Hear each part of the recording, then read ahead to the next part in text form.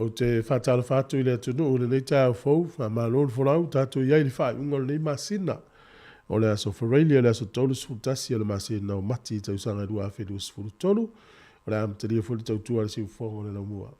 E alo maia, ia o le atapina ina le sunga le whaafengainga, Reverend Nove Vaila au, mai le kālesia, whapotonga ke usiano Samoa i porirua, e le tātou sāni ngā lotu. Ia, maia le whaafonga.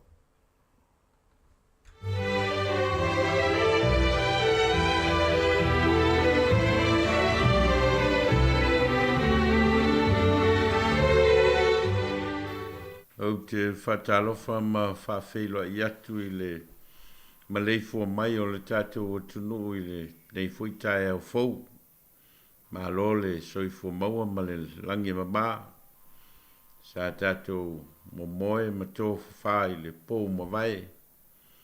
A le fau a whina ngalo alofa lo tātou o tua e whawhangu ina mailu tō soifua ma lo wola.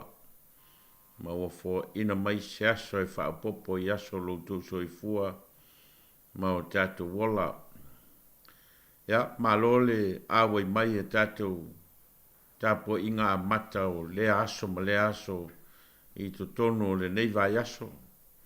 Sa vea eilo whatawaa e whai masui o mawhitanga whai whiau i tono Wellington nei. Ia tātou te whea ngai i tāpua inga mai la vai le aso ngafua se iau o mai i le nei tae au. Ia, o le toi aso le nei o tātou tāpua inga o lo o whea ngai ai. Ia male teita inga o tātou tāpua inga. Wala watu se o tātou tāpua i le atua.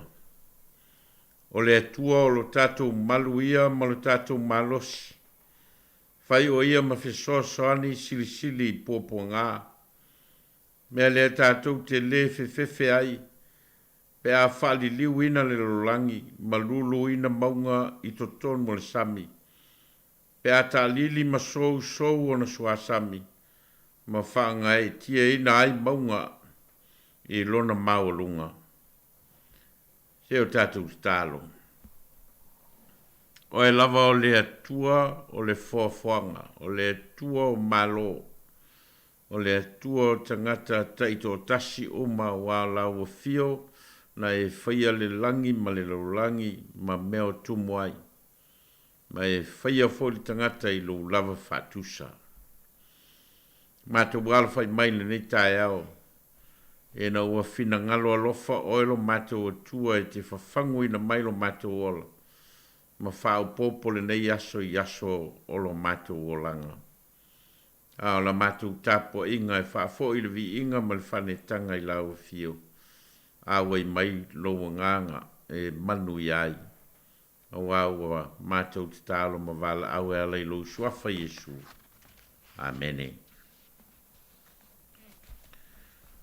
O le tuswai tau mo i tātou i le neitai au mai le whaasolonga o tuswai tau o le tuswai tau aso le kalesia e whakasa o a maua mai i le māteio le vangalia māteio non tau poe lua sifun ma le lima au te whaitawina mai le whai upo sifun wha e o atu le whai upo e tolu sifuru. E whapeo le tangata foi nā malanga o wala au i ana au auna o na tu i nātua i le e ia o ana mea i a te ilatou. O a watu e ia tā leni e lima i le tasi, a e lua a le tasi, a e tasi i le tasi. O a whata tau le mea o mawhai ai e le tangata o nā alu lo lea o ia i lan malanga. Nā alu ai lea o lea na i e tā leni e lima o a whata o tuai. O maua ai fo i stale ni lima. Whapea fo i lena i tale ni lua. O maua ai fo e ia le tasi lua. A lena i ai le tasi o alu ma eli le ele o nā ai a rio alonali. O ma vai po e tele o sawa i leo le li o ia au auna o whamasino i ana mea o ia te latou. O na sauai lea o le o ye tale ni lima. O au mai is tale ni lima o whapea mai le li ie na e tuina mai e a te au tale ni lima whauta o mawai isi tale ni lima. Whai tuai leo le li, ia te ia, o le ia, leo ona le ia, malfa maoni, o e wha maoni nai mei titi, o te tau fia o e pule i me tele, i nā ulu whale mai ia, i le fia o lo wali. Sau foi leo i tali ni lua, o whapea mai le li ie, na e tuina mai ia te au tali ni lua, whauta, o mawai isi tali ni lua. Whai tuai leo lona li ia te ia o le ia. Leo ona le ia mal whamaoni. O e whamaoni nai mei titi o te tōwhia o e pule i me tele. I nā ulu whale mai ia i le fia o loa li. Sau foi leo ia i le tale ni tasi o whapea mai le li ie. Na o loa o oe o le tangata whaingatā. O e sele i me te lei lulu i na i seito o e wha poto foi. E le me te lei whatape pe i na i mea. O no whewhea i lea. O walu ma o nā lau tā leni le ele whauta o lau mea lea. Tale tua i leo lona li o whape atu i a te ia le au auna lea ngai. Ma le pai e. Wei loa te sele i le mea na o le lulu i nai saito. O te whapotofoto foi le mea na o le whata pe i nai mea. O lea e te tau ai, pea na e tu i nātu lau a rio i e whatau tupe. Po wau sau, mau mawai lea o lau mea malona taui. Le nei, iau tō whaola tā leni na ia te ia ma watu i le ua i tāleni e se fulu. Wa se ua iei ni mea e foi natu i a te ia, e ati di tele aia na mea. Le ua le iei ni mea e whaoa le mea ua iei. Iau tau tulia foi le au na lea o ngā i le pou liuli i fafo, e iei le tau whaitangi a we ma le lili vau o nifo. Amonia maile ngā le tua le tātou whaitau ma whalongolonga i nā fionga, me ia tu mau ia te ia lona lava vi inga nei se ia oile whawawau. Fia whao ngā ina le, whai upo e luasi fuma le tolu, o le tusi o mātai o lom tā upo e lusu lima au mai aini, nai mawhauwhaunga mo i tātou, i le nei tai au. Le au auna le ie mal whamaoni, we whamaoni nai mei titi, o te tō fia oe, e pule i me tele i nā ulu whale mai ia i le fia o loa li. Pai upu ia sa tātou whalongolongo i aia o whaitauina o le mōli mau whaafata oto lona tolu lea. Ua whao ngai e sue mo moli mai aia na o onga mōna soo ma tātou fo. Fata oto mo moal, fata oto i au auna e toa lua na tu i ai el matai tiute e whai ina ua to e sea le matai. O tasi au auna sa whamaoni lana ngā luenga na tō fia i ai. Ma tu mau pelo na whamaoni e ui ina tuai o na toe ta liu mai le matai. Ale au auna lona lua, wa le whamaoni ma le tu mau, ai ua whatala le ilo na wala wina.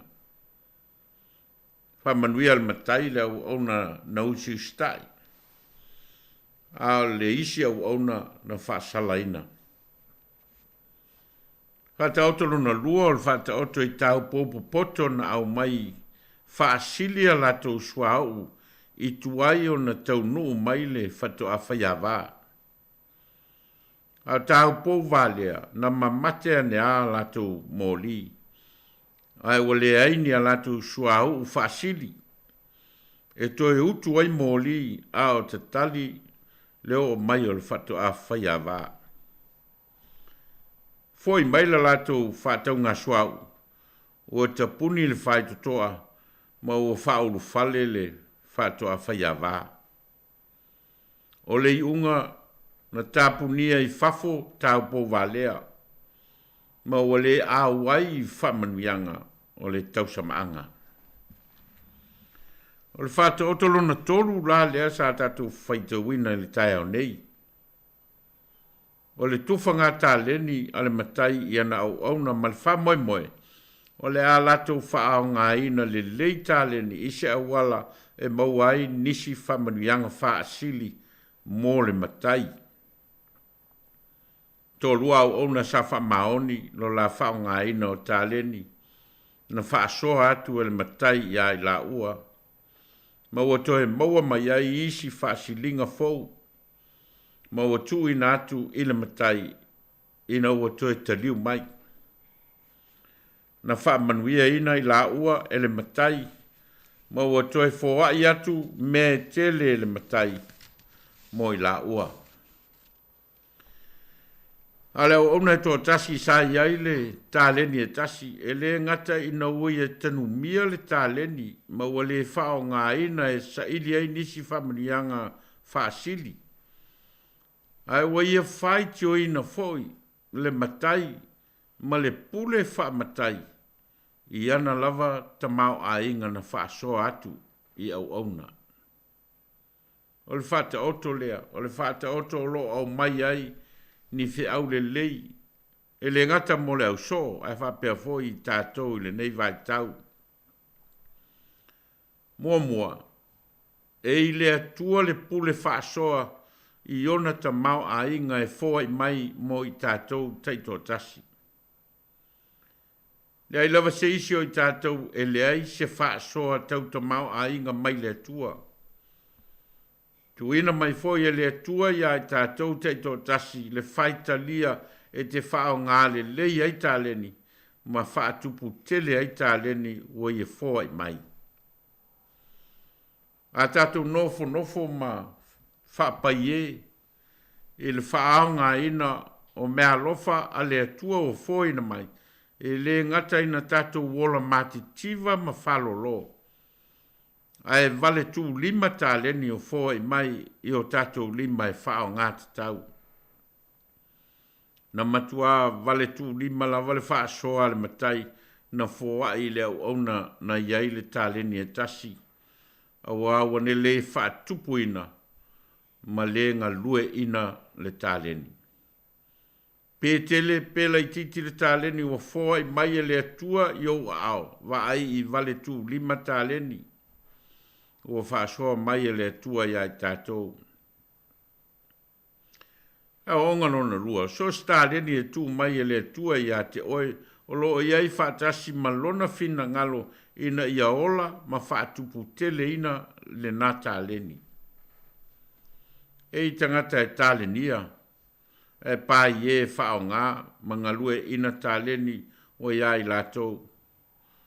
Tau an tātou nau ina i whaatupu tele ina tātou tāleni ina i au ngā mō nisi tangata.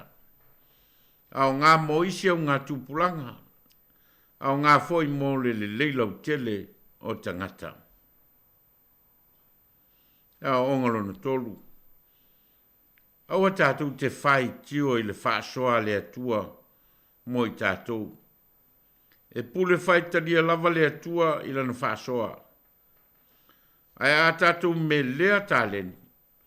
Ma tātou wātu ngalu ma whai tio ina le whaasoa whata mā a le atua. E au ina alu le tātou malosi e whai tio ai le atua. Au le whao ngā ina me alofa fōa i fua mai e le atua mo i tātou.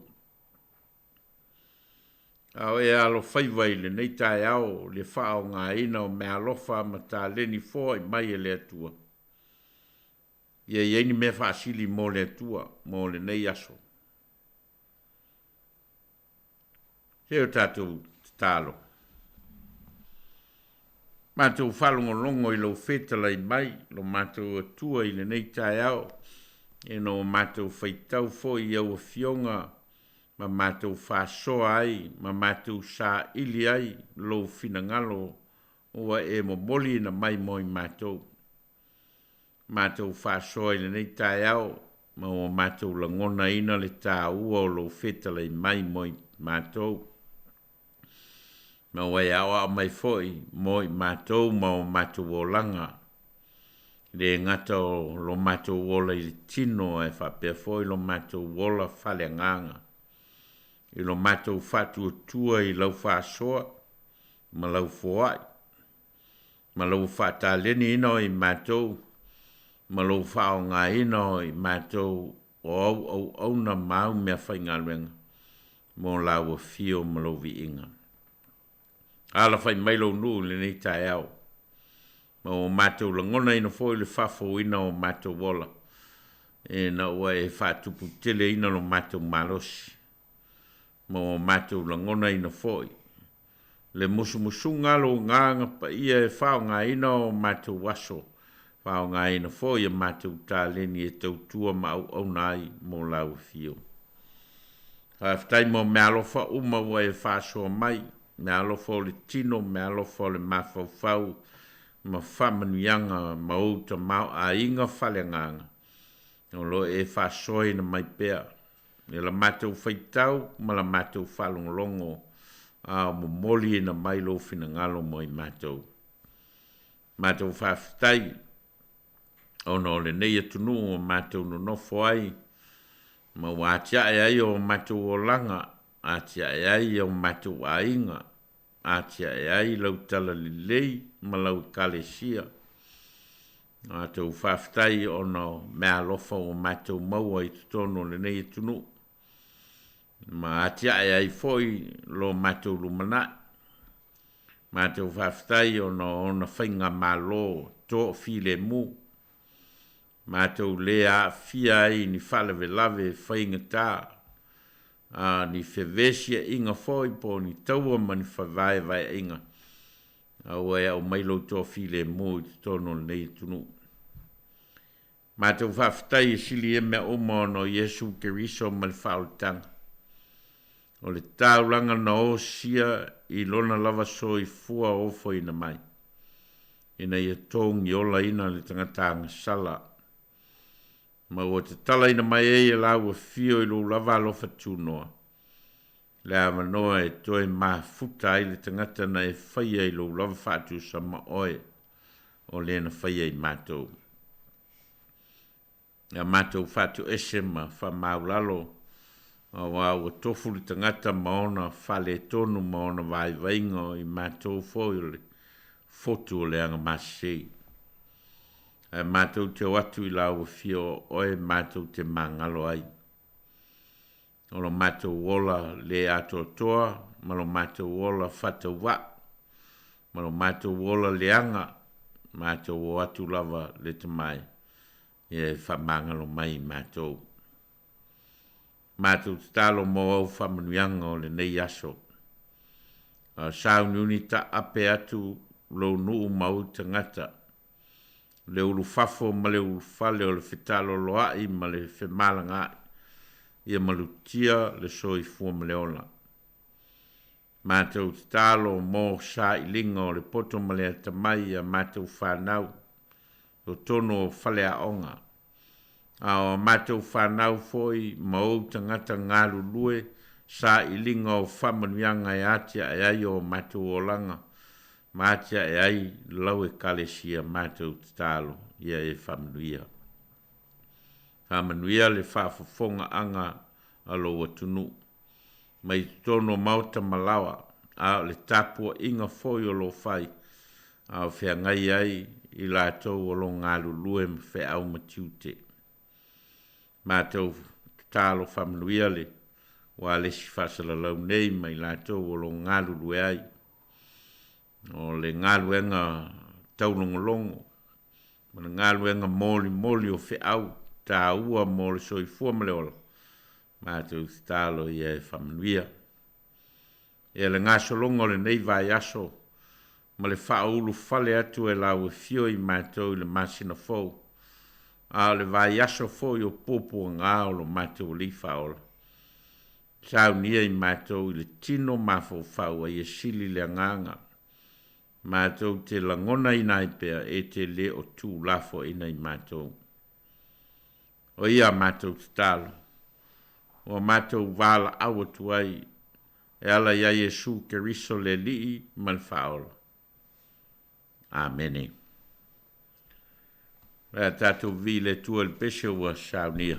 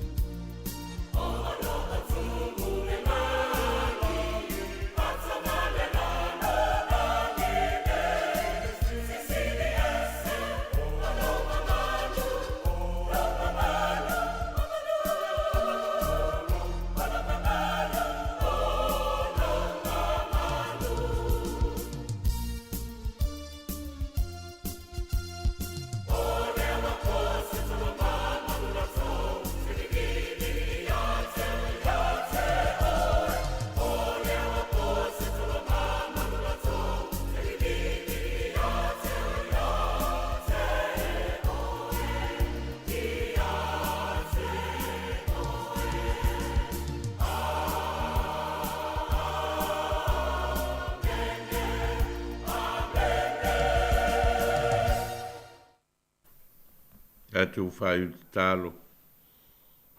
Tu mai o matu lunga ma lunga o lau whanau le lulangi atoa le alofa ma le file mua lau a fio le tualo matu tama. A le alofa sisi le eso Yesu ke riso le li ma le faola. Ma futa ina i matu e lou lava nganga pa ia nei se iao i le whavavau. Whavavau lava. Amene.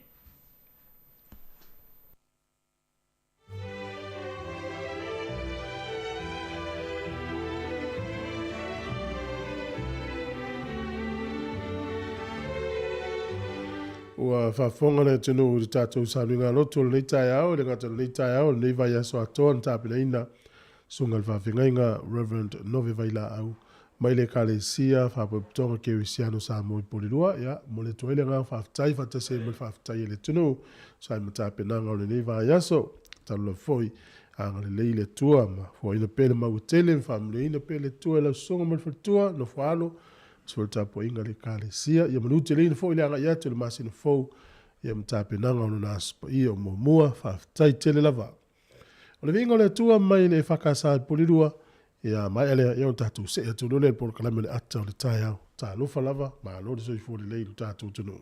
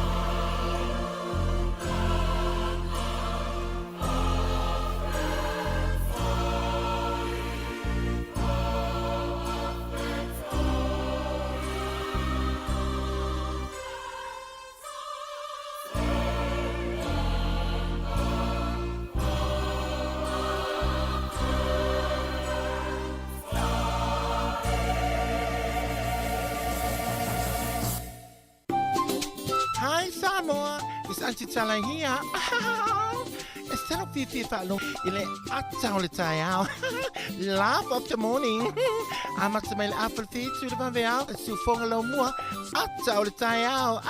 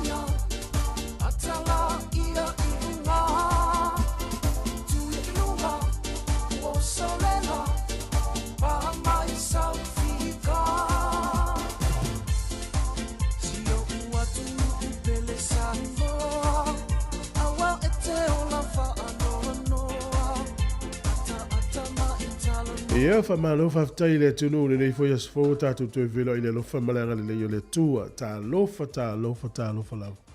Malo se fo mluia ta tu ia ile fa unga le masina ia o mati ta tu ta pe pena po fo ia savalia ia le masina o apevila a mata tu ile so ta hao ia o a mai le nai tu lo langi lo e mafuta mai ia ile tau tu atu fonga lomo ia malo lava tonu foi sa maluia malolonga le po tatou ia sa mo le malolonga tatou sa ngalu e tonu foi sa maluia ia to ngalu le o foi fia mai ai nga ia le tu no na le fa tai le tu na tau singa ni tatou mutu tausi singa fa finga inga fa tua ia male lo tatou tunu te lo foi fa fo mai se ai nga o fa amrina se pepe fo ia o fa popo foi no mea le ai nga ia le tu no na le fa felo ia tu le nga fi tele ma lo lava le soifua ma lo folau ile pa ia la silasi o tatu tu no mala fa fonga ia na tu langa fa lupe ina ia mai lava i la uma tua se yo o le autinifu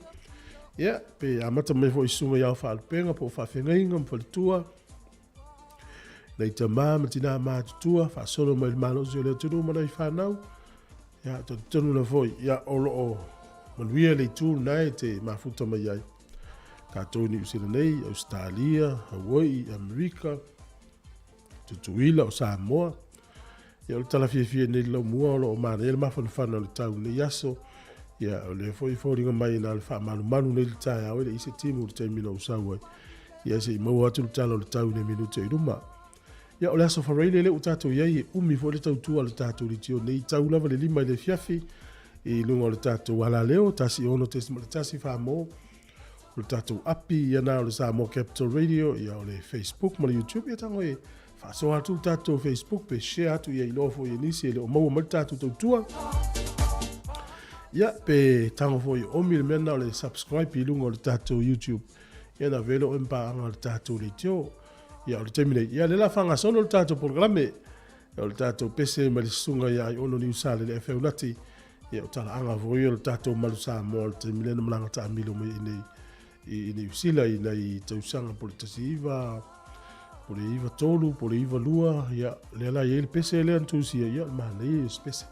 Ta tala to ita to fasalunga mai le ia fa fonga le talo le tau, swinga le tupe le yaso ia fanga solo to i family ngo aso i fua, talo mena tupu lo langi le yaso tal valu ta to telefon. O le il fu ngai e ele fa tal no ngai le tai nei ti al valu pe mai telefon.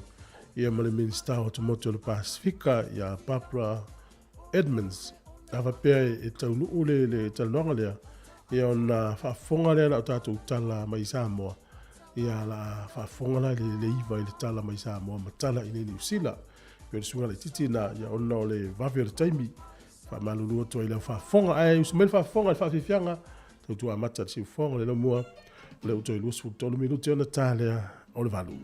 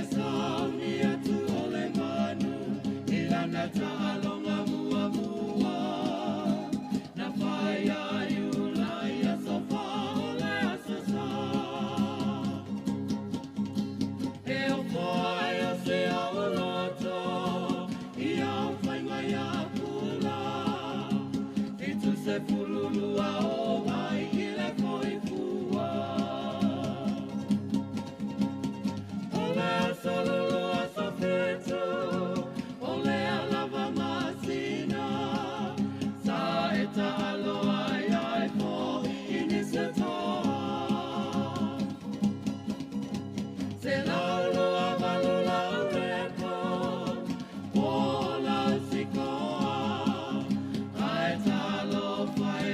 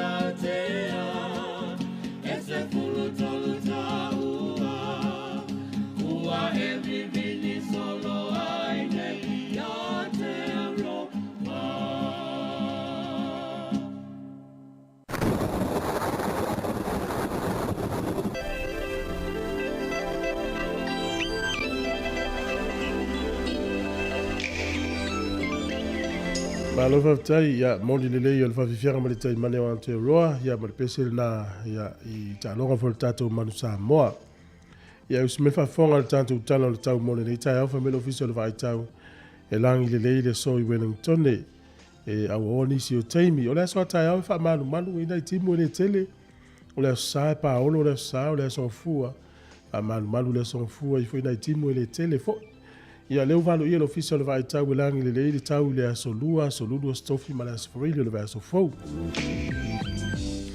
le maunalo le fua le malulu le fa mawina sfulu male lua le mafanfana sfulu valu le asole nei le la ngona tato le mafanfana le fo taimi mo le swing o le tupe mo le una tupe ia tasi tala riusila mo le tupe Australia iva sfulu male tasene iva tasene le asole nei ia o le tupe a America le wono sfulu sene le asole nei tasi tala New Zealand ya mawala tupe Amerika yono sfuru sene tupe fiti tala tolu sfuru fa sene tala tolu fa sene tasi tala New Zealand mawala tupe Samoa tala ono sfuru sene ile asolo nei tala ono sfuru sene ole pa anga tonga tasi tala New Zealand mawala pa anga tonga tasi tesi ya pe tasi mal tolu sfuru lima tasi tolu lima pa anga tonga ile asolo nei ya tala na ole tupe ya swinga for the tupe le so la tatu se ya tu le no family anga so ifua o tu umani so ifua le fa yunga le masino mati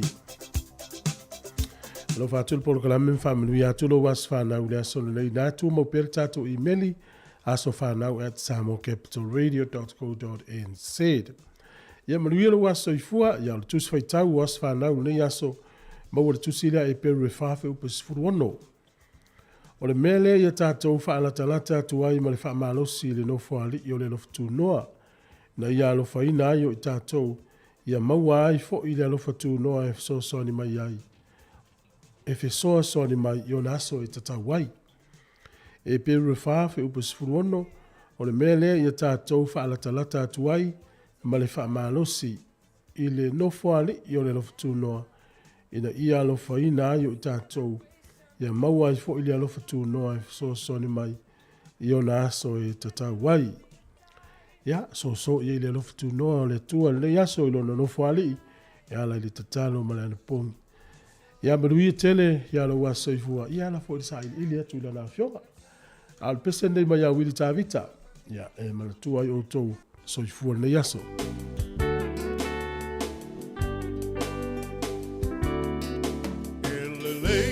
So ma wana whaia le atua Ai ese ai o le nei aso malona taua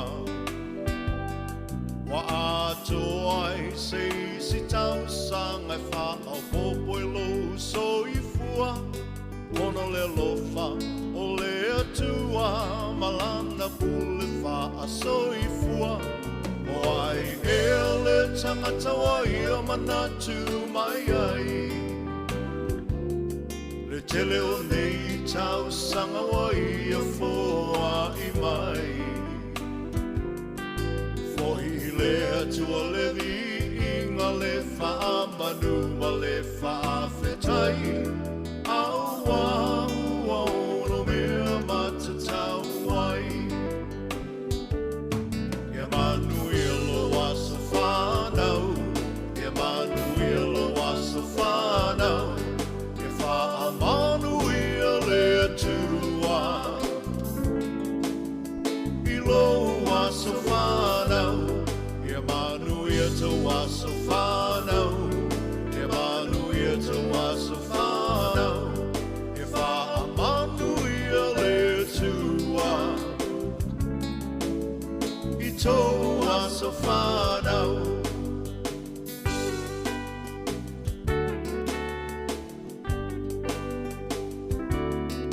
Le atua e le mase ua lona fina ngalo. A sa moli moli le nei aso e ale le tatalo. Le atua whaafofonga tatalo. O le atua e tali mana o ia fo'i. E mali e ai o tātou mana o whaafita o le whetai ai le o langa. O mai o le tino e tampa tau tali ai le malanga. Pawhetai le atua i lana wha malolo mamana. Mai malo si ai maula i le tele o nei tau sanga. Ia Manuel o asa whanau. Ia Manuel o asa whanau. Ia wha Manuel e atua. I lo asa whanau. Ia Manuel to asa whanau. Ia Manuel to asa whanau. Ia wha Manuel e atua. I to asa whanau.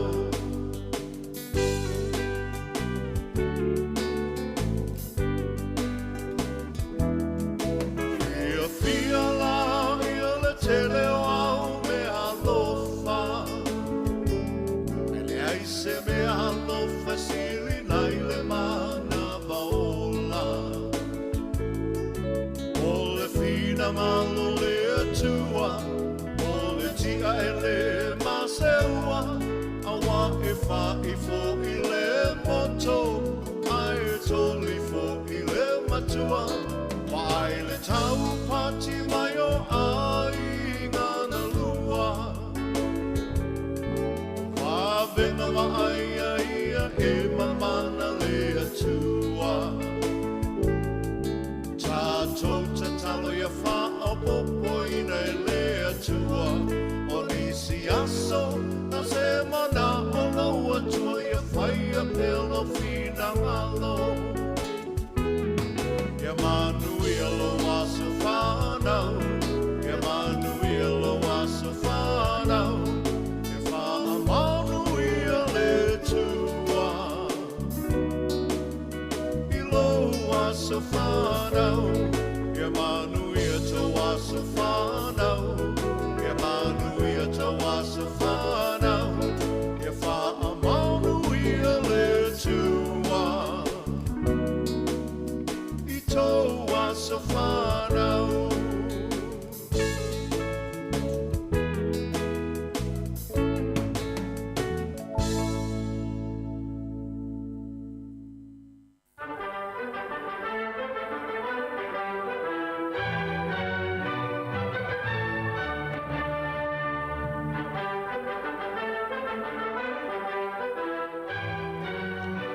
tala whātu nei teimi o le tae au whamaloro se ifu o le tala whāsolo pito o langi tausanga mawae i le aso tolu tasi o le masina o mati o le aso nei tausanga tasi valu iwa ana tatala ai le tau o tele lava le tau o le ifio tau ai te tonu o le nuu leo whalani e pea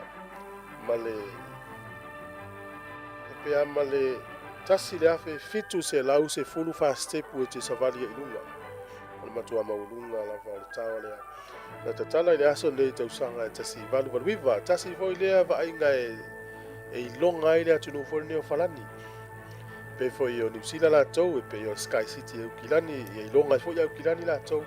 Ia o le tawa la lea e ilonga i foi lea tunu o falani na talaina i le sol tausanga tasi valu valuiva.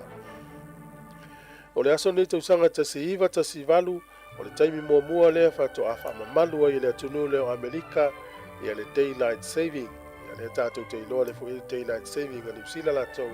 Ia mata le swinga i le aso tolu o le masina o Aperila to i kia i tuala wati i le aso sa nei. O le aso nei tausanga e tasi iwa lua tasi ia whatoa whaavaina ai ia le vahenga leo le fuava ale le tau o le malo au se talia. Ia po le Royal Australian Air Force na whaavaina le sol tausanga e tasi iwa lua tasi. O le aso le nei i le tausanga umalawa e whaamanatu nu lea o Malta ia e tau e lato le Freedom Day ina wo ese mai e fita pe le tania sa i tutonu le lato o tunu. O le aso nei i Samoa ia o le tangata suafa ia Harold Alexander Hauser o le kovana po le Naval Governor lo na tolu leo le malo Amerika Samoa na whanau tonu al tausanga tasi valu i wafitu i le aso tolu tasi o mati i te tonu o Georgia i Amerika. O le aso nei tausanga e tasi valu i waiva o Mataafa Yosefo na yaila na vaenga au po lana i tu au sa fitaui ia male au tau fo ia mali e toa tanu mawhili a peala na whaia ina ile au tau a mali e toa tanu mawhili e manu malo le au tau a mali a Mataafa Yosefo le tau ana whai le sol tausanga tasi valu i waiva.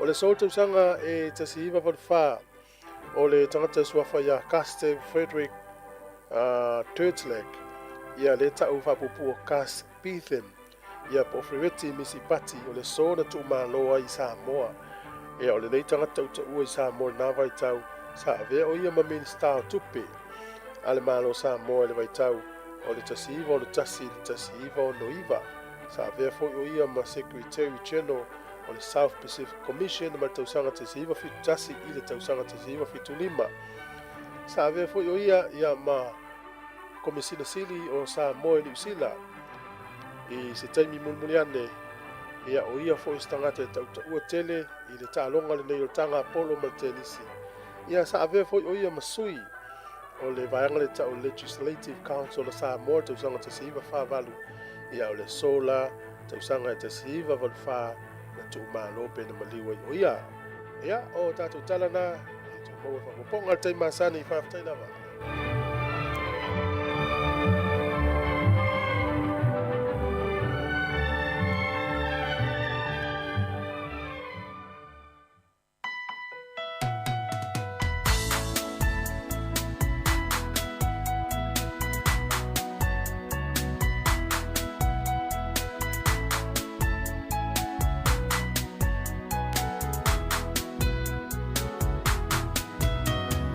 Why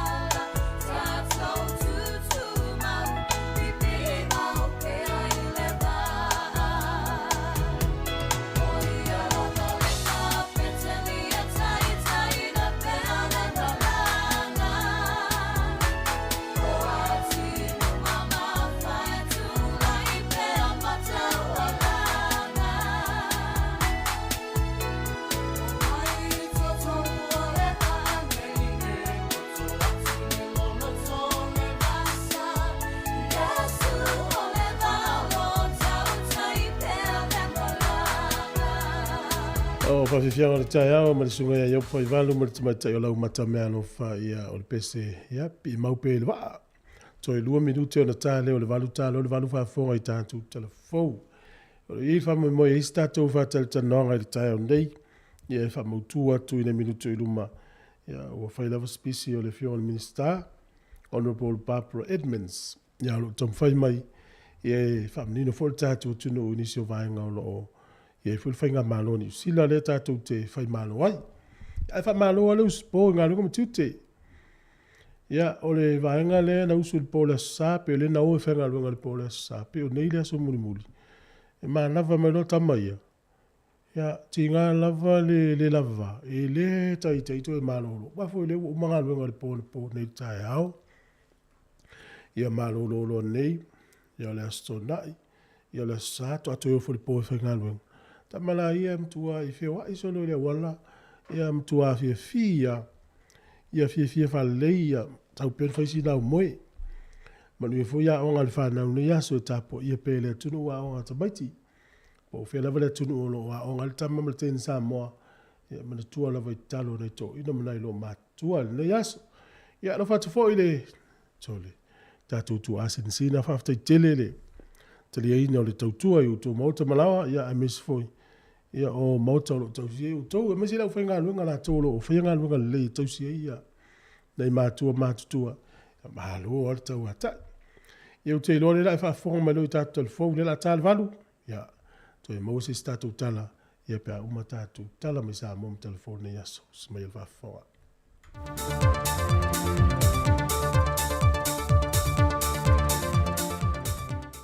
O te te whatalofa le nei fo I asa fōlu tātou tunu I se whao poponga o ni tana I melo te tupu lo tātou tunu I Samoa mo le whai ungol nei vai yaso. O nisi o tō whinga wha officer sili ua wha mao nia le kāpeneta nei fo I vai yaso. O le tō whinga leo le officer sili o le mtanga luenga o tiute matupe mawa. O tō fia le whionga fonti tala I tupu lia. E lano le whautuanga le komiti na whaatinu ino na whaatala noanga. Mo ava no officer sili o pūlenga o mtanga luenga o tiute matupe maua. O lea tō whinga e mō le isi fo I tolu tau sanga. Mai sa mata I tuina to toa le komiti o nā ngā vaa matomai. Ai meise o lona sila fia I vaenga tu pito le ngā luenga wha officer sili o lea fo I matanga luenga. Wa silia malilua sa fulu tau sanga o ngā lue fonti le mtanga luenga o tiute matupe maua. Taro mali tau sanga dua fe male tolu. Na tō fie a vea masui officer sili I le luafe se fulmaleono. E o mai lava I le aso. O lo ia umia wha ailonga o le matua o whaiva I tūlanga tau tupe maua mai a pani. Ma le wha ailonga tikeri mta o puta wala manuia mai li universite a wao Samoa. Wa fast fumatasi tau sanga le soifua ma o wha ai poipo. E to ono na ionalo. Ma o lo ia umia le swafa matai fonti mai fonga savai. Ma wa sui tūlanga e fonti, le fionga matawheo a valisa viali fautua le. E fontanga sa usui al kabineta nei fo I yaso, wa wha mauni e nisi o wha ton fau mo wha la putonga le malo. E au fiele pūlengo le tine mu, le wa filfilia iei ai ono Merisaini siosi la ulu. Ma funa fe ai David Oliver va ai, e a vea mataitei fono. O le whaalapo ptongo tau I mō whaalawe te tupu whaafonsei, mo tō fia I tu au Pepe Jerry Warwick, e a vea matai te whono. Pātase e maasiata Dr. Zatupaitea Viali, ma la vea George Hazelman, e a vea ma whaatonu. O le whaalapo ptongo tau su e suenga whaasai Inisia Samoa, o a whiriwhiri e sula māneia nu e tolu Montini Ot, e a vea matai te whono, Pātase ma manu le lua soni la meta. O le official pūlengo tangata tā whao mai mua mai Samoa wa whiriwhiri iei tu pai sa le mua rapi va ai e a vea ma whaatonu. O le whaalapo ptonga tau whale Samoa wa whiriwhiri aila wano la wina craze ma teite whono whapeai ma Violet Robeck e whaasavalu ma Elisabetta Changtang Peters.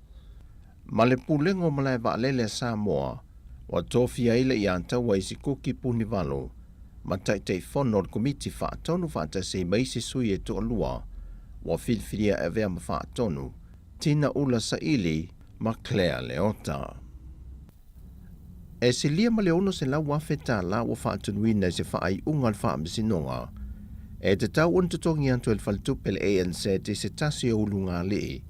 Na ta ofi whaasol tu la fono el faltupe, le pāleni o le tau o le whanua le unga li ino lato whaatawina, na ua mai au na tuina ese le tau o le whanua no lato whaatau. O le mata upu le nei le whaamisinonga, ua mai au na tutongi le unga li le ta lafu na whaao ngā i le whanua e whaamawai. Ai o le nonga tupe le antali i o le toi ina na mō kesi e le whanua, na le mawhai on tutongi ina, ma whātonuina i lo le faltupe wa te tau o na siti ese ma le whanua se i whātau ese. Na whātau ese le faltupe le whanua i le tau se lau tōls furuafe tā la, e whato a la tō whaai lo muli le ainga, o lo te toi le fitus ful tōru wafe varu se lau onus ful lua tā la fitus ful wha sene. Mai o tō utu unga no la tō ave le ainga, e whāto a wha amatu watu le se leni lea, pe a mai a o na tāpena ese ma le whanua. Na te ena le fionga le whaamasino i a vui Clarence Nelson, le tālu sanga le tua le faltupe, e le whinau alo ia le tua le ainga, e soli tu la fono le whaatawina ese le faltupe o le whanua, ma o latu tā ofi e le pāleni o le tau o le whanua, e au no mo so latu i loa. O le whaai unga le mata opu e si lia ma le ono se la wafe tā la, le tupe o le atoe tutongi atu le ANC, e le ainga e ana le whanua. E se lia ma le lua se la wafe tā la se tupe o lo tangi e se li fai pisi nisi pālangi, ia Alan Pelcher le whaamasinonga, e te tau on tutongi atu e le sui pālemia le a fionga tuala Josefo Bonifacio. E ala ila na masini ua pato sa whaao ngā e le a fionga le sui pālemia, ai ua ia whaatawina ese se isi foi fai pisi nisi, e au noa masana whaatananga. Na whaailoe leo lo tangi, na iaise la malienga tu ngutu sa whaia mal whaipule, e whaatau e le fionga le whaipule le na masini se lau tōs furuafe, e le tausanga e luafe se fulma le whaa. Ai i le tausanga e luafe se fulma le lima o le tupe muli le ntutongi atu e le fionga le whaipule i a teia, e na o le lua se lau tōs furuafe. Ai le tausanga e luafe se fulma le valu whaato a ia i loa i nai, wa whaatau ese le fionga le whaipule i se isi whaipisinesi lana masini, i le na o le fast furuafe tā la, ai le iaise se le ni nau o atu i a teia. Ai le fin nau le lo iolo tu lai mo le fionga le sui pālemia, e le iaise malienga na whai e le vao lea li pālangi ma le fionga le whaipule, e whaatau e le whaipule le masini, paule tūlanga na whaao ngā i le masini, e whaatino aise ngā luenga le whanua o tuala. Mai i le lua fese fulma le lima i le lua fese fulma le valu na whaatau ese le fionga tuala le masini, sa le iaise whaanau nau ta inga i le whaipisi nisi e tuli loa tuala i lana masini, e whaato ato e wala au ia i le lua fese fulma le valu, e na ua whaato a ia i loa wa whaatau ese le fionga le whaipule le masini. Ai i le tu a le o lo tangi, o lo fina wina i le whaasoli tu la fono, o le whaatau wina ese o le masini le whaipisi nisi, e au noa masana whaanta nganga. O tala fōwia mai Samoa manuia le ni aso, whaasoi fōia.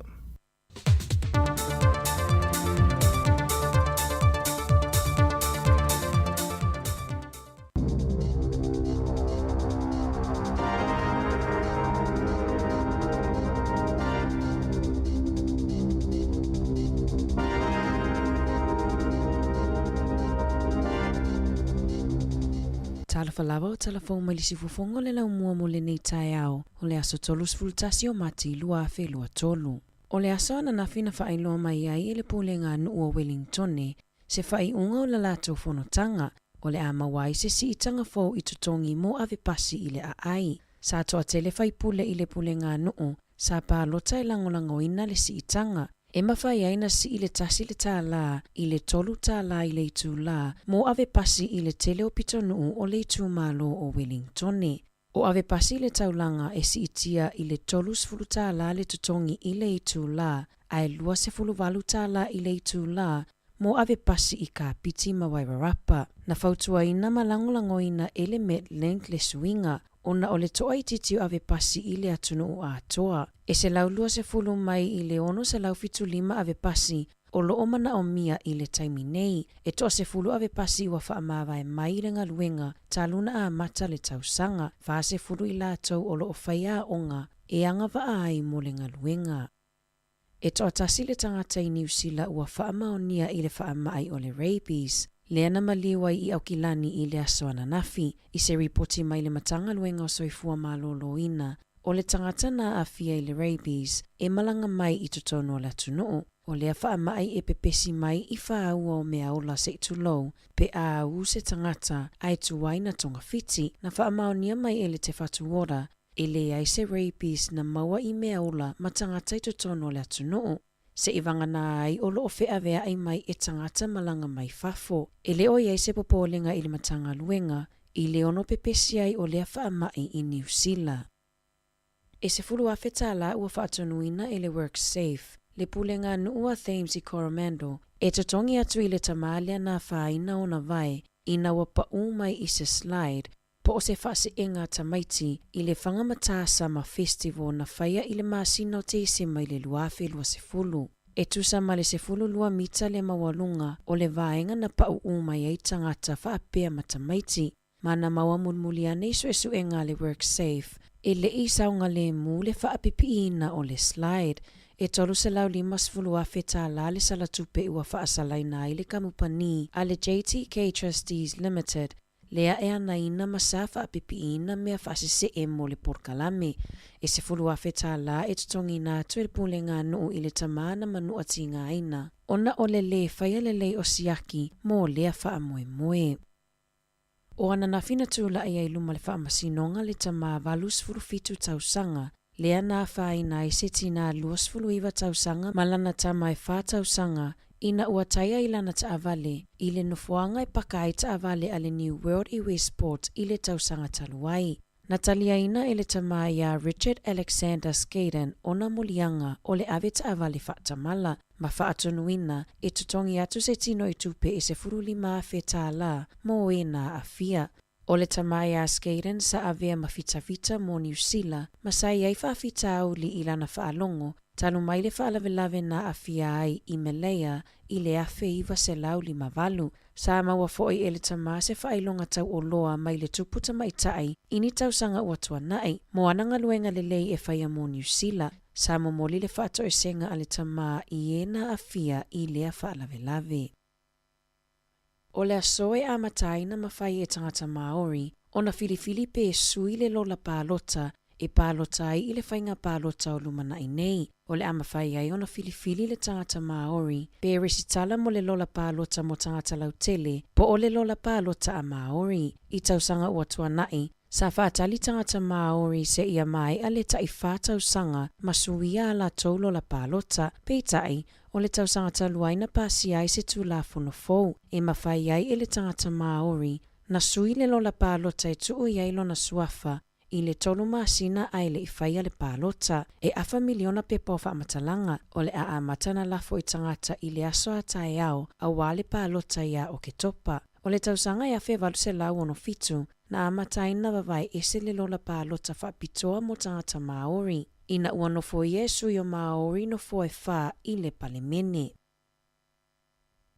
I le atoa ai o le sefululua masina talo na tatala le awala fou o le transmission gali, ua mawai i whaamaumaunga, le tele o le suinga i le whea ingo ta avale, mai le tui mātu e anga i atu i Wellingtone. I se ripoti mai le waka kotahi, na whaailo ai, e tusama le 25 afe ta avale e uia le transmission gali i le aso e tasi talo na tatala. Masasi i tia le anu mera i le masino Januari i le tausanga nei. E silia mal se fuluiva a feta avale sa masani o no uia le State Highway 5 i le vao pa watanui ma paramata i le aso e tasi, pe tai wa pa ule fuainu mera i le na ole ono afe 5 se lau i le aso. O le State Highway tasi i le vao mana maman given, ua whaititia fo i le nu mera o ta avale e uia ta luona tatala le transmission gali.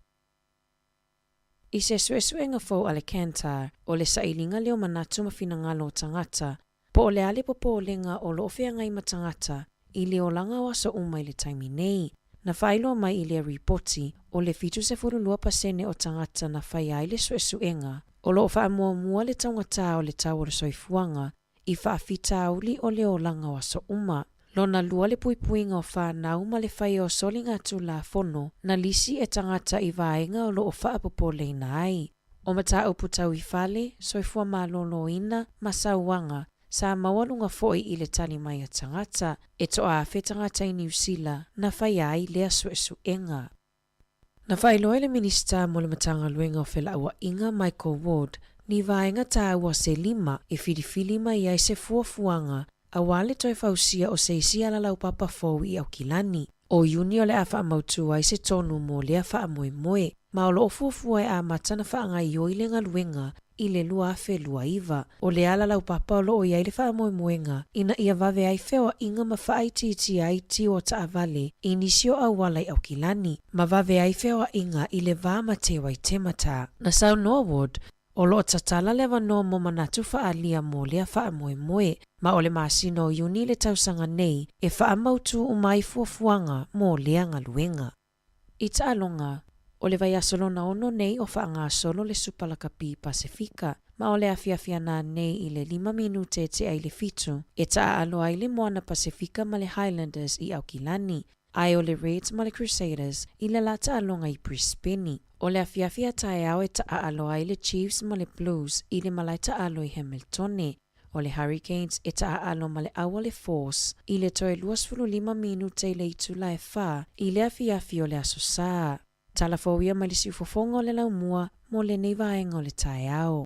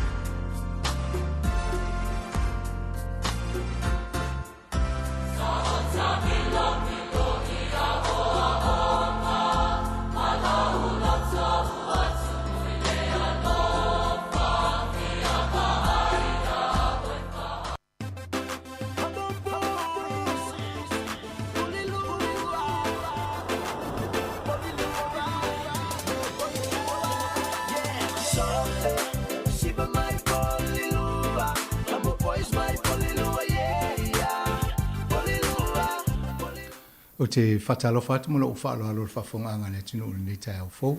Ma whatasi fo ima le fionga le Minster, ia Barbara Edmonds, I tata novo inisi o fufuanga o lo i le temi nei ngā ruenga wha Minster.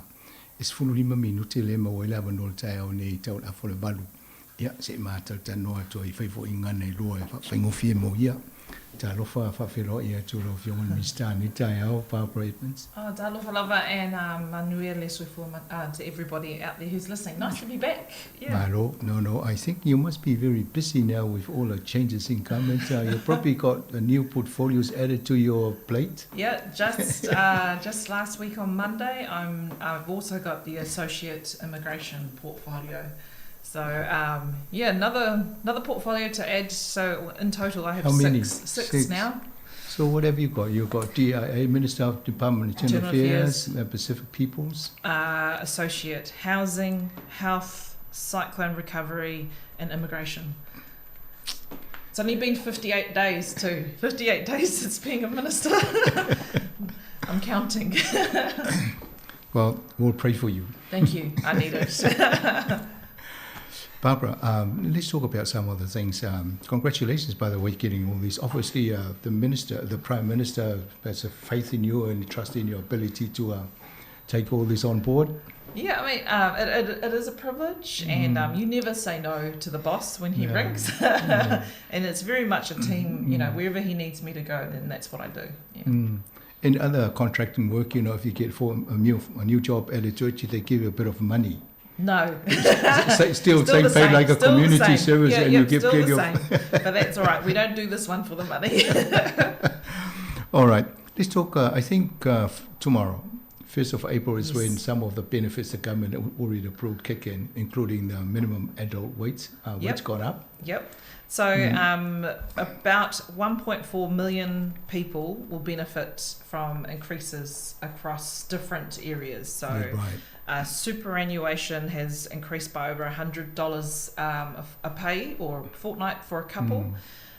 Main benefits will now increase by the rate of inflation, meaning a family on a benefit with children will receive an extra $40.86 a week, and a sole parent receive an extra $31.83 a week.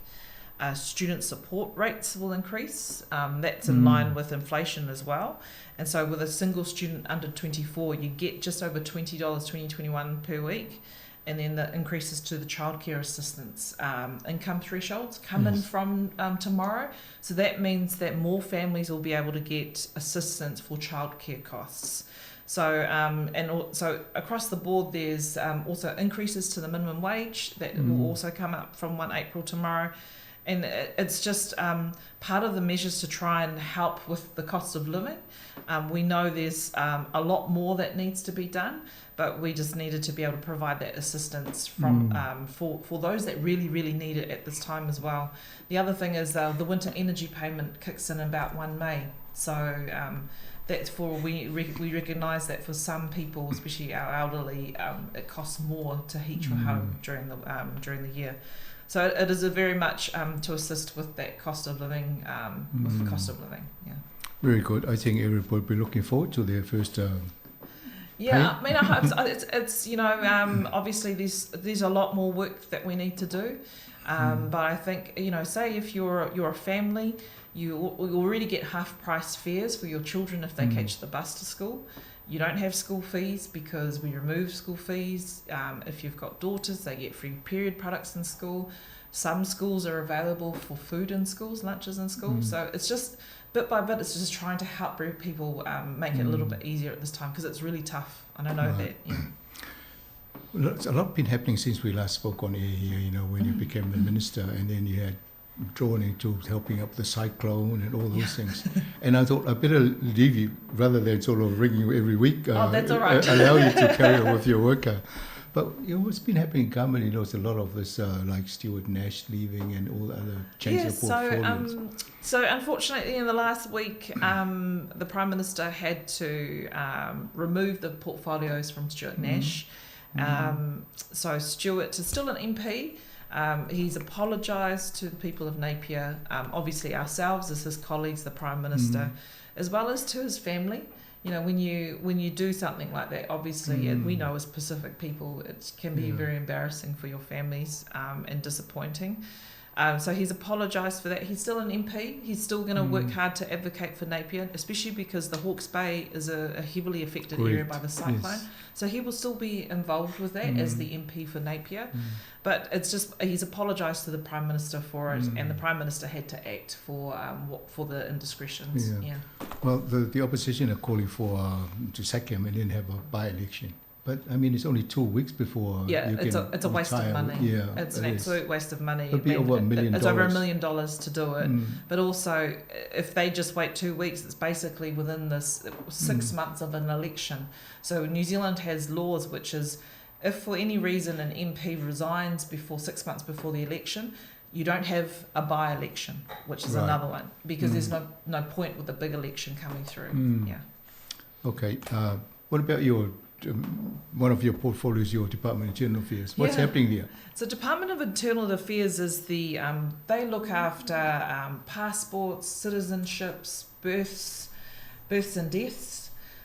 We also we really want to, they do work around online platforms, being able to, with the classifications office, taking down objectionable content that's that is shown to people which shouldn't be, so they have the powers to be able to take that down.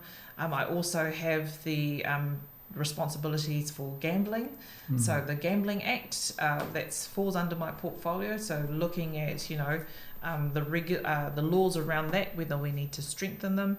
A big part of my role is the Lottery Grants Board. I'm the chair of that board. So yesterday we had a 2-hour meeting, and as part of the Lottery Grants Board, it's to make decisions around how much money goes to different communities, so that the lottery subcommittees can put that money out to community efforts. So a big part that we did just recently was set up the Cyclone Relief Trust for the Prime Minister. So my department administers that trust so that it doesn't cost people when they put money into the trust for the cyclone. And then obviously we had a special purpose lotto draw a couple of weeks ago. We raised a huge thank you to New Zealanders. Over 11 million is now put into lottery grants, and then the trust will need to apply for that for Napier and the Hawke's Bay, for the Hawke's Bay region.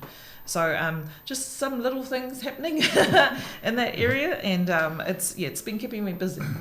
When somebody puts $1 into a pokie machine, how is that divided? How much does the government take out of that? So it depends. So it's not so what happens is that the government doesn't take the money. There are rules around the distribution of parts of that money to the community. So if you think about here in the Wellington region, you've got the Hutmana Charitable Trust, you've got the Pelorus Trust, you've also got the New Zealand Community Trust, the New Zealand Racing Board through TAB funds. So there are very strict rules as to how much they should distribute to the communities. It's up to those individual trusts to work within those parameters, but the distribution goes back to the communities where the money was taken from. Okay, thank you for that. And your Ministry of Pacific Peoples, what's happening in that? Oh, lots is happening in the Ministry of Pacific Peoples. Just recently, we've just concluded our Te Scholarship ceremonies.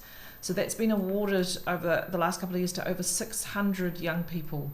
So each school leaver or school person will get up to $1,000 scholarship. And just this year, there's a partnership with PB Tech to match that with $1,000 for a digital device. And those scholarships are made available to young people who want to pursue the study of science, technology, engineering, arts and mathematics. So the Te Law scholarships have just concluded. The Tuputoa Aotearoa program, that is a fantastic program, and I'm a huge fan of it. That program provides for up to 25-year-olds who are not in employment, education or training through community providers. So here in Porirua, it's Partners Porirua. They basically, what they do is young people come to them. They either figure out what the skills they need to either get into a course or to do a course or to get employment. So when I met with them at the end of last year, they had one of the students that had come through is trying to connect them with a construction company to do an apprenticeship. But they help with the licenses, with CV workshops, and basically the sort of skills just to help young people to figure out what they want to do.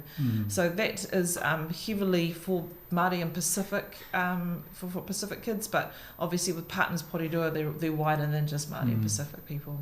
And the students with the host department, who funds the salary? So it depends on what they do. So if they go to an apprenticeship, the government gives $16,000 to the builder, and then but Partners Porirua just helps connect them, and then the builder is the building company. They might top up, to provide a youth wage or a minimum wage so that the apprentice is getting paid while they're learning. So that was part of our COVID relief package as well, was the apprenticeship boost. I know some kids who've been through that, they've come from university and gone to the...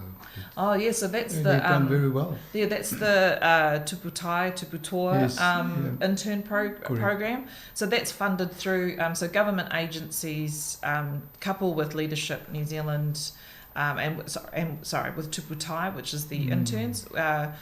There is a Leadership New Zealand program which we're helping, but then also with Tuputai interns. That's where government agencies partner with them, and then Tuputai puts them to Atua, puts them to different government agencies. So I can think of one right at the top of my head right now, a local Porirua girl who went to the Ministry of Health, and she's currently working for them and really excelling. So it's about partnership, trying to get more Pacific people into the areas of policy and government so that we can influence it, at the table. Yeah. No, very good. And I see that your ministry has just put out a press release which embarked on until 7:30 this morning, giving the language week. The language weeks. Yeah, so I'm going to have to just make sure I get this right. So we obviously work with our Pacific advisory groups for the different languages. We have released those particular dates. For Samoa, let me just make sure I get this right. It's around 28th of May. So 27th, the week starting the 27th of May. So it's about being able to celebrate our Pacific languages. And so there'll be lots of events on throughout different areas of the country. The Ministry of Pacific Peoples supports that through providing resources, but also trying to promote it more widely, not just within the Pacific area. We're launching our app, Samoa Ngana Samoa. Yes, app I'm looking forward to it. Yeah. That is it'll be on your smartphone. Yeah, I'm looking forward to it. It'll help me practice at home. All right, and in Mana Electric, what's happening here? They're probably missing you now because you're all over the place. Well, I'm here today, and I was here last week. And the great thing is about being even though my responsibility as a minister has gone up, I only live 20 minutes away from Parliament. Yes. So I'm really fortunate that I can, a lot more fortunate than other ministers, and I would say that I can balance it a bit more because I get to come home every day, you know. And so we try to, what we try and do is the weekends and the Fridays are the days that I get to spend here in my electorate. Obviously, with the family as well, trying to balance that. But it's almost winter sports season, so you'll see me on the side of a netball court or on the field with my children. So it is a balancing act. But I've got a really, really good team, both here in Porirua and in my Parliament team, and also covering up Kapiti. So it's just about being really intentional and scheduling it so that I can make it. Yeah. And what are you finding exciting of being a minister now? Before you were an MP, now being a minister, got all these portfolios. What's exciting you? If I'm really, last night I was going through some immigration cases. I've also earlier in the day I'd done some citizenship cases. I think for me is really understanding that, through a signature, through some considered advice, that I can help people. Sometimes it's not the decision that they want, but majority of the time it's being able to support people to live a better life here. And that really is, as a minister, you have that opportunity to do that. As an MP, you support ministers to make those decisions. Now, as the decision maker myself, I'm finding that's a real privilege, and that does, I feel honoured to do it, and that excites me as well. I seen a media paper this week. Some employed contractors in India, they're selling sort of to people to come here and get jobs. Well, they can try.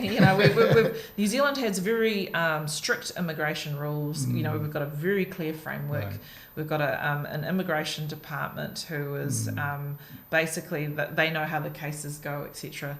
So for me, as the associate immigration, it's for when people have gone through the system, they've been declined, or they've gone to the tribunal, and then they're asking for a ministerial intervention, or for me to apply my discretion. So it's a privilege to do that, and it's a privilege to live here in New Zealand. So it's making sure that I have all the advice when I sit down with a case to understand what their journey is, how they got here, and to make a decision whether they are entitled to being resident here in New Zealand. It's a huge privilege and an honour. Barbara, I want to continue the conversation, but I'm mindful of the time, and you've got that's to rush all right. off for We can keep going if not the news. But thank you very much for coming in and sharing this this morning, and we'll try and have these little short spurts of time going forward. It's just that, when I'm in home, my children have to get to school. I'm still a mum, so it's always good to spend time with you. Yeah, that's fine. Our final comments for our listeners while they're listening. The census is still open, so that's really important. Our Pacific people need to really fill in the census. I think we're not tracking where we need to be for Pacific people. I think we're just under 60%, so we need to lift that up. If we want government, people like myself, ministers, to make decisions around funding for our area and our communities, we need to know where Pacific people are living and what are the challenges to them. And that's what the census helps us with. It's anonymised as part of the data. No one else can have access to that, to your specific data, except for Census New Zealand. And it really helps with our decision making. So I encourage our families to please fill in their census. Where people who haven't got their papers sort of sorted. So, and those people will probably be scared to go and... Yeah, so keep an eye out for Census Greater Wellington. They got a Facebook page. So Census Greater Wellington. They have events every week. So we had a big concert on Census Night at Waitangirua. Just yesterday at Cannons Creek, they had their barbecue going at Lefale. So people can go in and do the census, either fill in the forms or they've got the laptops there, the computers to do it. So keep an eye on that Facebook page, but also I share it as part of my Facebook page as well. All right. Thank you very much for this morning, Barbara. And all the best for the rest of today and the weekend. Yeah, it's going to be a good weekend. O le tatou pol kalame na e le taimi mulmuli ane na whaali wa tule le tatou nanga i le afoliva al tatou tanonga na ma fionga le minister al tai au nei te mofo system tanu le mana taimi nei tō wha soifua.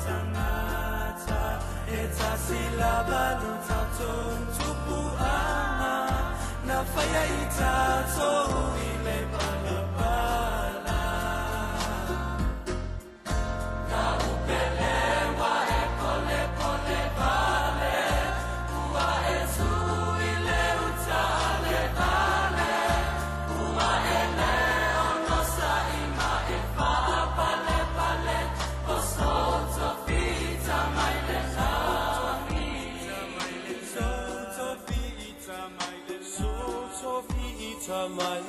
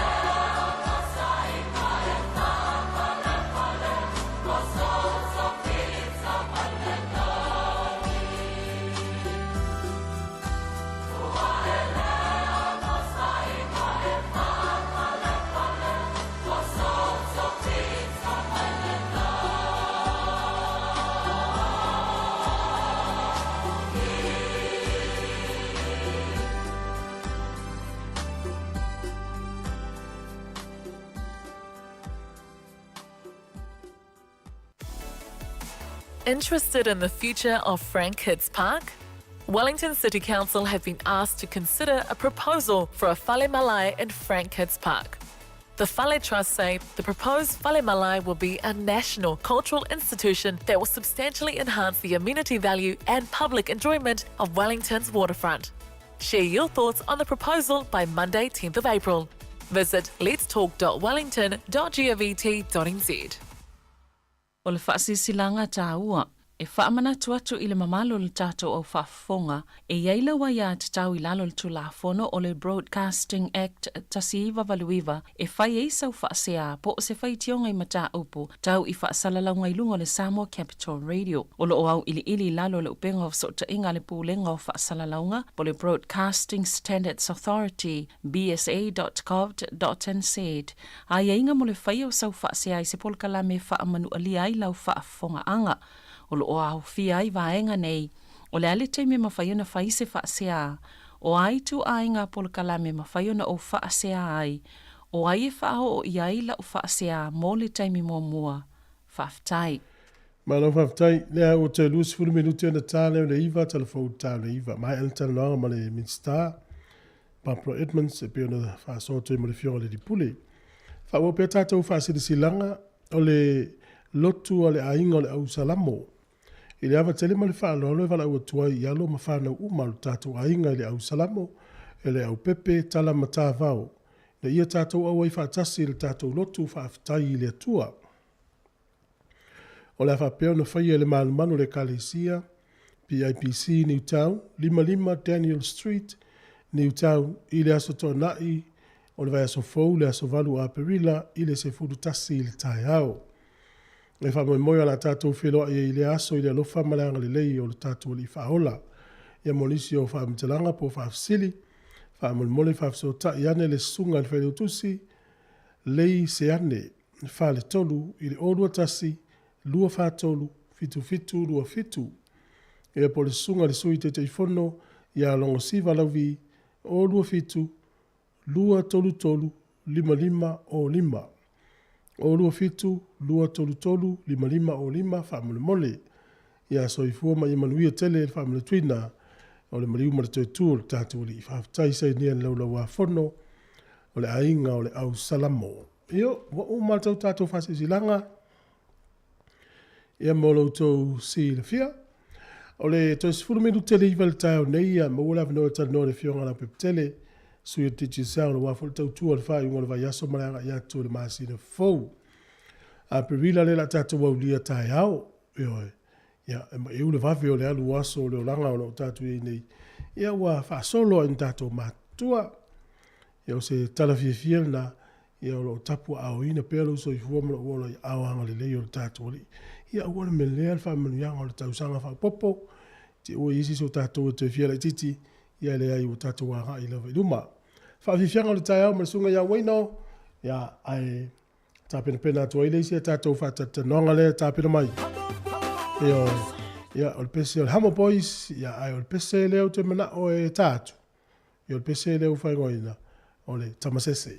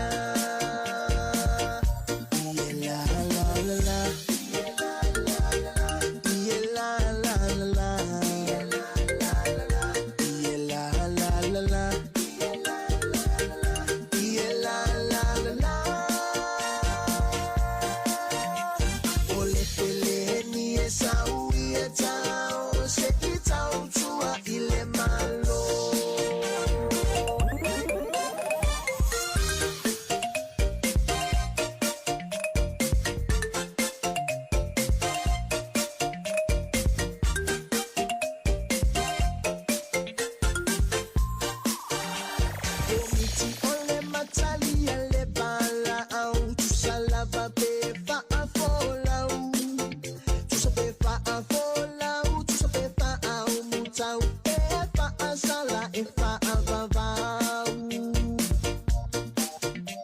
komiti ole matali ele bala au susala babe fa afolau susabe fa afolau susabe fa au mutau e fa asala e fa avavau la la la la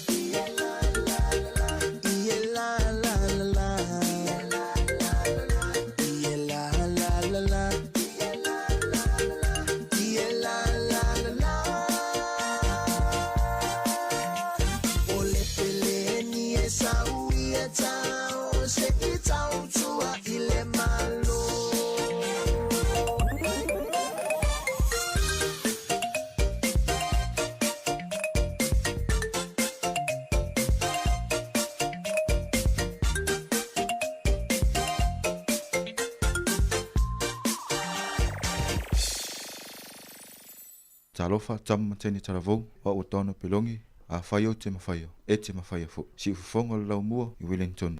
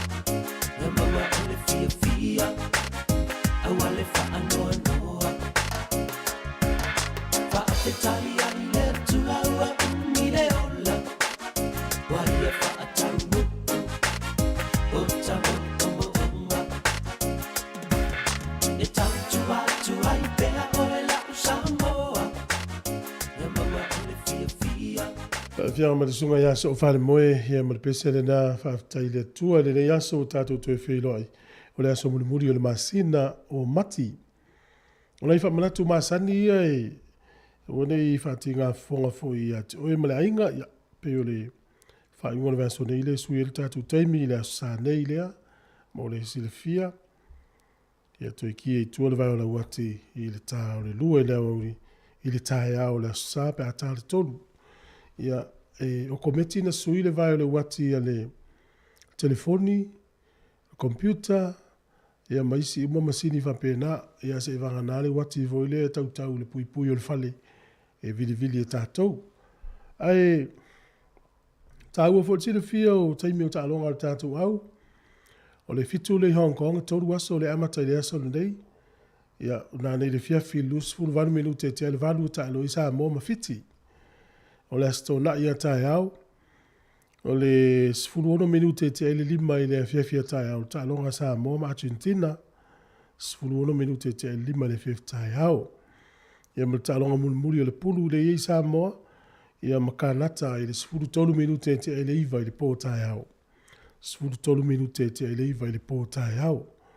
Ia wai, e umi o teimi o tā longa ni, ia e mana ia ale, sila fia teimi o tā longa le tātou au. Ia na le pau ana tā longa e matamata i tātou, ia toi whai voilo fuafuanga o le aso, mo le whai o le vai aso.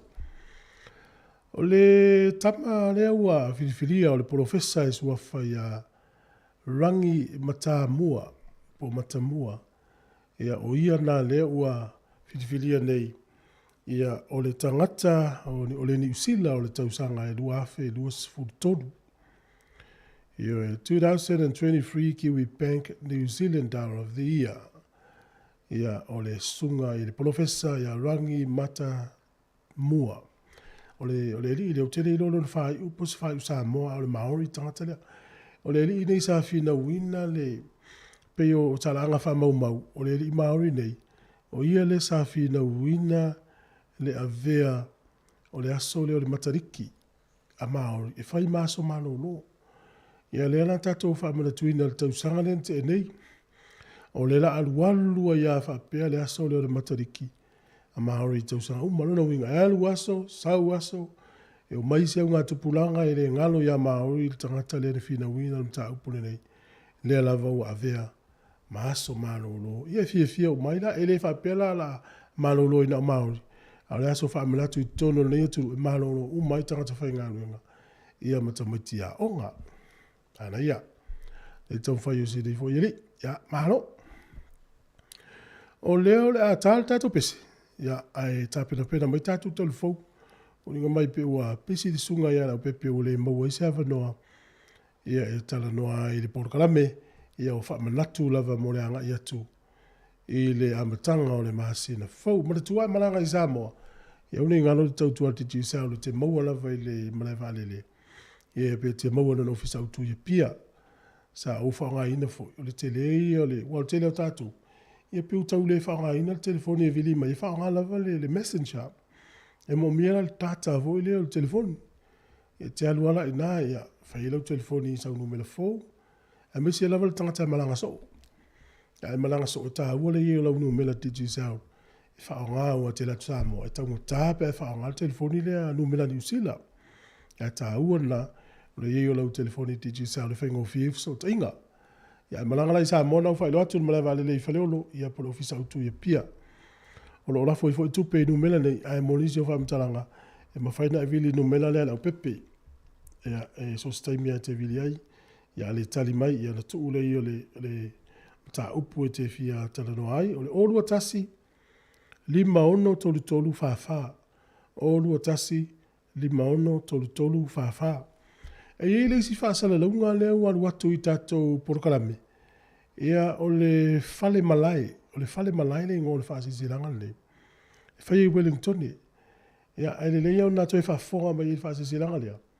O lo watu le ngana whapeo tānia. Ia o lo mnau mia fo ini i whirangalo le tātou tunu ui le tāpina ina o le fo i whamoe mo tāua. So mai whafonga. Interested in the future of Frank Kids Park? Wellington City Council have been asked to consider a proposal for a Fale Malai in Frank Kids Park. The Fale Trust say the proposed Fale Malai will be a national cultural institution that will substantially enhance the amenity value and public enjoyment of Wellington's waterfront. Share your thoughts on the proposal by Monday, 10th of April. Visit letstalk.wellington.govt.nz.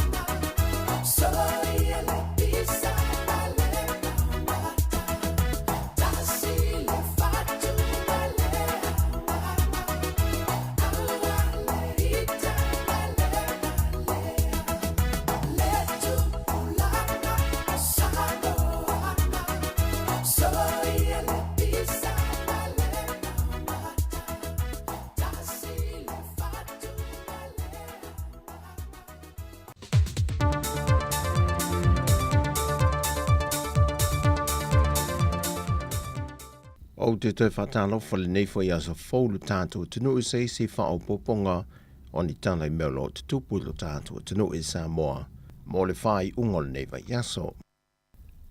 O nisi o tō whinga wha ofisa sili ua wha mao nia le kāpeneta nei fo i vai yaso. O le tō whinga leo le ofisa sili o le mtanga luenga o tiu te matupe maua o tō fia le whionga fonti tala i tupulia e lalo le whautuanga le komiti na whaatinu ina na whaatala noanga mo awa noa ofisa sili o pūlenga o le mtanga luenga o tiu te matupe maua O lea tofinga e mō le isi fo i tolu tausanga, mai sa mata i tuina to toa le komiti o nā ngawaa matomai, ai meise lona sila fia i vaenga tu pito le ngā ruenga wha ofisa silio le fo i matanga ruenga. Wasilia malilua se fulu tausanga o ngā lue fonti le matanga ruenga tiute matupe maua, taro mali tausanga luafe mali tolu. Na tō fie a vea masui ofisa sili i le luafe se fulu maleono, e o mai lava i le aso.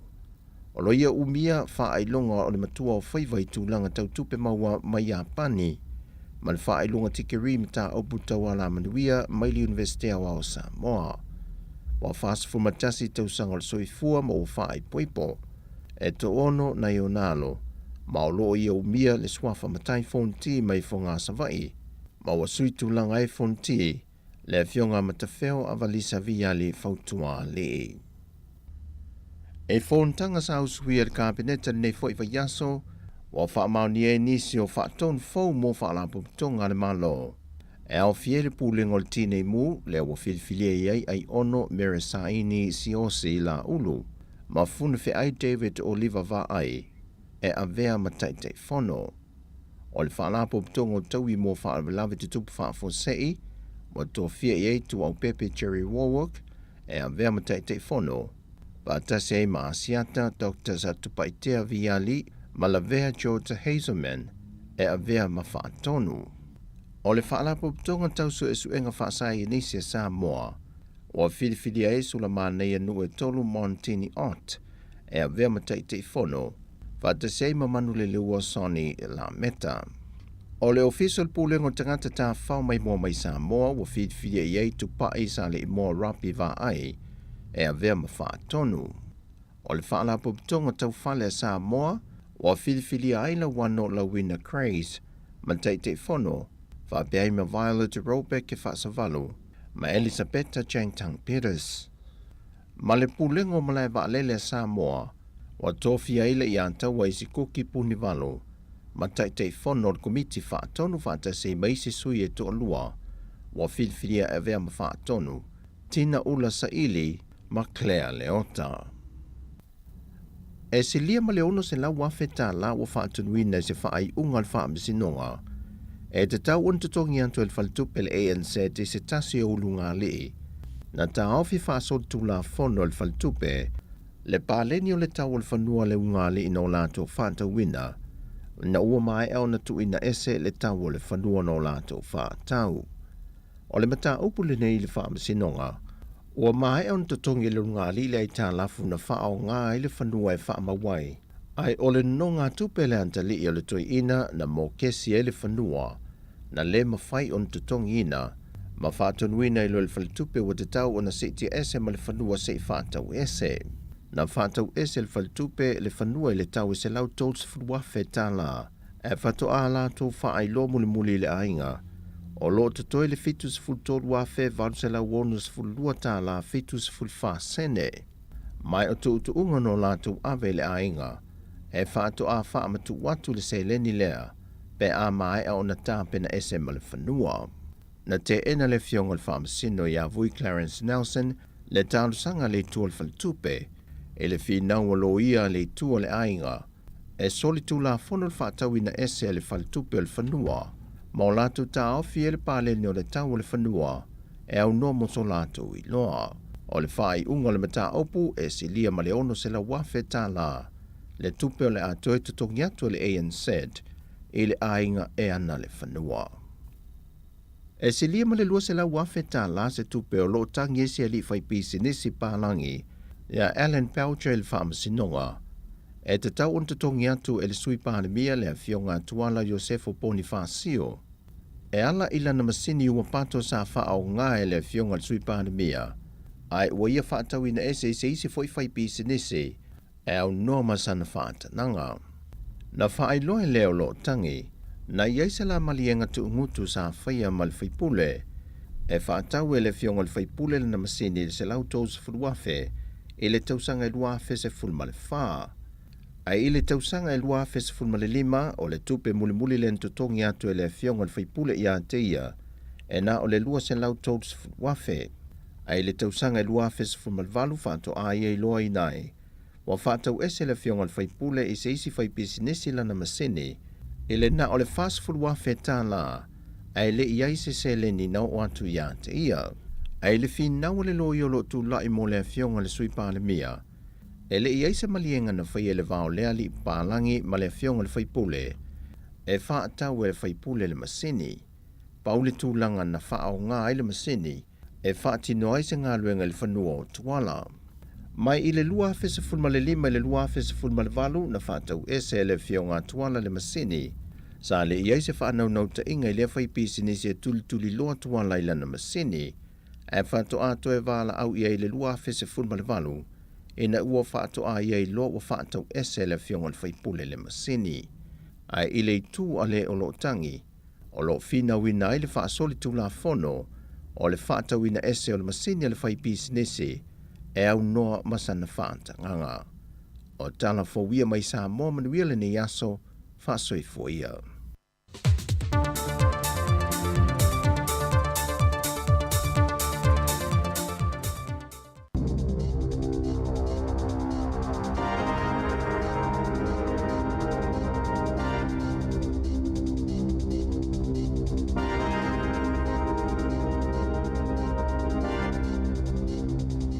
Talafalawa o talafou mai lisi fufongo le lau mua mo le nei tai ao, o le aso tolu sfultasi o mati lua afe lua tolu. O le aso ana nafina whaai loa mai ai ele pule ngā nuu o Wellingtone, se whaai unga o la lato fonotanga, o le amawai se si itanga fōu i tutongi mo ave pasi i le aai. Sa toa tele whai pule i le pule ngā nuu, sa pā lota i langolangoina le si itanga, e mawhai aina si i le tasi le tā la, i le tolu tā la i le itu la, mo ave pasi i le tele o pitonu o le itu malo o Wellingtone. O ave pasi le taulanga e si itia i le tolu sfulu tā la le tutongi i le itu la, ai lua se fulu valu tā la i le itu la, mo ave pasi i ka piti mawairarapa. Na fautua ina malangolangoina ele met length le suinga, ona o le toa i titiu ave pasi i le atunu o Atua. E se lau lua se fulu mai i le ono se lau fitu lima ave pasi, o loo mana o mia i le taimi nei. E toa se fulu ave pasi wa whaamawai mai le ngaluenga, ta luna a mata le tausanga, wha se fulu i la tau o loo whaia onga, e anga wa ai mo le ngaluenga. E toa tasi le tangata i New Zealand ua whaamaonia i le whaamai o le rabies, le ana maliwai i aukilani i le aso ananafi, i se ripoti mai le matanga luenga o soifua malolo ina, o le tangata na afia i le rabies, e malanga mai i tutono la tunuu, o le whaamai e pepesi mai i whaua o mea ola se itulou, pe a au se tangata ai tuwai na tonga fiti, na whaamaonia mai e le te whatuora, e le ai se rabies na maua i mea ola ma tangata i tutono la tunuu. Se ivangana ai o loo whea vea ai mai e tangata malanga mai fafo. E leo iai se popolenga i le matanga luenga, i le ono pepesi ai o lea whaamai i New Zealand.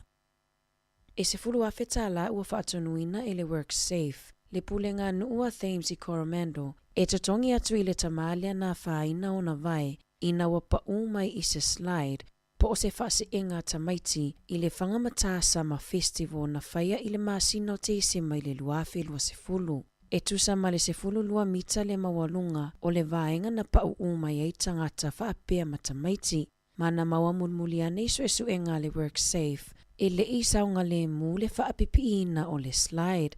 E tolu se lau limas fulu a wheta la le salatupe ua whaasalaina i le kamupani a le JTK Trustees Limited, lea e ana ina masafa a pipiina mea whaasise e mo le porkalame. E se fulu a wheta la e tutongi nā tue pule ngā nuu i le tamana manu ati ngā ina. Ona o le whaia le lei o siaki mo lea wha moe moe. O ana na fina tūla ia i luma le wha masinonga le tama valus furu fitu tausanga, lea nā whaina i seti nā luas fulu iwa tausanga malana tama e wha tausanga, ina ua taia i lana ta avale, i le nufuanga e pakai ta avale a le New World Iwi Sport i le tausanga taluai. Natalia ina e le tama ia Richard Alexander Skaden ona mulianga o le ave ta avale whaatamala, ma whaatonuina e tutongi atu se tino i tupe e se furulima a wheta la mo e nā a fia. O le tama ia Skaden sa avea ma fita mo New Zealand, ma sa iai whaafita auli i lana whaalongo, talu mai le whaalavelave na a fia ai i Melea i le afe iwa se lau 5 valu, Sa maua fo'i e le tamā se whailonga tau o loa mai le tuputa mai tai ini tausanga ua tuanai. Mo ananga luenga lelei e whaia mo New Zealand. Sa momoli le whaato e senga a le tamā i ena afia i lea whaalavelave.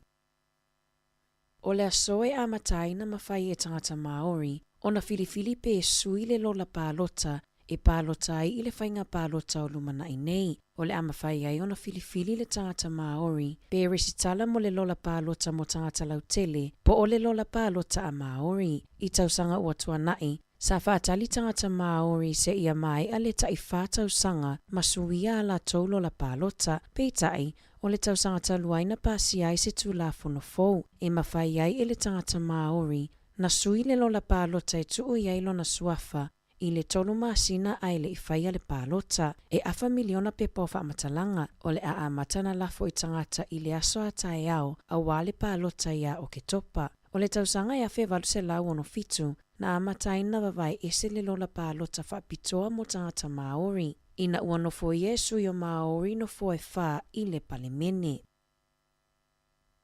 I le atoa ai o le sefululua masina talo na tatala le awala fou o le transmission gali, ua mawai i wha maumaunga le tele o le suinga i le whewa ingo ta avale mai le tui mātu e anga i atu i Wellingtone. I se ripoti mai le waka kotahi na whaailo ai e tusama le lua sefululima afe ta avale e uia le transmission gali i le aso e tasi talo na tatala. Masasi i tia le anu mera i le masino Januari i le tausanga nei. E silia mal sefuluiva afe ta avale sa masani o no uia le State Highway 5 i le vao pa watanui maparamata i le aso e tasi. Pe ta aiwa pa ule fuainu mera i le na o le ono afe 5 selau i le aso. O le State Highway tasi i le vao mana maman given.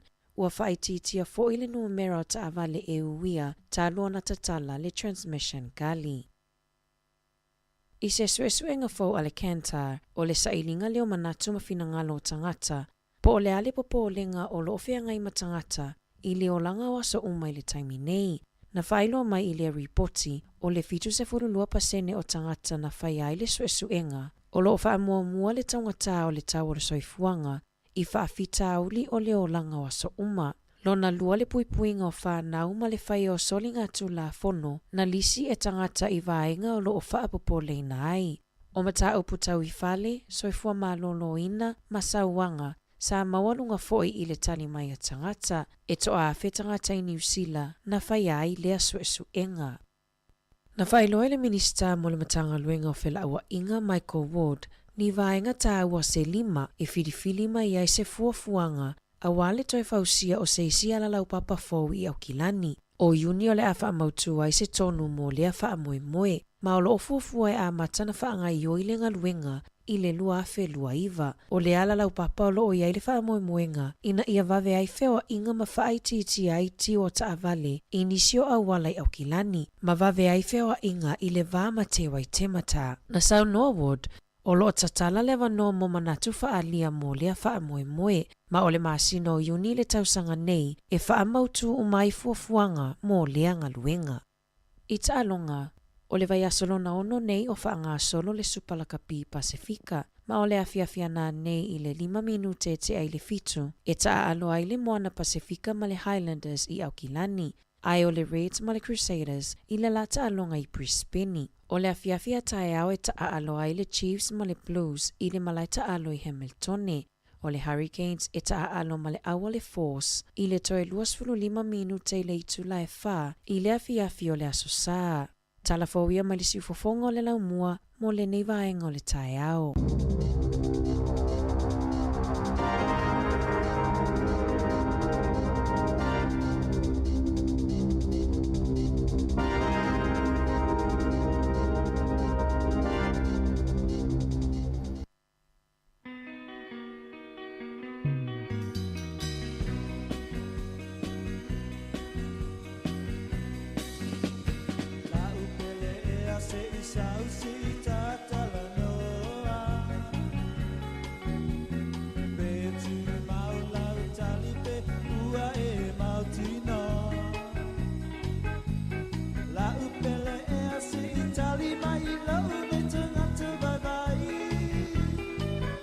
Se upua maola upeleia, kalau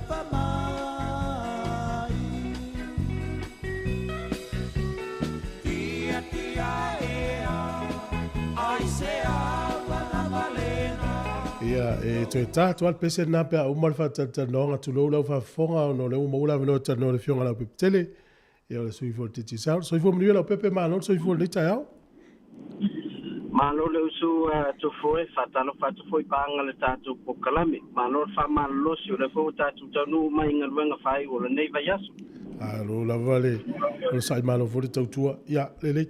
O le la tātou anga ia tu le masino fou. Ia mwhaina tala no foi fa lo atili tato fa tole nga e toe mo masi le fo fa mo le pep ya tu foi la so foi a matele tato promotion o le Mother State ya polas famna tuina la satina tolu tato fa longa tai lima se lauta la cash o la se ina ya supermarket tai tasi se ya ulia la va ya la sa muli le la satina ya me no winga ono va ya so ya la fa pion patino il tato a fapitolea ia o awala masani lava tanga va ai e mpaiona e alu le dairy po le supermarket po le pampensini e taula ona luas futa la ta papte ti sa le fatau pe silia tu foi ia ona fatino lava le oele la foi na nga e telefon te ti sa lo luainga ia ona mawelo lo wa bono tono le tatu sei ia pe te anga i foi fa ngale tautua le click specific e lungo le la tau penga ta failang ia e la foi se leni anga e telefoni te gisao ia ona mo foi lo no no tono tatu sei ia o nei vai nga ta ona na e fa la ulo atu ai foi le tulango le tatu fa pito o le a matalia a ile asonga fua o le vai aso asau ele o yese tatu fa pito le eseta o le wa va a matale tatu a fa pito le Mother's Day ia o le fata wa ina foi o le aso tu foi ina ia va veta pena ia ta tuta ma ia me se foi le fanau ia ina ia mata ngo firma le se me alo fatina le ainga ia wa le aso le a on fale tonu tu foi ia e pe ia la yangi le fa oi le tonu tu ainga pe a te o le si fatina la na malo tu zona te masani le ia so fa pena me tu poi pe ale ia otala mai ava Malaysia wali ai olele yo la ia lo ni tangata ia ai le la vale te fu mamau mata pen mamau awa tatu tele man na o pe na tulanga fa pena na sauna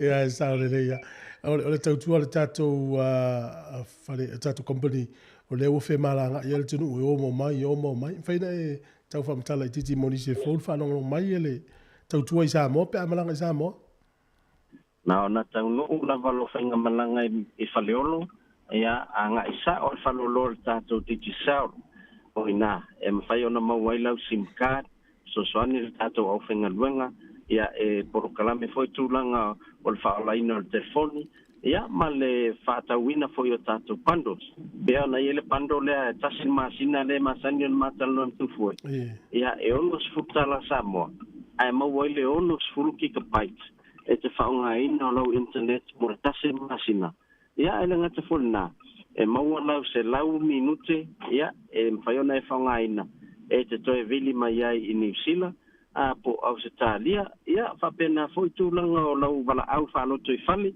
e tonu lava o Samoa e isi telefon ti disau ia e unlimited ia le text ma le tūlanga i wala au i le telefoni ia o nei whamanatu la na a whapea e te malanga Samoa ia o lo e tatu whaloloi nei whaleolu ia mawhaifona e a whengai le tatu ofisa i mangele le maoto Samoa ia o lo mawhaifona mawai na ia a tatu a SIM card ia mo tatu o lo sauni e whaimalanga Ala, e sisi vai nga fifa popo le mel ta telefoni lo pepe ia na an whamanatu telefoni tautua le tatu taro whavata ma le tatu Pacific 40 ia e te anga isa o ai lunga lato website ina le pacific40.com ia o mawhailea o na whatau se talo whavauta ia e whaunga tu a inga e whaia lato whatau mai le tele o whaloloa o lo mawhaia o na whaunga e talo whavauta mawhaifoi na tonga el pili o le vai ia ma whatau ele cash power ia leile so tai mai le olu atasi limono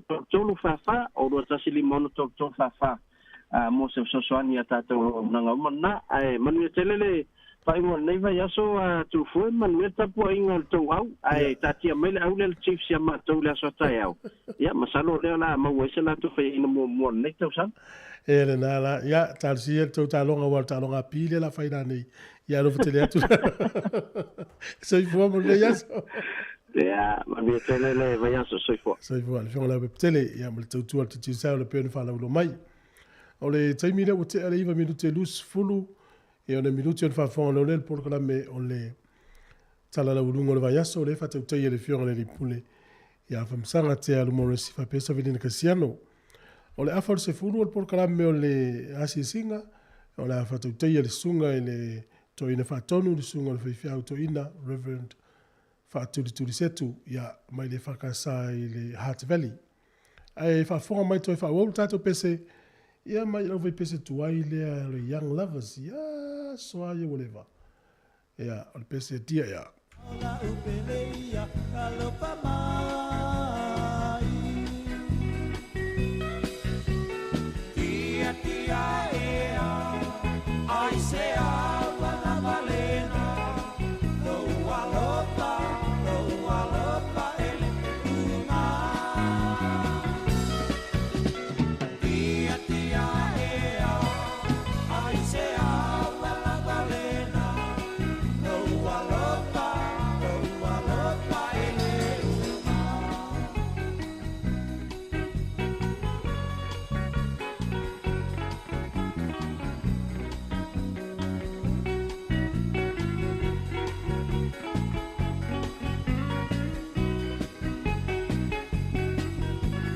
la upelea ua uma ona tatala noa tasi la upu se ima pau e te leila la upelea se itali mai la uni te ngata bye bye se upu ua mao la upelea e alopa mai tia ea ai se ava la valena lo alopa ele uma tia ea ai se ava la valena lo alopa ele uma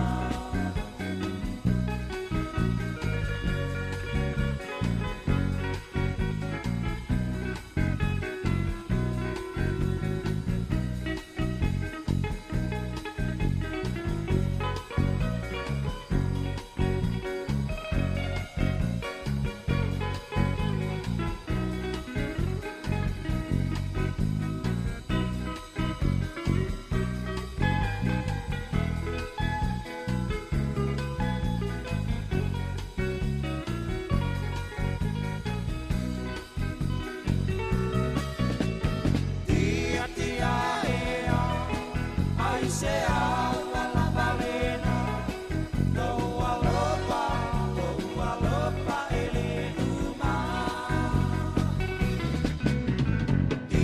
tia ea ai se ava la valena lo alopa ele uma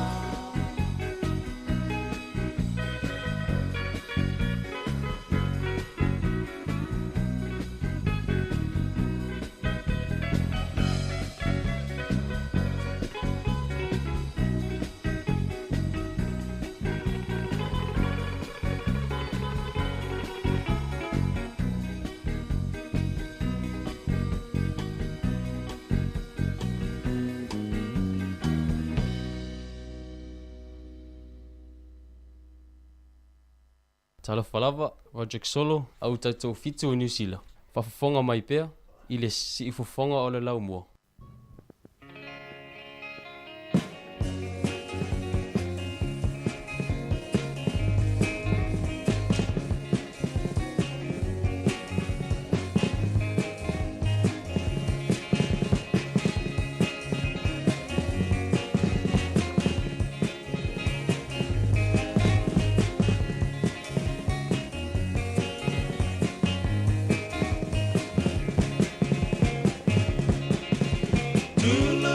Samoa. July say sila sila. Otama pai pai asa e pai ngata. E umame ai asa. Alo ilo tapo pia pia. E sera na vale wa paia. Se melele o o sa wa fantasia. Talo pe mama male mautino. O itale o la uala wino. O au oleto. E manu malo ya Samoa.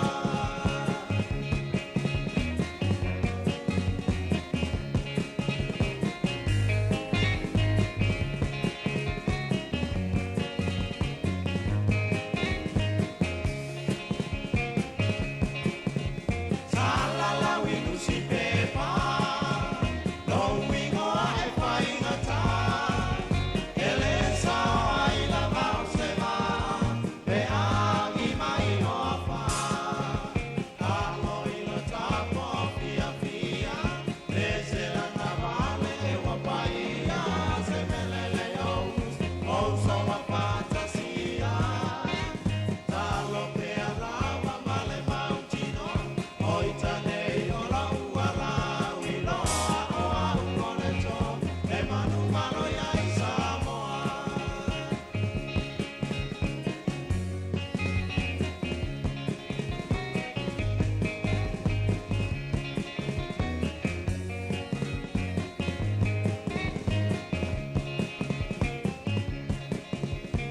Vai mai ao sasae.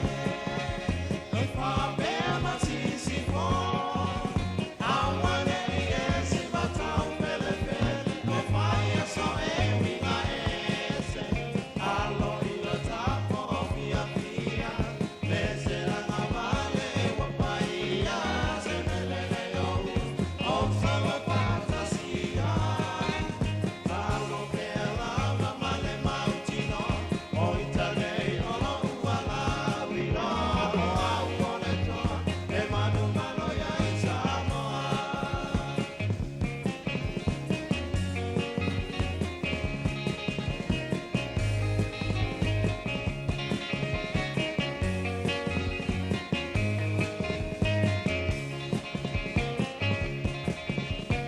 Tangi ole liona. Oi po ai se le pepe. O Samoa e fata fata paese. O paia so e winga ete. Alo ilo tapo pia pia. E se na vale wa paia. Te melele o so wa fantasia. Talo pe alava male mautino. Oitane o la uala wino. O au oleto. E manu malo ya Samoa.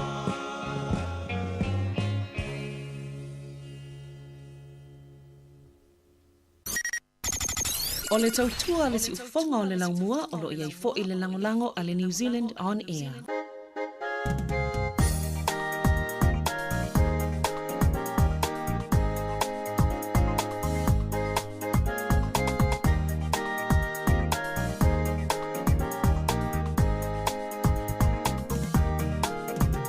Saupila ufainga malanga. Ngapia tu ile motu o fia fianga. Aela mona ina ele loto o misia la Samoa.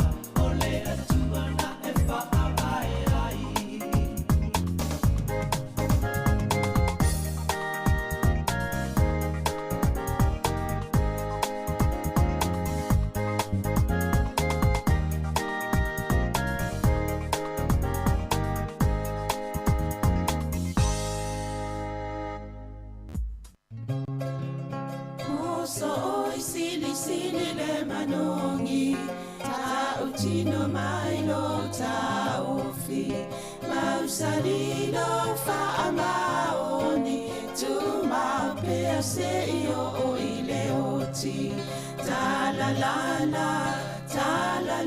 la afio oe ai aluita tu Yehova inotama tofa ina soifua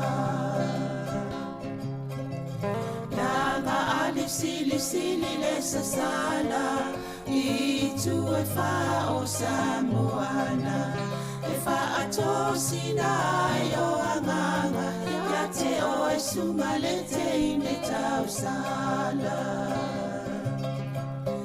la ula fala wa avea talua yo e sungale mana mea pe a fai ua elekea tu ai pe sia mea etafea la puata no forene ita wai so se sili la lele male fuaro samumu ete faata patima etuli usisu ta la la afio oe ai aluita tu Yehova ilotava tofa ina soifua ta la la afio oe ai aluita tu Yehova ilotava tofa Ia whaatalo whātu i le nei tai au fōu, mā lo lava le soifua, i le mamalo le au whaafonga, po whia lava o lo umwhaiona e māua mai le whaasala launga, ale si ufonga le lau mua, i lona ofisa i man Kevin i porirua nei, mātou te whaatalo whaatu. Ia whaatalo whafoi i lau whainga luenga pa ia le atua i whata whai taulanga i fia, ta māma tina mātutua, ia mso stasio māua mai le tātou tautua. Po kalamel nei o talala walunga o lwai aso, i le nei fo ias wharaile, talitanoa toi ma le fionga le li pule af masanga te alu moresi, ia whaalau tele le tūlanga mata upu ese sa la walunga le nei vai aso. Ma lor soi fora o fionga af masanga talo falava. Talo fo ia Savelina ni tai au, talo fo ile tato o fonga si fonga la mua. Ma lo la vole soi fo mo langi ma. Ya, ma lo la o le foi sa e pisi malta au po la vai fale. Fa tano ma le fionga to mai tai minister, ya ma na e foi la tango ni. Yo, e mo lo ma minister, ya minister o le tuma lo ne e tato le tu, e tawon fa ava noe. Tam foi molon temi tanoi itan o le tanong mun ma papo etmisa ina umalena tofia via ma mista tangata to motor pacifica fa pe ma le tanga luenga lo to fale o misila ya pe na mo le tanong ta o ne istemi no matal no to le le to le ngol o le interview ye le fa popo i malesi fo i mista lango o fo yo fe malanga inga le immigration ya atonu telefo tangata la sulfa ye via mosef so ni tu langa le e maniel filo i mal minister ta o nei o lo pisia ya nga luenga bono ye la ya na i vaenga ye lo ya yo mtanga luenga ya minister lango lo ye temine ole vaya soni fo sa mola no tatano i ma ele interview le na fai la mtanga vaya so fatatau il fono vo ye le tau fai mole official a onga ele fa moi le tu e faile so sfulono aperila ya le wa amata ona tata longo tfolta to le tio tam vai long poile le malo le tino le fo fanga ta wal tanga benga ina ia ise sa fanga ta to le tanga ta la tele i fo fanga moleta i yala o le framework e ta ili mai naile fainga o mai tono New Zealand yo le sila vaenga na e taimiol o le avo le va o le masina nei le la fasa vali at fo le masina fo ina ia mfai ona mana mai ta to ma fa no so taimi e ngalta to ye i mainga ia ina ia vai mai fo le amna ia ta to fa tala ula mai official malo sa ilista to sao i fufuanga o lo tamwhai la tō. O le vaenga le si vaenga le fita no vo tato whale malai. Hele taimi sa malinda na sa ta minto fo sa ta awai le fono le na talo e loman wao, o teim loman wao ni leipi. Ia fo i tata noa i fo i male pulenga nu i Wellington. Ele ngā tai whale San Francisco Park, Ketsa Park, o i nā le tu e tau whai ele whale lea le ta o le whale malai. E whai mo Pasifika uma, e le na whai mo Samoa. A le nganga ina ia whau se whale wha mautu o i whontanga Pasifika, o ani malo whai mai o i nā pe e ta usu i a. Ia o le ai wha sa tam whai wha sa wali mta upu le ina i wha tala noa. Ia mataulia o le sisa o le taimi i talwai. Sa langa loa ia malo si e le pule nuu le sa ia o Andy Foster. Ia a mataulia le wasu inei fo ilari le pule nuu. Ia o te le lopo fe ia le nganga o pule nuu le pe a wailo na ia tau fe i. Ia a tono le si vaenga le tui whatala noa ima vai pe o tō maupe le lango lango. Ia po o sui fo. Ia wa o le tuai ana whai o whale whape nei o le tūlanga fo ina iai.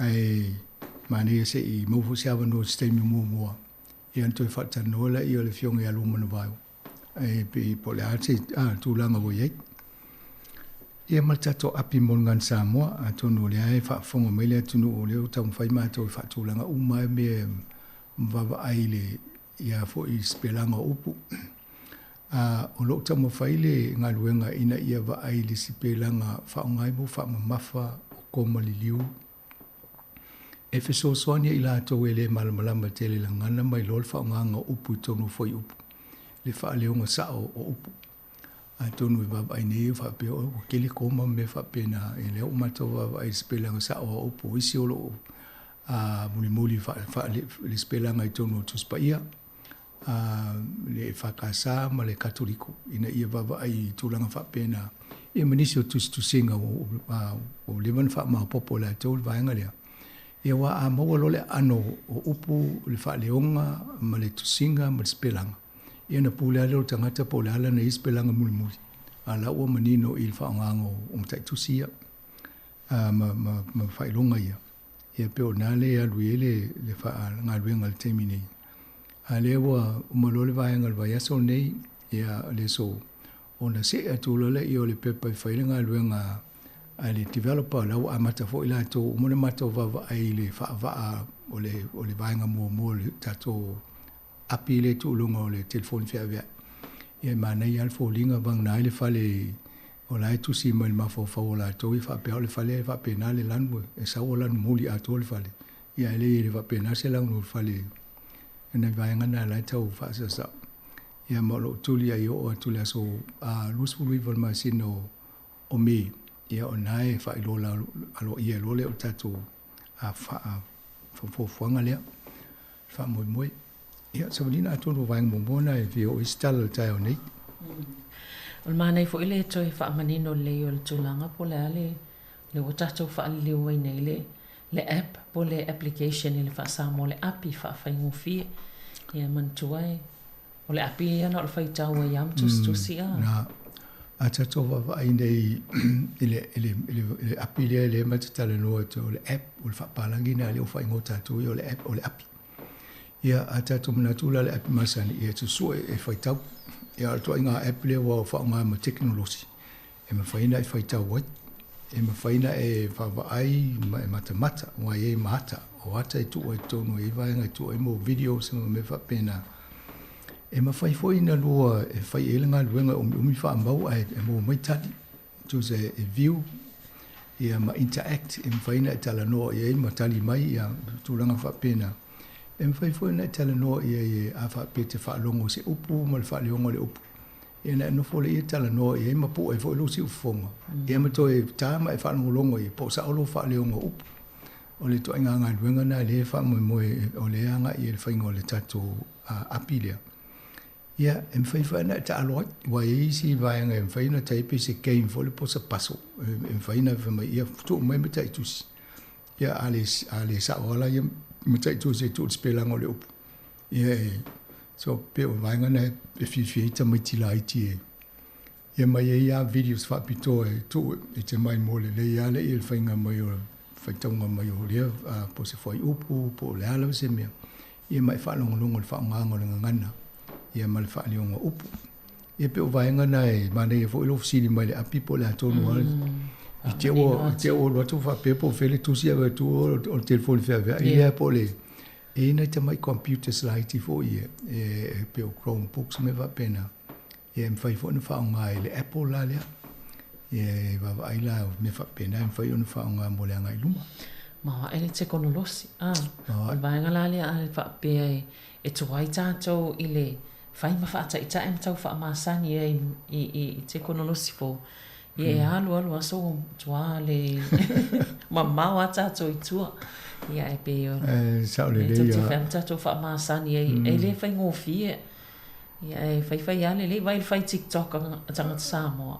Ma tua ma sawa. O te li lo fa le TikTok o ai nei sta ngata le fa ngal TikTok fa persona.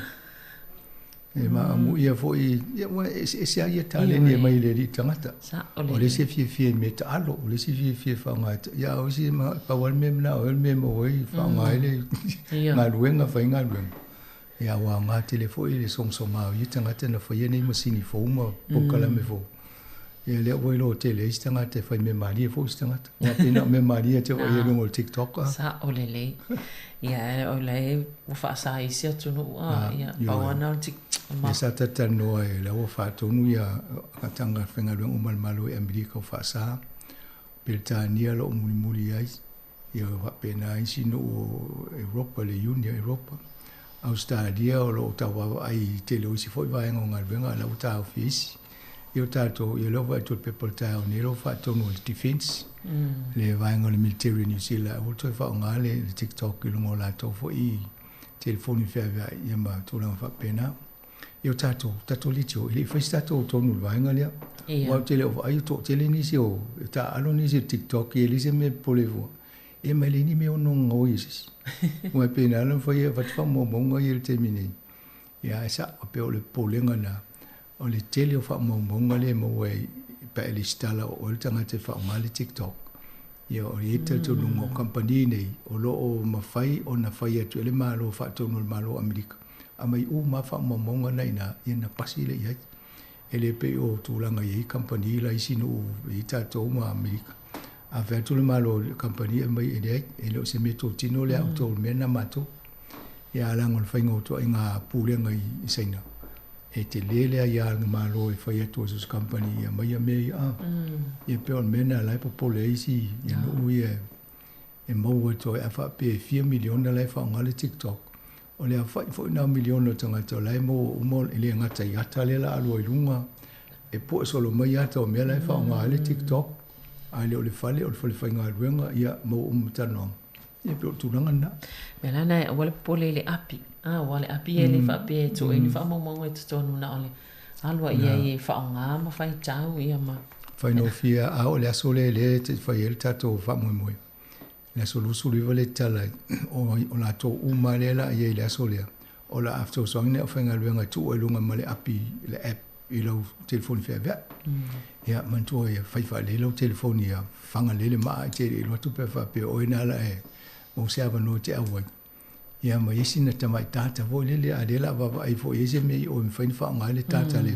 tono Polo City ina ia wona i pole tu langa na fain fa nga ia malo wa tu le tele o portfolios po o mata fa yo i ma tu langa fo i o mtanga wenga se lo ta wa veina nei ele fiongal tamai ta minister ya Barbara yo mane le la tata no tu la interview le final ta ya mo Barbara Edmonds mane le ngona fi fo e mite lo to ina wa ai tu la mai fo yo le te mai tai ale tu no ale se alo fo yo le tu no tu lo pa yo pa o le miti ale o tato mai te sanga limas full fits full na matel malanga mai ni mo fa ongol fa na ia ato no ngal wenga na tu a o pa no fa tino ia o mo fa la tu ngal wenga ia tu lo level pa yo lai ia le o mai le tem ia le o va ai la di fu yo ngal wenga mai tu na fai ia mafuafo i o galuega papa i tino o faileaʻoga Sa ole. aua i le teitei o ia ia sau o le tax lawyer ia o le galuega nana iai na galuela ia fautuaina le komisina a le ofisa o lafoga na laina o mai i le ofisa o le palemene fesoasoani foʻi i galuega sa muamua taimi o le national na iai ua o papara lea na falitala stasi o tanoaga ia na sau leʻia faigaluega i le ofisa fesoasoani faiga malo o le national ia o ese lo le national le pale mai ia te ia wo pipi ia fa tofi lo e tofi lo e le leipa e sa wo tamo e tu nei ia ai no foi nei I polo I mana ia le la o la tu tonu ia ai la o le pai inga nei na tofi ia tu to lo no fie le wa mo a pe o mo le nei a le o minsta ai sa o le tasila na office mtanga duenga le vai ai lua a o isi tato a tangata Pasifika nei momo e tai tasi ai a le usa uia ia o le ngata tanga luenga tangata atu motu Pasifika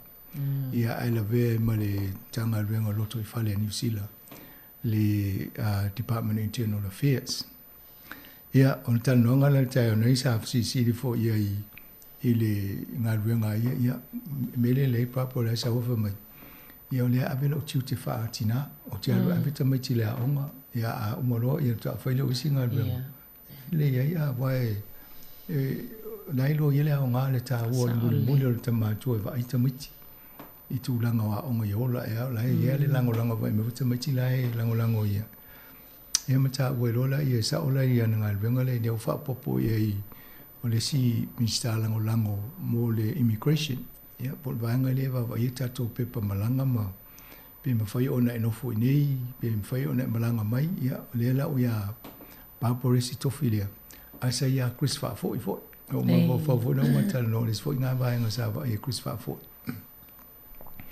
o Chris fa fo ila lista nga te pa va ia le tu paoli ia tele ai si va nga fo yo nga venga sa ia pa por le usa le tu pa te mai ta ia le o ave le lua au te tonu o papa fo lista nga te ono ia le tu langa na o le wa le fa solo na tu fa solo o ma tu nashi o le to so po ia veni so nga luenga ai pe o no bonani ta ola tu sala e luam tanga luenga mai si lango mista lango e fa ia le uono nei o si le tu roia papa e fa popo la tu tongi pe fa popo ai ata família ai e tongi ana tasi a tele nga luenga ia tu sam tato e le fa popo le nga luenga mo le nga luenga o le tongi tasi na lo fa popo tsa fa mal api ya no fa popo me la nga luenga na fa ngol tato api va o na te o tu fa si fa momo ia ai tato va ile manuela o tele o tangata pe fa penale nga nga luenga fa pene vai po le ale me le mo tato e ora fa mo tato te mi si me le nga e fa visi fu la langi ma e pe o ta wona nga luenga si fongo no mo ana tala no fo le il tu lango ye le malo te mi ne ia no ele tano nga ya Stewart Nash ia le fa ma vai mo fa te al palmia mo sa ese si ana nga luenga ia ale o wa avesi uma o le to ese me te mi ne la ala langa le tua ngai te una foi se pa election io si spalot ia ai de o sen ngondanga malo pe fo ia sa no nga papra e over le miliona tala le tau e fai ese palota like chichil termine ai ia tu nga mai inga na tu la fono a to e ono e masina ai de yo le palota a fa pe fa malo lo se si tono le vana e le ese me ono fai e fo se palota la chichi e o la e fa lango le malo lo va e tu langa na au si lona e le se me to e vesi au le tuangai o la mana o fa si palota termine wa le la tununga o a tono le tununga e ono mo se la to va no e malo no fo ia ilo ese time o malo e fa se me fa pena le termine a me se o i to malo tono ai sa afia i le a foi lo ma la fa le tu o la tu wa lo ia ne se full time mai nai o to no foi pa me ne vai si ai lo nai a lo a sen so malo so ni na sta ngata la ta o eli solo pal pala la na ufiti to no fale mala to fa to am Lele, a tonu e ngā fo ine se feli tupe a tātou lau whai la fonga. Ia ma alu fo i aveli suo i ola a whai al ngā ruenga ma whau se ola na mena whai. Awa le mele wa e sei nei. E le tantonunga, e ei mele ta o le Official Information Act, o le tula fono lea New Zealand. E whaatanga ai o na avatu ia wha maumaunga. E te tausanga ai, a pusos tangata, a wa peo te amana o se wha mtalanga mai ofisa whaino o VSF, se fesili mau whai wha mole o te whia mau wha maumaunga o tūlanga lea. E o na mai rola ia. Alfa lavela e ei taimi, e avatu. Aina no le minsta po le malo po aia fa pe awole ve ye nanga e mo ta to tala na fai ma fo fanga na fai e on tam fai lole e fai se alo fanga fo le fa matala mai ye ia ala ye tu la fo na me fai ona e talo sanga la e so el ombudsman po so si tanga ta fo le va ye le tu la fo no mai lole e va vai e la tem fa penal te mi vai e sia ki atu ele ei ma se ia te tau le malo e tau fia na wha tomu lole le malo e awhi le wha mamong o inana ia te le ana toi a watu le wha mamong ai mai o umana base luli ma le tele o me te fia whai tau ana o mea ele se me te le te toi a le wha le vela vela i fōringa mai o le i melia tangata ni o Stuart Nash na ave i tauna se tōrua tangata ia sa lofo ia i whatu penga o lana ia fo ngā ruenga ma na campaign e whai. Ia e umare fo nol kapeneta. Ai no fo avele i milim wha matala e mi enta nol kapeneta. Al tu la fo no la i tono le tusto la fo nol kapeneta. E sa ne i whai e sesil tu langa na. E te le tala no i mea na tala no i tono nol kapeneta. Ale no fo misale avele i mi. Ia fesiri ngielo. Ia la u whai tala wa mai ele i whai e lalo lon tofi o le mista. Al tofi o le whai pule mai tu malo. Ia, tasi alfa i tau o tangata umalai a i tono le mista. E vim whai nei whai se i miri whapena. Rona winga, e lua mena ia i le vava i atu wale o tolu e pe wha e toa inga le o mori ia. Pe o tangata o stiwa ne se wha le ke ai i tu la fono. E aru musau wa e le pa e ia o lea fo i whasiringi e watu ia e pe e le ke fo ia. Ia o lea la uti ngai ndai e le whai ngā maro le ni. O lea o tau tali e fo ia Chris Hipkins, whamatala, e o olo whapea. Ana o mole teimi nei o leia ia Jacinda, lo inga o leia ti ngā ina vo Jacinda nei mea o tau tali. Ia ana e so e atu. E na o le mata upo le official pale mea teimi o Jacinda. E le ulole le ipe na o ia Jacinda. A wao, o iei tangata ie wawa, ia tusa o te taua o le gatekeeper. I te tonu o official minister, e ia la to tangata mātutua e wa ia le official. O la tō fwoi la ne tele na pui pui ma le minsta i mea whapene a. Awa ia tūl mea ono lo vele minsta ia na whapela i ia awale o iei tato nofo tato o whalitonu. Ia a whai atu ala e le watua le whamaumongo e tangata le na mana o iei. Ia o le tali na. Ia le whaola o le melea la na ave whamaumongo paua le mele italia le minsta. Na whasiri ma i e watu isi mea na e pe na musu e ave i. Ia le wali ia e ma le taimine. Ia pe o vaenga na le na o fo e tanoanga le e tai au nei a Stuart Nash pe o me tele na la pisi la to. O le matanga luenga le Department of Internal Affairs la no fo mai. Ia o la fo la wa matau ia o na ia passport to fo lau o to si o pe fa nau ma pe pa maliu. Ia o le fo la o la lo vaenga le ministale ia papra. Ia o atala o passport. Ia le uto minister lango i vai ngo immigration. Ia fa pelo inga apasi hero inga to vai fo ir passport le mu. El fosota ingo vai ngai. Io e fo la meo male la fo no le talo fo fai tu pe a. Camping o le simena no fai si te mi mo sa no matalo e mena. Ia vai tele tu pele alu i mo meo camping. Ia no si le ia mal tala e tasi pe fiel tu pe avel malo. Ia la ni tal. I vaenga se o New Zealand. E e mo meo traso la to whaafoea ia mene o talonga whaitupe. Awa ia le formula po le vaenga na e tauana au sia e le mwhainasili atu le tupe tau whilea mea mea pe ave foi. E moni e le tupe mo le malo mai tala e tasi. Ai tangata le ele fōwhanga le whaasoanga o le tupe le am. Ia atonu isi teimi o na manino lele o tātou se iso e mai le formula i tātou i loa i pe. Pe mai se whata ta inga wale na i ta o ele vaenga le ta o le mana trust. la veila han veli mpolua. Le si vainga na e mo mai tupe masini nei. Ia na fa sole la to me talsanga to ile community. Ile temi mo monta to mai nei. Sa avel tato talsanga le mana trust. Pim faino so ni mai tupe e faino tato ngalbenga nei. E na mo mai le sulu afe tala. Temi na so ni tato ngalbenga nei.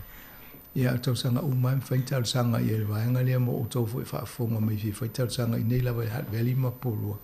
Ia o le ngona al vainga le mfai ona avel talsanga I tausanga taitasi ia mo se tope a ngai to po kalame e fisilia ia pe talfea ngai ona avel tu talsanga le simenta o le lottery grant ia talwele sa fa ile lulu fo ile le New Zealand o le telo tupe nana mo wai afa ena ave so soni ile ya cyclone kapili elu le na tinga ina tanga telefa ia mo lo longa lunga ia pe o sina vainga ai vai mo la lo tanga venga le ia le loto ma si va ia pe so me se fom le malo se pe po fiu mo le fiu fa to pe pa ele malo to na si o e ta to we ile ona ile fa ia le ta o ne fa lo tele tanga ta mi o ta lo fa tu ai vai la le fa ngole so nga tu pe e ta si a ben al fia ia aso na fa ia le so to no to tele tanga ta no na la fo na fa ta la to pe no mo le la to ele mana tu se malo so sa no e fo ele tu pe wa lo le mo wa ele so ni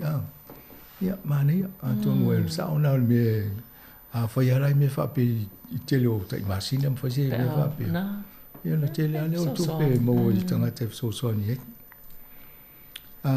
o le si vanga no ele ta no o le mtanga venga la to le MPP ia tele a me la fa mo la pise fo la to I faingo scholarship ia mo me wa onga e ele to loa ia mali tuputoa pe o vaenga nei lua e matau mai fo I tato o fa fonga mani fo nei ai na matan tal no si li vaenga ia leo te lo ye alum fa na o nisi fo le tunu Samoa ba no e tal sanga I o ele tuputai o le tuputoa ma le tolo o le tuputai ma le tuputoa e tai tutusa o le tuputai pe ia tele na fa ngai tono lo official malo o aba noi tu ia la to o tamiti le university malta sanga lua to lu tamiti wai utoi e abele aba noi fa ngai luenga vai ngol malo e vai nga tau polisi yo e tu si pepa ho e fo fanga to no fa malo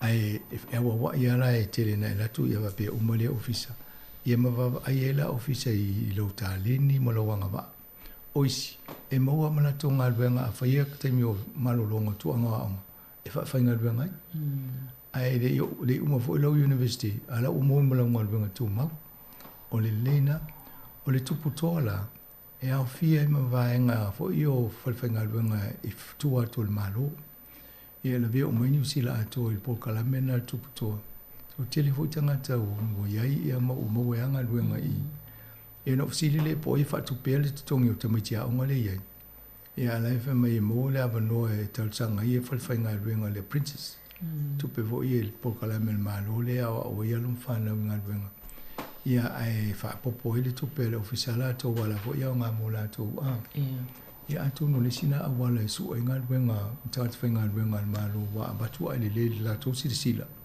ia em fa anta wa no lo tama poltene na ia te fa umana sa wala ye amuta tola ye la fa fonga I tamiti ali le tele lo walo fo te lo em fa ina lu pula eso se nga luenga se sima na lu le negotiate le fa fa nga luenga na mana o ya oi ana pa tongi o to se va nga lo student loan o na tongu e fa ila parking e wa amana tele ya pe e le tongi ma to le si va nga lo wala na e fi e ore fe fi na wai e lua tali fa mai o li o e pele ai ala wa ye le ma fo la sabe tom fa ia wala wa e fa ya tu wa va pe o se student top A1 ia e te una fa te wa ai le fa ina o le so le si company te ai ia va ngala na tele no ma MPP ia ma fa mana to lo o le fa ile a fo I the Samoa Language Week.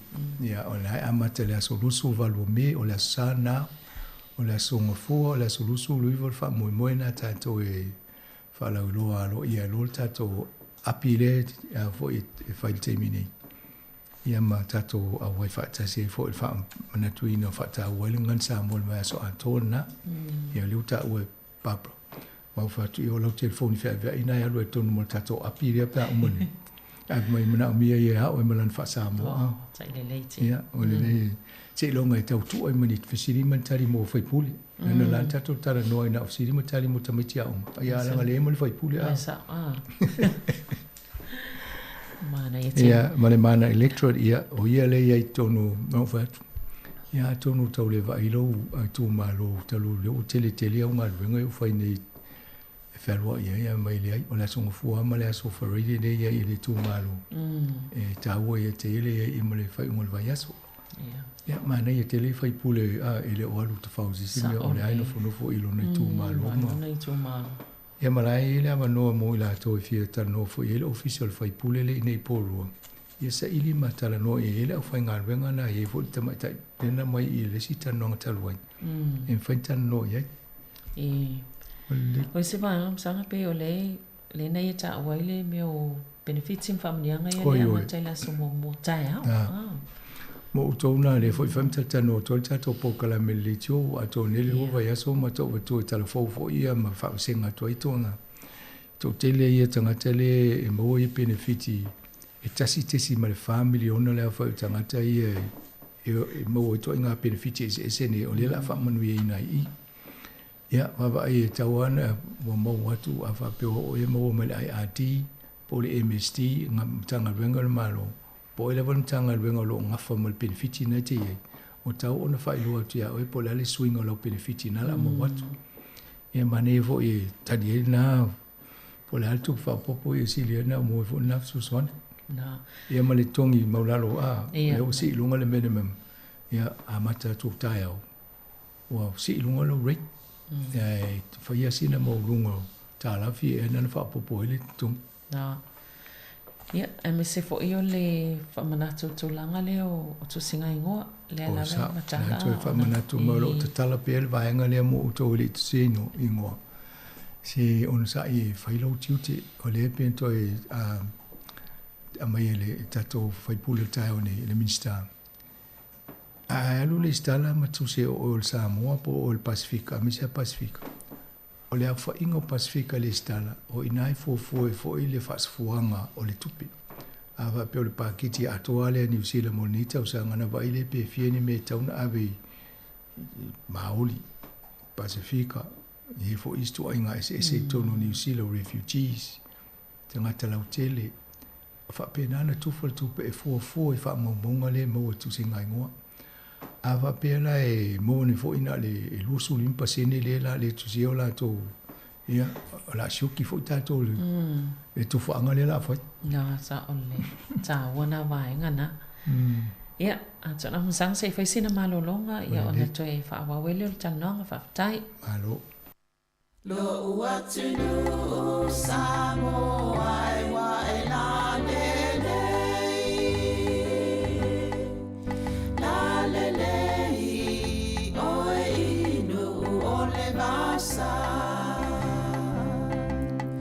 o te mita inu e se poso se mea ona o lo ingoa o le Samoa ua avea ta ua e ona le fanua po tau si tia le ngota ua po tau sono ia oi tupu la mai o te ole ina ne i e fia fa e Europa e nauna ia e maua le poto sili awane ia oa ona ono ulu a ia sili no loto tupulanga o Samoa o te ole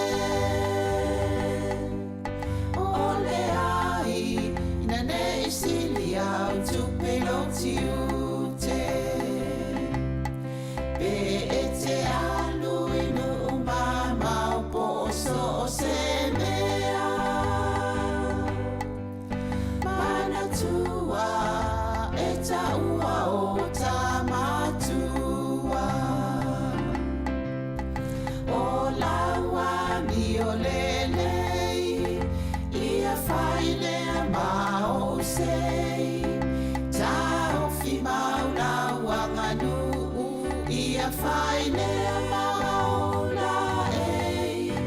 O e tupu langai, o te ole. Ina nei e fia wha Europa. E nau nau ia, e maua le poto sili, sili sili. Awane ia awa ona ono ulu, ai sili sili no no. Ia on vanga luan nei o le talala walunga o le yaso nei fo yaso. Ia a masanga o le FM, on Today FM. Le ona na filen fa te ia i pe ona na fifo lena fa muta i lola la to ai mai fa te luina ta pe se o te Facebook ala mi. Ma na o tupu ne o fa pe. Ma fa la pe o mele le tupu ta to le tio. O le fa sa la o sa se o le por fa pe ma i o la na ta pe se ai o lo. O fa. Mo to i fa te ia tanga te le to ia fu fanga fa pe. Ai le mo wa tu fa mtalanga fa pe ai na a mia ni so si ni vo i fa sa la o tu tala no. Ia ma fa i o le la pa va i ta fi lo le fa mo tel ta tu le tio le. Ia pe fa te ia i mo ai le o lava le tai me i tala no i la no tu la fo no mo nga venga. I tau ona lava se wuni, tau ona lava se tai mi vo le longo ile o fa nga venga fa pe. O le tūlanga le iai ia tō e se awa no pe vai aso ro vai aso e mai fo ni la tō fautuanga mai o ngai wenga fai fatasi le na o pulenga e ngai lue wa le fo ngai wenga le singa wenga le rola po amal pulenga fai ia na tala no e lola e vai ngai o le te lo fa te o te mo mo le o vai se le tō fa pe o le fa sa lo tanga ta e fa to e na vona e tata na le pesima. Ia no follow ta mai lo pese o pese a volele. O pese a ye. Ia mo pi fa to fa mai e ma. O to inga pese na take all on the wheels and turn them around. Cause I can feel it. Iwa vai to inga ia o isi na hang on, help is on its way. Ia pe o pese ia to inga pese na ta si o va ngale vai. Ja, en nu får jeg sige folk taler ulianga til lidt mere, og vi får tage to, jeg får mig op på lavere to lov for få gange eller til nu. Ja, og to engang langt under tanga til ufate i sig med for bær. Ja, og tanga til få nej, det tanga til lunga for i med for sala lav. Og lever nanga lulu i.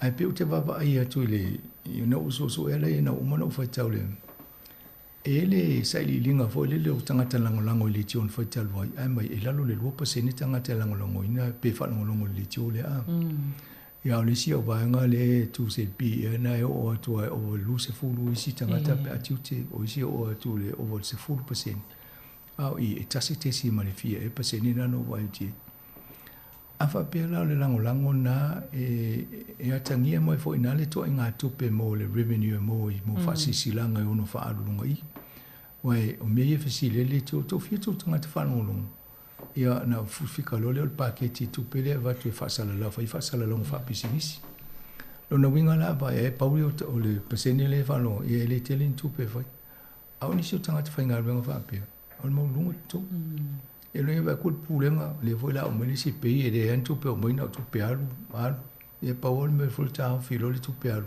fa malo lo le fa ngal venga e lo inga la e fa ni si fiu tonga inga voi le avenese grievance me yo pe se tangi le fa ngal venga o le wio tu la fono i tonu tu la fono meni ngal venga le vano no fo o le tanga te ngal venga pol pulengo se ngal venga ma ta fa ngal venga ia inga matula fono tai li mai nai se me fa pe ina I awal fa manu o dia fina ngalo tangata ma wa le si dia afa pelan so tongi pili te ia bo umul ngal venga mo le lon mela fa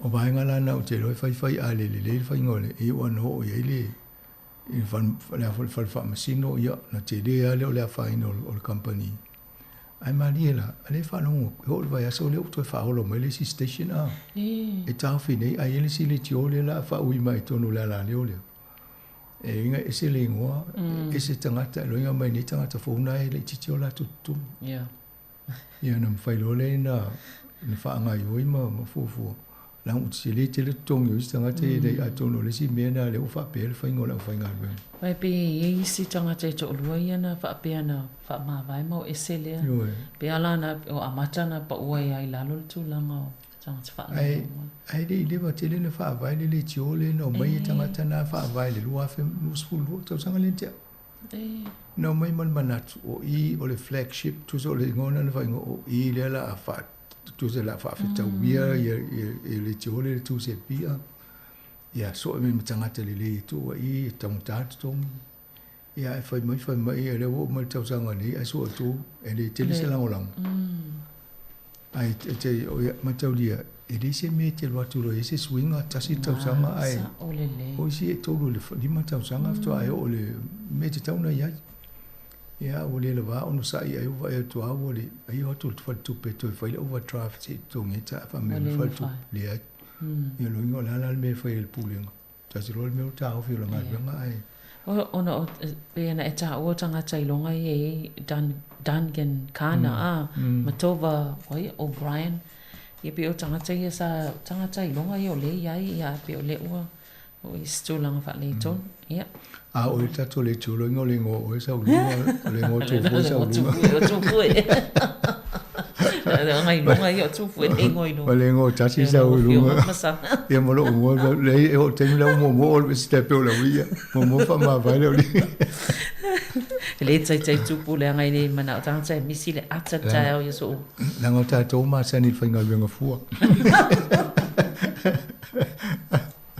ele pe o tanga te ale tongi o ia ia e va nga ia masanga o le si foi tu langa I mo tanga ia o mo me o fale nga ina na tanga e ana fale nga ina I le fale na ia a tonu mo I la to mo tato fa sa la mo o to ina afiele I lo longa vai I lo longa ien fa talo ni ma fai I Hawke's Bay Northland o Aukilani ia for company ne fa ngo le S o SS o la vo le ngo company na ia o la tona wo mai mana e fa tau ia fale ia ia o le o mai la to no fa ia na o to fa tau tu ranga nei le fale va tu le tupe mai o le la fa tu ina tangata o ne I mau o I to inga tau fa se vo ia o le SS where is le ngo company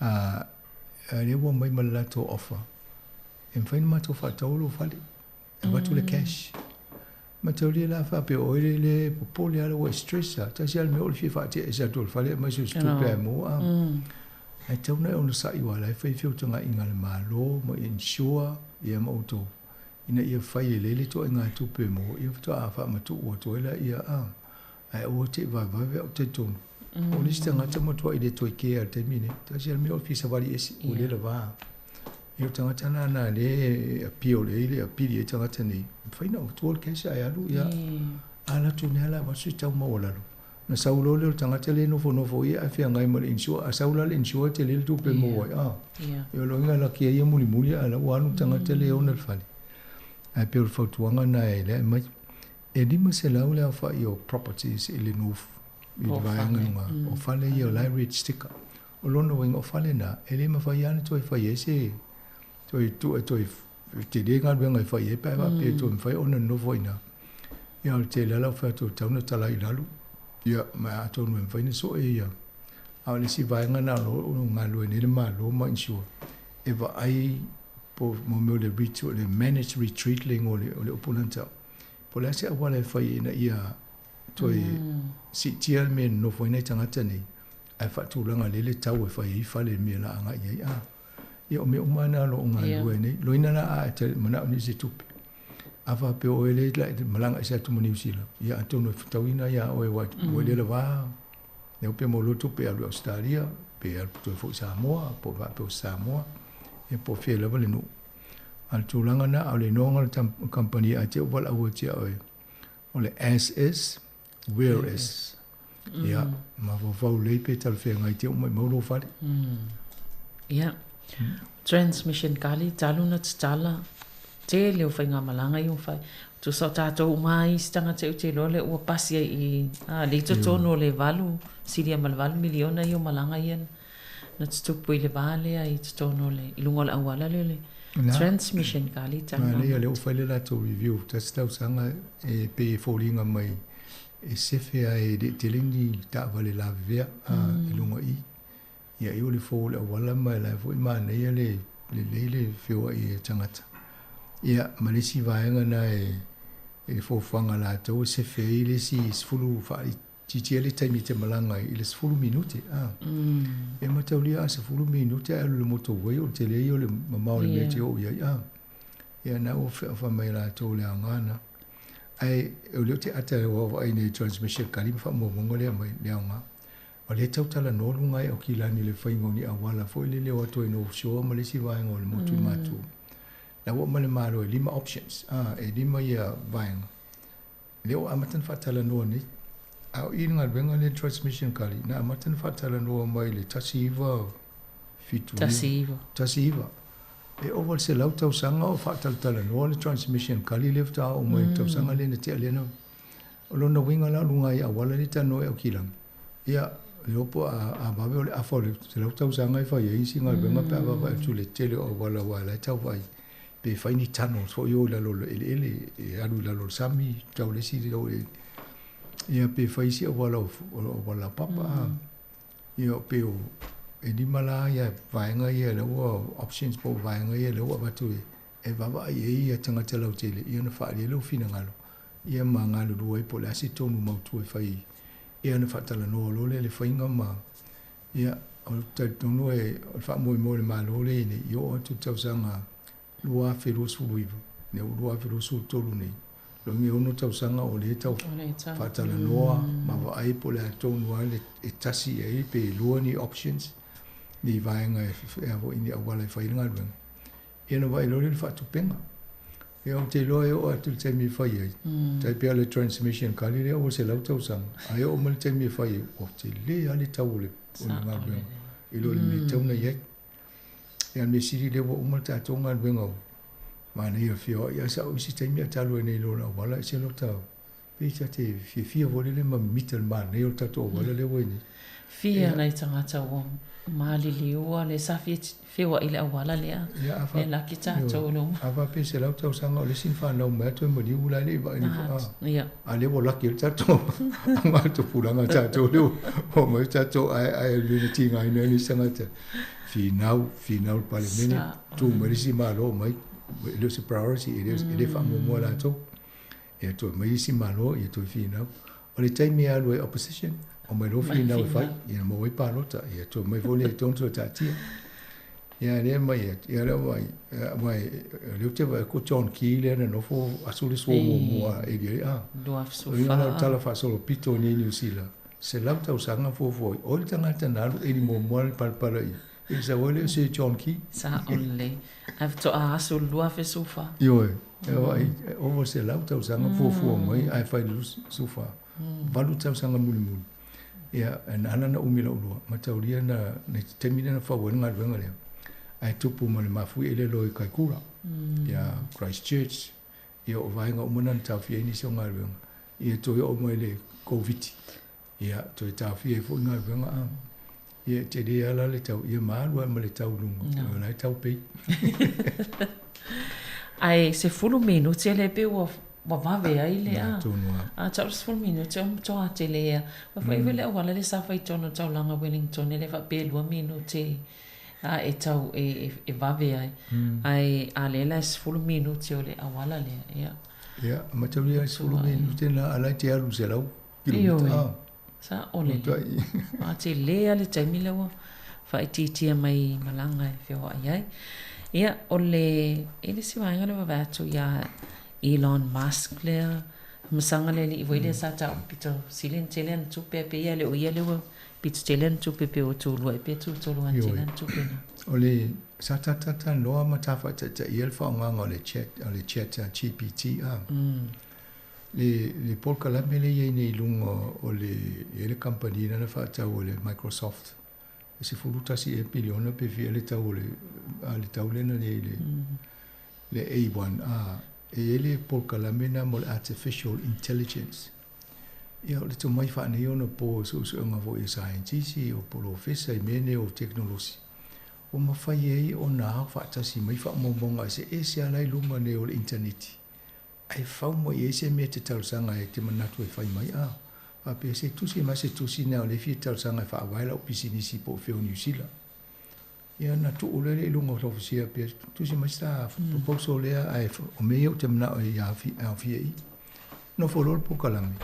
Ele o mea na tusi le mea ele a tose 2 minute tolu ai amai lunga le proposal o matusi sa wai a.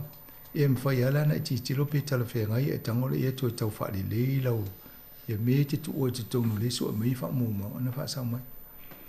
O le mea lau tu talu nā e mei, ta amata tau sanga talu ai ni wha tau e le Paul Kalame le a wale wana wha o ngā esi ai le i wha o ngā lau tele wha bea. Nā la o pisi neia o le kuko whai fo le la tau tūlanga wha bea, le chat lea wha bea nā le Amazon. Ia mai se company lau tau wā. O le mea la o pole ne Elon Musk lantale mai. E tau ona whaisina malo longa te isi, o le ono masina. Ai se wawa, ai ni tūla whono, whone le whaawao malo, ina ia pui ai e tātou. O leo o tele na whaonga e mawhai o na whaonga e se isi a. E walunga ai whapea. O e lei wawa ai o waru neso so e wale mo wai tātou pepa whapea le vaenga le i wasoma. E mawhai na e whai e, mai se whamtalanga me whawai me tau. E loinga mai uma ia me tau na whaatau ma me whai a. Pela polenga na te whaonga se sevo e tangata.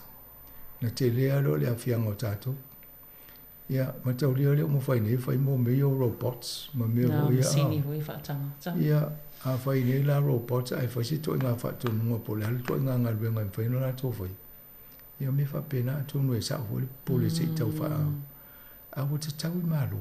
E te tau o na whai ala tō ngā ruenga i tūla whono e pui ai e mene.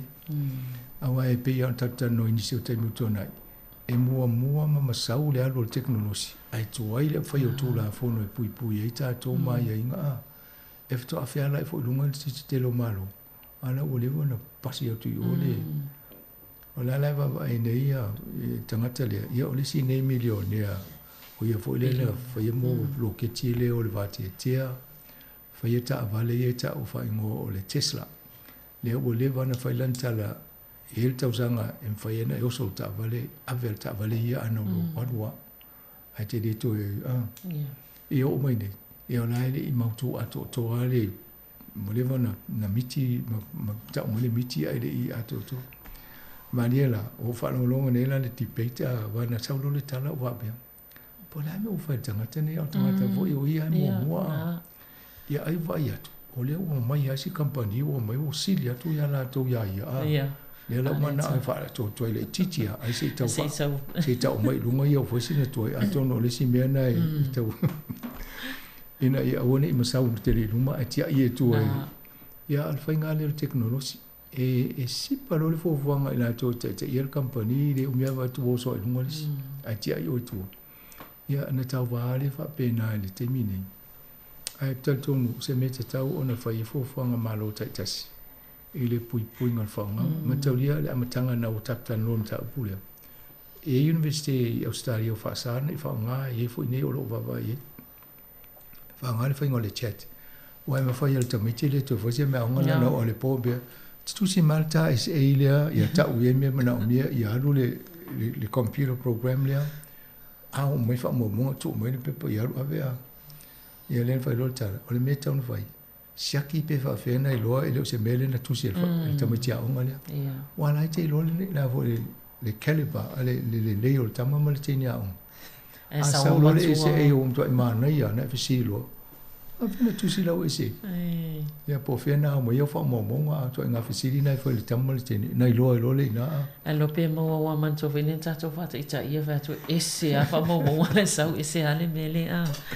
E va to fesili tu si mo se me se pe vole le penino tia fa ai ta mo le ngol tanga tala sa pe se sa mo ese le ngol tanga tala a ia to nga mau se la na le sila mena po le tele temine mele ta o le misinformation e te wo tanga ta tu en fa mo mo se sa wa mo me se ma me fa ta wa ma e ma tali tu wina e tanga ya mele ta to va ai to ofo in fa mo mo fa peni ta to fa mo le ta ta o le fa e to nga tu langa e onu a fa ine fo ye te loe o le la o le tu langa le po le e wana poto atu ya por kala me masini nei lo to te lo tanga eu lo no wino e belo la polanga nga tato fai bon me popoli se so so wa foi wa fai me masini so no fa sa o tato ai nga mai mata to matai io non è e fa lo ma lo mi sa no fo masini mai o mai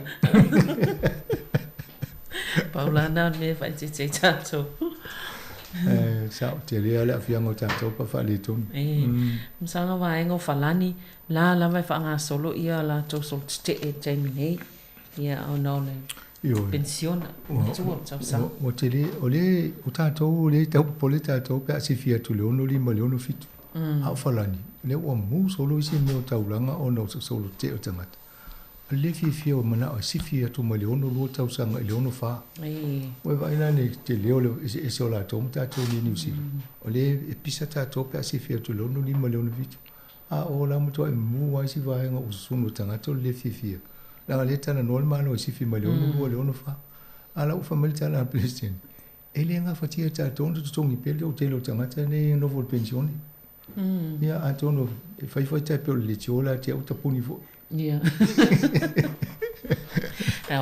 ono presena va pe fo a fil o to fa paula le to pe mo ia pe ia male vai ngale ta longa masanga o le wa ta fia le FIFA ia le ta longa ona tan malua Indonesia i ta longa po ia le soccer la to la lo luas ale o ma sino mene o le to e fai ta longa le under 20 la lo luas full zanga i Indonesia ai e musu Indonesia fa tanga le o Israel ya apa mo le FIFA ave sele le fo le ngal ta longa le mai ala to ai longa la pisine so se me ave e ro pe fai te o mai nei ya New Zealand Australia wa le sauni ta to mo le ta longa te ne fai mo to zanga le ya i wo ready ya ai na sa mai fo isi vai nga to pe fa popo mo tato ia ai ona le taimi ia pa te tele la fianga sanga mo kala mi nei tai au ia mo la fa fonga ia te mo fo tato po kala mi mo oi nei pe ona vai aso le o le aso ma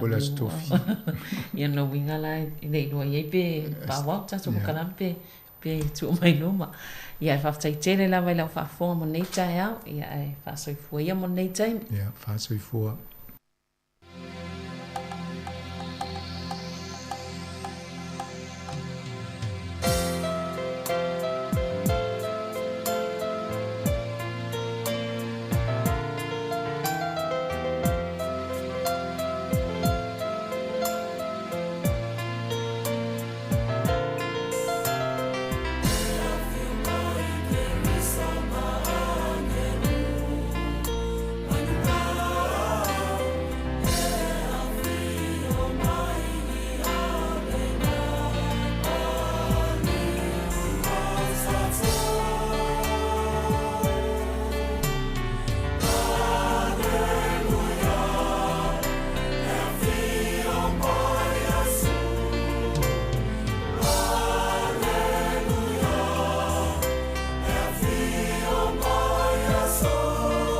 Ua whafonga le tunu o stasi o tātou porkala me whapitoa fo nei tai au, tala laurunga le vai aso, tāpeleina le fionga le ripule, whapia fo isa velina kasiano. O le taimine iyo le porkala me o le asesinga, ea ima le tua ie o ngase ngase, taita ie lea le sunga le toina whatonu, Reverend Elder Whaaturi Setu, sunga le whewhau toina, le kalesia e whakasa i Heart Valley. Ia ele leo na si maia le whafonga.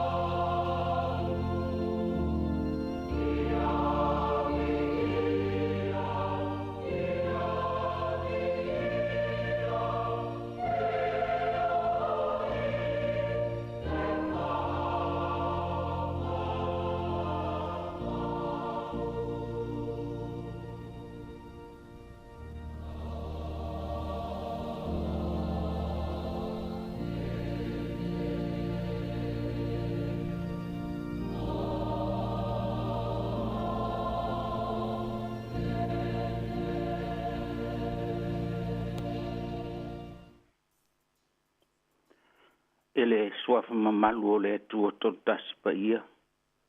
Le atua le tamā, le atua le alo, ma le atua le anganga sa. O te whātalo whātua i le au whāfonga i le nei tai au. Mai se lama i lātou whātau tolia o no ngase o le tino. E le ngatai i o lātou maota malawa i ainga. Whāpea fo i le whale mai. I le ngalo fo ina i o tātou mātutua. To māma tina ro i maota whāpitoa mo tangata mātua. O maia tātou tāpua i le atua. Whapei o nālo whamai o te mā i a te au.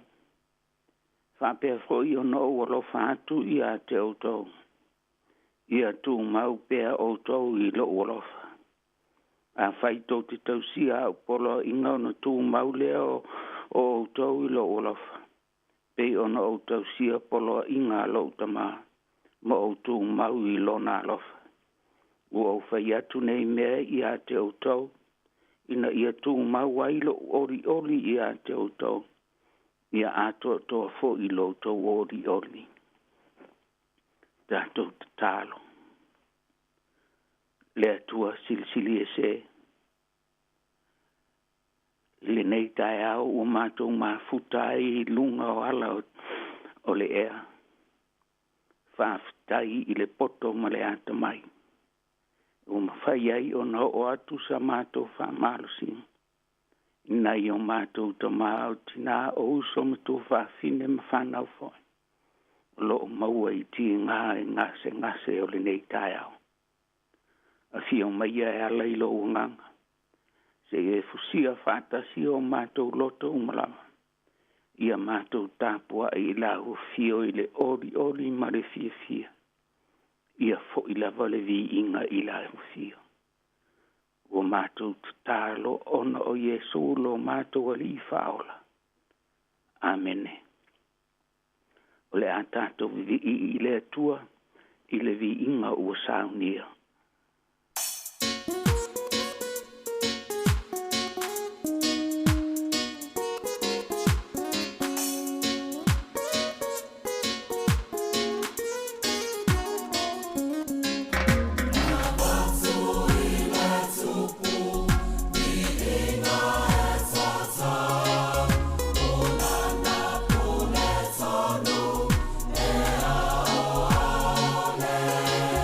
If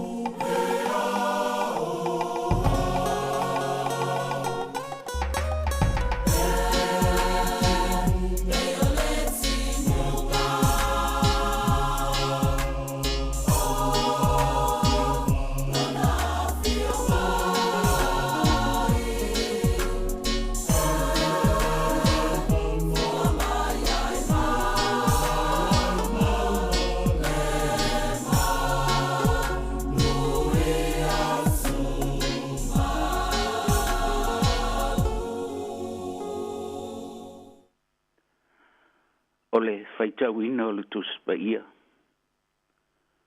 Ua o filifilia le tusi mai le whengainga fau. Filipi ilona mta upu e wha. O le whai upu mua mua. O le whai upu e wha e whaangata mai i le whai upu e fitu. Filipi ilona mta upu e wha. O le whai upu mua mua. O le whai upu e wha. Se ia whaangata mai i le whai upu e fitu. Whafonga ia fionga pa ia le atua. O le nei o usoe. O e o te alofa manau nau i ai. O lo fia fia ma lo pale. Le au pele. Ia whaapea ono tu mau o tau i le li. Ia o tau ori i le li i le au noa. O te toi whai atu. Ia o tau ori. Ia i loa lo tau anga malu e tangata umalawa. Ua lata mai le li. Awane i popole o tau i se mea tasi. A ia whae loa atu o tau manao i mea umalawa i le atua. I le tutalo. Ma whaatonga. Atoa ma le whaafitai.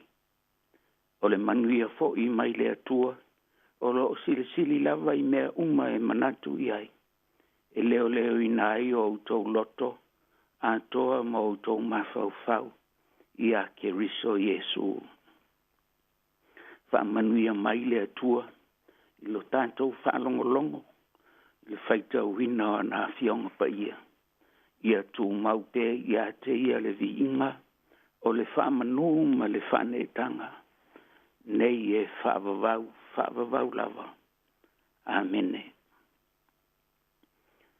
I le suafa mamalu o le atua le tamā. Le al. Lo male angang sa. Nei mawhauwhaunga o le nei tae ao. Mai le foi upu mua. Mai le foi upu e ono. O le tusi e Filipi. Le nei o usoe. O e o te alofa manau i ai. O lo fia ma lo pale. Le au pele. Ia whaapea o na tū mau o tau i leli. Awane i popole o tau i se mea tasi. A ia whae lo atu o tau manao i mea umalawa i le atua. I le tatalo. Ma le whaatonga. A toa ma le whaafitai.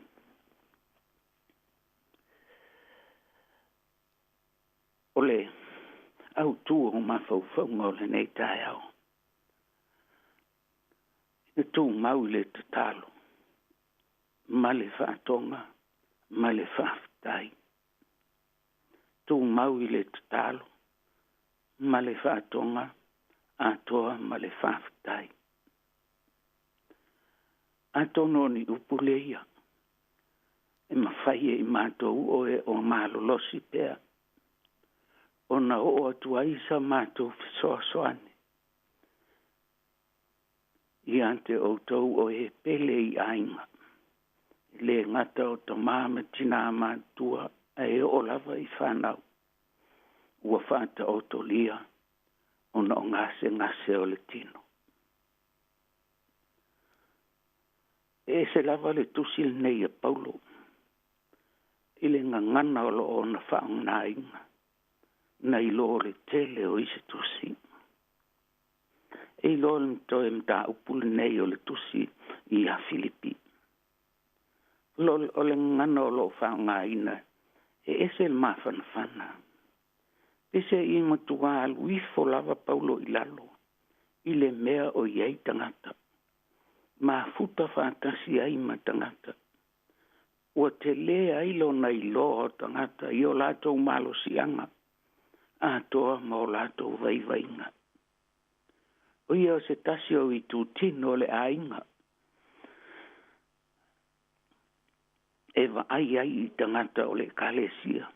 O lona lava ainga pele. O na uso. O na tua whaafinde. O na tamama tina. O lona fia nga sili lea. Ma lona pale. O ana pele. E sili o na lofa iate. Dioi. Te a tatou to he whaitau i ai, ma mawhau i le nei aso. Le nei o usoe, o e o te alofa ma nau i ai. O lo fia ma lo pale. Le au pele, ia whapea o na tū mau o tau i leli. Le ngana e se le whātou sina loto. Langa le ngana e sau tu tonu o le loto o le alofa tu o le atua. E o ia sauno atua i lana toe tusi ale nei le toe mta upu ale nei o lan tusi Filipi. Si toi whamalosi ai i le kalesia.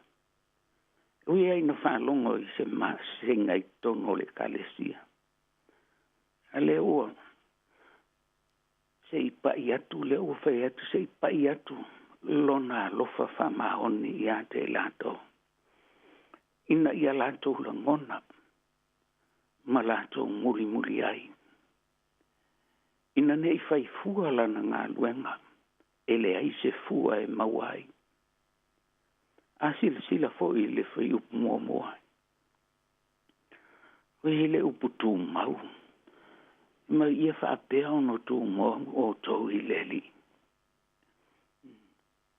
A tono o le ki lea o le mawhtanga mawhanwhana ma le atua. O le winga tū mau. E le toi se tosoa ina e le fili. A o mea ua avatu, ma o atu. Tu mau e loa. O le iloa, o le tangata atoa. Ia tu uina atu ato toa. Mo le atua, malona sinangal. O le upu fo i tu mau, e iloa i le mauti noa. E mauti noa ai. O lo o iai lo utua e te whalangolango iai. O ati ngā o le o langa nei. Le mawhai o na toe a veseina. Pea whai o oe o le tangata tū mau. Nei to i lalo i le fefe. Nei to i lalo i le ita i nisi tangata. Po o le ainga foi. Nei to i lalo i le mo i le fia mau o le malosi se i to e alu. E fai le iwi i le lalolangi. E o le uputu mau. A tonu o le amatanga lea o se stoe whaafowina o leo langa. Ma le malos. E lo tele i le mta upule nei o le tusi. A ua o le ngangana o lo whaonga ina le apostolo. E ese le mana ia. He meia ia o lo fia ma lo pale. Le au pele, ia whapea ona tū mau o tau i leli. Pangalawa se ta maa ina alofa. Na te sa ili se ngangana fia. Se ngangana e tō sina mai ai loto tangata e whalongo mai ia te ia. Ina ia lato maua le winga o le tū mau. O i tātou uma, a o ina mai ai le atua a o iti. O i tātou uma lava, na soifua e ma tātou wola e se sio manga. E lotu le tae au. Le lotu i le afiafi, talo sanga o le afiafi. Ma le tāpua inga faitele i le pō. I aso uma. O ala ia na o inahi i tātou e o tātou mātua. Ua le ngata ili nā. E a wha solo la tātou whaitau. Ia ona tātou i loa ai lea. O le tū mau i le talo ma le whātonga ma le whāwhitai. O le tū mau e tupu ai le oli. A oli o le langona whaauawina. Pei ona whai mai le apostolo Paulo. Ia o tau oli i leri. e whanau mai le oli le tūmau. Ua le mawhai ai ona toi whanua whesasi le mawhauwhau. E sa ili I se tasi. A ia sa ili I le li I e le au noa. Whai mai a ia outou oli I le li. O te toi whai atu. Ia outou oli. Whalua. Ona whao ngai paulo le upu oli I le whai upu e wha. O te toi whai atu. Ia outou oli. Elo no winga. Ia tū mau I outou nātura. Le winga o le upu tū mau. Ia whātū mau wina I outou na eura. Le oli. E wheso tai maleli. O se awala mātango fiele nā. Tātou te mau ai le to file mū. Tātou te mau ai le fia loloto. E ta lia me alofa le atua ua mai ia I tātou. A whai ua ngase. Tātou te oli I le ali. Matu mau ia teia.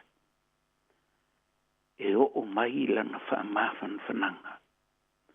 Ma pai mai ia te tātou. Wha whea on tātou oli. O le whai upu e ono.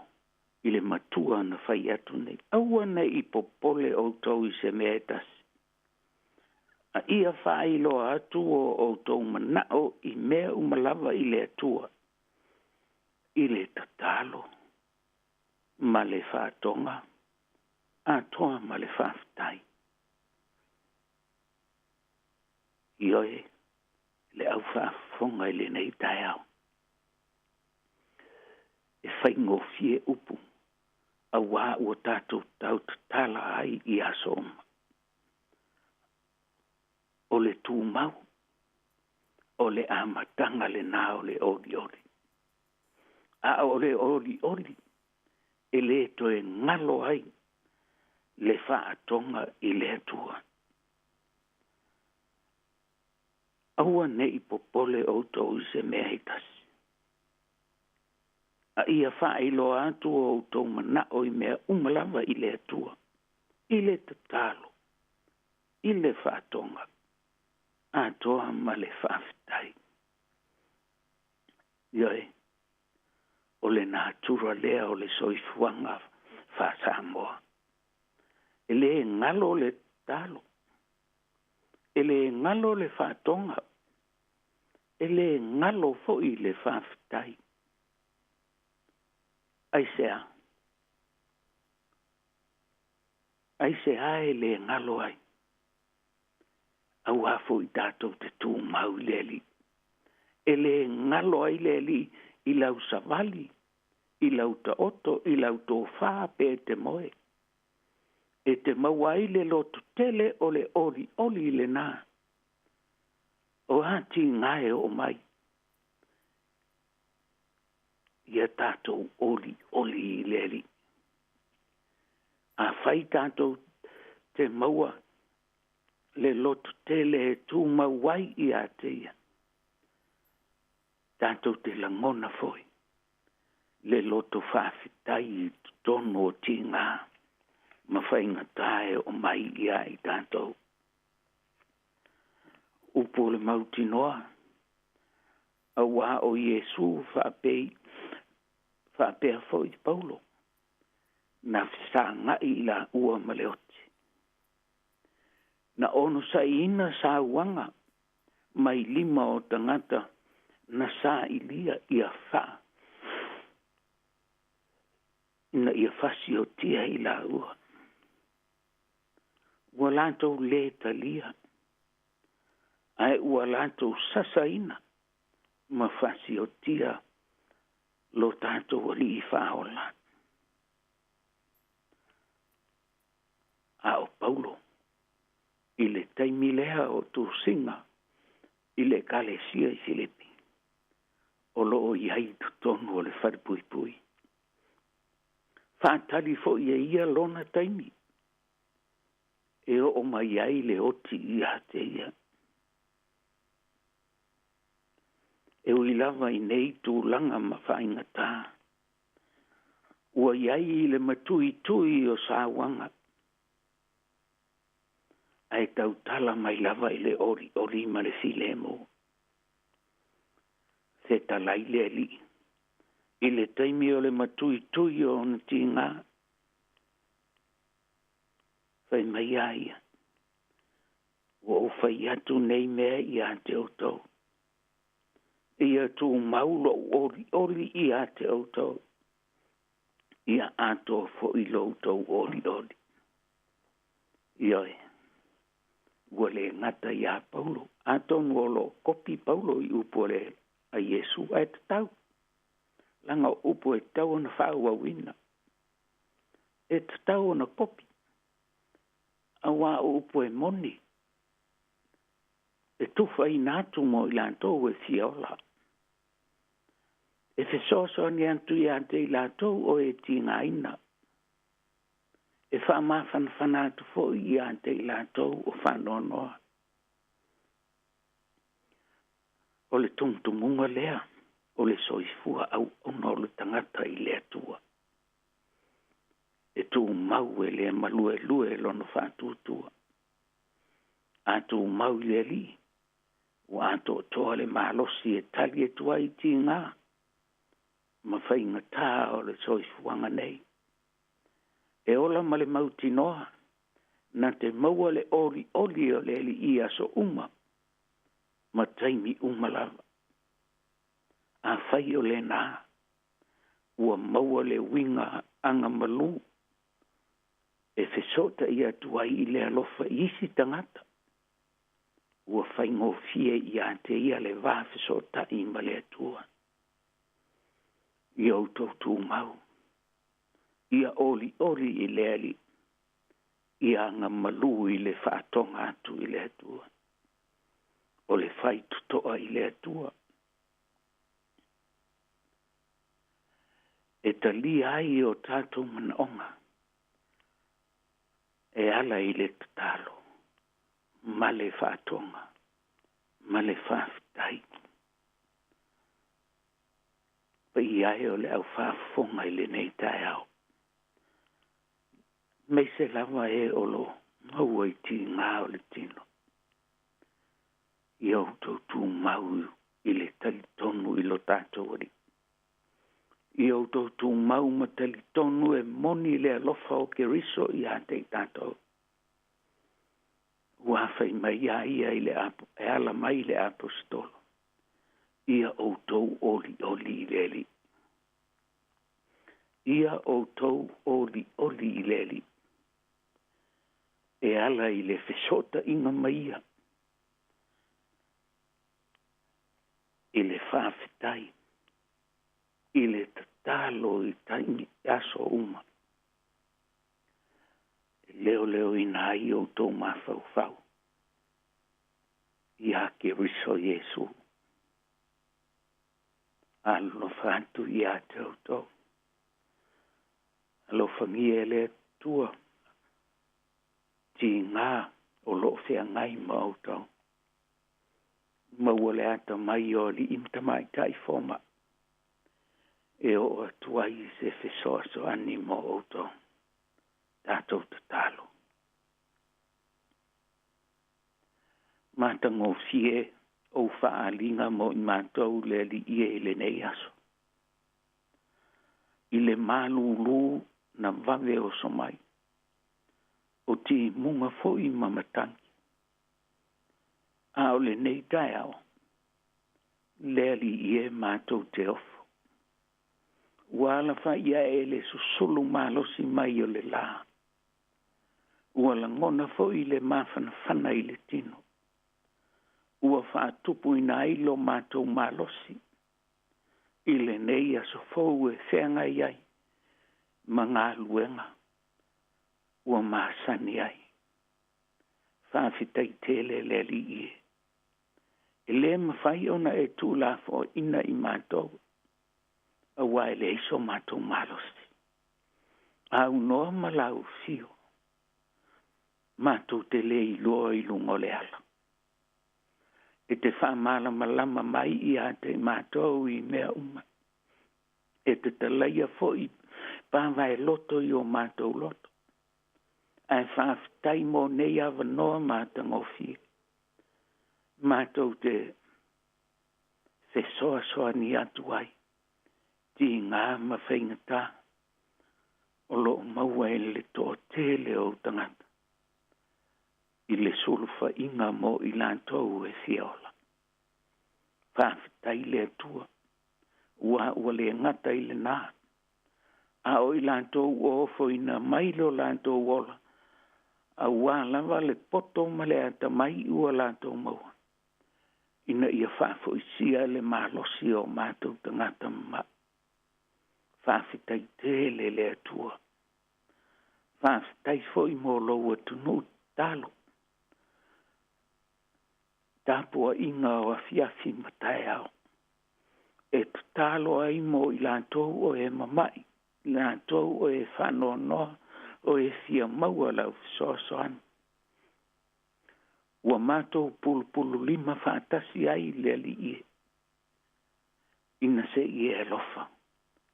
Ma sanga whaatele ina ai o viinga. Ona o lo wanga le lei whaasoa mai. Whaafitai mo le whonga le laumua. Ia I lantou o e ngā lulue. I le poto ma le ata mai whanei ona pō. Whaafai ngō fie nai. Ala o whisota inga ma e pua ngā tia ma fia maua le fisoasoan. Whaamanuia I le pule ma le au whai ngā luenga. Ai meise fo I lantou o whaitea le au onang. Ia so umma so umma. Whaafitai mo I lantou o e uausu atu I ngā luenga o mātou a inga o mātou au loto. O mātou pitono. A wā o le ala lea e maua I le manuia. Le atina e ino nei a inga. A o lau ngā luenga foi. Whaafitai ia ua fionga pa ia le li ie na whaitawina. Mātou māwhau ai. I le lau tele. I le maua lunga ma le loloto lo olafa. Mo I mātou le whanau o tangata. Sili la mātou whaafitai. I lo mātou li o Jesu Keriso. Ofo mai lo na so I fua atoa. Ina ia ola le whanau o tangata. Ua toe so I fua manu malo na I le oti ma le tunga mau. E ma whaifo I ona mātou whapena pe o ia. Pe a whai mātou te tū mau le whatuatua whamaon. Mālo lofa whamaon ni I ate. Ia tū mau tu ia le vi inga o le whamanu ma le whanetanga. I lau fio e whamavaulawa. Leli I e whamangalo I mātou. E se le whamaumo wa I o lo mātou wala. Ti ngāna mātou I loa le wingo le upu mau. Ai le mawhai o na mātou whaia. O wai whitoso ina o mātou mana onga. E le wa ai o mātou mata. Ma le tuina nau o mātou lot. Ua mātou whaia ina pēa. I le li o le lalo langi I aso. A o foi ti ngā ia mātou. Ua mātou tua I lau fio ua e le alofa. A o le mafau wifo I mātou ia I mātou lau. Pe o mātou e o ni tangata tū mau pe le ai. Le tu ai. O vai inga ia o le nātura lea o le tangata. Sa ili le se tu ai isi. A o ia lava e sa. Fa mangalo I mātou lo mātou le whalongo. Ma mātou le au pi I lava I ate oi. A wā ua whamua mua o mātou mana. A whai ua le moni lo mātou o lofa. Lo mātou wola muri I ate oi le li I. Se he anga le le mai. Whamama ia I mātou I le totu tāu o Keriso. Lo mātou o li I ma lo mātou whaola. Whai ai I mātou o tangata fōu mō lau fio. I le whamama ino I mātou. Mātou tui te I la ufio. Leli I e whaafonga ia I la mātou tangia. Mana tua nei o mātou ta māma tina mātou tua I whaleo tangata mātou. Lantou o whata o to lia I tonu o maota o mo I lantou o e mamai. Nea tuai. Se I elo whangia. Me se fo I lantou o e maua I le mai o le mawhau. Le ali I o lau fio a e pai. Ona mātou maua lea o le malolo. Mātou te ai o iatu le ali I. Se ia anga le lei wha loto tele I lantou. Ia lantou tali tonu tea o lau fio o lo mātou papa o lo mātou o la tanga. Mātou te maluai ia wha o le nei o lang. Wha manuia le au wha fonga I le nei aso. Le tapua inga a inga I mātua. Ta māma tina mātua e o lava I whaise au maulo. Le atuai ia wha manaina la mātou tapua inga. Mātou atu wha atasi o luma I le loto wha tutua. E te alofa mai. Ma e pai mai e wha malosi I mātou umalau. Wha manuia I lātou e ta ape atu. I ngā luenga. O lo lātou to mai ma lo lātou poto o lo lātou malosi. Ia wha au ngā ina te tau o au mea alofa ia mo I lātou. A wale a tina e no ainga. Ma whanau. Ia maua pe I lātou le file mu o le saunga le mu. Lunga o ala te le vave. Ai meise foi. O le tau. O le timu. Mamatangi. Ma le malulu. E talo foi mo nai ta mama tina mātutua I tonu o mātou ainga. Ia mātou au lotu e le ngalo lava I lātou. Ia mātou tālasan. Ia e anga le lei ia I lātou. Wa I lo malosi. Wa I lo on sai ma le lotu tele. Awa ua soifua mātutua I lātou. Ne ia so I ona whe au mga luenga I nai whanau. I le tū ua o a onga. Tausi I lātou. Ia toe maua se mafutanga fia I aing. I lalo le paolo ua au anga lei. O mātou te tālo ia leli ie. Mātou ofo I nātu uma. I la o fio. Whai lo finangalo. Ai aua lava o la mātou manao. Ia I lunga o Samoa uma I le nei atunu. Ma le nei atunu o atoa. Ia I lunga o whale mai po mai uma. I la tau o e mamai. Ia I lunga o nai o mātou mātua. Ma I mātou umala.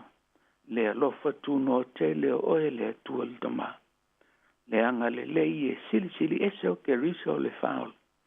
Ma futa ina pe I mātou e lo ngang. Nei e whaavavau lava. Amene.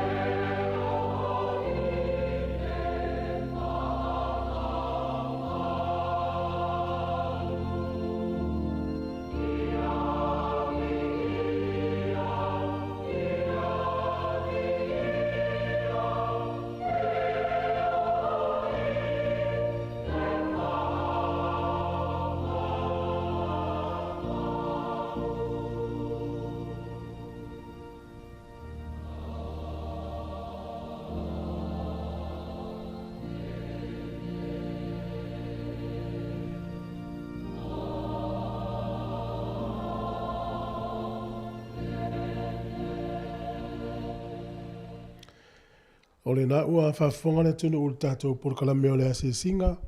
tāpida ina ele sunga ele toa ina whatonu, Reverend Elder whaatuli setu, mai le kalesia, whapotutonga ke usiano Samoa i Hunter Valley. Ia whaafitai tele lava lau sunga toa ina whatonu, mori atu ulfa malo ma le whaafitai, tu sai ma le tātou porokalami mātanga o fia le tai au, te tonu foi. O atu i ai o whingalo le antino, maise la tau o whiangai malu i tau o le olanga e ala i mai o le tino, ia ma whaafati a tā mai o le soifuanga nei, ia le whiau whaamalu si au mai le whionga pa ia le atua, ia le tatalo foi le tunu uianga le iatu, ma upele soifua lau le lei, o lau sunga, whapere whalitua, le foi le kālesia, le ngate foi leo le no whaalo. Luia tele whiau mga luenga o tutoi o le nei vai aso, ma le tāpena atu ilo nāsu pa ia o momua, whaafitai tele. Ua iwa minuti au o te aere se fulu ma le tasi, o le vi inga o le atua mai le e whakasa Hunter Valley, Yesu e le li i anga le lei. Ia usi mai al whaafonga.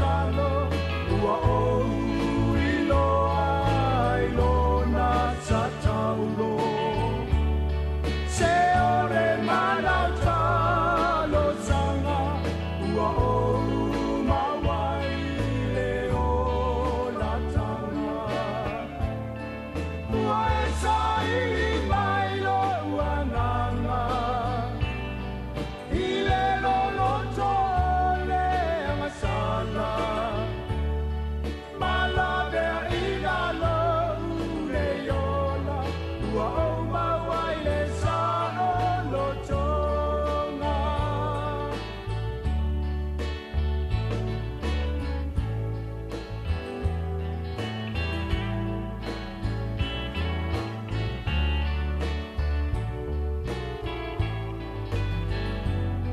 Hao uititi sao palo ngoi le te talo le li ai le I mama fai lo manatu le taua ia te au le wa mala malama e ai le manai talo sanga le o te pe se fa apetai o le te talo ua o lai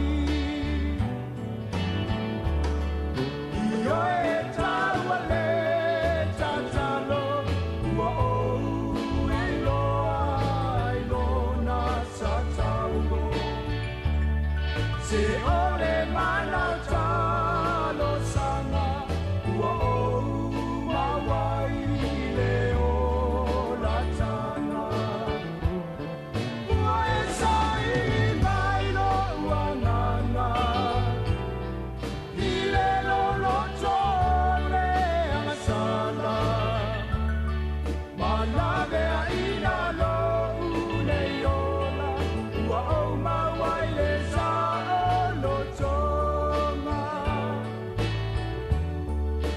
io e taua le tatalo ua o ilo ai lo na tataulo se ole mana talo sanga ua o mawai le o la tanga ua e sai mai lo ua nganga I le lo tole amasala palave a ina lo une yola ua o mawai le sa o lo tonga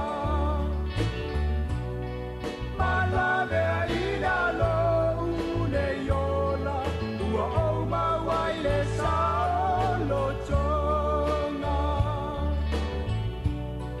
malave a ina lo une yola ua o mawai le sa o lo tonga. Malofa ftai nei pespesenga whalenganga nai so soani la tau o lo whalongonongo mai o lo i tauina fo launga ni taimi i o le pese le tamaita e fua fiva vaa chand o le tatalo i o le pese le nanu atu nei o le tāua le tatalo mai le step of faith mai lauli I Samoa. O le afo le se fulu tasi o le amau lewa noe e whafonga ile tunu o polkalame le ina ilau o tina. Ia, tina, e le ngalo oe le tātou polkalame, lo lava mo whaiva lo filima o lo oe whenga iai, e to tonu o na i o tātou ainga, ia ma so o se vaenga lava o le soifuanga o lo e au nai, ia loftele atu polkalame oe. E le wha moe na minuti o le whafonga le polkalame whapitua mo tau, tāpina ina le whaletua malo no ia whiweni e te. Ia, le pese me le tamaitai o Antante, Moos, ia ale pese o le tāua o le tuspa ia na au mai e lona tina. O le whafonga ma le siufonga le lau mua lua su wha minute ute e le sfutasi.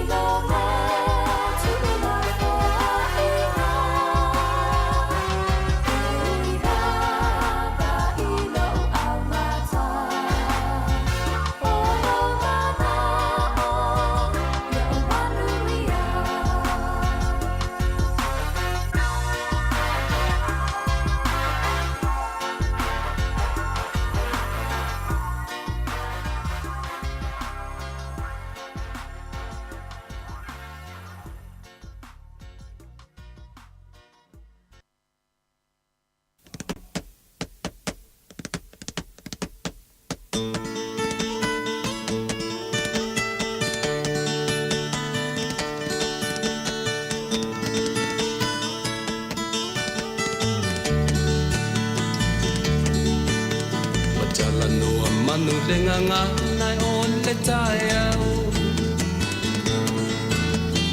Ave o le la ua punitia po I puau. E sau malu e wha asusu I laua la au. Sa sala le funga la au matala uau. E tio fo I Samoa whai o na tai au. Le amatanga o le aso whao popo o le olanga. Le tai au nai matani uwhea ngai ma le ata. Le tala le lei ua so ai nei Samoana.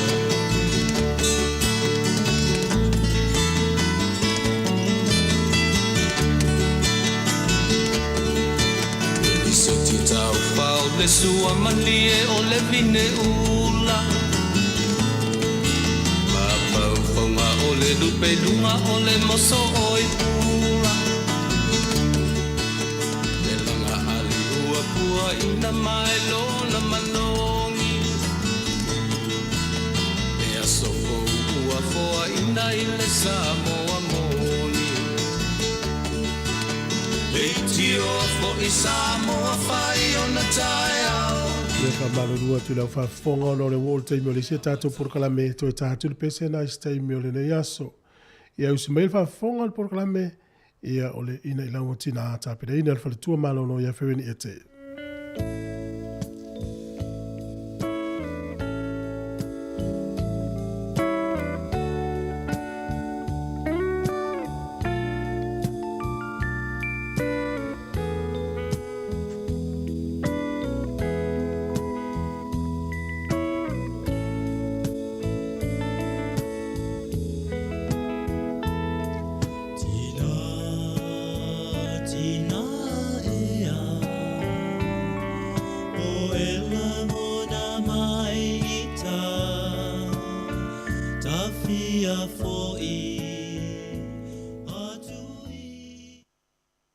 Maualunga msirisiri ese le vi inga o lo tātou atua. Aftai lo nā lofa ma lo nā ngare lei wa au mailo tō soifua ma lo tātou wola. Nei fo iwa tātou tō whelo a iai lunga o pea o le ea. Ai whata lofa atu le pa ia ma le mamalo o le au whaafonga. Tā lofa lava. O le ina I laune nei e tina o mai fo I au na atu I lau whaafonga anga Samoa. Ia pe lava o na masani ai. Tātou tala a mata. Ona I tala e fia longo I nātu. Ia a whai fo o lo iai nisi o lo iai aso whanau. Ia I fo nisi o lo iai ni aso fia o whai poiponga mtu langa whapena. Ia e taritonu o lo iai fo I lātou o lo o maumai whanua noanga. Ona o e tele ua ave sea mai kitono o ainga. Ia ale tu langa lava leo le lalolangi tātou te iai aso taitasi. Ia I taimi fia ai. E fo taimi e whanua noai. Ia ale tātou tala a mata. E tustu singa ale tama e tai o Ethel Merman. E tusi ai le tala o lona o langa le biography. E whapea, who could ask for anything more? O le whaasa moa la o le tusi. O ai e toi whesili I se isi mea sili atu. Na whamatala ina ai le tama e tai tusi tala le tala I le ali o Cole Porter, Malana Wall. Ma se ta alonga e maasani o na lātou ta aloai. Ma se tasi o ana wō. Whaatasi ma le li e ingoa I a Erwin Berling. Whai mai le tala le o Cole Porter. A o loa I le aso e whai ai lātou ta alonga. E whaatali lava lātou I le taimi e savali atu ai Erwin Berling. Ma o le taimi lava I lātou te wa ai ai le ali. E whaasanga loa ua whaasao a lātou wati. Ma whai loa la lātou peti e tai lima tāna. O na lātou mawhau le I se mata upu lātou te tana noa I ai. O Victor Moore, o Mount Everest, de maunga mū, o volcanoes, o pai mai Eskimos, ma mata upu ese tana noa I ai. Tai lama mai tipeta. O le taimi la ale awali I lea e whai. Te mata fia minute o le awhai ai le lātou tālonga. ai toi tau whai nei fo Irvin e toi li liu mai se tasi o ana pese. E ti ngā lama e le o se mata o pe winga I pese le mata o pole e tala no ai. Ai umane le tala noanga ua autu I le pese a Irvin. O le peti la lea e whai, e mata I lalo I fo le 5 minute le umi o le taimi, e whai ai lea pese. A o le taimi fo I lea, o le ai le I li liuina le tala noanga. A whai la e sao le mate a le tangata I le umi o le taimi. Ia o le tangata na e malo I le 5 tala. Whai mai Merman, o te le whai ngoina ia winga o Irvin, o se mita vale I ana pese. Na whaapea tustu si ngā Merman, ona ua matua alu le ulu o Irvin I lana pese. Ua matua fia I ai, ma so se mea lava I tustu si a Irvin, wa le ai se isi mea siri atu I lona o langa, wa na o lana pese lava. I lo o lava I loa, e leo se whaalia vale o sitama, e ala ai ona ia tala noa whaapea I lana pese.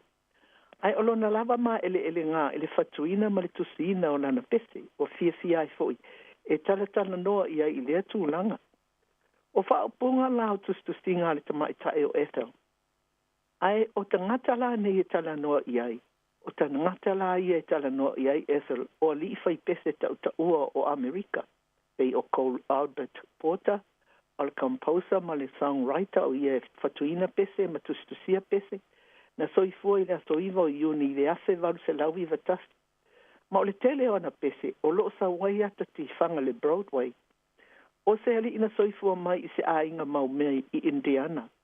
Ma na leo si tai Cole Albert Porter I lona tamā, o na sa mana o lona tamā suitala, I le vainga o pisinisia e sui tūlanga I le vainga o le pisinisia le ainga peitai, e le o le mawhau le na o Cole, o lana walava filfilinga, o le whaia o musika, o lona winga, o le fatu pese, ma le tusi pese.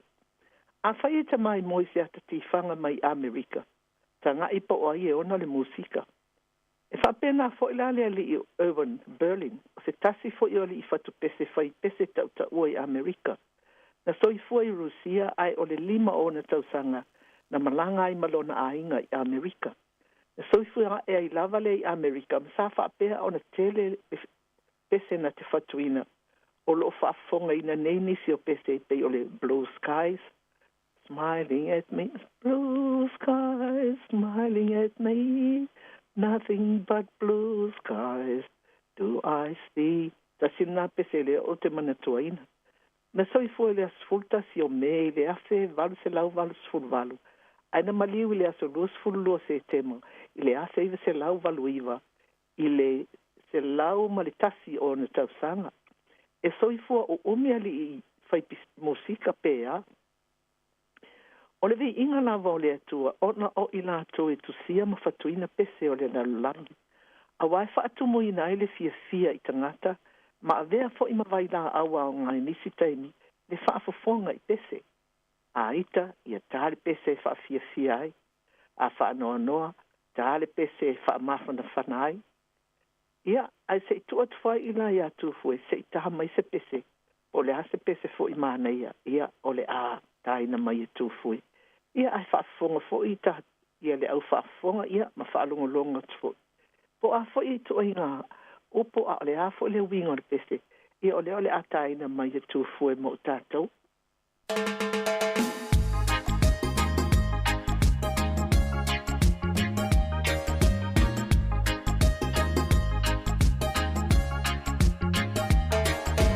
Afaio se pese, au alofa, e tu sia I upu, e a ngaua e ai langona, se ua pele, I loto mamanatu, au ni alofa anga, I ai ngā mau, ai ai mafutanga, o balai o mao, usu te pese malie,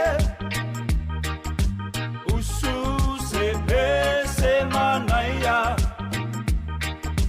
pese patu pula mona, pese patu fia fia,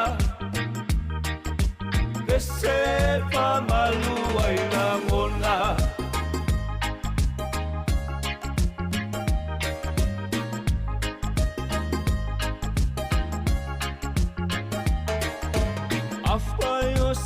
ese Pamalosi au Ia tu sea ini upu Paala e au Ia whai mai fofo E pamalosi ai Ie ua whawai vai E tino male mawhau Awe ua mawhatia Manatu le tau lau Usu te pe se malie Usu se pe se manaya Ese patu pula mona Ese patu pu fia fia Ese pamalu ai la mona Ia ole ala sau whaafonga i le pese. Oka le mana ia. Mana to fui. Ia ole mela lea. O aula o matua ia ufia siva lava i le mana ia le pese. Lea sau siva fui le i wha malo se fui le tino le nita e au. Ia aona i tala fia longo ina atu. O si o matau pitonu, o no uia e le vā Wellington e ma Polurua. A wha solo mai la Polurua i le tu tau matau. O la, o ala tele. Lea i sau mai Wellington e alu i Polurua. O na amata mai lea i a Grenada North. O no o mai lea i a Matou Nei, i a Grenada Village. So o ai ma Paparangi. So o ai ma Newlands. Ia wha solo ato i lava i pitonu unai la talata i a enga. Ai ole i tua nga vale o le ale taa vale. Lea pe a malanga i Polurua. O na wha solo mai lea i a Atua, Chilton Park, Johnsonville, Kendala. O le pepala le mātou pitonu. Ia e ta ua o le Herald. E ma na ia telefo i o na ia tala. Ta ido fo i tala ia sau le Evening Post ma pepa na pepe o le mātou pepale. Ma na ia hana i tala fala velavea. Ma i maupe ana mawhaina i ese se tusia wha Samoa mo i nai tangata mātutua. A le pepala lea i leanga i wha Peritania.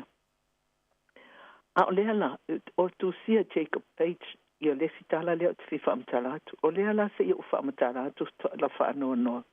I le whaia ina o le All Blacks ma le manatu o le tusitala. O lo o wha amtala mai ai. E ulu tala i le ingong ingelani.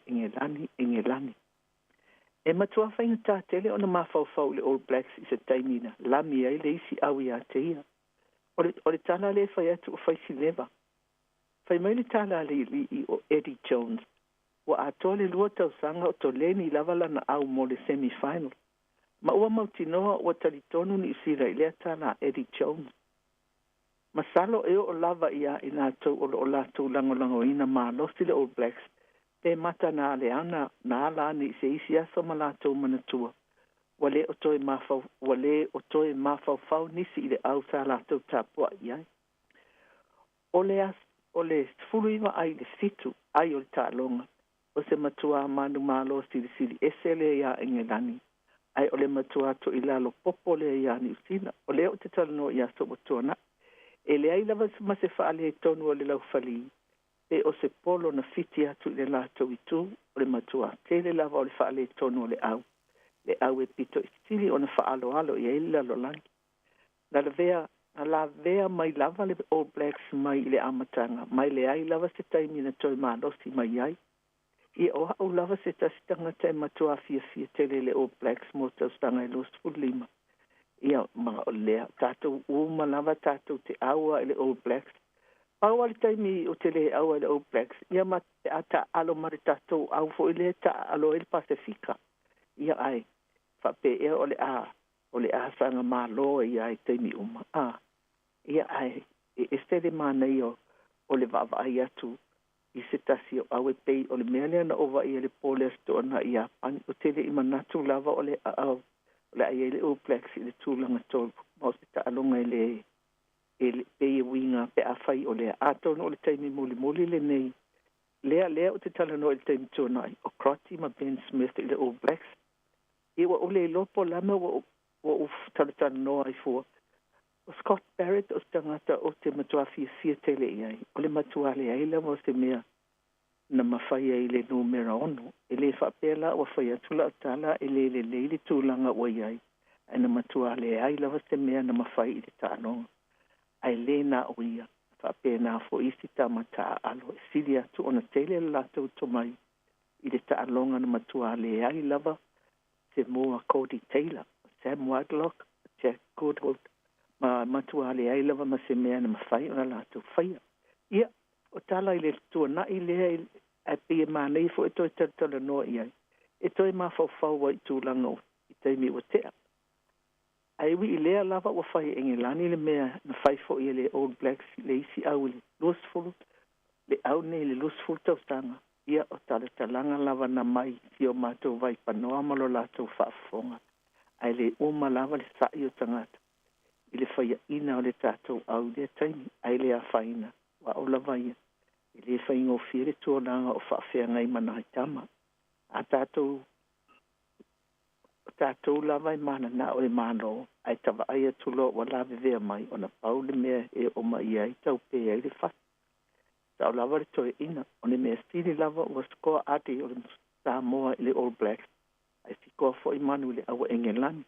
I le taimi a ia au ta alo fo i ia manu ia. O whaiva wai to i lalo a o whaiva wai mano. Te tau lava o na mali lia le au tapoa i le mea ua iai o le mea stili. Maua le tūlanga tolu. Te tau fo i o na wha masani i taimi a malolo ai. E lava whai mali festili a waa. De tala fo i lea spese ava a e malolo. O le malolo a le tamali. Ia ai tu atu fo i atu fo i se tama il tato pese lea.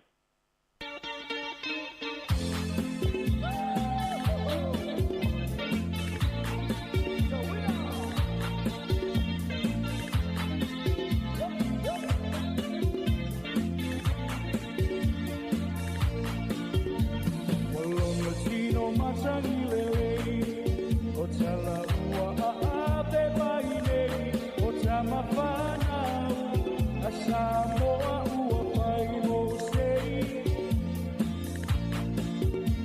lauta alo wa malieo alo sa ili malo ua ilo ai o Samoa o mao o si o tatu ele ilo ele papanua a o lauta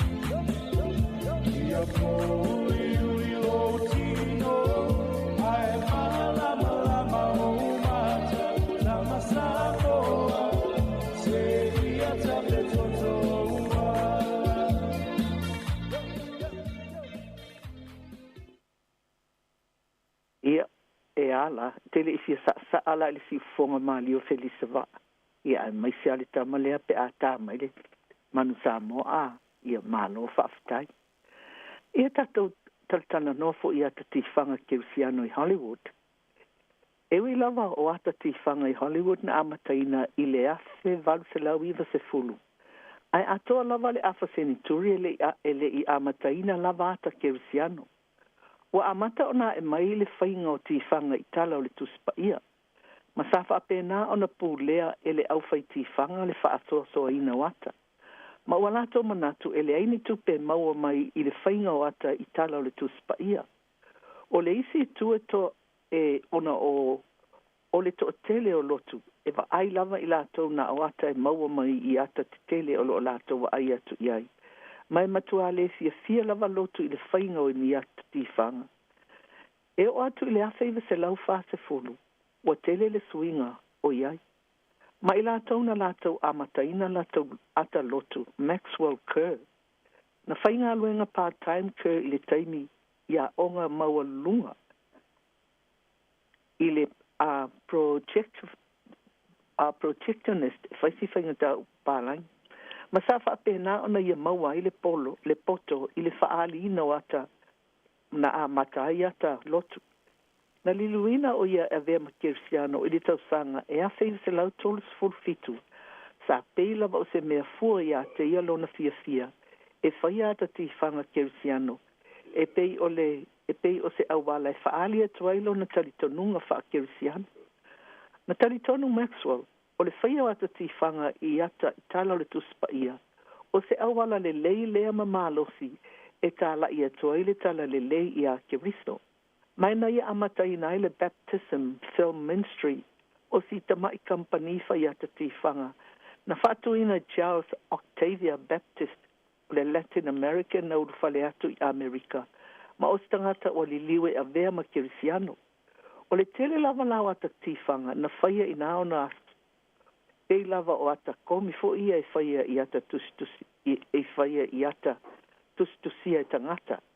Sa whapena o na whaasolo atu wata i le ekalesia kirisiano. Ma sa whapea o na whaasala lau atu i ekalesia e avatu lava le projector ma le anoane o ata e lafo atu i ekalesia. O le ata lotu mo le tausanga e a feiva se lau wha se fulu. O le tala i le peniutu, The Story of the Fountain Pen.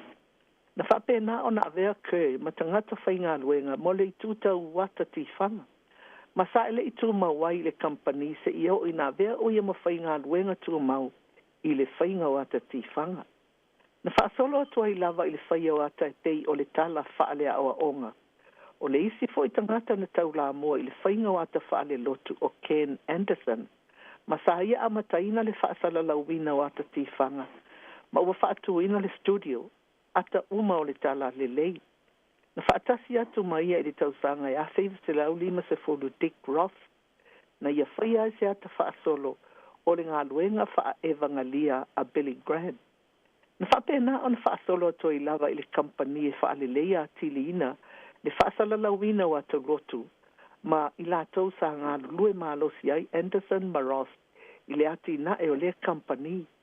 I le awhaiva se lau on se fulu na tuua e Anderson le Worldwide Pictures ma whaatuina loa lana ia lava company Anderson Films. O lana hata kirisiano mua lava o se ata i sili lea o na fia i ai tangata i le tusifo i lea a John Bunyan. Le tusi lea na tusi e le li o Paniani i lea sa whaata mofoi. Pilgrim's Progress. Po o le malanga le mau solo. I le tausanga lea e awhaiva se lau fituiva. Ma o le ata lea sa whaatino ai lea li o Liam Neeson. O le tele lava o ata lotu e pei sa ngata lava i au lotu. O ata lava o Graham Worldwide Pictures na tatalaina i le ala ma sa whaapea na ngā lulue whaatasi ma e ka lia sia te tele i Amerika.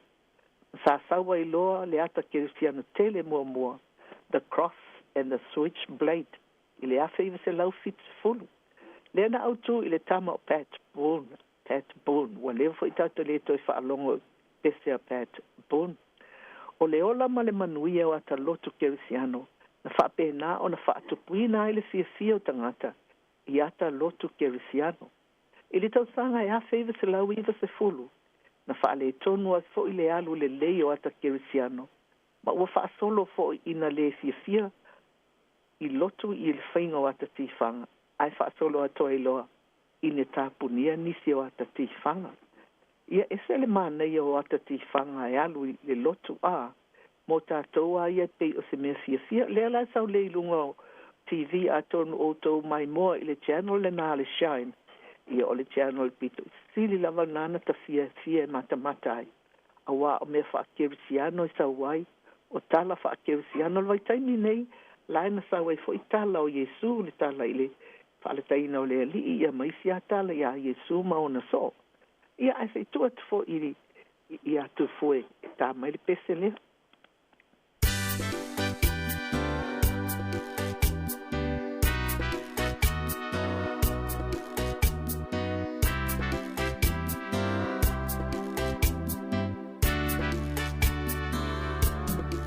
Fai mai so fai ngalu, no alu lea i le tifanga.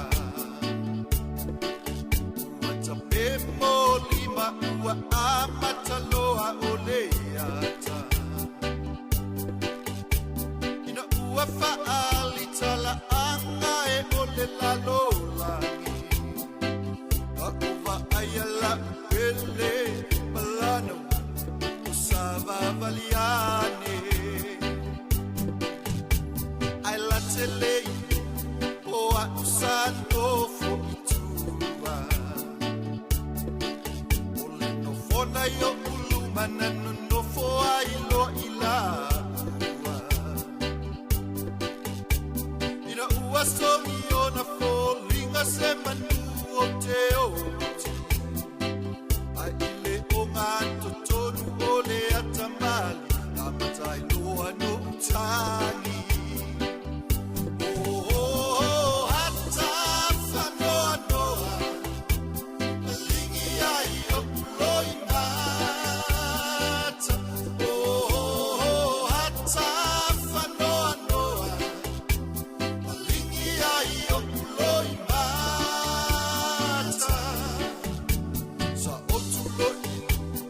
Valia ka ile fale ina uva aya ele tina o uloi mata mafesili loa ai ina o usune yo tau ia o karmana i o le pese nana o fa Samoa a le pese fa pala in sad movies. He said he had to work, so I went to the show alone.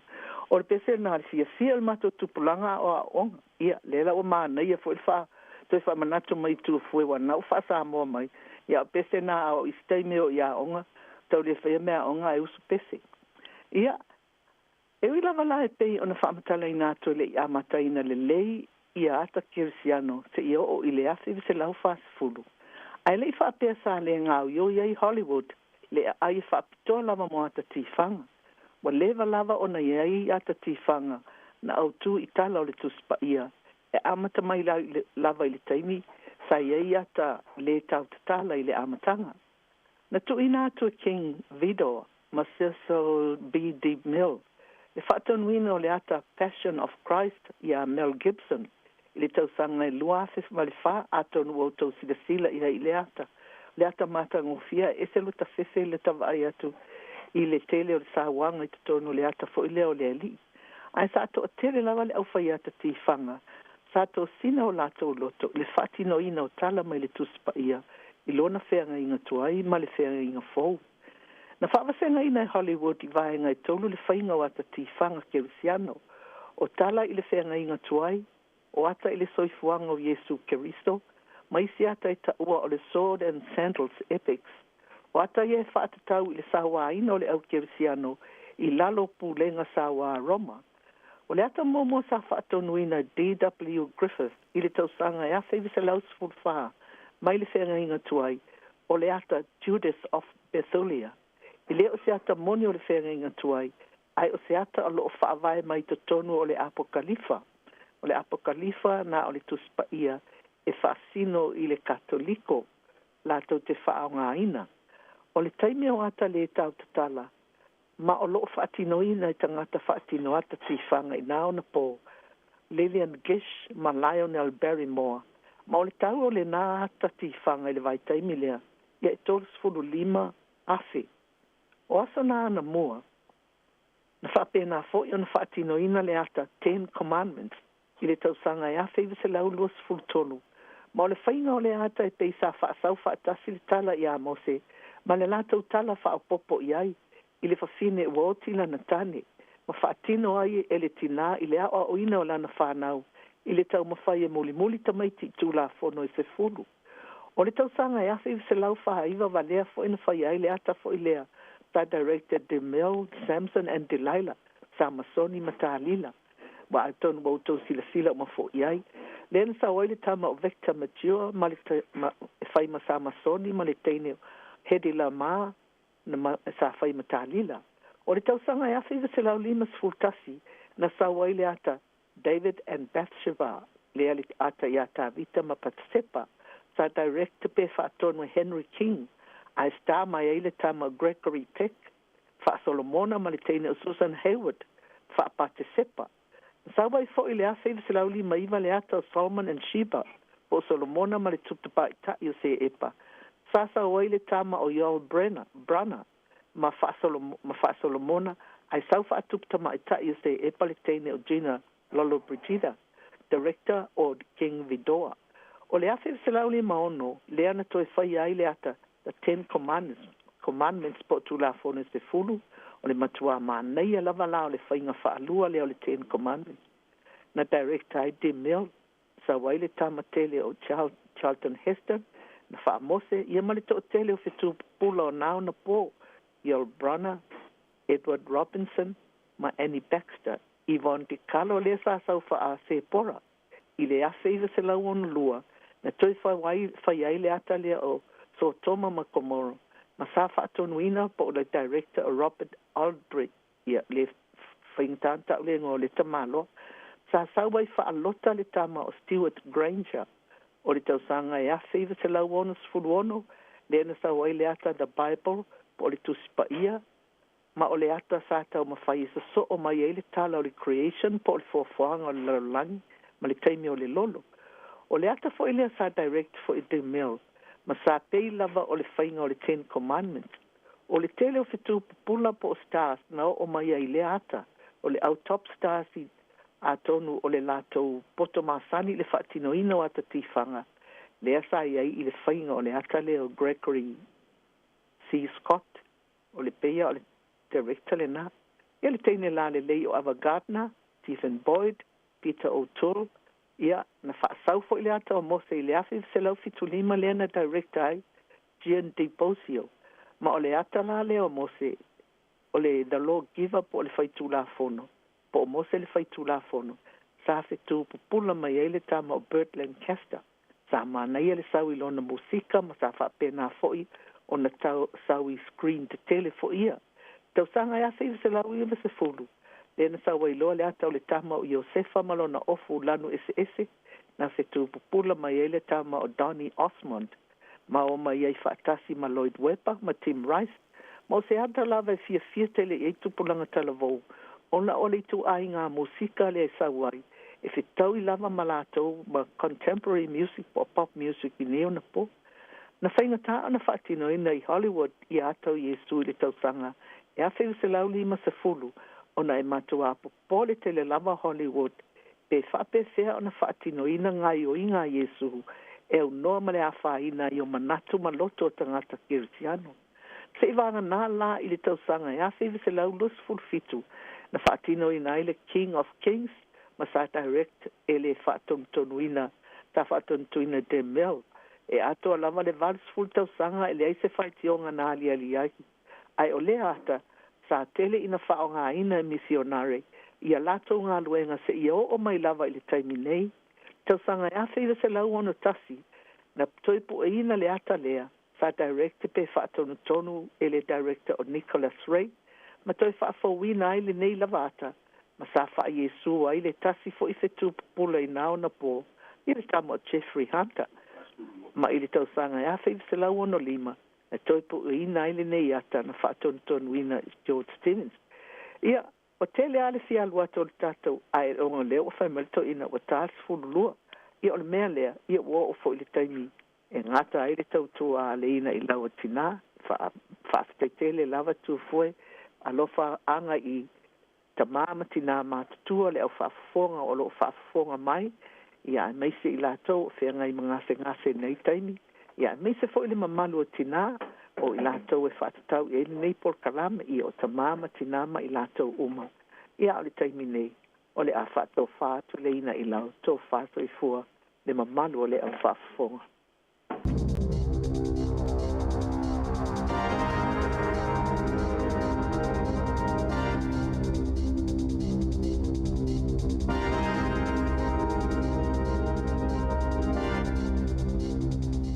Toi whatalo whātua le whapoponga o talafomo le nei awa uli.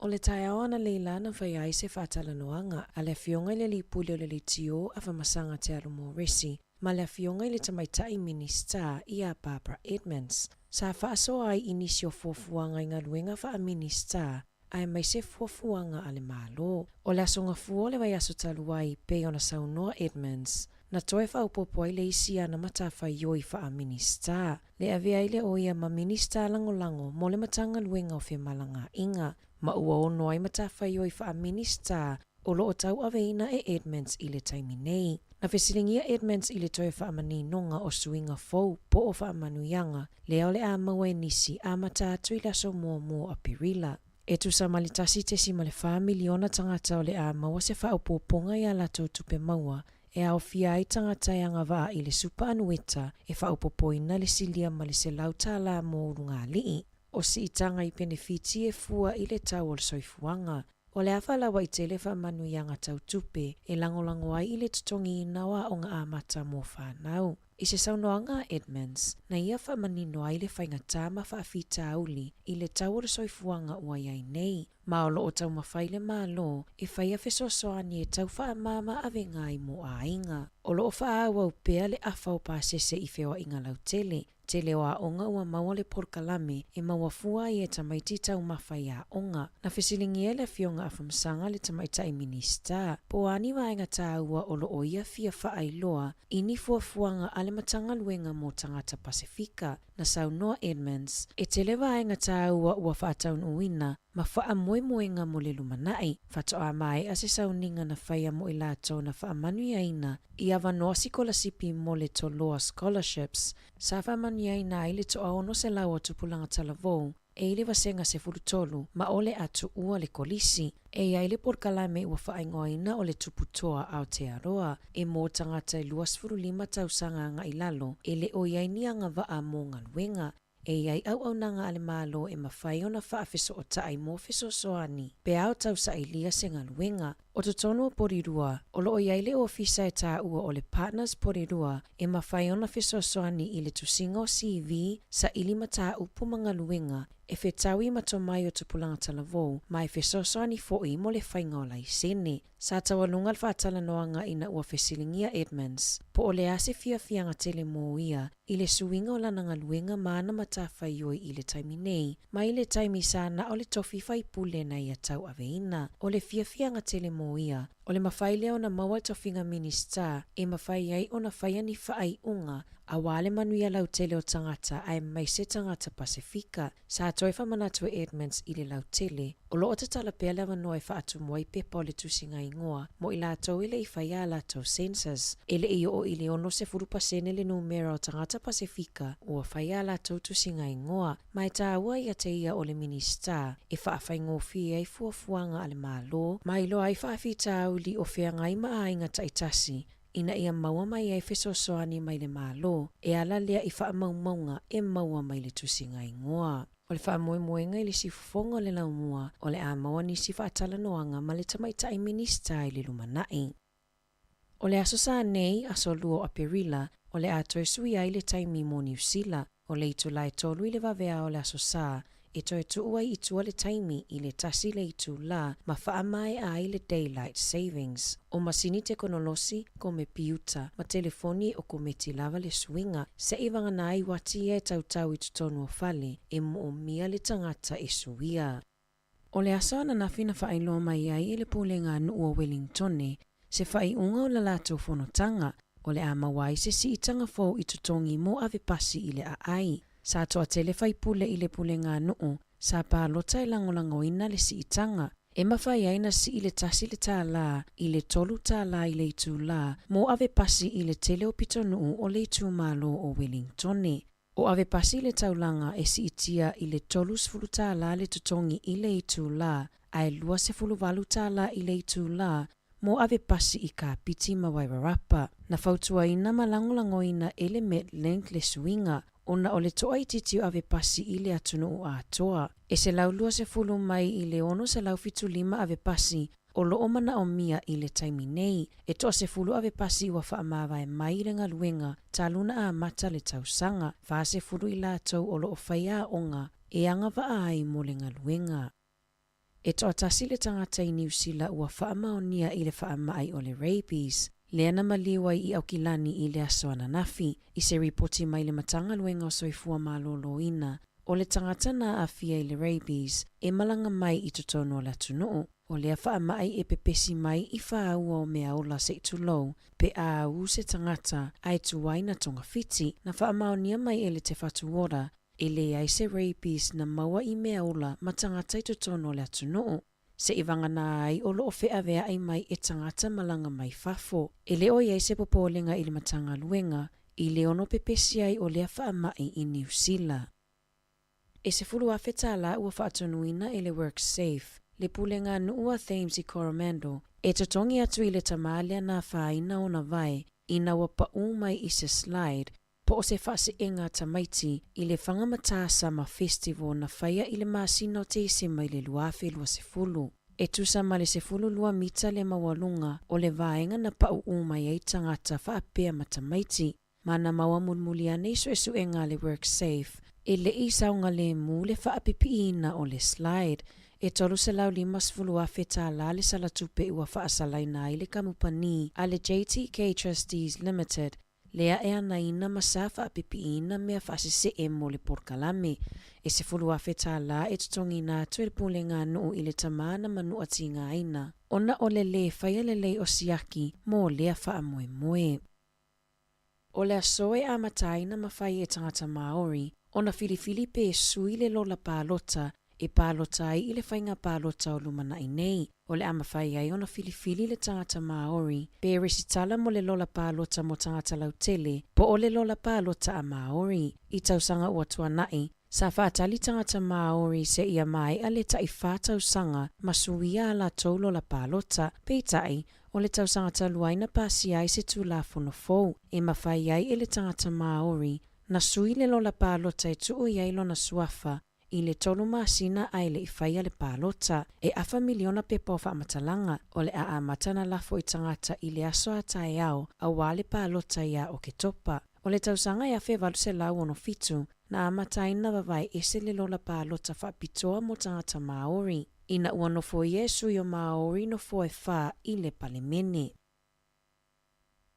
I le atoa ai o le sefulu lua masina talo na tatala le awala fou o le transmission gali, ua mawai I whaamaumaunga, le tele o le suinga I le whea ingo ta avale, mai le tui mātu e anga I atu I Wellingtone, I se reporti mai le waka kotahi, na whaailo ai, e tusa ma le lua sefulu lima afe ta avale e uia le transmission gali I le aso e tasi talo na tatala, masasi I tia le anu mera I le masino Januari I le tausanga nei. E silia mal se fuluiva afeta avale sa masani o no uia le State Highway 5 I le vao pa watanui ma paramata I le aso e tasi, pe tai wa pa ule fuainu mera I le na o le ono afe 5 se lau I le aso. O le State Highway tasi I le vao mana maman given, ua whaititia fo I le numera o ta avale e uia ta luona tatala le transmission gali. I se suesuenga fo ale Kantar, o le sailinga leo manatu mafinangalo tangata, po o le ale popolenga o lo ofeanga I matangata, I le olanga waso umai le taimi nei, na whailo mai I le ripoti, o le fitu se furulua pasene o tangata na whaia I le suesuenga, o lo wha mua le taungata o le tawara soifuanga, I whaafita uli o le olanga waso uma. Lona lua le puipuinga o whanau ma le whai o solinga tu la fono, na lisi e tangata I vaenga o lo o whaapopole ina ai. O mata uputau I whale, soifua malolo ina, masauanga, sa mawalunga foi I le tani mai a tangata, e toa awhe tangata I New Zealand, na whai ai lea suesuenga. I taalonga, o le vai aso nei a matalia I le fitu I Hong Kong. O le afiafia na nei I le 28 minute te ai le valu le taimi Samoa ma le taimi New Zealand. E ta alo ai le au taitoa fitua Samoa ma fiti o le aso momo a perila le aso atai au. E fai ai le ta alonga a Samoa ma Argentina I le 10 minute te ai le 5 I le afiafi. Whaapea le ta alonga I le vau kanata ma Samoa I le 10 minute te ai le iwa I le po atai au. O le vai asolo na ono nei o whaanga solo le supalakapi Pasifika, ma o le afiafia na nei I le 5 minute te ai le fitu, e ta alo ai le moana Pasifika ma le Highlanders I Aukilani, ai o le Reds ma le Crusaders I le lata alonga I Brisbane. O le afiafia tae au e ta alo ai le Chiefs ma le Blues I le malaita alo I Hamiltone. O le Hurricanes e ta alo ma le awa le Force I le toe 25 minute I le itula e wha I le afiafi o le aso saa. Talafowia mai le siufofonga o le laumua mo le nei vaenga o le aso.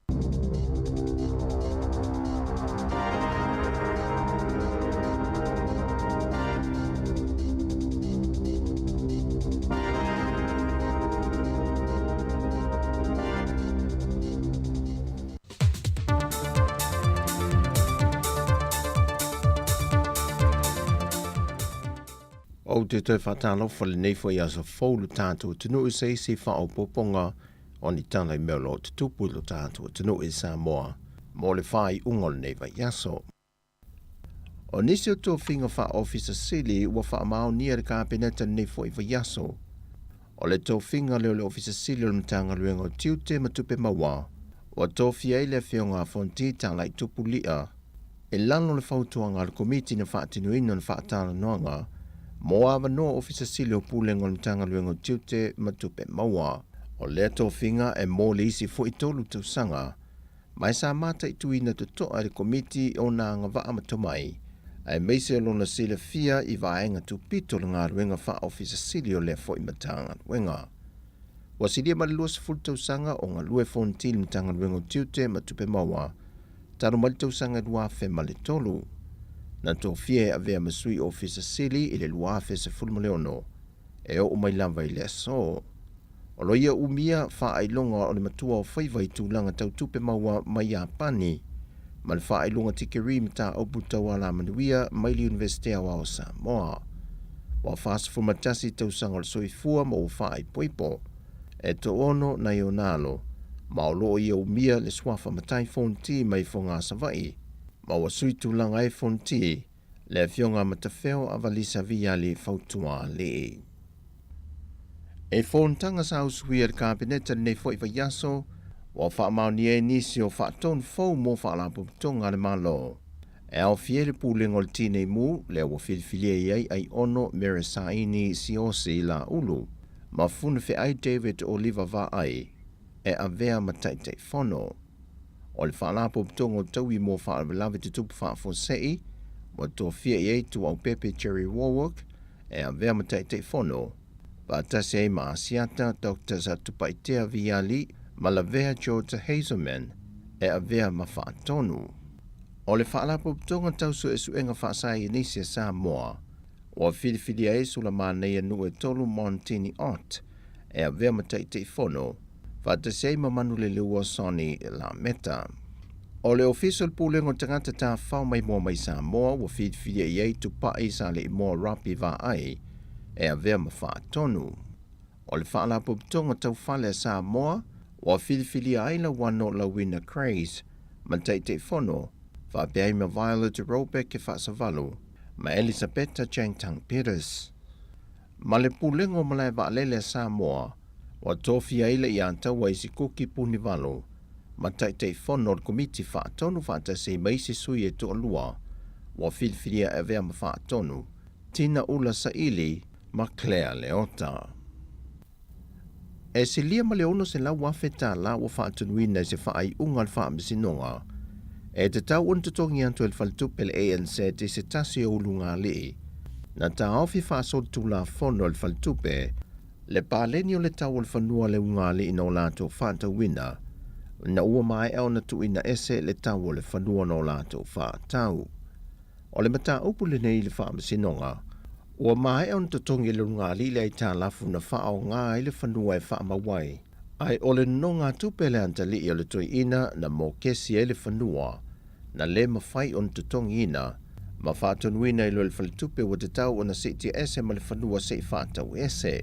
Na whātau ese le whalitupe le whanua i le tau ese lau tōls furuafe tā la, e whato a la tō wha ai lo muli le ainga, o lo te toi le fitus ful tolu a fe varsela wonus ful lua tā la fitus ful fa sene.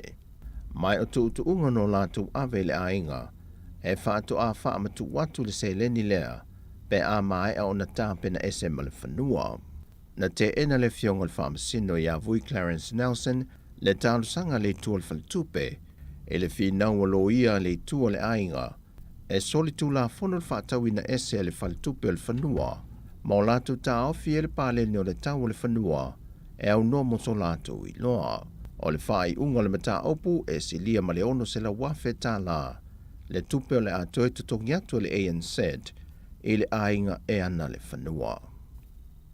E silia ma le lua se la wafe tā la se tupe o lo tangi esi ali whai pisi nisi pālangi ia Alan Poucher le whaamasinonga. E te tau on tutongi atu e le sui pālemia le awhionga tuala Josefo Bonifacio. E ala ila na masini ua pato sa whaau ngā e le awhionga le sui pālemia. Ai ua ia whaatau ina ese isi foi whai pisi nisi e au noa masana whaatananga. Na whaailoa leo lo tangi, na iaisa la malienga tu ngutu sa whaia mal whaipule, e whaatau e le fionga le whaipule le na masini le se lau tōs furuafe, e le tausanga e luafe se fulmale whaa. Ai i le tausanga e luafe se fulmale lima o le tupe mulimuli le ntutongi atu e le fionga le whaipule i a teia, e na o le lua se lau tōs furuafe. Ai le tausanga e luafe se fulmale valu whaato a ia i loa i nai, wa whaatau ese le fionga le whaipule i se isi whaipisi nisi lana masini, i le na o le whaasfurua whetā la, ai le iai se le ni nau o atu ia te ia. Ai le fi nau le lo iolo tu lai mo le fionga le sui pālemia, e le iai se malienga na whai le vao lea li pālangi ma le fionga le whaipule, e whaatau e le whaipule le masini, paule tūlanga na whaao ngā i le masini, e whaatino ai se ngā luenga le whanua o tuala. Mai i le lua fese fulma le lima i le lua fese fulma le valu na whaatau ese le fionga tuala le masini. Sa le iai se whaanau nau ta inga i le whaipisi ni se tuli loa tuala i lana masini. E whaato ato e vala au iai le lua fese fulma le valu. E na ua whaato a iai loa ua whaatau ese le fionga le whaipule le masini. Ai i le tu a le o lo tangi. O lo fina wina i le whaasoli tu la fono. O le whaatau ina ese o le masini le whaipisi nisi. E au noa masana whaanta nganga. O tala fo wia mai Samoa manuia le ni aso, whaasoi fo ia.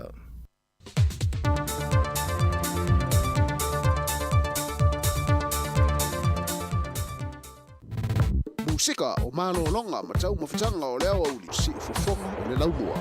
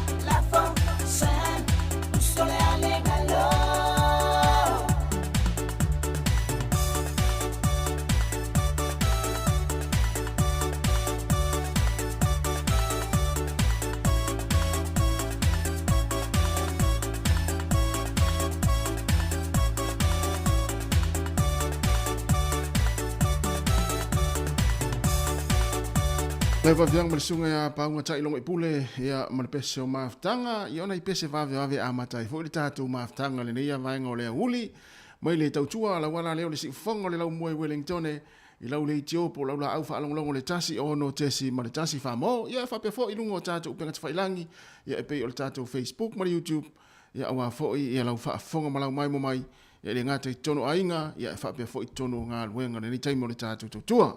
Toi fa malo atu le ua sa vale melta tu temi luas fu fa minuto te enele tu la fu malua na fa umai atu ai mal fa ponga muli tatu telefo o le yaso pe on tapelina le tamaita ia ana fa solo ia matatu tala mai Samoa ia ili tautua le sunga ia ta se salam sam o melo tupu tatu tunu ia wala foi ia le no fosila fia ia ele pa ia mal manu tatu tunu ia o mau ia tunu fafo. Ia toi fa malo ma toi fa talo fa tu le taimi malo le soi fu manuia malo fo le langi e mama ia ile pa ia mo le malo tatu atino ia isunga i fa fengainga ia o auna le tua o fa le tua ma pa io e kale CSS umala foi ia o ma fai ona ma futa mai le taimi o le lo le tatu atino tu ama tu asina ia o tupu matamali o fai launga ia e mesi foi ia o tausi ia o ale malosi le tātou tunu ia ai whape foi ia ole au ngā lua le taimi ia lea o mafuta mai tono whale whai ngā luenga le totele ia ma whaafonga mai mua mai ai ia a o i tātou iai le nei foi taimi ia o tau mafutanga ma malo longa o le nei taimi o lea uli malo le tau ata i fi au ngā luenga wha malo foi le tāpuai wha malo foi le talo i nei o mātua ia o lo o tāpua ia pea ia langa ia tua inga ma whanau ngā luenga ma onga o le nei aso. Ya ole fa ua sui mai le fo ua fo ile fa win o tatu tautua o le nei aso le aso fa raile tolu se furma le tasi le masina o mati o le aso muli fo le nei masina lo na winga tatu fa to fa ile aso le nei ia tatu fa felo iatu ia ile aso mo aprila ile aso ata yao ya ai ma lo lava le fa fonga mai ma le mafuta mai ia tatu fa fianga o le nei fo ya oli ia fa talo fatu ma lor se fo manuia ia le tau maftanga fo malusia atu fo fiso mo le tau na leila se ia pa ia mele taimi ia le o se atu ia ilona no fo vai lo e lisi pito le tatu ofisa ia fai fo sina fa lor ne ia ia a ole fo ila se mai ia e fa wina le tatu tu mo le tatu maftanga ma fana mo le tatu maftanga o le fia ia mo le tatu maftanga ma o tou o pa anga si fonga lo mo e se tou au le leile ne taimi o le uli ia pe ia il faltua ia Lisa Allen Walker tasi le faltua ese le au le nei por malo lava le tau ata i fe au ngā luenga malo le tapuai ia malo fo le fai fatau pisi fo ia tau langa fatau le nei taimi ia wa fai ngā fatau ma tongi ngā pili ia e meise lava ia e pe o tinale tele nao e fo le e te tongi pili nei taimi o le auli ia lai o tamai fai ngā luenga ia fai nisi tama lai no le fale fatali le taimi e manava mai eil tina le nei auli ia o nao fo le ole vaenga pito sili nan tau o le o uma o lue fai fatau mo uma o lue tongi pili le aso nei yo wala to tasi wai a alu to tasi ia vaenga fo e to sina ile loto a pe o tina ia lai vai atu fo le ina i vali fo ia mana ia fe tau le mo ana te unga le sa ia na fe fo ile ina na fale vali ia fa tau wai ele tongi pili fa tu fo le si fonga la mo veng tonga tasi o le tatou porklame o le lalolangi o aso nei le fionga la wano ati lao is time foi fa tasi mai le si a Jerry tapu mana ia ua foi tatou fa fianga fa moi loto ia istemi o le auli ana nei ia le la tatu mafuta tu le taimi e se le tu auli le matango fie o pe al tu auli le ia o le auli le fo o le nei aso le ma nei o sulu matango fie le la i porirua nei ia mai se Wellington ia fa pe fo o na sa ni malanga manu ia fa inga malanga o le afenga i mo tu fela fo i se vai ngol malanga ia le nei aso ia fa le muma fa tau sia pe le sa ngale mu to foi la malanga i lungo valele ya to tai le tua i lungo le ia ia awa foi langa ia to ia fa lave fa ainga i au kilani to se vai nga willing o New Zealand nei ia pona foi te malanga i Australia pona foi la wa ya lu Samoa nei taimi manu ia la fa inga malanga ia o le afia ngai mautou. Tātou woi nei musika o le auli, ia tātou talitala noa fo i lea. Ia mahai alo le pese lea, ia na watu leo nisi o whaasilisilanga, ia wala fo i lau whaafonga malau mai mo mai, ia i le tātou tau tua le nias, le leitere ia whatua ia luaiva a foa. A tāna ia i teimi uma, a tā mea le tāi au tau ale afia fila. Matala watu fo leo se risati alisa, ma lo lava ngā lue, ia oi. Ese le tama ia e oro ia se whaleile fiu pule tau fiofi, walawa na ngā luenga ua mana wa le toru. O ia lai puno no wa tama ia, wala e loa foi. O le aso muni muri o ngā luenga. Si fai wha le ia di. A wharisfurua, le si whonga le lau mua wha fia fianga le nei taimi.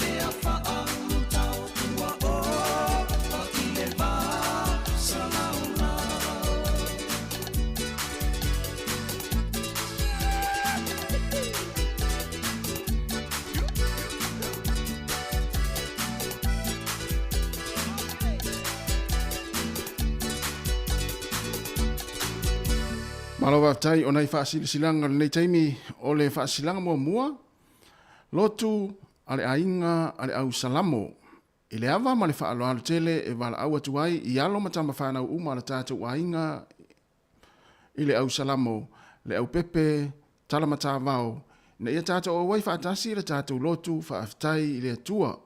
O le a whaapea o na whaia i le malu le Kalesia PIPC Newtown, numero 505 Daniel Street i Newtown i le astona i nei. Le ai te whasawatu le astona nai, le aso valu o apelila i le itu la se fulma le tasi i le tae au.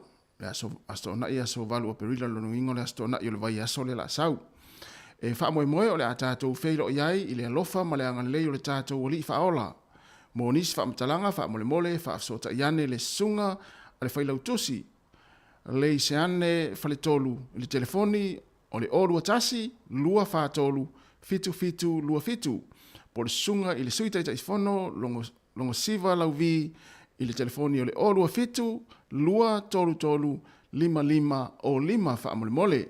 So i fuama i manuia, whaatai, ia mo le whaamnatuina, manuia tele, ia le whaamnatuina o le seta, sainia e le laulau afono, a inga o le au salamo. O le isi whaasisilanga nei mai le unanga a le waka tautua, e whaasilasila atu, le awa tele ma le whaaloalo, mo le silafia whaamole, ua suia nei le tuatusi, po le nofanga o le nei a unanga, i le numeraiva Lini Place, i le center i Porirua, ia i le lo i Porirua, mo nisi whaamatalanga pe fia iloa le vaenga tonu i eile ofisa le nei, ia manisi whaamatalanga ona e wala aule le numera o le o valu se lau, valu lua 5, lua valu lua. To e whaafonga o valu se lau, valu lua 5, lua valu lua. Pe amana o mia se fisoani whaamole mole, e whailoane, ia e suengo fia ia le aluane i le kāpaka fo i le New World.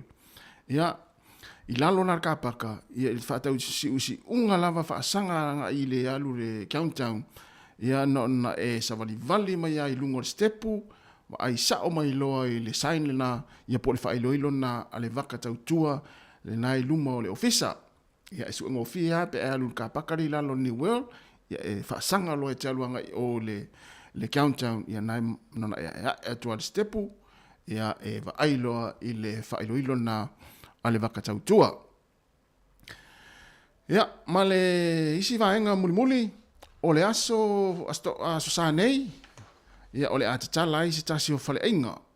Ia le aso sa nei, o le atatala isi tasi o fale einga, ia i le pitonu o Porirua, i Keno Creek i Porirua, ia mo tau maftanga, ia pe amai ato nai, ia matala, e tatala lo ia la, i le aso sa fale einga lea, ia e whetau i le fo i mo mātou e to anga le lotu. Na uma o le la vā, to e whalito nai, i awhe lo i whale enga leo le atatalaina i Cannon Creek i Porirua, i le asa nei. Ia whaatau le tau maftanga, ia o na o fia lo la ia malitina ma le whanau i le whale, whai le tau maftanga. Asa nei la, i nei minute, ia o na i whaafonga lea, ia i le whaasisilanga o le whale enga na o le atatalaina i Cannon Creek i Porirua i le asa nei. Ano ingo tala tae au, ia o whtau i lei, ia nona uma, ia whaatau tu ua lotu, awhi ina le whale inga fau nao le atatala, whaatau lau ainga, ia porto nai, ia no loa lea e fwelele whaatalitali teimi o tātou ta alonga, ia mo le teito fitu, wai lua tātou ta alonga, i lea sa, ia, whaatalitali na ia mawhailita mawhtanga ma le ainga, istaimi la e lo toi mau, nei minute, ni o whaafonga le whaasisilanga le na. Ua toi lua se fulu 2 minute ia ona talo leo le tula tasi. Ia toi fa talo vatu se Aleni, malo Ellen. Sorry, o le te vai atu o le falitu o Ellen le ia mele le imo meo ngari SFL fani tasi al Facebook. Sau ato ia le ingol tina mal tama le. Ia. Mele le imo o ngari foi le fani tasi al Facebook. Ia ai malo le mafuta mai pe foi net fai ngaluenga. Ia manuia ngā ruenga lo whengai mautou. Ia e mo ila tau o whaitari ngā sua le nei taimi.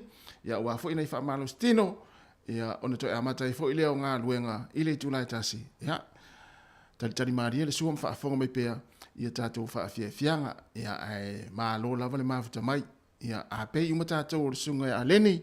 Tasi la Facebook mo le whalitua. Ia o se lalo langi file mu.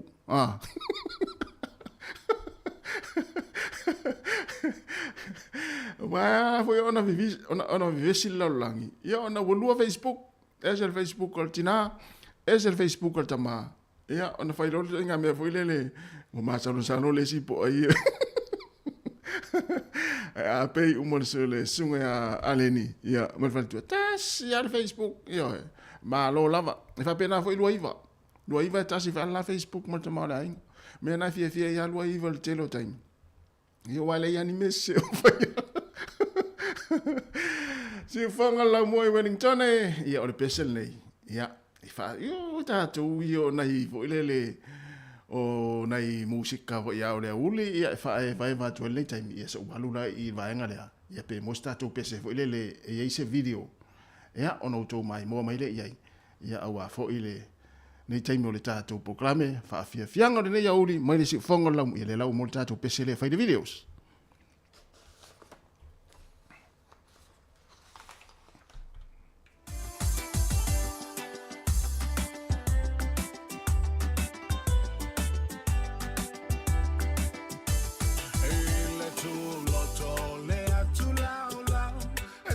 Sio miao e afeai ole paradiso o Samoa te mita ai ole nu to ai te taule lo o te ufatu pe o lo ingoa le tanga dai o maui lo limane te iwalelea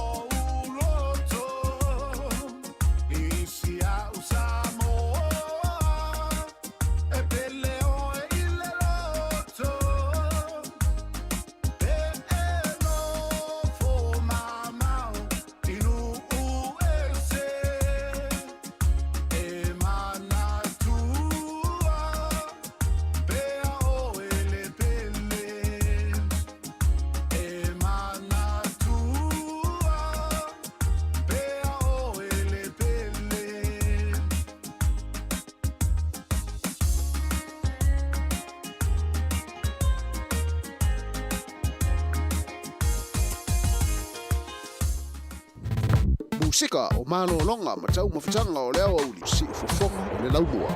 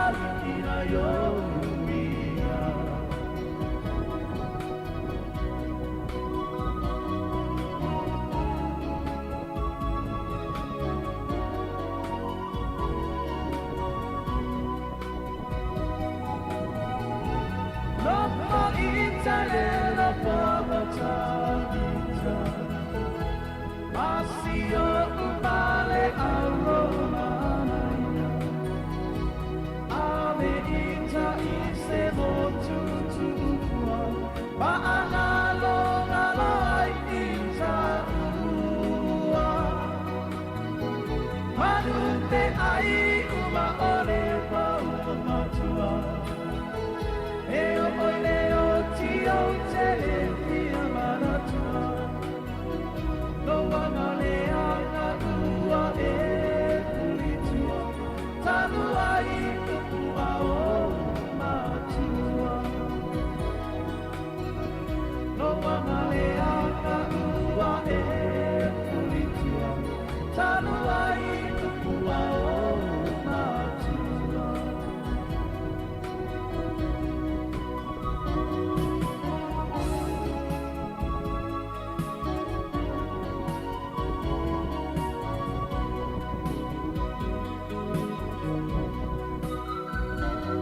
Siu whong maria lau pese le vaeva tulou na ia lau a fionga pele ia ese ilangi atu lau pese ia te oile pele na te whaalongolongo mai whale whainga luenga ia o lea fo i whai lau Facebook le whale ia ki anela ia o le tātou pese na mai siu whonga lau mua ia e mole to ero whaanga ia te oile lau pele ia marei fo na a tātou pese fo i e te iloa ia o ngā fo i le siu inga lai or fa inga luenga vidi ai vai ki ane lau Facebook mo le YouTube le pese na le rofi le masani tape pese pe mana va mai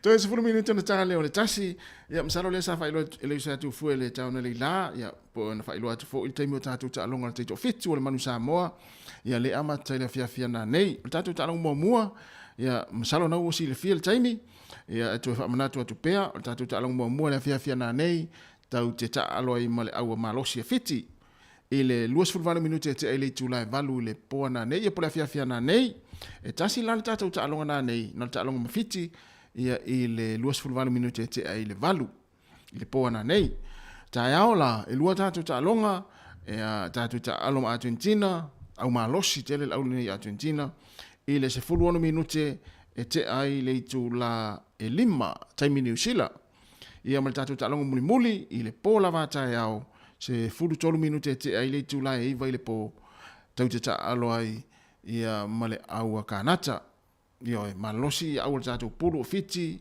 o Argentina makanata tasi tatu talonga na nei ia olono winga wale ilo la tatu po la talonga la mata i tatu ia pula o vai te ilo ai o ia au te ilo to te le tatu le la tapo ia tatu au le te to fitu na nei matai au ia fatasi fo imata longa tatu au le Hurricanes le la talo mal au le Force ia te loa ia oe ia la hangi fo ila le matangi fo le fo me fo nana to si le mai Australia ia ofu mai se utulo of ia ile lanu tatu Hurricanes ona te lango ma si te le tatu o si o li au tamai fa so e mai ma toninga Blues ma le Crusaders ma le o fa tu sile pa tu o tu tino no fo o kilani ma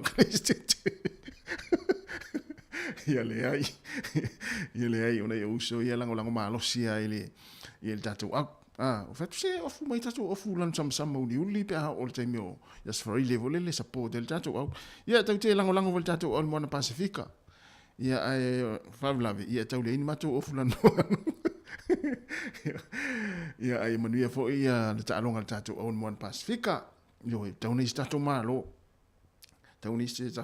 tatu ia e paua atonu o tu le tau sanga o mana ia tatu au le o to fitu minuti ona tale o le tu la e fia e tasi si fonga la mo Wellington ia na fa fia nei ia ta pena fo ila ia la tau ia le sauni to amata le tu la tasi ia inga luenga o le nei fo ia huli nai matua foi mai la tau lo fa longo mai mai mo mai tonu ainga ia lo fa tele atu tatu proclame ma le tau tua si fonga la mo ia tau la uo ia oi la uo ia te siria oi po ina uo le lei e le o mai au mea nga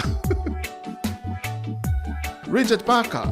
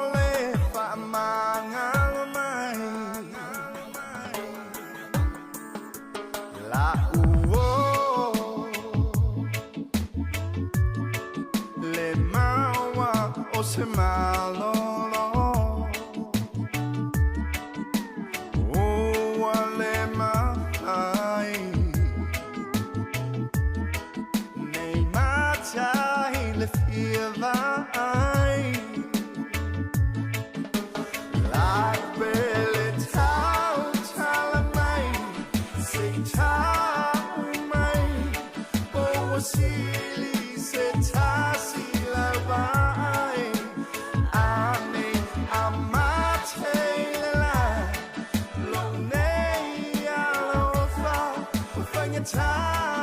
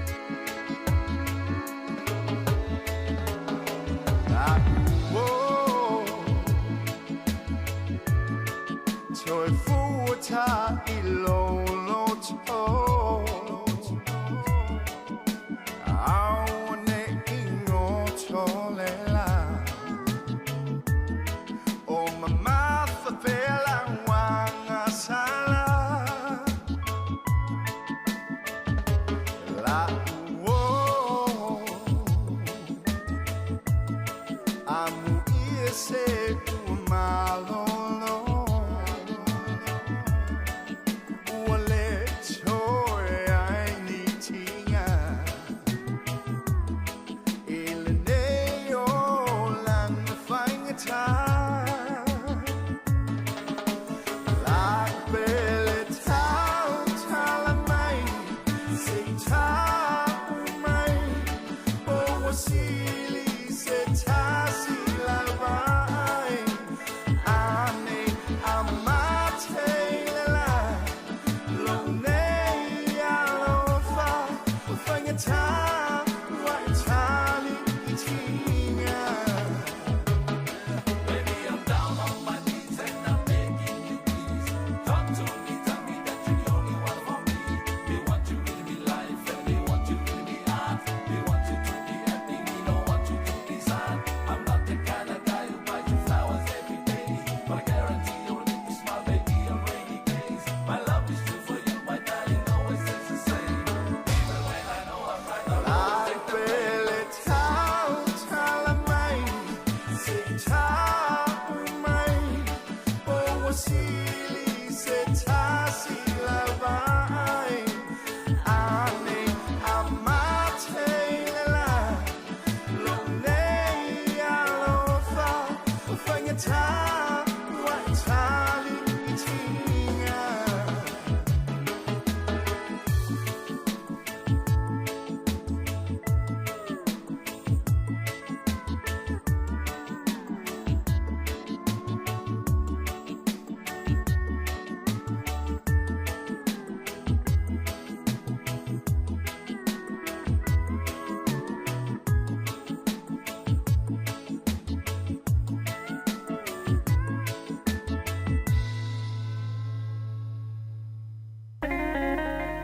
Ta lo fanava e fia fa no atu le mamano le tatu tunu o le ata tala ile nei le fale inga fou 685 Soul Foods. Ono Valulima Soul Foods. ile aso sa nei le aso lua a perila lua fe lua tolu mau ai le tele o tau mafa sa moa ma tau mafa fa pasifika ta tala ile valu le tai au atu le se funu le po a fe ne loe fa tau se to na ile ainga tu atu si lua se funu le lua Warspite Avenue Cannon Squeaky Polilua au ne ngalo le tatu fale ainga 685 Soul Foods. Ono Valulima Soul Foods. Tatala ile aso sa nei ile aso lua a perila valu le tai au e o atu ile se fulu ile po ai ile fisili vala wane le telefonia chess o lua lua fa ono fa o valu tolu lua le 685 Soul Foods. Ono Valulima Soul Foods.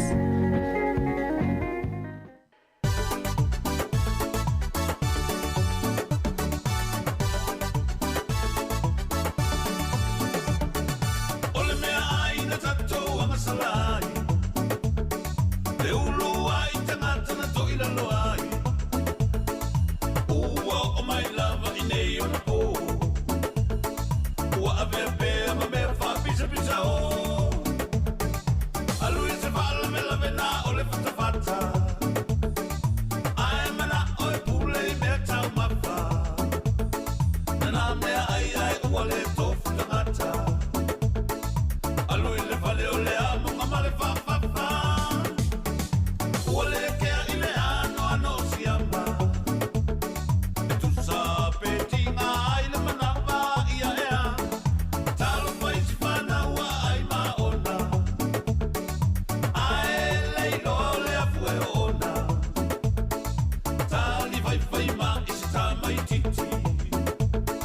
I toi mea ai nanana i le la pisi.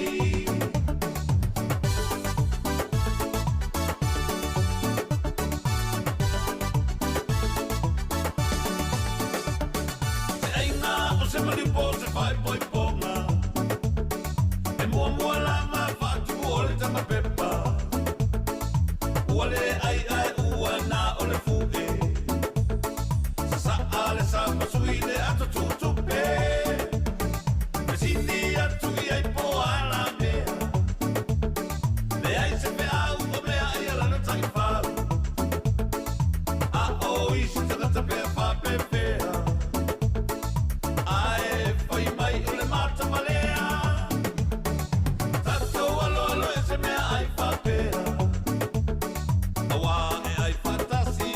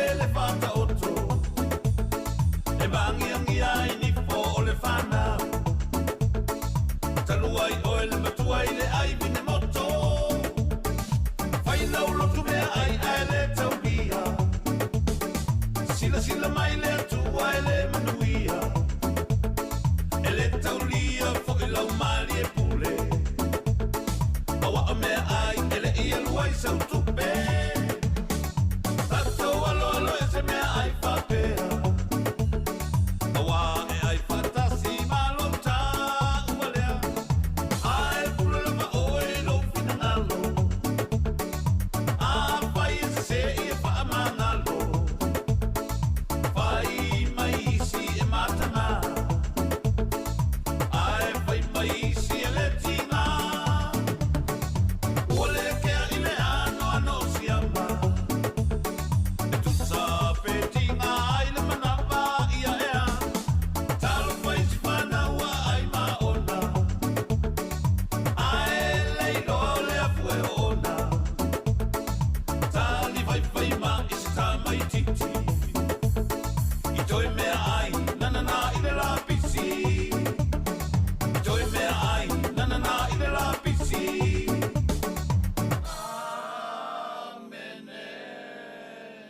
Soldi. Ia, whabakangkanga ia ma ailoa.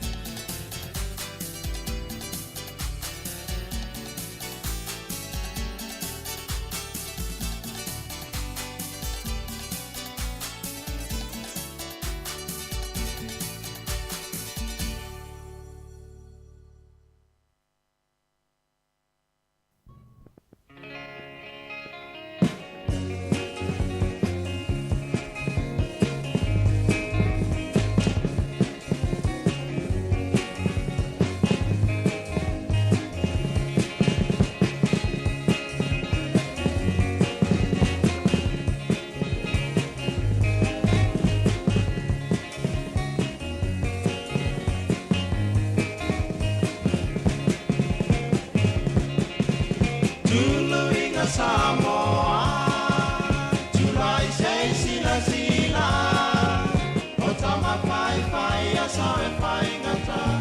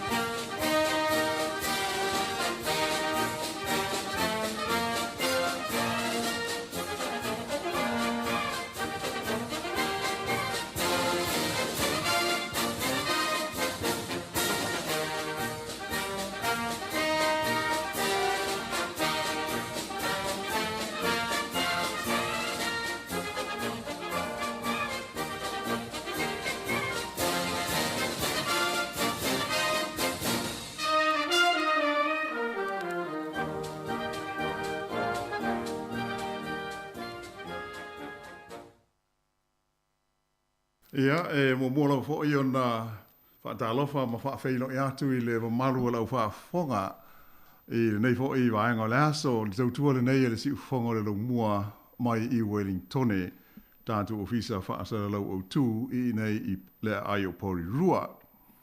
O te whiwhia lava e whaatalofa ma te whaafeilo e tuai, ia i le maru uma, o lo o maua mai le tātou whaasara launga i le ngātai New Zealand nei, ma ona ai uma, ia ai whaapena fo i isi tūlangi o le kelope o lo o sila mai mō mai ai ia le pa i o le tātou tunu.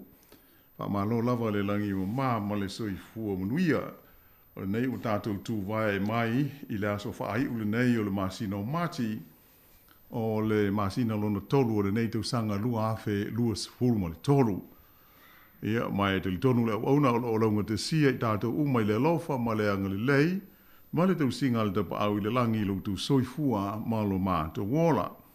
E le ngata i lau whanua o New Zealand e, ia ai whape fo i o isi vaenga umo le loro langi, ia o lo o tāpua i mai ai, tā lofa lava.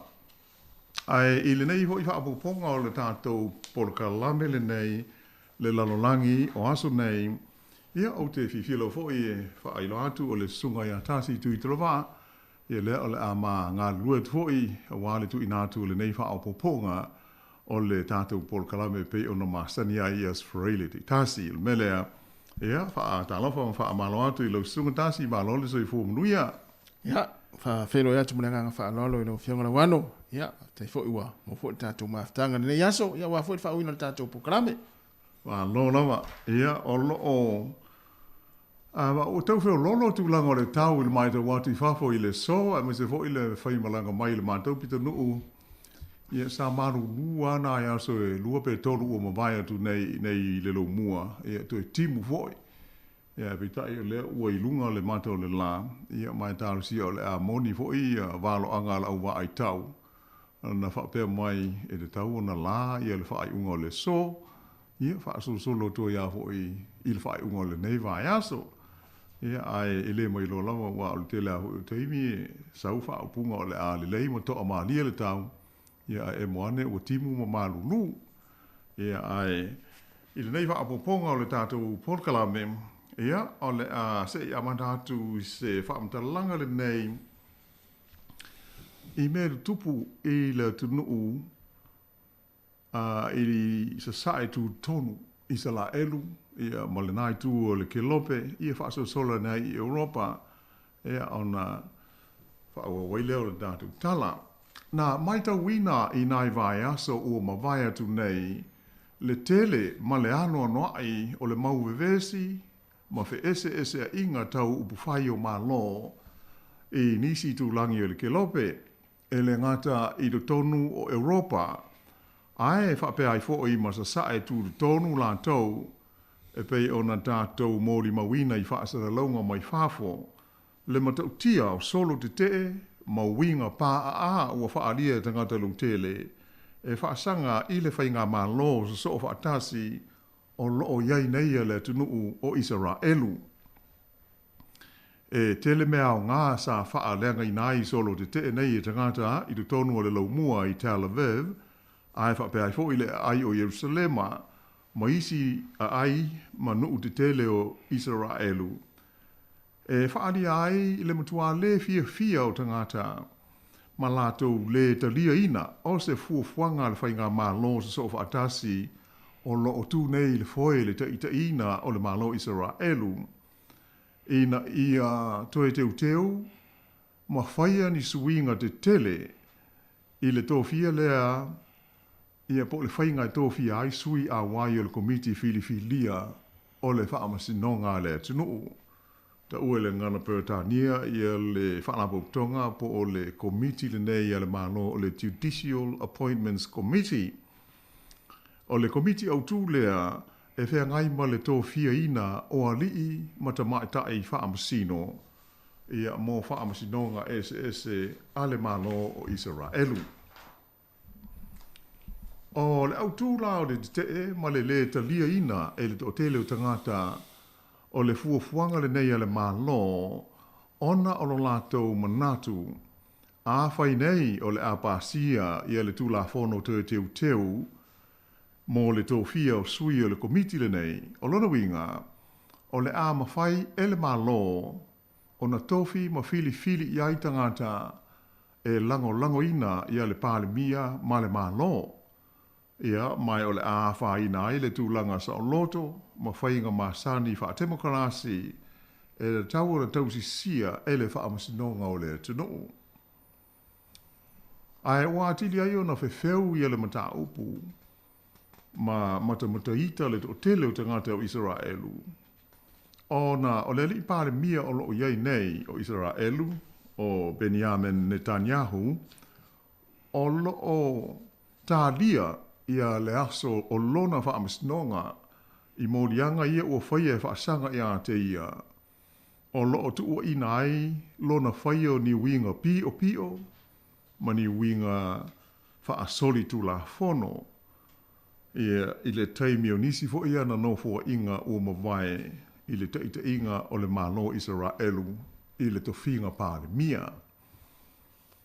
O le mata upu le nei o lo o tinga ai le totele ia mai sa tātou tau nofo ia i le tātou bolka lame o le ato whewa i ia i nei vai aso le upu peltania ho i le nei o le corruption.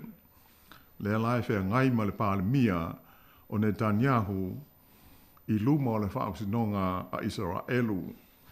A lea ua whaia ia se swinga o le tula fono i le tofia la lea o li i mata maa tai i whaamsino e ngā lulue ai le tonu o le komisi le nei o ngā luenga wha le whaamsinonga a Israelu.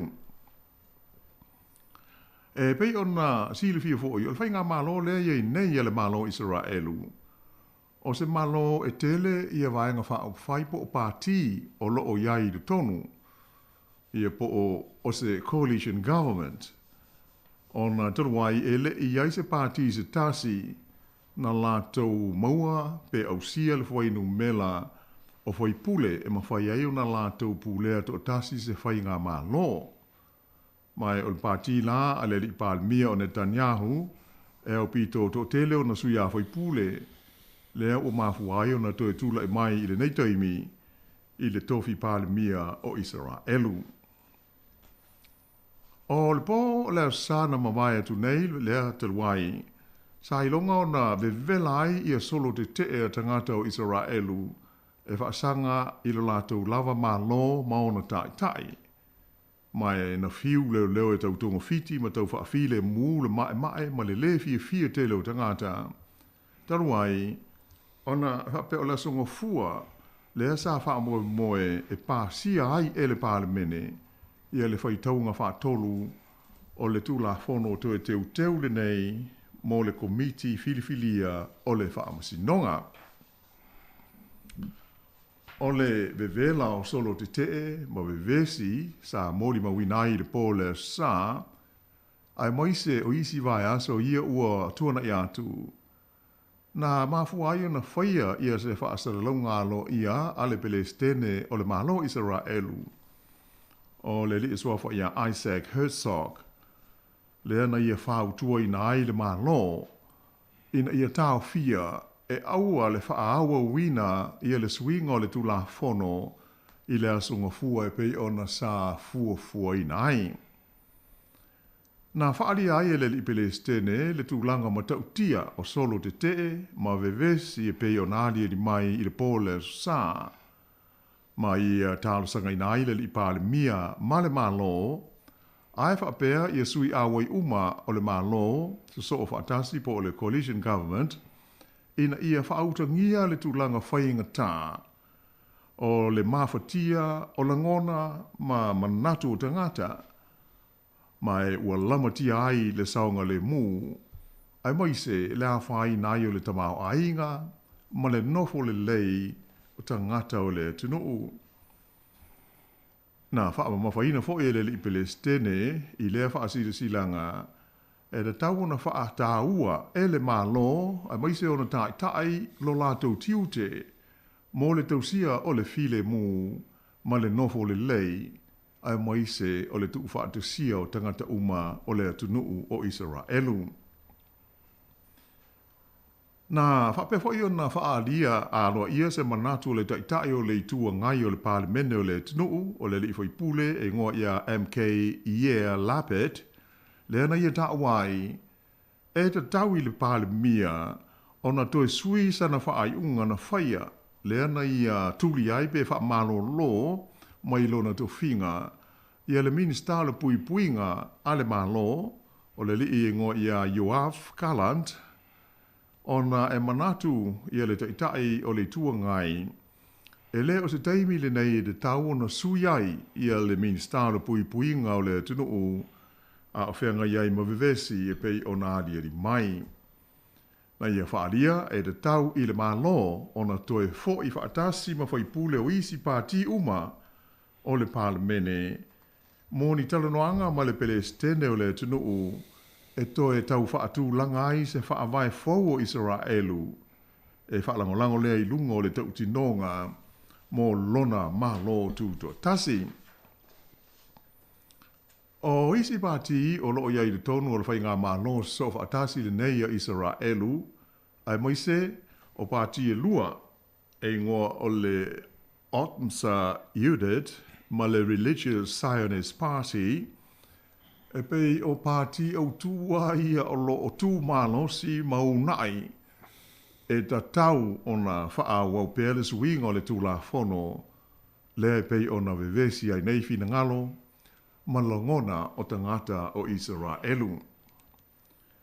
Ia peita iane o le fiafi o le asunga fua na te nei sa whailo ai e le palemia ia Benjamin Netanyahu lana whaai unga e whaapawhala ai mō se taimi le tū mau le whaataunuina lea o le teuteunga o le tū la whono to finga o le komiti filfilia o whaamasinonga sa ia ta wai o le whainga o le amawai se awanoa le lei, e toe sila to toa ai masanga whaatala noina fuafuanga le malo, i suinga o lo fia whaia i le nei tū la whono, lea ua ilonga o na matua vevesi ai fina ngalo o tangata, maali ali mai ai ni winga mani tūlanga matautia, sa le i maa sani ai i Israelu i aso ua mawai. O le nei whaaringa mai le li palemia, nā tu ina mai, ina ua uma ni talanoanga vivesi e pei o na lipotia mai, taluai le whaaringa le ministara pui puinga o Itma Ben Gavia, e whapea o le a whaamawai o ia mai lo na tofinga i le malo, pe a whai e le whaataunu uina o na pāsia ia le teu ngā le tū la whono le nei. E whaanga solo ia te lanoanga i tūsai o li pōti a le malo ia mai tū o loo whapea o na whiai ai o loo hau wau pea o na whaanga solo ia solo te tee a le fia se furuafe o tangata i whawhane o le maotau le pāle mene. Pei tai o le tau whiai mo le taimi nei o le whaamamaluina ia pe o le alo ia lea o le pāsia o le teuteunga o le tula whono o mea tau whaamsinonga Israelu. Sa whaamawhaina mai e le pāle mia ia Netanyahu o le mafuanga au tūlama ona e le manaa o ia e tupu mai se vevesi tele e toe whetau wa ia i lava tangata o Israelu la tau.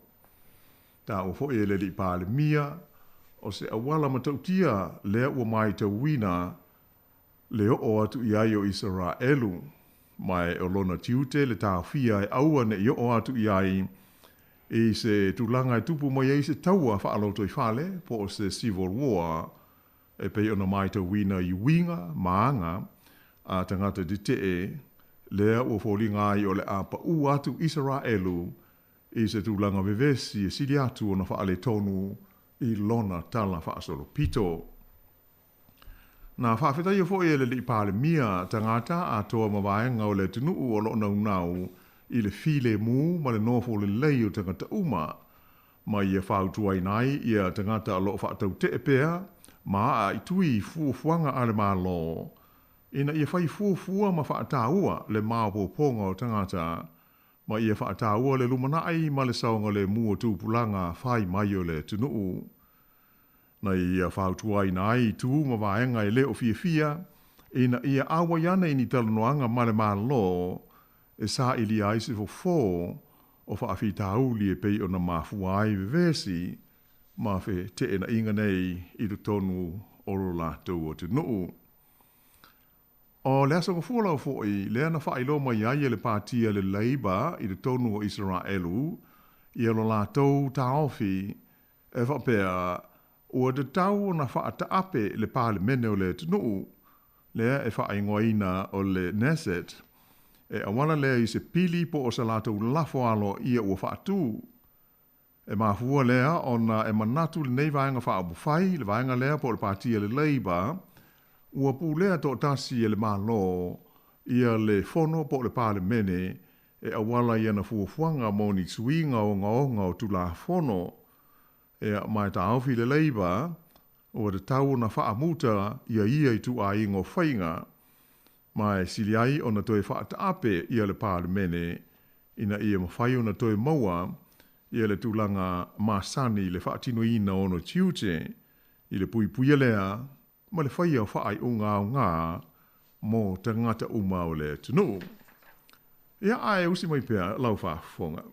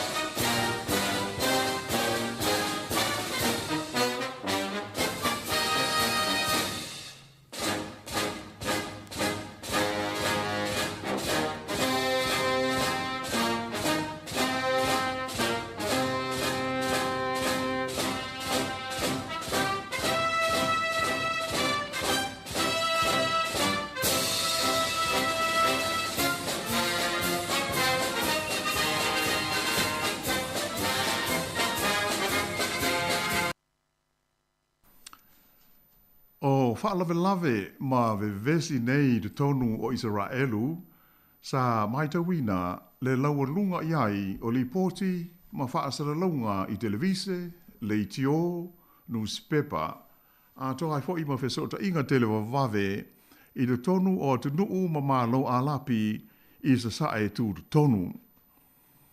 O se li poti a le vaianga whaasara lau whaale vau malo, le Reuters na la tau taua mai ai ia langona o se tasi o te ngata alapi e nofo i le tū malo Gaza, i le tū vai sifo le Yoritana, o te ngata i ngoa ia Hani Abu Darabish, e whapea, o le mea lea ua tupu nei i Israelu, o lona langona ua matua tāla whea ngai lava.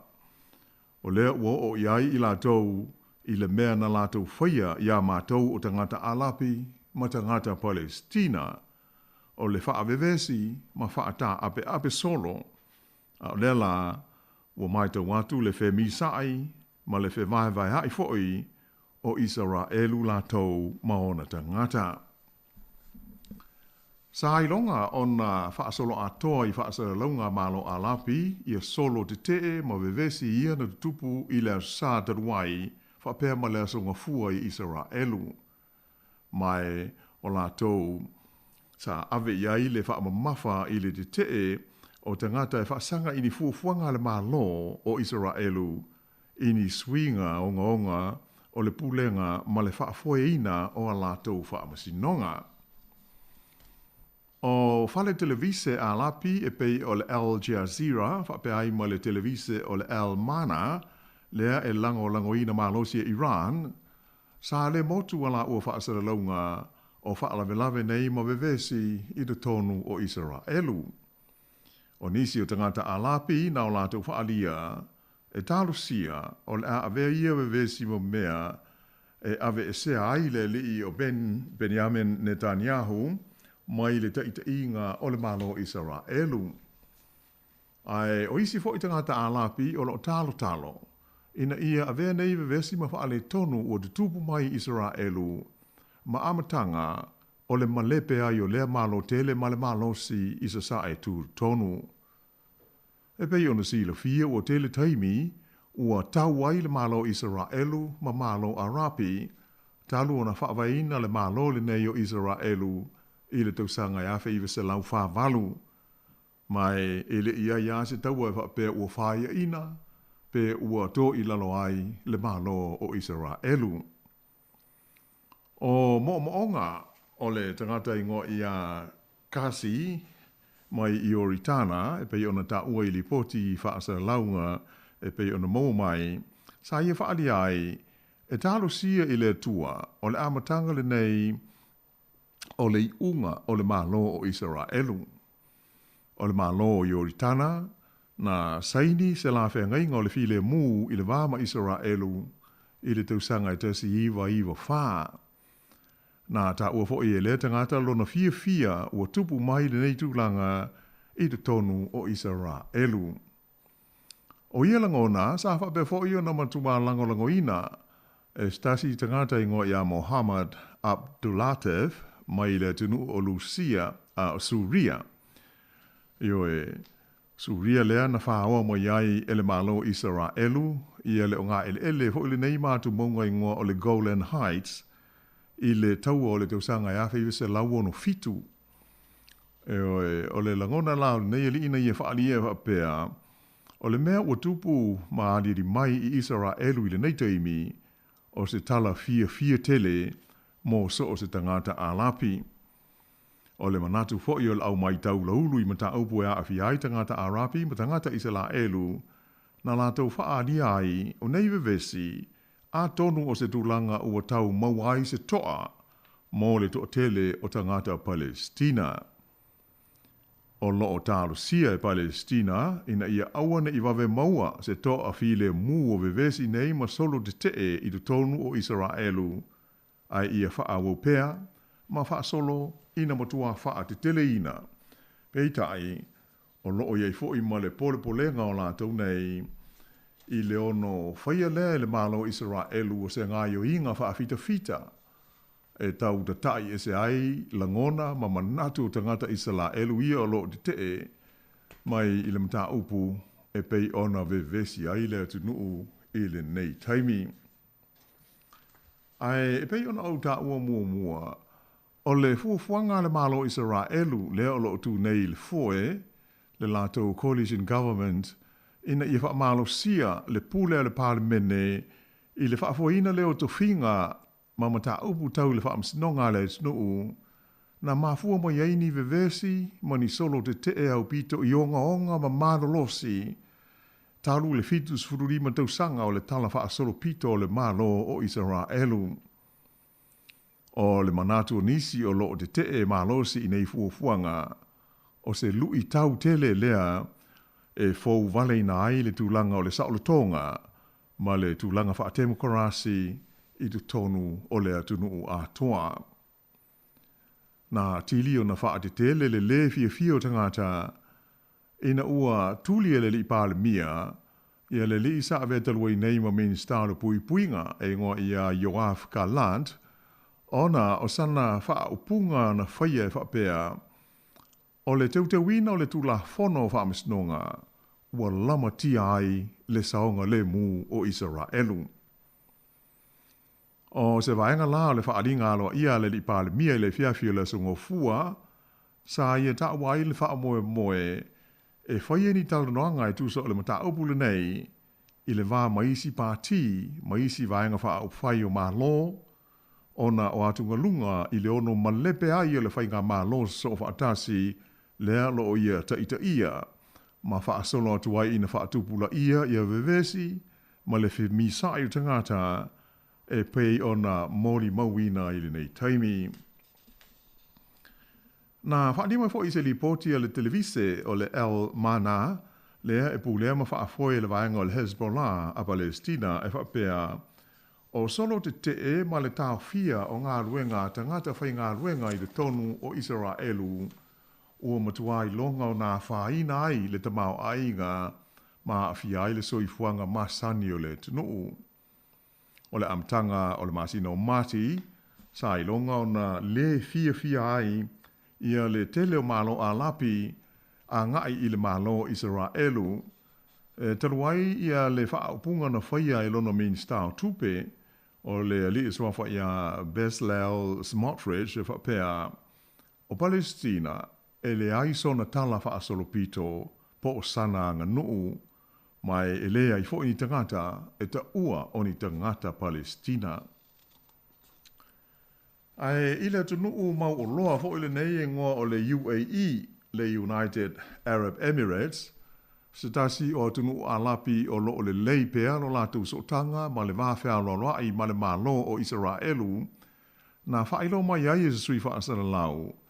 E leo a whaina lava i vevesi ma whaalawe lave nei i le tonu o Israelu ia le tulanga o malienga ma whea ngainga ua umono whaia i le wā o le UAE ma le malo Israelu ia e whaingoina o le Abraham Accords mai o loo ngā solo le leipea so tanga tau le tamau ainga o tunu e lua e le ai ia se a whaina ma se whaale tonu o iai. I ai kupito, lea sa whai ai se sa whai fo isa la ua whea ngai ngā le file mu i le wā ma le malo Israelu i le tausanga e awhi se lau fi tuiwa. Sa whapeo na whai tio i nā i stasiu tangata matua e ngoa ia Hakim Sirif i anisi o whainga whaavaya le malo Israelu e awhi ai tangata o Palestina. Pei taina ia whaalia fōi ai e te tau lava o nā mana ia pēa le tulanga o le malo o Israelu o se malo whaatemokarasi.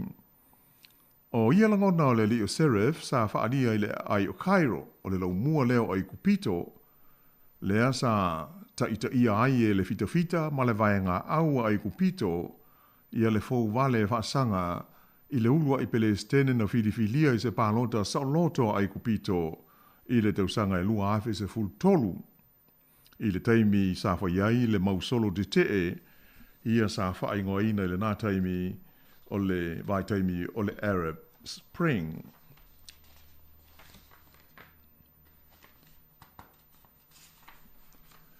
O le tahawhi o le neita maa matua ai kupito e hopea, e iai le awa noa mō tangata e whaalia ai o lātou langona ma manatu iso o se mata upu. Ai e le te tau na lātou whaiai ia ni te tee e a whaina ai ia le saunga le mu o isi. Ia ai ale a se i wawaifoe ia ona toi whaawawa tuai leo le tātou tala.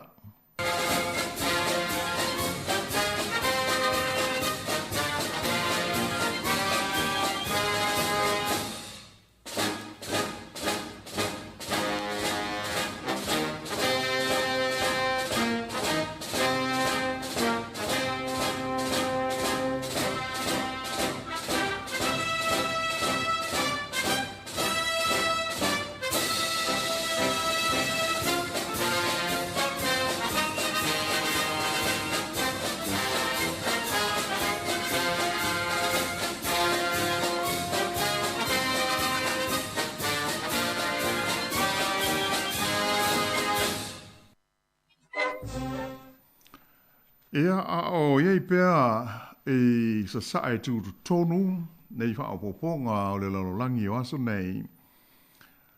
E ese ripoti mai Israelu e whapea sa whasio tia ia pēna maliu le atali i o le pule nuu lango o le vaenga o le ai Nasareta ia no nofo aitangata alapi i le pōle so lulu na te nei.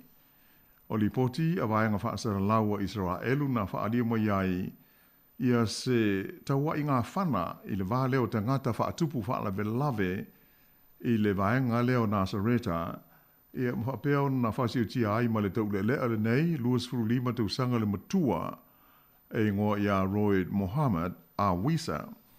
Sa whaanati atu o ia i stasi whale mai e lantane ai na maliwa I lava I ona manuanga, mai o loo whaia iai sa ililinga a leo. Na whaadia mai e whaapea, o lona whaasifu tasi a ile nei o tangata ua whasi o tia, I le tonu o le vaenga le nei no nofo ai tangata a lapi, I le ai o Nazareta I Israelu, talu mai le amatanga o le tausanga le nei lua afe lua sifuru ma le tolu. E le ai se va mamao o le whaalabe lave, ma leisi fo I whaalabe lave na mua atu I le nuu e ngoa o te aliluia, le fo ina whasi o ti ai, seisi Israelu a rapi, lua sifuru waru tausanga le matua, e whaapea o stangata e maua lunga lona tūlanga I se tasi o whaalapo tonga I longa, I mea tau soli ngā tūla whono I le tonu o Israelu.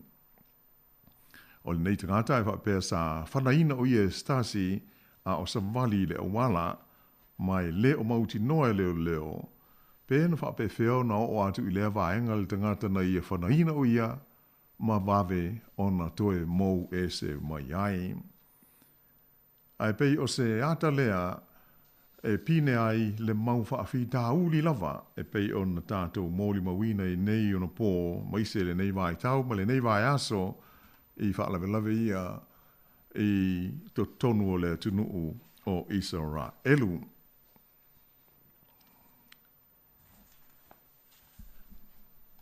E le ngatala ina vesi ai lau whanua o Israelu, I sa sae tūru tonu, ona o alatou lau foi ma tā upu whai o malo. Ae whape foi o na mai tau wina, ia le wha umi pēo na whai o te te, ma le tāo fia o ngā rue ngā tangata I le tonu o le malo whalani la tau I le atu Europa.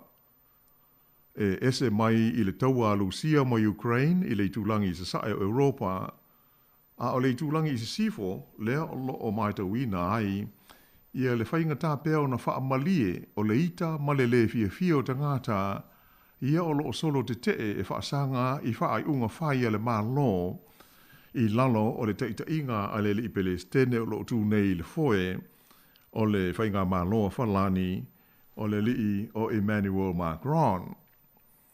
O whalani e pei o na silo fia, o le tunu lea na o au mai ai e isi malo le lalolangi, le tūlanga matautia o le power po o le malosi o tangata, le people power, e pei o na mōri mawina I le taimi o le lātou taua, lea na fōu wale ina ai le lātou whainga malo, ia po o le French Revolution I le tausanga e afe fitu se lau walus fulu maliva.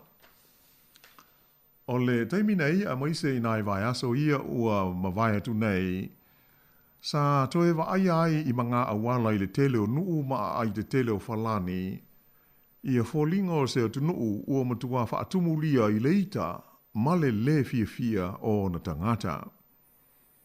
O le lau mua le atu nuu I le ai o pale, o se ai ua masani I meo solo te ma le ala langa ai o tangata I le upu whalani fo I le nei o le non, po o le ai, e whaalia ai o lātou langona te I se whaai unga whai ale malo, po o se mata upu e ono a whaina ai le soifua manuia o tangata. E pei ona tātou mōli mawina I whaasara launga mai whafo, e le ngata ina solo te ai tangata mārutua, ma lātou ua whai ma o lātou whaiva le a wai meo solo te ai ua mai tau ina fo i le whaataitai atu I ai I le nei lava matata o solo te o le tupulanga tala vau o teine matama, mai le sfuruono, ma le tai sfurufitu tau sanga le mārutua o loo a onga. Na whaalia I li poti e lau whaasara lau mai whalani, o fōlinga mauwinga o tamaiti a onga nei e pei ona a wai ma la tau I solo te I le tonu o pale, whapea isi a ai o whalani. E da tau ona popole ma whaataua e le I Palestine ia Emmanuel Macron, ona o fōlinga ia o le whaate te leo vevesi e pei ona tūla I mai nei, mai o le āngai ina matua whainga tā ona maua se tonga fiti I aso o I luma. O le aunga ma le pongai o le tota mai ma le fia o tangata o whalani la tau, ona o se fuafuanga ala lātou whainga mā lo, e si itia i e tausanga o le matua o le tangata e anga waa ai mo le pensione ale mā lo. O le taimi nei, o le pensione ale mā lo whalani, o lo maua pe a Atua i a leono se furulua tausanga o le tangata o lona soifua, se tamapo o se tina, a ono se furulua loa tausanga o le soifua, ua maua i a lana pensione. Ai pe taila o lea ua whaia le fuafuanga le malo e awala i se whaai unga na tu inatu i tono le pāle mene e whaau popo leisi lua tausanga ina ia whaatoa maua le pensione pe a ono se fulu wha, ono wha tausanga o le tama po o le tina tongi la fonga ia maa ua malo lo li taia fo i maile ngā luenga. O le whawhi tauli la, e matua le talia lava le tōtele o te ngata o le tunu u le fuafuanga le pelestene ma le maa lo. E le ngata ina le fia te ngata i le umi o le a whaatali tali ai, ma whai ngā luenga pēa se i aulia le ono se fulwhate usanga o le soifua. Ai, o le whainga sa whaatino ai le suinga le nei e Emmanuel Macron malana whainga maa lo, ua tupu te le ai le ita ma le ti ngā o la ngona o te ngata. Mai o le mafuanga lea o le tau fia o ngā luenga, whaia o solo te te, e whaadi ailo lātou te e na, malo lātou le fia usi ta ia o le whaai unga a le malo, e pei ona wha moe moe si i le ono whātou sanga, le matua o le tangata ona whaato a maua leo lana pensione. O whaitionga tangata o lo te te i le pelestene, na lātou ta uai, o le mele o tupu, o fōlinga mai le li pelestene le nei o Macron, i le taimi o tūla i mai i le no whāri i o le malo whalani, i au ngā tupu, e au fiai ma le tupu ho i le nei o lui se furuono, pei ono mana tua, lea na wawai ese lo na uru se i tulou i le taimi o le taua tele whalani le French Revolution. Ia, a tonu e leise mea whapea ono o ia Macron. Ai, o le taimi nei ma le whea whaura la iai o la pisi lungo a le tele, ona ua umi o tewa la o whai ngā luenga la o la pisi, ua le whaia la tau ngā luenga maisi au nanga masani. Ia, a manatu nisi e talusia, o se le sona o ngā lea mo le pelestene ma le malo whalani, i le tūlanga mālosi o le pawa o ta ngata o se atunuu. O le tele o vesi nei masolo te te e whalani na mafuai o na tolo pō e le pelestene ya Macron, ia se asia singa tau o loa sa wha moe mo whalani, a le tupu o peleta ni tele ia sa lesa le tolu malana masiofo i le vai aso ua mawai. O le la, ua le a whea ai whalani e le tupu o sa lesa le tolu, ai mawai la wanoa o le malo sia mani, e tali malo ai le urua i malanga i fafo a le tupu o sa lesa le tolu, talu o na solo a iane il no whali o le malo o peletani e tele. O le whataunu ina ai o le malanga siasi e sa lesa le tolu i whalani, o manatu tangata te te o se manu malo lea mo i la tau, ma ua manatu ai ina ia whaawau pea le tau fia o ngā luenga, whale whai ngā luenga, kompani, ma ofisa o le malo, whape fo i na whaawau le whaia o solo te te e pei ona tātou mōli mawina i ato televise mai whafo i le nei vai taimi. Ai, e pei ona au ta o mua, o loo popole mātu o tu vale nisi, ona o la awhi ai o tūpulanga talavou e te te i swinga, ai pei ona iai, i le matua o le soifua o tangata o le tenuu, ona whaato a maua lea o se pensione, ma fua le polenga ona o le ili tai au lia la tau ia, ia le matua po te usanga o le soifua e mauai, se whaamanu ianga e pei o se pensione, e te tonu nisi, o la awhi o tūpulanga talavou i nei solo te te ua whaalau tele i nātu wai manatu te te o tangata, mai te tonu o lātou whalewhai ngā luenga, ma a whianga i taimi e malo lo li tai ai mai ngā ruenga, ma o whaapea o nā awhi ai ma tūlanga lau tele, e pei o whainga o whaai unga ale pele stene, atoa ma le tūlanga lau tele o le tūla whono i tu tonu o le tunuu. Ua mai ta wina fōi i nei vevesi tu tonu o whalani, le telo taimi ua whetau wa iai tangata te te e ma leo leo, ai maise o solo te te e inu i tua o le tunuu, le asa manunu ai inisi i a ai le tui sifo, e whapes i dia i le wha awhe la wha i oni pomu wha atangi mata sa wha a pāpā ma wha o ngā ina leo leo, e tau wha ta ape ai tangata te te e na o lātou tau aia leo leo i maa mani pomu karasini ato ai mani mea wha pāpā marolosi.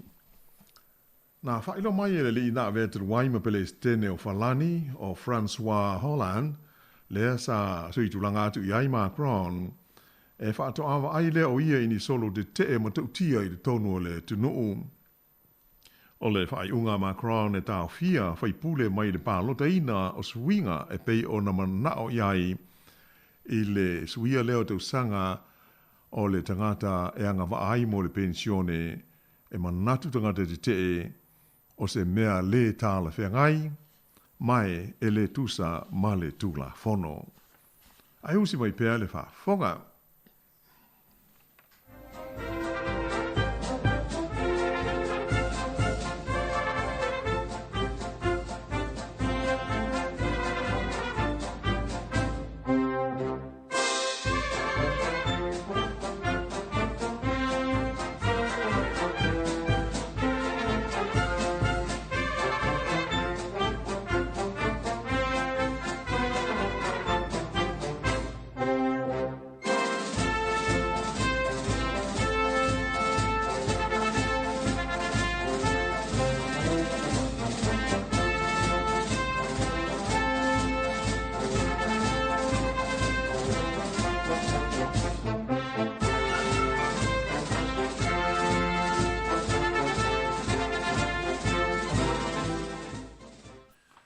O se tala mai i le atu Filipaina na ta ua mai ai, e to o se fulu la whai o tangata na mali liu ina ua mū ia se wala o pasese i le fiafi o le solulu na te nei. O le whalavelave tu sai o lipoti e le whalapo tonga whaasa lau o le Reuters mai i le ai o Mindanao i le tulangi saute o Filipaina na ta ua ia whapea o le whalavelave nei sa hawhi ai se wala o pasese na malanga i le tu maloi saute o Filipaina e ngo o Basilan. O lo o iai masal salonga o pulenga o ngā taifale po le Ghost Card na a mafua le nei mū mai te tonu o se pōtu a iai ea marulu mō pasese o le nei waa lau pasese. O lo o wha o pia iai sa i linga ia ma fia sa i lia o le mafua anga o la lea fo i wha lave lave. O se tala whaalonoa mai Amerika e pei on dato moli mawina fo i le nei vai aso ia le whaalawe lave lena lipo tia mai i se tasio a onga o le a onga a se kalesia e nai le ai o Nashville i Amerika ia lena marili wai ia ni tangata se to fitu e a fia i se whai a onga ma ni ta maiti a onga ia ona o se hapenga malosi po o se whana ia mai ua whaari ai ho i le matua whaanonoa ma le fia o lea i tū o le United States ia ona o lea diari mai pea o ia i tū a inga o wha whitauli ma wha lawe wha penei e a fia ai le wha ngā ina e tamaiti o meo whana ia po a penga malosi o le teimi mua le nei ua wha maui nai e wha pea o se tamai tai sa wha apongai i le nei wha lave o le nawinga o le tamai tai o na le penga sa wha o ngaina ia na maliri wai nei tamai tia onga wha pea ma se whaia onga ia mau wha pena wha iona tu ina tu iai ia ma wha mai senga mai le pele stene ma le pulenga ta ita inga o le whainga malo a Amerika i mātua ia a mai se o lātou uma o a fia i lea fo i whaalawe lave i le United States. Ia ona o le tātou taimi tasi manatu la whaai u le tātou. Ole tala whaai u sa fia tu whaatu fo i le tātou Paul Kalame le nei. Ole lipoti mai i le ai fo i le nei o Venice, i le tunu o Italia, si le fia fo i nisi u Asiasi ma mai mo i ai i le mātango fia o le nuu e ona la vai fo i nei po canals. E pei ole awala utu le feo ai ai le nuu o ai e le wha i tūlanga e pei ona si fia. Ai pei o se tūlanga e pei e ese fo i le whaitau atu i ai le lipoti tasi. Ua manatu ia le pule nuu, le mea o Venice. E whaia ia se tūsi pasi wha apitoa o se tūlisi. E wha apitoa i le wha vasi. Ia pe o le wha pelta ni o le tūsi pasi o lo o mana o le pule nuu e ave i le tangata le nei. E wha pea e te tau o na ave i ai ia se wha pepa lea po se tūsi pasi Certificate of Stupidity. Ia po o se whaasi pepa e wha maha o ni ai. Wha wale valea. Ma kua, ia, wha wale valea lava. Ia ma le wha vasi o lea itu ai ngā tūlisi. Ona mau o le lei le ata. E il tangata, ua oso i fo mai se tasi o fale. O whanga fale toru le fale. Ai oso i fo i lalo i le kenao, le po le ala vai lea. Ia, o se mea, o wha amatalanga al pule nuu, o Luigi Brugnaro, e hopea o se ngai o inga matautia, aua, o le laki la le oso ifo, e le ise vaa, hoi le wamatu hoi, e vaa, e alo, ai tangata e whewa i lesi tu, male e uila i ke nails nei, manuia la, e oso ifo e le ise vaa o ifo i lalo, ia pe fa sa folinga o le mesa mana o le tanga tene e puelo nata e lana wo le sa e le camera e fa sa la lau i lunga o so ta inga tele vave ia pe la o le melna o fa alia i le pule nu o le ai Venice e ta wana ave le tu disi le ia le tu ai la certificate e sanga fa ama ni ai lona fa vale ia se i tu lo fa ai o le me mo tia e tupu mai le wha whitauli le vai aso le ante nei. E le ato le leise tau sanga talu o na maua i fo istanga ta Australia to olua. O wha se e ai la surfboard i le kenea i ke... Ma nto ele tasi se kenea le tele. Ai pe o awala au tu le e wheo ai wa. E mwhai ai ona whai ngofia na wawe pe ai le aunga tai te savati. Ia le wha wha se e ai tu lisi Australia i e tolo. Ia, e pei o le tātou Paul Kalame na ua tāpena ina mo le nei vai aso. E wha ua moe foi. Ia, e maua se wha apoponga ma salo ai longa a iai se tātou lalolangi i las whalaile o le aho, i le aso mo liu. O na tātou e malo lo. Ia, ai po la lava le tūlanga iai. Ia, to e maua se wha apoponga i leisi teimi. Ia, wha peona tātou to e wheilo iai lunga o le tātou Paul Kalame le nei, o le lalolangi o aso nei. Ia, whaaftai tasi le so mai, manatu o le a whaapaupa i nei whaapoponga o le tātou ngā luenga i le nei aso. Ia ai mātou te tō whaam whaasa i whaatu fōi i le mautele le tātou tunu umala au whaafonga.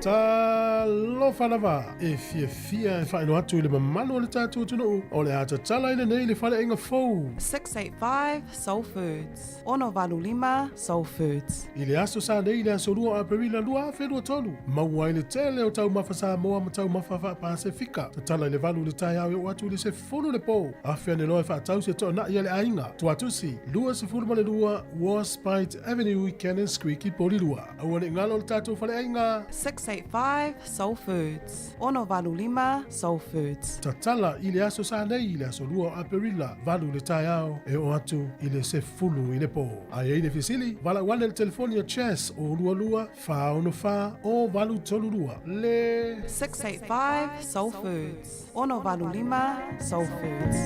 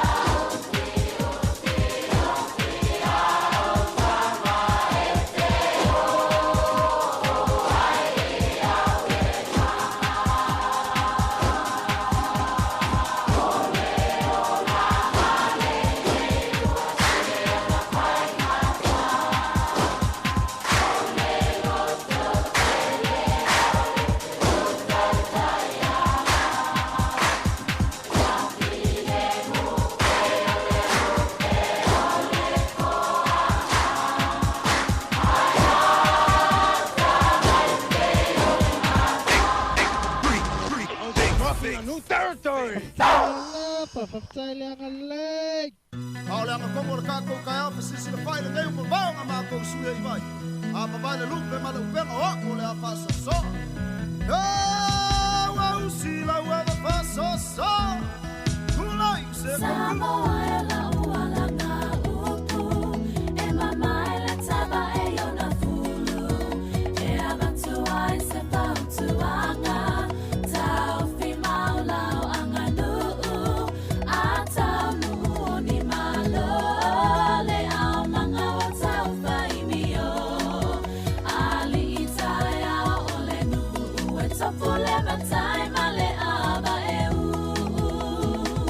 Sanga ia nei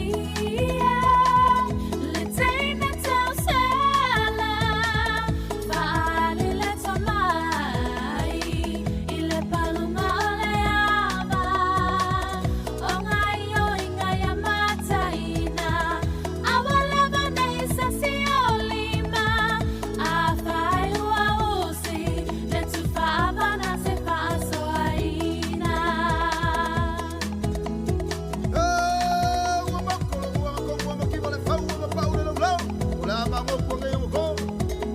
Le ava e sili ona taua I le anganu Pe a alu a se usu A se matai malana ava e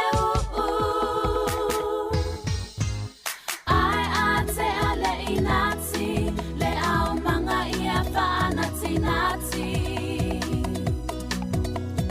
Au le taupo I le tano awa nei sasi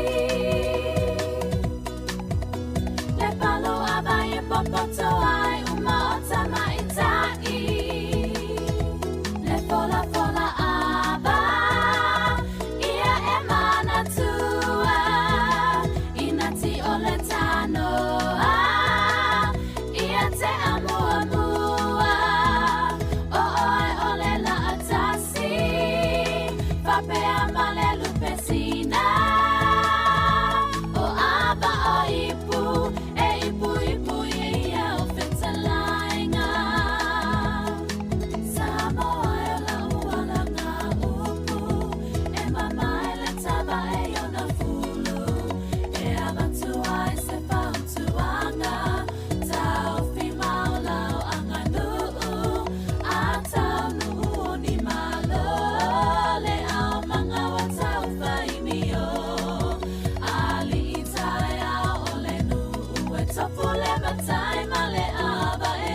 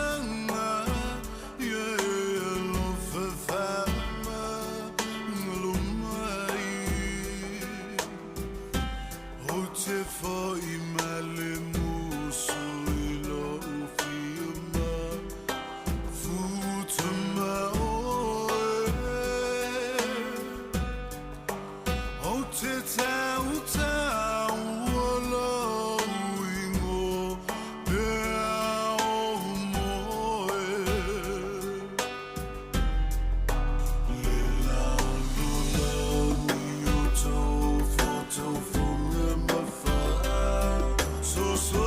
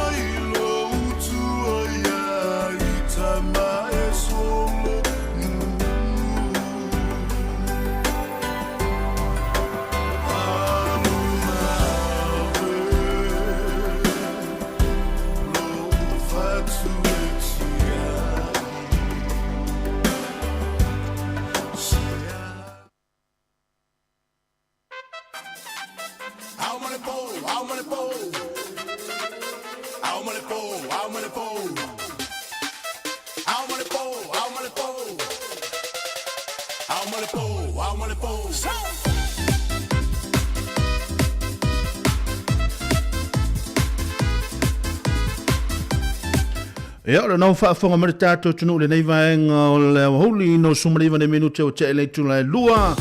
Ele tau tuam rau nanga nei le tātou ala leo le tasi ono te simare tasi whamo. Ia e pei ona iei le nei vaenga o le holi aso tolu sumare tasi le nei. A o masina o mati lua whilo sumare tolu ia ele tau tuam rau nanga nei le tātou ala leo le Samoa Capital Radio pei ona iei lana tau tua le nei vaenga o le holi. Ia mātou te whalo whamwhatalo whatou pa ia maulunga o le tātou tunu le nei vaenga o le aso.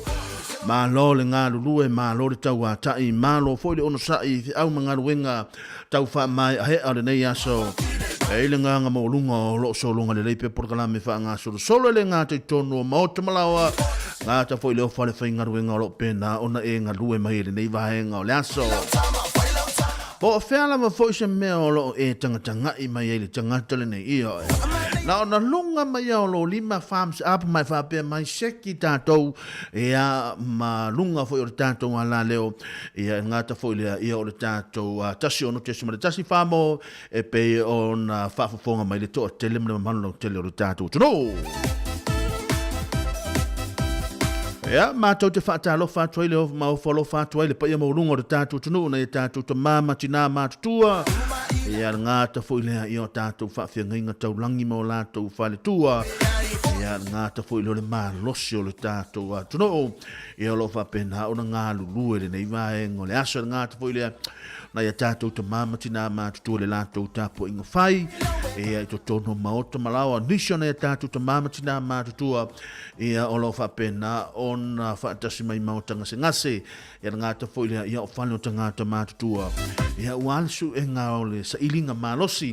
Ea e pei o na iai ia lotou tāwha ngase ngase. Ea tau ina ia tātou ta talo pero tātou ta paau sili le langi. Ina ia mawhai o na maua pele ola ma le mālosi a wanga ruenga whai. Ia mawala o ngā umona o tō fia o tō tātou te ngā lulu hai. Ia whaataro whatfo ia nei tātou whawhiangainga taulangi mo lātou whaletua, so se whāta whai taulanga lava o lo pena o na e ngā lue ai, ia whaaftai lau tau ngā ruenga whai, whaaftai lau tau a tatalo, whaaftai fo i uputi mai mo i mātou le au whaalongo tata, ia lea o lo o manuia i ngā ruenga o lo whaatau nuina i le aso ma le aso, ia tau ina ia manuia tele ma ia fua pele tovine ia i ngā rui e tovini o lo pena o ngā rue ai ia awase manuia o Samoa mo le anga i luma.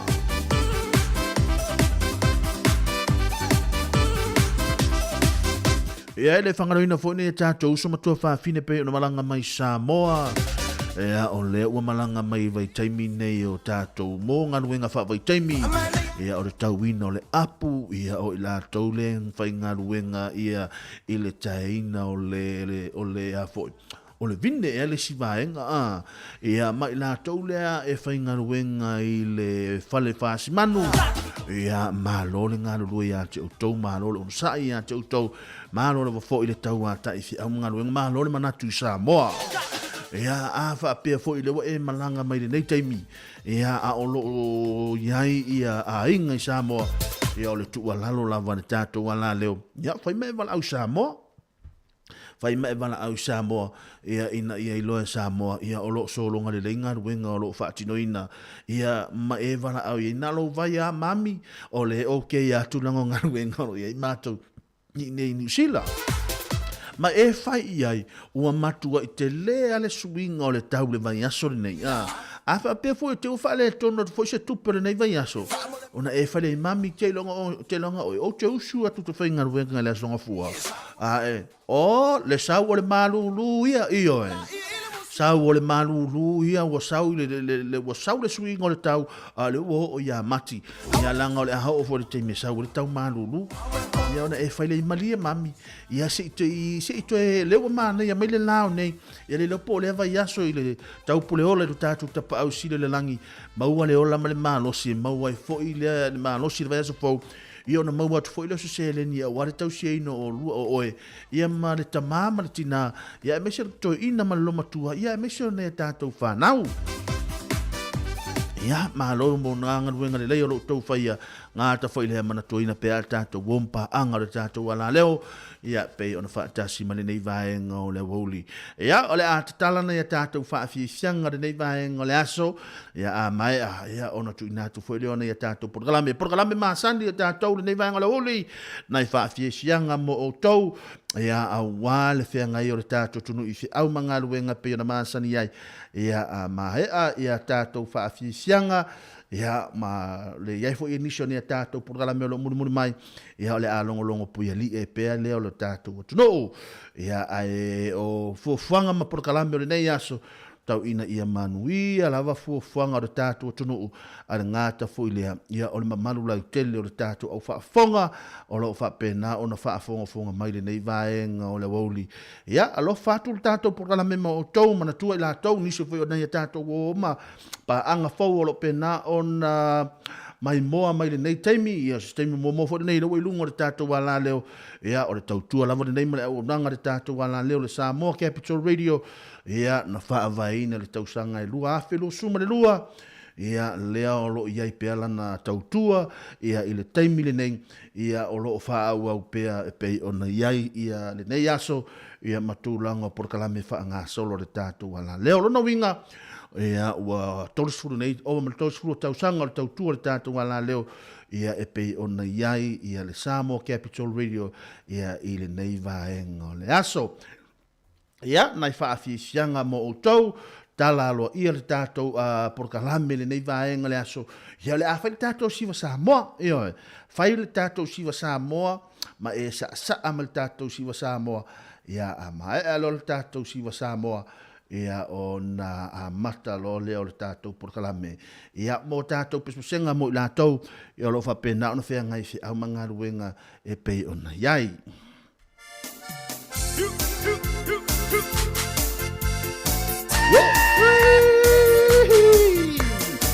Yo! Yo! Yo! Oh, sape, la uai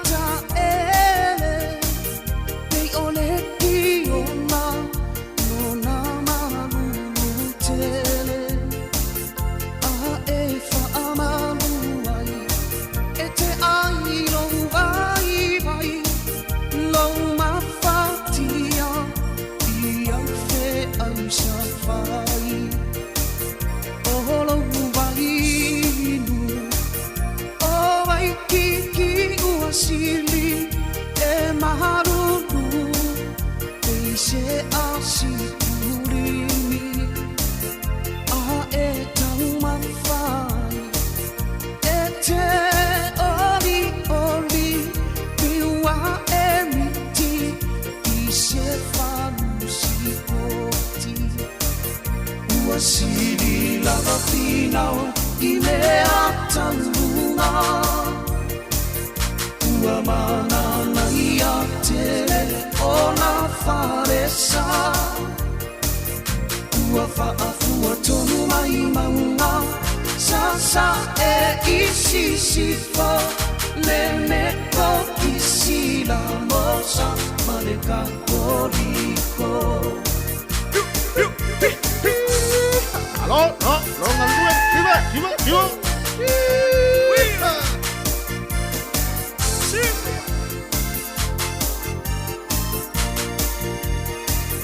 O fotu o Samoa, o sia uingoa, o le tina, pele wala uiloa, ia na fuafuanga, sa whaia male poto, ua whaia ia u, whiangai ngā ule ono.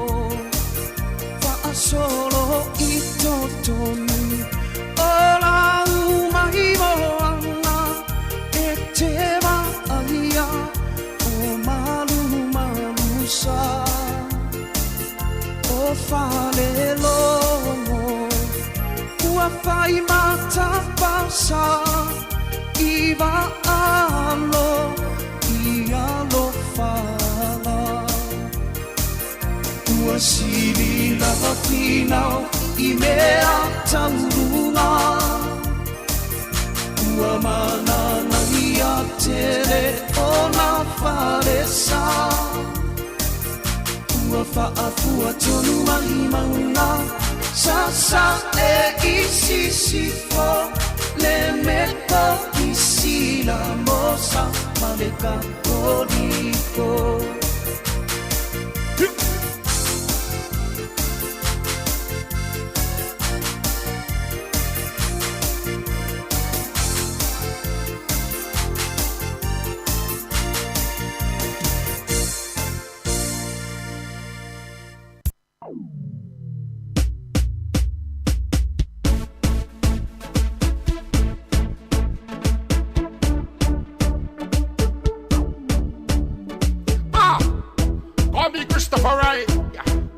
A.K.A. Chris Shaki.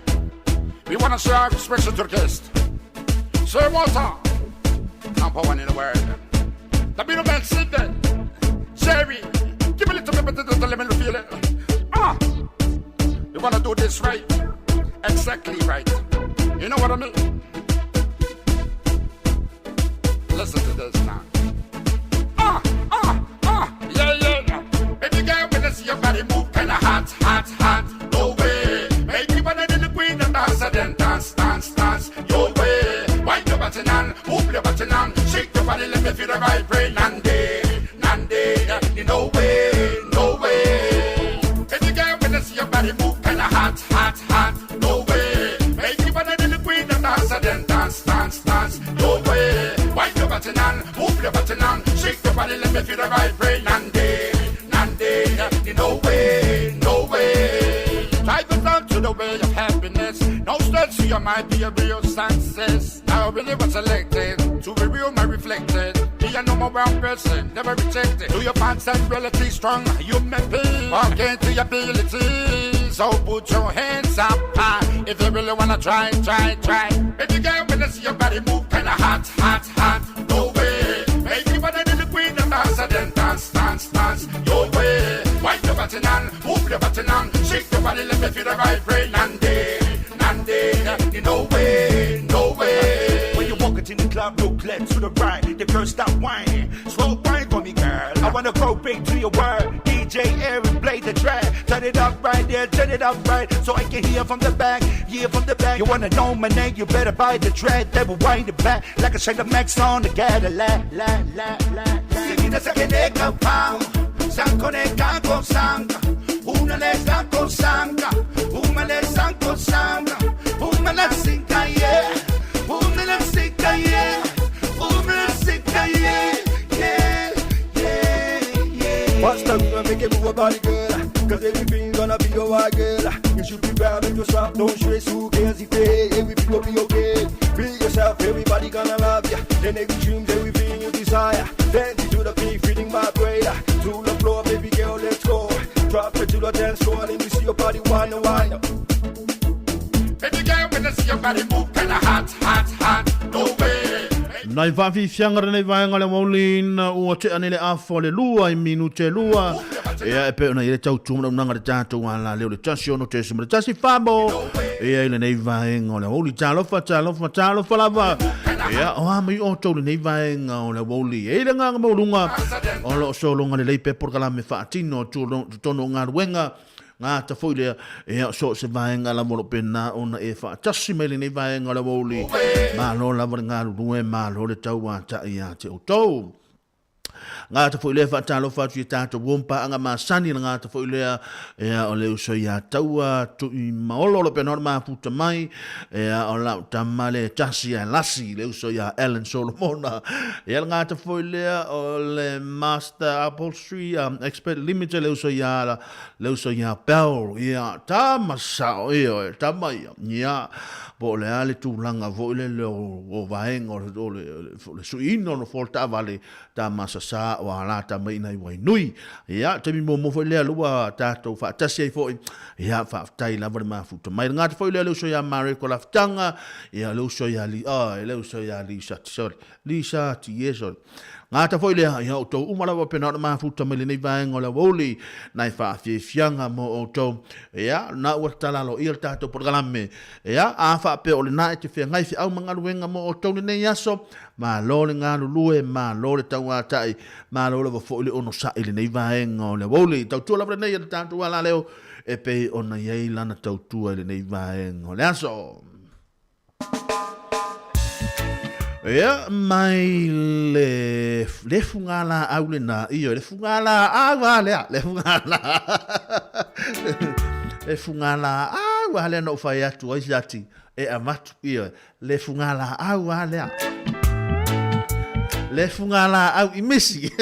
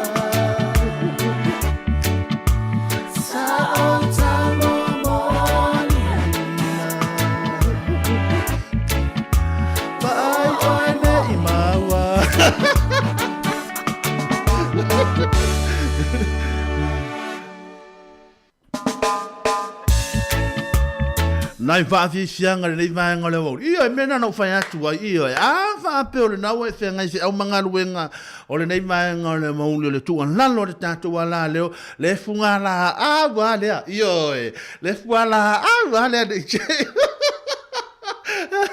Le funga la a wale i maua tua sisi a tātou ia e. A wā whai atu lau tala a ho o nei fo ia ina. A ho fo ia na fa puiti mata o tamai e venga fala. Ai, soli. Se ta I lo. Io ananga o tamai soli. A ho o ina file mu mai. File mu ah. Ni sa o lo le sto ina. Tonye. O dia de vinhe mu.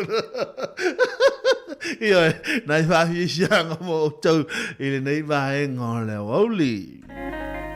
Ta lo whanava e fia e whaino atu i le mamano o le tātua tunu o le ata tala i le nei le whale inga fou. 685 Soul Foods. Ono Valu Lima Soul Foods. I le aso sa nei le aso lua a perila lua a whenua tonu. Maua i le tele o tau mafa Samoa ma tau mafa wha Pasifika. Ta tala i le valu le tai au e o atu le se funu le po. A whea ne loe wha tau se toa na i le ainga. Tu atusi, lua se funu male lua, Warspite Avenue, Cannon Creek i poli lua. Aua ne ngalo le tātua whale ainga. 685 Soul Foods. Ono Valu Lima Soul Foods. Tatala i le aso sa nei i le aso lua a perila valu le tai au e o atu i le se fulu i le po. Ai e le fisili, vala wane le telefonia chess o lua lua, fa ono fa o valu tolu lua. Le 685 Soul Foods. Ono Valu Lima Soul Foods.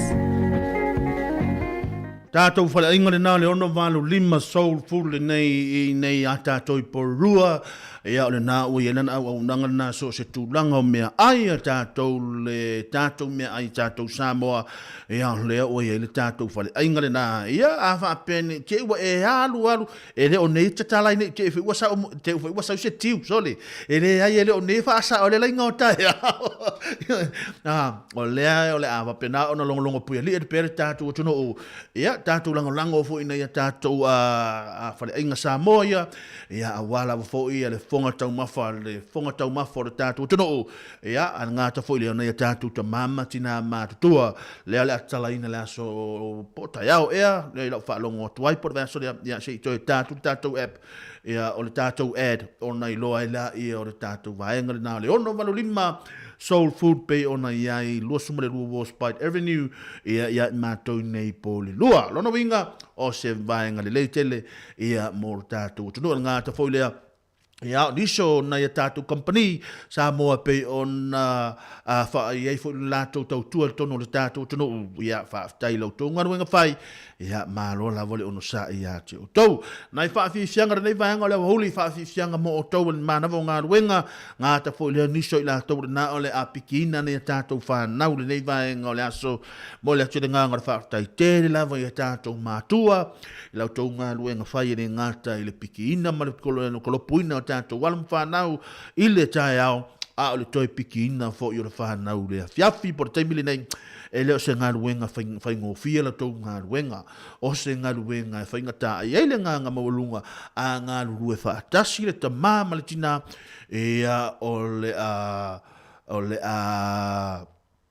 whai ngōwhia ia le vaenga le aso sa nei lei ia fa aftai fam na tu mai sati ia le vaenga le vai foi ne to e mo i foi luma i lenga le ai ai mole atu le nganga fa aftai tele la vai matua i lau tau ngā nuenga fai ia o te lo foi le ha o mai time swing o tau ia no fa tuanga le tatu tunu ia le ngata nei tatu te ma o tina matua i lo tulanga foi o la to o fa fana matulanga uma fa pena ia ngata foi le no ia tato walo ma whanau.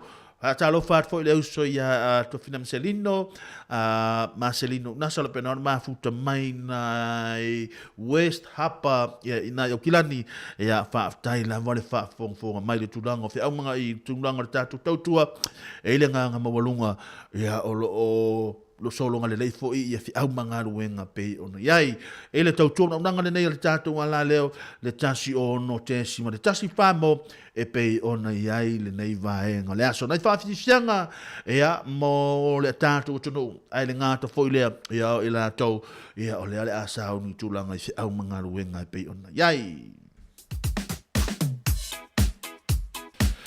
Sam tu kun male ola pi pe ona hele nei ola pi o plata ia nei si ona fa fi fianga mo o tonu nei va ngolaso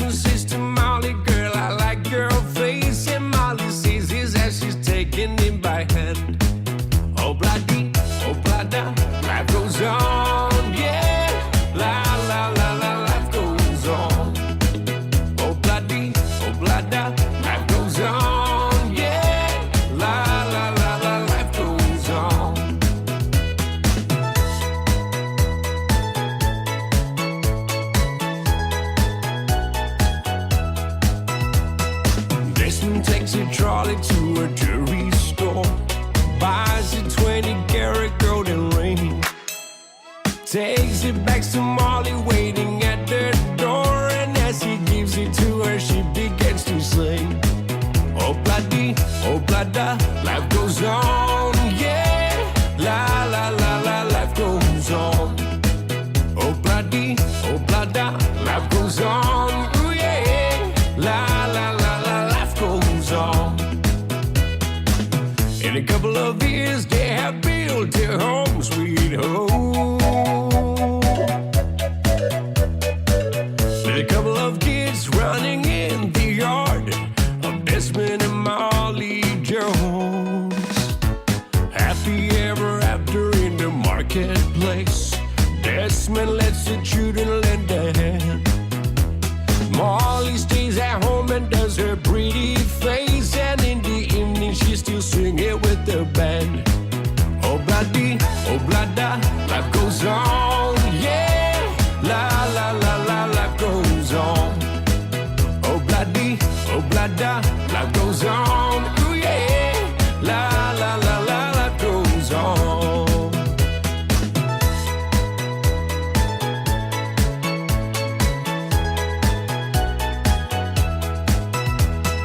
Desmond has a barrow in the marketplace. Molly's a singer in the band. Desmond says to Molly, girl, I like your face. And Molly says this as she's taking him by hand. Oh blada, life goes on, yeah. La la la la, life goes on. Oh blada, life goes on, yeah. La la la la, life goes on. La la la la, life goes on. La la la la, life goes on.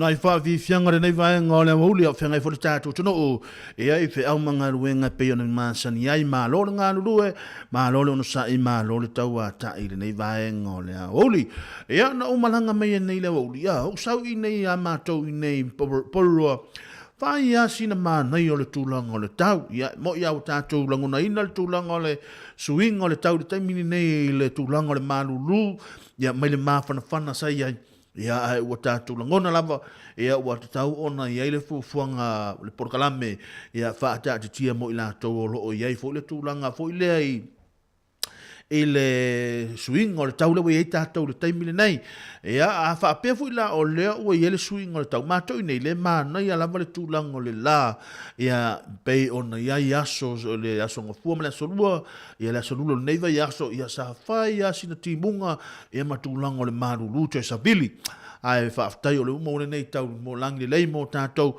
e afso so ani e foi mo le tātou tunu ngā ta foi lea ia o na ia tātou ta mama tina mātutua o le whaamanatu le tātou ala leo na ia tātou ta mā ngā ta foi lea mo le atuli ngā ngā le whaamaloma ngā ngā le whaaftai i lātou umalava o lo tausia ina na ia tātou ta mama tina mātutua ngā ta foi lea i ole lo lo tātou tunu o lo pena no whainga ruenga e tono whale o ta ngāta mātua o lo lātou whaia fo ngā ruenga le nei o le tausi o ta ngāta mātua ia ai o le whale whamanatu le tātou ala leo ia wa ai le whala au ne te ua ngalo ia po o le tau mafutanga e tau ona whaatau nuu le taimili nei o le awauli leo le a tā le tolu ia matulanga whala au astoi ina masilo matua ia matulanga fo i ngā se sengo le tau mafutanga le fiafi ia awala fo i ia fi au manga ruenga pe ona iai ia nei ta mā e lo ia ngā ruenga ia po le tina fo i lo ia ngā ruenga ai tau na ia manuia te ngā ruenga o lo utoi o le langa ni o le tato io o le langa ni tato tiola o le happy o le fia me tau o le na io a fa pe fo te ua sau fo le tina ai nga fa isa mai ia o e fa ia se anu sa o ia se io se fa sa pe se fa sa la kasi e mai ia o le so fua so lua sto fios fare e a pe si malolo ia si fai ta si da si o tele la va io ai o le langa le nei o le fia io o le fia le o langa le nei mai happy wai tatou te le a fatu a tatou pei o mal tamale o di sati o le fia tamale o da sati io me a vo ile te va ai Atua ia tatu lo sati e va ai la si to tuli la tamai ole e o vo ile le kar vo ile le o mo le tu mo vai aso nei oi ia e na lo atu fo ia tamaro tu lunga lau ia na e fai mai nei io you love me today ai langa la tamo sati ia number 1 la tama malo sati nga lue malo la fo le ono sa ile nei vai ngole aso ia nga te fo le yo le soi Marcelino ngā ta fo ilea lua iwa afoa a mapsua le penana mafuta mai ngā ta fo ilea ia leo so ia sefa le penana mafuta mai lungo fe au manga ruenga pe ona iaile nei vai ngalo oli whaatalo whaarfoi na ia tātou ta mali o ta mamatina o lo whapena on wheo ai a tātou tawala pāsese io po le ala wale ta avale o lo e tau aveina po le upa o le taxi po le o le van taxi po le lava to telefone ne tātou ta mamatina o lo pena ona o le tātou tunu o lo ngā lulu ngata foi le ia o le nisione tātou uso matua whawhine ma lo le ngā lulu saonga le mū lava le taimili nei o le tua lalo foi le nā le tātou wala leo o le saonga le mū le taimili nei o le ale a tā le tolu o le a loa foi le pisi o le awala o le a iai lo nawinga e tatau o na whautauta le tātou la wavata vale ngata foi le pasese a fa pia foi wa fa longo tu ai ta vale ia ono sai io se ono sai o la ele se me ola e fa to no e fora ta vale o so tu nale o so se awa ta tia ta ia merga no venga ia la ta vale la tango ia fa so ta o la tango le ta vale ia e foi le space mali tu la ngolo sa ia awano sa ngale mo ma lo la le ngalo lu e ma lo no sai ia nai fa fi fianga mo o tole nei vai ngole woli ia awala fo i fianga i tato tu no i au manga wenga talo mai che o te fia mana o io talo mai ona o lo le haila le okay ia tato ia ile nei vai ngole aso nai fa fi fianga mo to ia mai le PA brothers na e fai mai nei you love me today le wa isel me le wa lo i nei aso io ele va me le ma foi lo ma foi o le va foi le kama se ni ai mo ku mai lava so kali mo ke le mga o kai au po se sila vas o ke mga o mia lava la kali de aso ni o mo foi le ma ni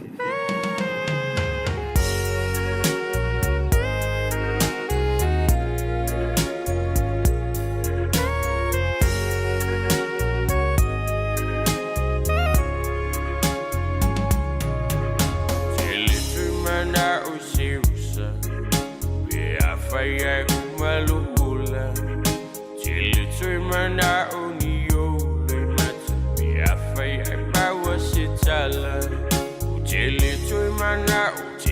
umama au sulu mai loi matau le tangi awa o te le turia ile ni la lula. I find my name, you love me today. I find my name, you love me today.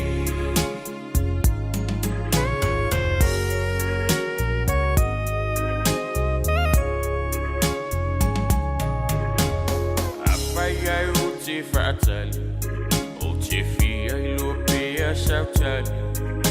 Te no fo ai male fifia, se aso ai faatasi.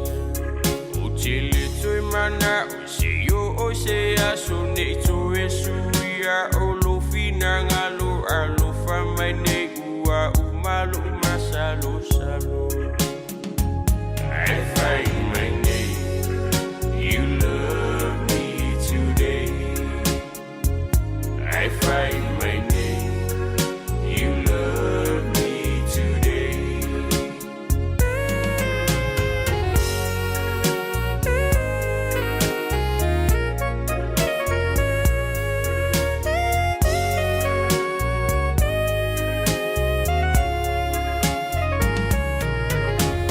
Awa ete tau mamau, ina ne isilo pau pau. Ai no fo mai o utalane. Sopo o se manu vale, telefia mana o ni me atinga pe a fai ai to e uma I lo shan e tu fa po e vangai le fa atu fa.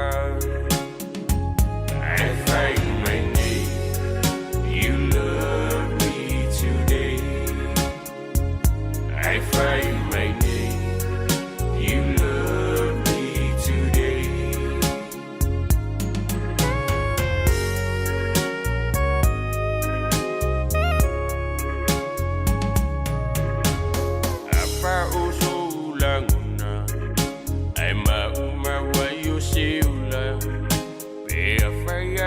Talinga, tatali iso alufa.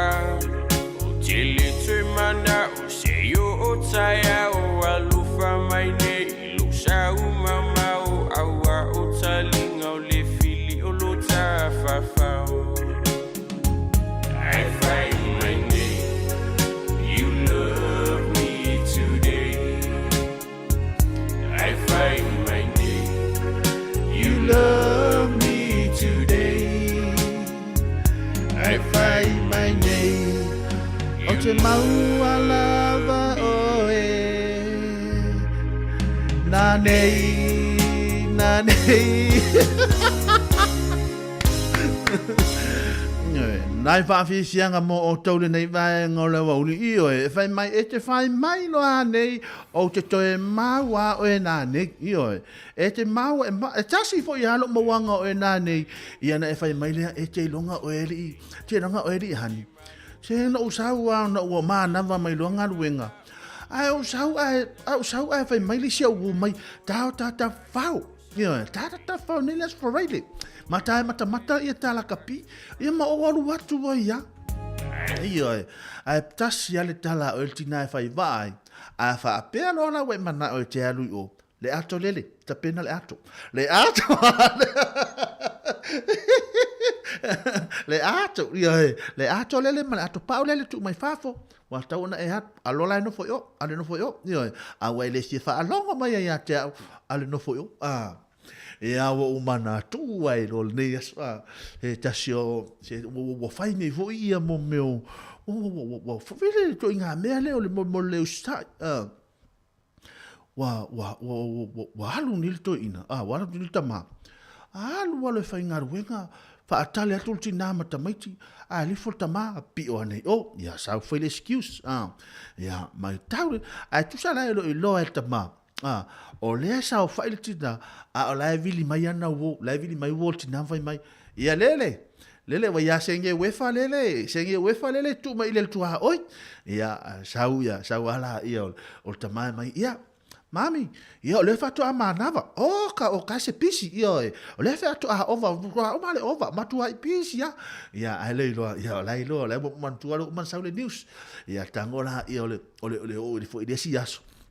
Ya, ya toro foi la ia o tama sa o tama o tuai mai. Ya vili mai foi tua o ile tinale ainga. Ya pu e mele ata, pu e mele ata o tama ya o la ta fa ile la mata mata la kapima mai inu le koko Samoa matu fa fo ile tua o. Ya sen mai ya sa foi le tama ta mami, maku tu ele lava o ka se pisi io pisi ya na fali watu altina o fena pisi ai sei o fena pisi ai mana tuala ole ala mona pu ole monu na tango atu altina le ainga play male lea pisi lea ole pisi lea ma ya chele pisi ole tua pisi tua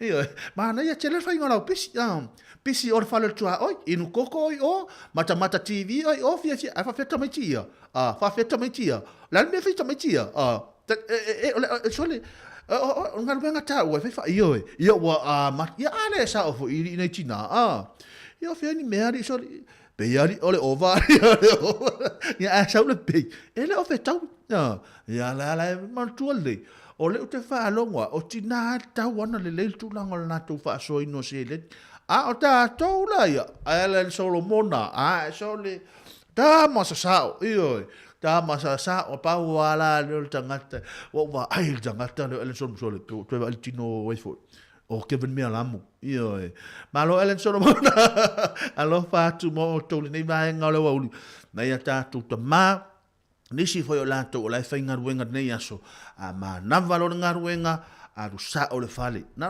halu le fale fai mami ia se yo walu te ta fa o ma fole nei aso ia maso mata I tulanga o la kapi ma tulanga te to fitu mali te longo te li fai ato fe maltina la alu o to fia o alu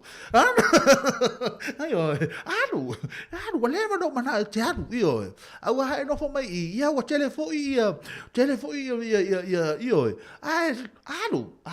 alu whatever na tauna io ma lo nga lu ia te o tofa ta lo far foi sina ia no for pena ma futa mai nei va ole oli nga ta foi le o ila to ole nga I mo le na to si fipo ma wia na fo inga wenga pe ona ia le nei va le aso ia lo fa tu mo o to le nei va le aso ia ta fa tone pese mo o to umalava I fi au nga wenga lo fenga ia ma lo nga lu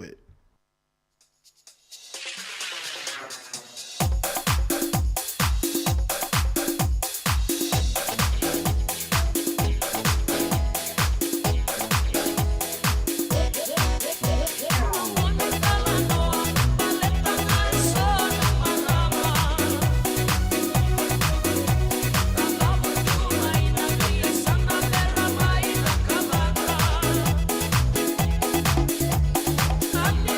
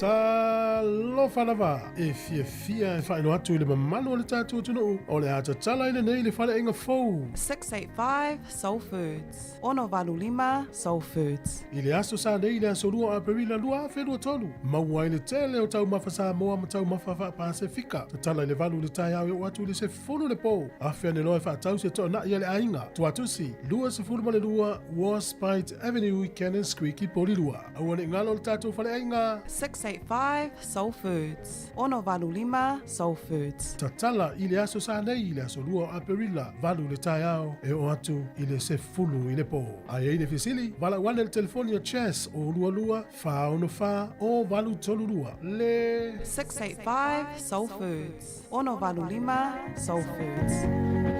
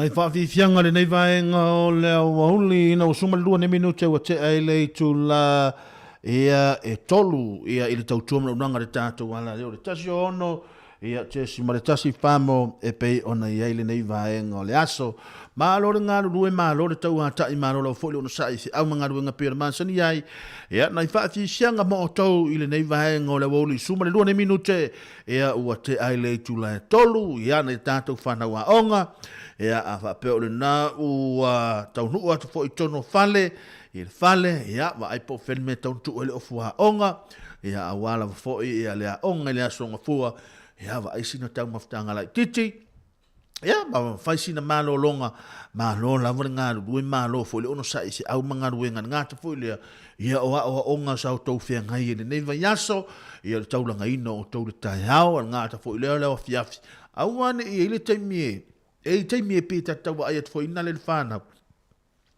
ia tati te alofa fo i tamaiti le tūlanga le tai au le tau langa ina ona ia tātou whanau le a onga i le tūlanga o le fo ina le whaafau matana tūla i mai lunga o tamaititi ia whanau i o tau loa le le tūlanga ma le mafuanga i o le taulanga o tātou mātua ia te o tau e le mana o mātua ia e o mātu lātou ia ai whaale tonu mai tātou. Rona winga, tātou wa ai ele te leo le swinga leo langa leo tātou wa ai ei mai taimi ne tusa tu ia i lo mātou fo i vai taimi peo na mātou iai. Ia o mātou iei o ia e wha maa losi a le tūlanga o le haonga. Ia e maua fo i le tūlanga le na. Ia o tahalu fo i le haonga. A maua la te whasi popo ta te alu maita. Ia e ta te halu ai tu ar whale haonga. Ia e ta te halu ai ta te musu fo i le te ua ai atu ia maisia. E maisia fo i le whāna war fifi au. A te musu. E te musu mai atu.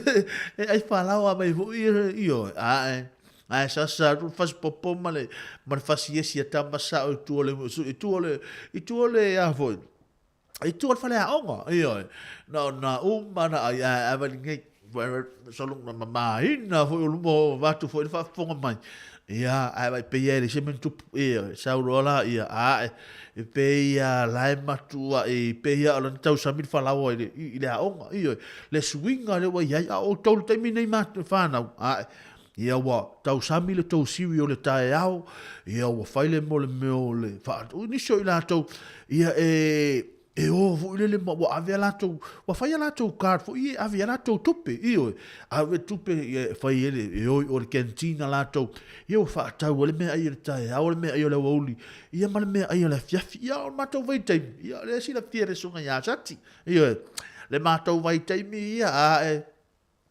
a maua le o maua le popo ia o uru soli a le hanga o le me se le mana yo le watu fo le fafonga mai le I na yo le melo le fasi popo a I na le uru oi sole le hanga o ese fo le mana yo le o le na me ai tatou ia mai oi se min tatou wa o ngai samo ia o tatou mai ni tunu ia o tele swinga ia ai o le tulanga lava fo pe ona ia ia wala fo na fa umi toi sa fa mtalanga ia ona o le tau o nga ruenga o le fa tino ine ma tu mo tau fa na a wana e ini o tau ma va pe pe wa ma wa fo wa onga ta le onga le a wana e ma fo to a e sila fia le vaenga le nei ina o ho o fa unga tau sanga o le o tulanga mua sati noi o le o ria va ia you're mia va ia o le o tulanga mua sat ioi ai ma we fonga ai ma le halo kopi mai alto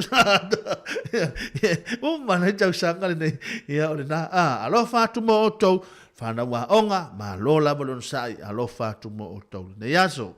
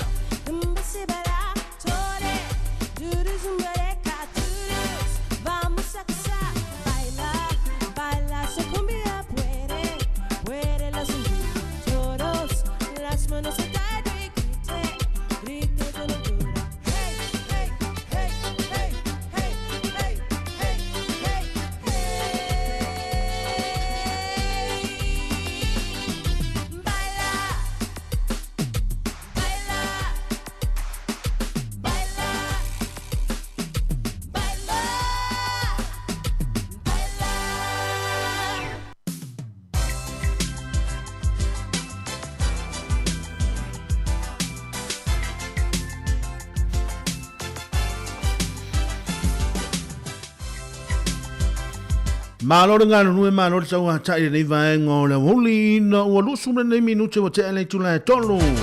Ele tau tua mra unanga de tātou ala leo le nei vaenga o le aso. Pata lo fatu e yoasa isa akor pena ma futa mai I nai pango le na le sauni. E I whianga ngā nuenga pe na masani ai. Malore ngā nunue malore ono sai. En ngāta foi le uso ia Li santi alisa pena na ma futa mai le nei vaenga o le woli ngāta foi le ia o Erika ma oe o le pena o ma futa mai sina leo e amane usa ia Ellen Solomon o le pena o ma futa mai malo ngā rue nai whaafiesianga mo o tau le nei vaenga o le woli ia mai le Pacific Love ma le pese o whaingo ina a apa mai a apa atu I oe a e whaapea o le nai te whainga ruenga le taimi nei o le ato I titi a mai atu langa o whiau manga ruenga tai miane o le wa matu e mena o mia lo so atua o le tūlanga o le vai lo iai mana o miana lu apa tu iai io e a o le me no tupu e mana o fa le la so sonia tu ya o e ta ofi le mele ia fa uma mai o le tanga ruenga mana o mia tatu ngal le fa tasi ia a wa le fa mai aina apa tu apa mai ia e pe ona iai le nei vaenga o le woli malolo no sai malolo tau atai malolo ono sai fi au manga ruenga pe o masani iai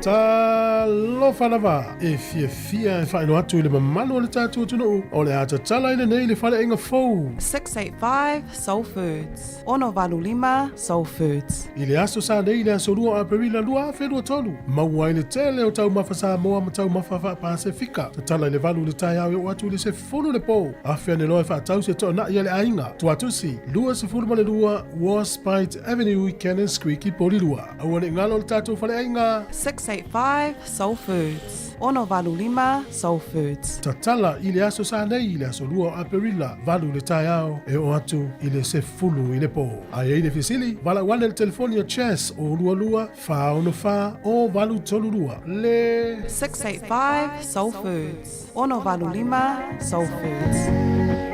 Tātou ono walu lima soul food le nā pe ona yele nei vaenga o le afiafi. Ia o le ale atala ina i le aso sa, aso lua.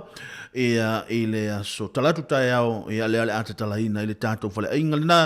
Ia mo i la tau la volo pena o na whaafonga mai mo mai. Ia o le ale ai le tātou whale ainga faune i Samoa. Ia le ale atala ina nei ai mātou nei porua. Ia a whapea te ua su e sau tau maafutanga. Fo i lelo le tūlanga le tō na ia le aso sa. Ia mana ia fo ia te mai. Ia tātou tātou ofo i se o tātou ai mau tātou mata ma whaatau. Ia le tūlanga fo o le lātou tautua. Ia tātou tu sosoani atu ai fo i le lātou tautua pe ona iai. Ia i tō tonu nei ia tātou i poloa. Mana ia telefoi. Ia o tele la wana i whale inga Samoa pe ona iai le nei vaenga. Ia o le atu nuu lo tātou lo tātou au mawai. Mai se lava na ia tātou ta mamati nā mātou e fia lava lātou. Ia i mea ai he pe ona māsani ai lo tātou atu nuu. Ia lo noinga le ale atu whai lava le tātou ana leo e whaasalalau ina atu. Ia awaha ia niso i lātou lo whapena ona whaafonga mai do tono le tātou atu nuu le nei vaenga le aso. Ia i nei mawhai. Ia ona maualoa wanoe te malanga mai le aso sānei. Ia awale tātou langolango ina fo i o nei lava pisinisi. Ia awalong tama whanau o le tātou tunu. Ia e pei ona iai. Ia i to tono New Zealand Wellingtone. Whatalo whātu le uso ia pele. Pena o mafuta mai ngata fo i ia o le uso fo i. Ia laki ma le lato o whaingaruenga. Ia ngasa le uso ia junior. Whapea fo i le uso fo ia tali. Ngata fo i lea ia o i lato umalava. Pena o mafuta mai le nei vaenga o le oli. Ma lore ngā lulue ma lore unsai. Ia, va ai mo i la tau le awa pasi ngā te fo i lea. Whatalo fo i le uso ia sia nava. Lo pena o mafuta mai le nei vaenga le oli ngā fo i moana moe. Nisio ne tātou ave pasi o tamam li o lo pena fo i ona whaafoina fo i le ngā wenga. Ia malo mana ia tele si tanga le wo whaalonga toi fo i ia mo i la tau o le whewa i pasi. Ia le la si ilunga le tolu sifulu tā la, luasu marvaru tā la ia le si vaeng. Mana ia tele le o whaalonga toi le tūlanga le si tanga o pasi. Le a matua i mana ia lava fo i. Ona o le tūlanga mana o mia ho i la tau whewa i pasi. Ai te ilonga o tau, e o angaruenga, e malo e te angaruenga le o whewa i pasi. Le anga o le winga o la whamtalanga, o le sefe, nioe. O le winga o la whamtalanga voilele, ia e te whaingaruenga i le ao, e te whaingaruenga le taimi o le sama, e te le e foilele, o foilele taimi o le manulu. Ia e te sao wha ia o e to tono lau pasi, ia ma ki lau tūlanga o le ea ma whanawhana ma tūlanga o pena. Ia e sefe a o i so se taimi, e mai se ale tūlanga o le whesuia inga o le tau. Ia e sefe a i lātou o lo whewa i pasi. Ia ma e ao ngā fo i nei tātou ta mama, nei tātou tina. Lea o lo e se foi mali o le mea tātou sa moa pe o le au ngā tupulanga le iei tātou e fie melo le whero i pas a le o tātou mai atonu nei e le ai o tama mātutua so le vai atunga ala se pasi a le tangata la e whaafoe mai o mortua i mātua o se po se toi ina po se tina o po se lo mātua mātu fo i ale whaafonga mai le tātou tunu fo i lele o lau a pension a o lea whai ngā ruenga ia i le vaenga lea mana ia tele ia mo i lātou umalama o whewa i pasi ya ma lo la vai to nga wenga fa to no le lo to nga wenga fai I le aso ma le aso ya wala ma le manu pui pui mana tua o le malu pui pui o tato walo ma fa na wala ngata fo le ya o le atu no fe malanga ai ya o le na yo to au ya ma lo le nga lu ya to ya ma lo fo fa fung mai ya le tau tua mo na unanga tato wala leo ya alo fa anga mo to le mavai ya mai le tato le cho le tasio no tesimo le tasi famo e pe ona ele nei vai ngole aso ya langa wa ula le pasi ale le po o mai Samoa ya le ala a tato e vai va tu le nei vai ngole woli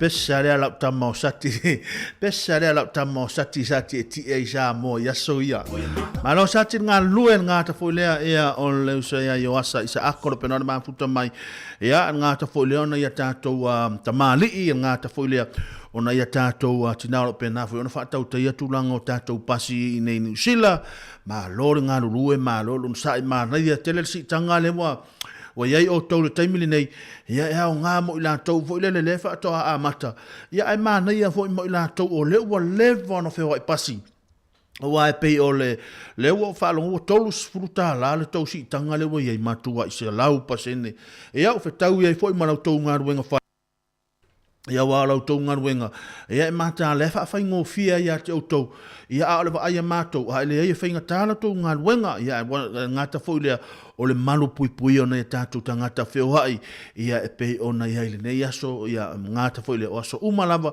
pe ona ia foi swing o le tau le ala ia ia malola va ia te o tola wa feo ai pasi ia le ngalu lue ia malola fo le tau ta mata no ma fa so ma se tasi fo io o tamali sa feo ai pas sa fai mai lana fam talanga sfur male lima lua se furu tau sanga fai ngalu wenga i se fale fasimanu malu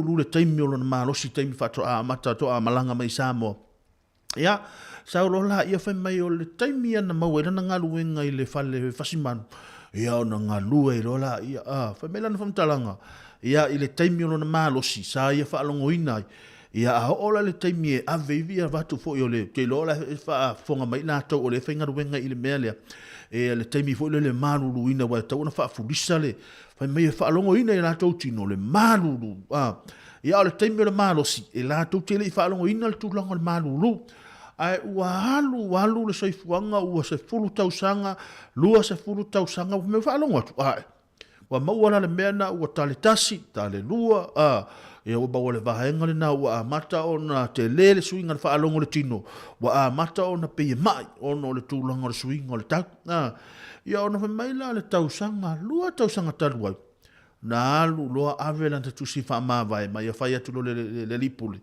ia malie o le asuila na ngaruenga ia o nailoa ia wale o toe ia o te loa sa o foi wale o toe tala fea unga le tūlanga na ngaruenga ma le tūlanga le marosi le ua iai ai te e mai tele ele lipule e mana o la vale lipule tau pea na tu mauti tamalea ia o le taimi le nei le ala ua fea rua i le tamale le ua fea rua i le pasi le ala ua fea rua i le pasi tamalea ia ola na ia famtalanga fai mai ai ana ferwa i pasi mai le taimina o lai titi ia te lo wa tau feo lolo se tūlanga o lana ono le tūlanga le suinga o le olanga le wai me wa ia whaalongoina wa mamafa le tūlanga o ngaruenga ma ua ia whaalongoina foi ia wa tau na sui le tūlanga o ngaruenga tau na iai le ala wa ferwa i pas mai wa fi le mu le tūlanga o ngaruenga le lei le tūlanga foi le lei to tonu ia mantua e alu pasi le tūlanga o maruru ia ele tai a popole o le si vahenga na ta fa so mal tamale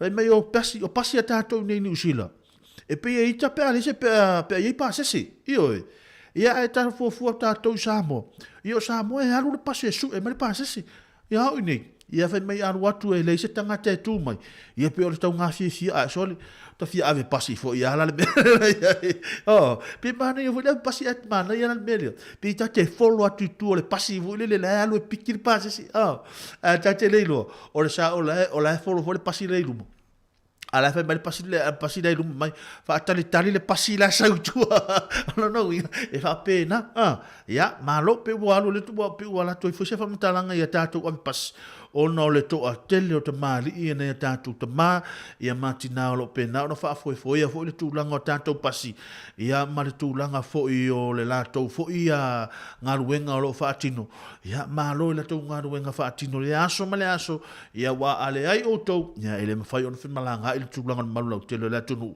ia i se au ma ngaruenga pe o na māsani ai, o le tātou porkalame le aso le nei, tolu wha lima, o le alu watu ele tātou whamaina le tātou porkalame, ona watu leo tātou talafou, tālo le tulai wha, ia ona ma whaatasi atu lor male sunga, ia tasi tuito le waa se ia pā, ia le tulai le lima, ia awari tātou ape foi whaatini, o le ale ise tātou porkalame, ia o le porkalame ale au talafou le aso le nei, ia ona o o vaenga tutuangia o le tātou au whoporkalame ia o lea le āmanga lulua tua i maleu so ia tasi tutu le vaa ia i le tūlanga o le whanga i le lima ia si isa fo i la ia la tamare se i whaise mātala ia wa leva te le mati le toi mafuta ia o le āma mafuta le tūlanga tu le whanga i le lima ia a wale tūlanga le porkalame o le ape foi whaatini ia mo i lātou ia tātou taltanoa ia po le hafo le tūlanga o taalonga le awhawhianga le tātou atunu i le so atai au ia ma le nei wiki eni ia le ai lo tātou atu no ma lo ngā lue whatalo fo ia ia mai ma ta fola lo penana ma futa mai ia ma lo ono sa ia te utou i se au manga ruenga pe ia ma sani ai le nei vaenga o le aso Ta lo whanava e fia e whaino atu i le mamano o le tātua tunu o le ata tala i le nei le whale inga fou 685 Soul Foods. Ono valu lima Soul Foods. I le aso sa nei le aso lua a perila lua a whenua tolu maua i le tele o tau mawha Samoa ma tau mawha wha Pasifika ta tala i le valu le tai au e o atu i le se funu le po a whea ne loe wha tau se toa na i le ainga tu atusi lua se funu mane lua Warspite Avenue i Cannons Creek i poli lua au ane ngalo le tātua whale ainga 685 Soul Foods. Ono valu lima Soul Foods. Tatala i le aso sa nei i le aso lua a perila valu le tai au e o atu i le se fulu i le po. A e le fisili, vala wane le telefonia chess o lua lua, fa ono fa o valu tolu lua. Le 685 Soul Foods. Ono valu lima Soul Foods.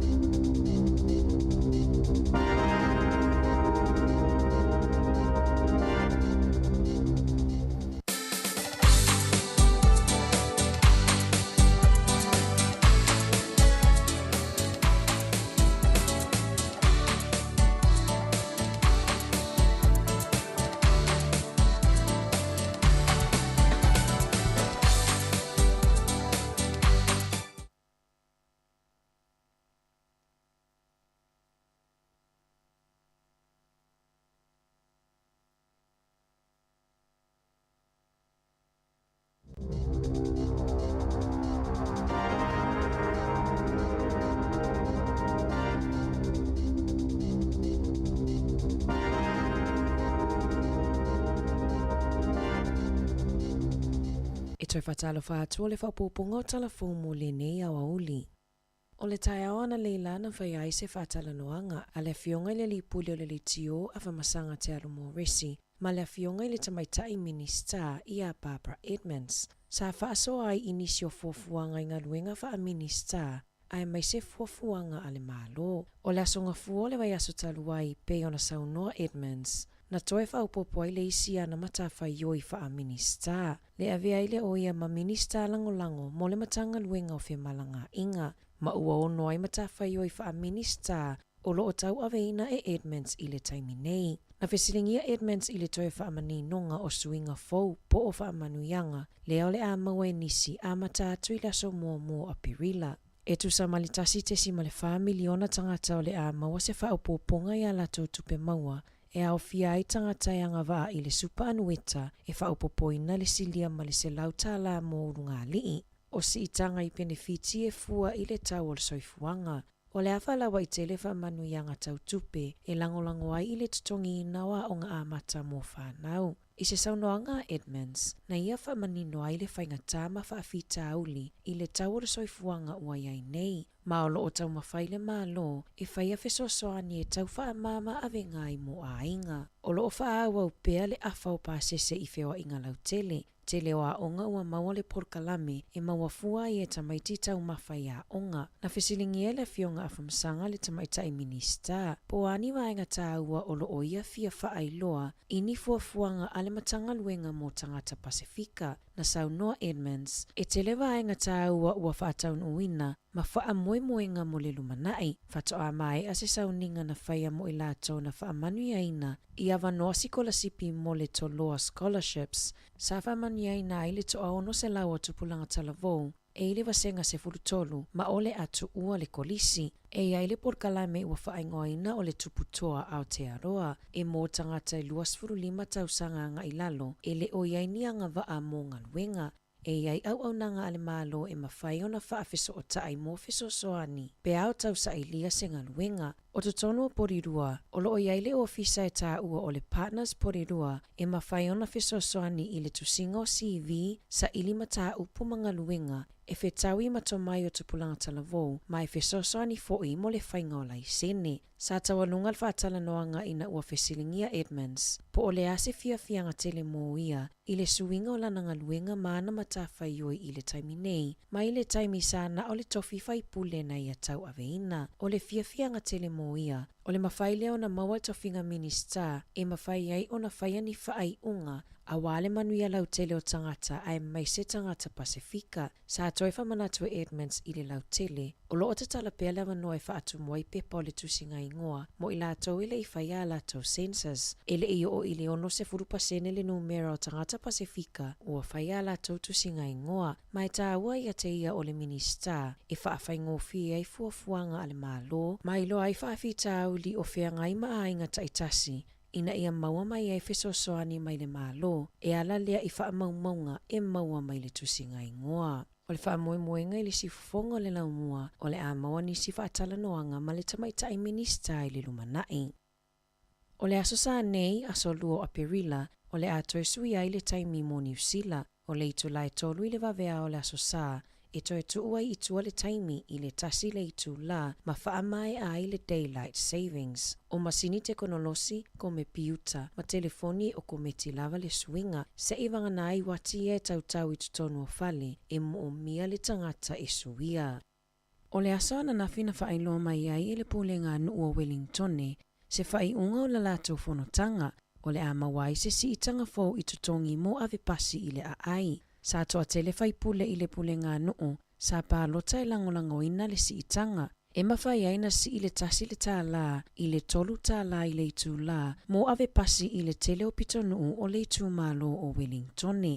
O ave pasi le taulanga e si itia i le tolu sfulu tā la le tutongi i le itu la, ai lua se fulu valu tā la i le itu la, mo ave pasi i ka piti ma Wairarapa. Na fautua ina malangolangoina ele met length le suinga, ona o le toa i titi o ave pasi i le atunu o Atua. E se lau lua se fulu mai i le ono se lau fitu 5 ave pasi, o lo o mana o mia i le taimi nei. E toa se fulu ave pasi ua wha amawa e mai le ngaluenga, ta luna a mata le tausanga, wha se fulu i lātou o lo o whaia onga, e anga wa ai mo le ngaluenga. E toa tasi le tangata i New Zealand ua wha amaonia i le wha amai o le rabies. Leana maliwai i aukilani i le aso ananafi, i se ripoti mai le matanga luenga o soifua malolo ina. O le tangata na afia i le rabies, e malanga mai i tutono la tunuu. O lea wha mai e pepesi mai i wha aua o mea ola se itulou, pe a au se tangata ai tuwai na tonga fiti, na wha amaonia mai e le te whatuora, e le ai se rabies na maua i mea ola ma tangata i tutono la tunuu. Se iwangana ai o loo whea vea ai mai e tangata malanga mai fafo. E leo iai se popolenga i le matanga luenga, i leono pepesi ai o lea wha mai i New Zealand. E se fulu a whetala ua whaatonuina e le work safe, le pulenga nuua Thames i Coromandel, e tatongi atu i le tamalia na whaina o na vai, i na wapa umai i se slide, po o se whase enga tamaiti i le whangamatasa ma festival na whaia i le masino te ise mai le luafe lua se fulu. E tusa ma le se fulu lua mita le mawalunga o le vaenga na pau umai ai tangata whaapea matamaiti. Mana maua mulmuliane iso esu enga le work safe, e le isaunga le mu le whaapipi ina o le slide, e tolu se lau 5 fulu a wheta la le salatupe ua whaasalaina i le kamupani a le JTK Trustees Limited, lea e ana ina masafa a pipi ina mea whaasise e mo le porkalame. E se fulu a wheta la e tutongi nā tue le pulenga nuu i le tamana manu ati ngā ina. Ona o le le whaia le lei o siaki mo lea wha moe moe. O le asoe a mataina mawhai e tangata Maori, ona filifili pe sui le lola pālota, e pālota ai i le whainga pālota o lumana i nei. O le amawhai ai ona filifili le tangata Maori, pe resitala mo le lola pālota mo tangata lautele, po o le lola pālota a Maori. I tausanga ua tuanai, Sa whaatali tangata Māori se ia mai a le tai whātau sanga masuia la taulo la pālota, peitai o le tausanga taluaina pasi ai se tūlafono fou, e mawhai ai e le tangata Māori, na sui le lo la pālota e tuu iai lo na suafa, i le tolu masina ai le iwhaia le pālota, e afa miliona pepo whaamatalanga o le a matana lafo i tangata i le aso atai au, a wale pālota ia o ke topa. O le tausanga ia whewalu se lau ono fitu, na amataina wawai ese le lola pālota whaapitoa mo tangata Māori. Ina ua nofo Yesu i o Māori nofo e wha i le palemene.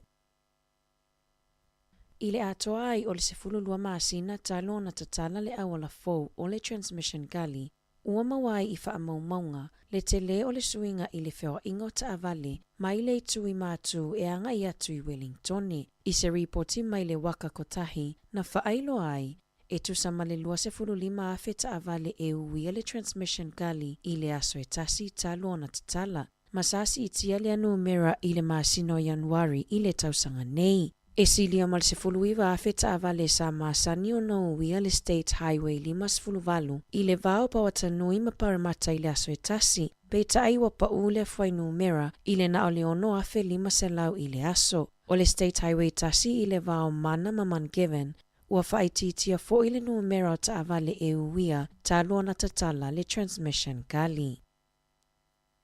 I se suesuenga fo ale Kantar, o le sailinga leo manatu mawhinangalo tangata, po o le ale popo o lenga o lo ofeanga i matangata, i leo langa waso umai le taimi nei.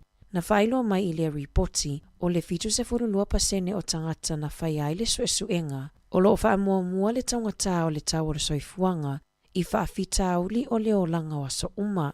Lona lua le puipuinga o whanau ma le whai o solinga tu la fono, na lisi e tangata i vaenga o lo o whaapopo leina ai. O mata upu tau i whale, soifua malolo ina, masauanga, sa mawalunga foi i le tani mai a tangata, e toa a tangata i New Zealand, na whai ai lea suesu enga. I taalonga, o le vai aso nei a matalia i le fitu i Hong Kong. O le afiafia na nei i le 28 minute te ai le valu le taimi Samoa ma le taimi New Zealand. E ta alo ai le au taitoa fitua Samoa ma fiti o le aso momo a perila le aso atai au. E fai ai le taalonga a Samoa ma Argentina i le 10 minute te ai le 5 i le afiafi. Whaapea le taalonga i le vau kanata ma Samoa i le 10 minute te ai le iwa i le po atai au. O le vai asolo na ono nei o whaanga solo le supalakapi Pasifika, ma o le afiafiana nei i le 5 minute te ai le fitu, e taa alo ai le moana Pasifika ma le Highlanders i Aukilani, ai o le Reds ma le Crusaders i le lata alonga i Brisbane. O le afiafia tae au e taa alo ai le Chiefs ma le Blues i le malaita alo i Hamiltone. O le Hurricanes e taa alo ma le awa le Force i le toe 25 minute i le itula e wha i le afiafi o le aso saa. Talafowia ma le siufofonga o le laumua mo le nei vaenga o le aso.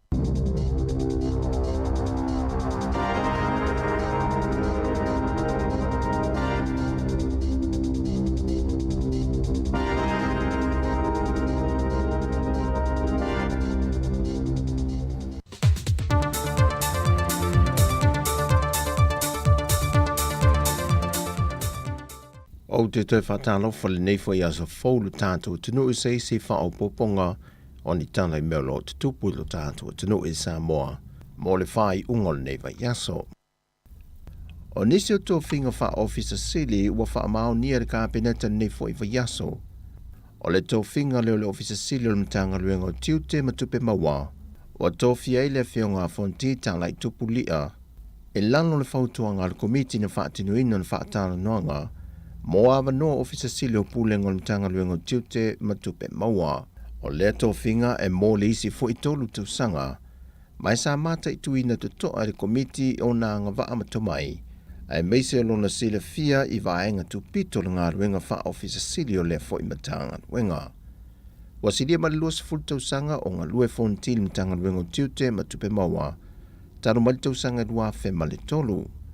Na tō fie a vea masui ofisa sili i le lua fe se fulmoleono, e o mai lava i le aso. O loia umia wha ailonga o le matua o whaiva i tūlanga tau tupe maua mai a pani, ma le wha ailonga tikeri mta opu tau ala manuia mai li Universitea wa o Samoa. wa fasifu matasi tausanga o le soifua ma ua faa i poipo. E to ono na ionalo, ma o loo ia umia le swafa matai fonti mai fonga savai, ma ua sui tūlanga e fonti, le fionga matafeo avalisa viali fautua le. E fontanga sa usuia le kabineta nei fo i yaso, wa wha mauni e nisi o wha ton fau mo wha la puputonga le malo. E au fiele pūlengo le tine mu, le wa filfilia iei ai ono Merisaini Siosi la ulu, ma funa fe ai David Oliver va ai, e a vea mataitei fono. O le wha la puputonga o taui mo wha alawe te tupu wha fosei, wa tō fia iei tu au Pepe Cherry Warwick, e a vea mataitei fono, va tase ai ma asiata Dr. Zatupaitea Viali, ma la vea George Hazelman, e a vea ma wha tonu. O le whaalapo putonga tausu e suenga whaasai e nisi a Samoa, o a whiriwhiria e sula mānei anu e tolu Montini Ott, e a vea mataitei fono, whatasei ma manu le lua soni la meta. O le official pūlengo tangata tā whao mai mua mai Samoa, o whiriwhiria i ei tu pae sa le i mua rapi va ai, e a vea ma wha tonu. O le whaalapo putonga tau whale a Samoa, o a whiriwhiria aina wano la wina craze, mataitei fono, whapeai ma Violet Robeck e whaasavalu, ma Elisabetta Changtang Peters. Ma le pulengo malai waalele Samoa, wa tofi aile i antaua isi kuki puni valu, ma taitei fono le komiti whaatonu whaatase maisi sui e to alua, wa whiriwhiria e vea ma whaatonu, Tina Ula Saili, ma Claire Leota. E se lia ma leono se la wafeta la wa whaatunuina se whaai unga le whaamisinonga, e te tau un tutongi antu el faltupe le ANC te se tasi o ulunga li, na ta ofi whaasol tu la fono el faltupe, le pāleni o le tau al whanua le unga li ino lato whaata wina, na ua mai au na tu ina ese le tau o le whanua no lato whaatau. O le mata upu le nei le whaamisinonga, ua mai au na tutongi le unga li le ta lafu na whaao ngā le whanua e whaamawai, ai o le nonga tupe le antali i o le toi ina na mo kesi e le whanua, na le mawhai on tutongi ina, ma whātonuina i lo le whalitupe wa te tau o na seti ese ma le whanua se i whātau ese. Na whātau ese le whalitupe le whanua i le tau e se lau tōls furuafe tā la, e whato a la tō whaai lo muli le ainga, o lo te toi le fitus ful tōlu afe varu se lau onus ful lua tā la fitus ful wha sene. Mai o tō unga no la tō ave le ainga, e whāto a wha amatu watu le se leni lea, pe a mai au na tāpe na ese ma le whanua. Na te ena le fionga le whaamasino i a vui Clarence Nelson, le tālusanga le tua le whalitupe, e le whinau lo ia le tua le ainga, e soli tu la fono le whaatau ina ese le whalitupe le whanua, ma o latu tā ofi e le pāleni o le tau le whanua, e au no mo so latu i loa. O le whaai unga le mata opu e si lia ma le ono se la wafe tā la, le tupe o le atoe tutongi atu le ANC, e le ainga e ana le whanua.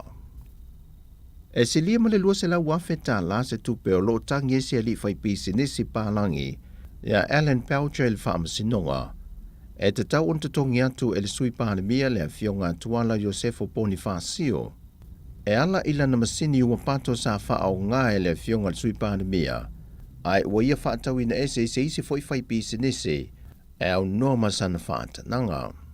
Na whaailoe leo lo tangi, na iaisa la malienga tu ngutu sa whaia mal whaipule, e whaatau e le fionga le whaipule le na masini se lau tōs furuafe, e le tausanga e luafe se fulma le whaa. Ai le tausanga e luafe se fulma le lima o le tupe muli le ntutongi atu e le fionga le whaipule i a teia, e na o le lua se lau tōs furuafe. Ai le tausanga e luafe se fulma le valu whaato a i loa i nai, wa whaatau ese le fionga le whaipule i se isi whaipisi nisi la na masini, e le na o le fast furuafe tā la, ai le iai se le ni nau o atu i a teia. Ai le finau le lo iolo tu lai mo le fionga le sui pālemia, e le iai se malienga na whai le vao lea li pālangi ma le fionga le whaipule, e whaatau e le whaipule le masini, paule tūlanga na whaao ngā i le masini, e whaatino ai se ngā luenga le whanua o tuala. Mai i le lua fese fulma le lima i le lua fese fulma le valu na whaatau ese le fionga tuala le masini, sa le iai se whaanau nau ta inga i le whaipisi nisi e tuli loa tuala i lana masini, E whatoa to e wala au i le lua fese fulma le valu, e na ua whatoa i lo wa whatau ese le fionga le whaipule le masini. Ai i le tū a le o lo tangi, o lo fina wina i le whaasoli tū la fono, o le whaatau wina ese o le masini le whai business e au noa masana whaanta nganga. O tala fo wia mai Samoa manuia le ni aso, whaasoi fo ia.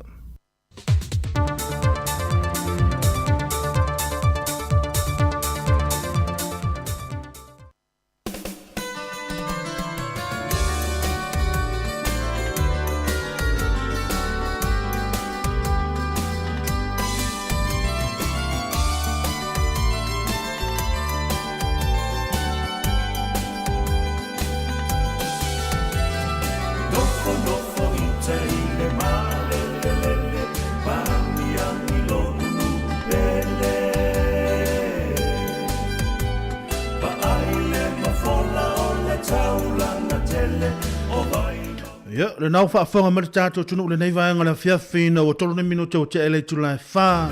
Ea le tau tua mara unanga le tātou wale le tasi ono tasi mara tasi wha mo. Ia pei ona ele nei vaenga le whiawhi. Ia le whai unga le nā tātou tala whau le nei aso mo le tuli nganga le whaaftai te lava. I le tua whine ia ana wha asolo le ngata fo le leuso ia tā sesa mai Samoa. Ia mo tātou tala whau le nei vai aso. Ia mo seisi whaapoponga le vai aso whau. Ilo nā songa fua. Ia o le taimile nei, ia o le o mawhaatasi atu ma le toi ina, ia i le nei va, hoa tau wa ai mai le tangata, le o mawhaatasi atu, o le tangata, le sta mai tangata, le o mawhaatasi atu ma le usa ia tasi tūtola waa, ia a wale tūlanga o le tātou api foi whaatini le nei vaenga o le fiafi. Malo soifo ni namba, malo lon sai. Malo foi le soifo Terry, malo foi le tautua le tātou tino, ia le o tātou ia le toi tūla muli muli le tātou pokalame, ia ma le tautua o le nei fo yaso ma le nei vai yaso. Ia le tātou pokalame o le foi whaatini, ia pe o le whato ato e whaile o le tātou pokalame, ina ua le whato ina foi pokalame e tupulanga tala vau le masani na whafoina e le usa ia mauri whaivalu, ia whape foi tofine ia ana whaasolo. Ia ono ni tua ngia le maalfia, ia ai taritonu, ule vai asa fau tai masani la foi le tūlai wha. Ia ona toi whaawina le pokalame e tupulanga tala vau, me le wha malulua tua ia i la tau foi. Ia mesi tupulanga tala vau masani, ona whaatasi me le tātou pokalame. Ia o le foi whaatini, tau le foi whaatini, ia o la whaatini e foi o lai, ona winga la, e le mana o mia toi ngape foi lele, iep, Usol mena wa il temina foi whaatini le, iep, na, o le o vai atu tātou le tini, o le tātou vai atu le tini, ia o temina le tūunga, ia e le toi mana o mia toi ngape foi lele, iep, tamore, iep, tu ato il manos na ala fa mali fa ili volle le ale alfaya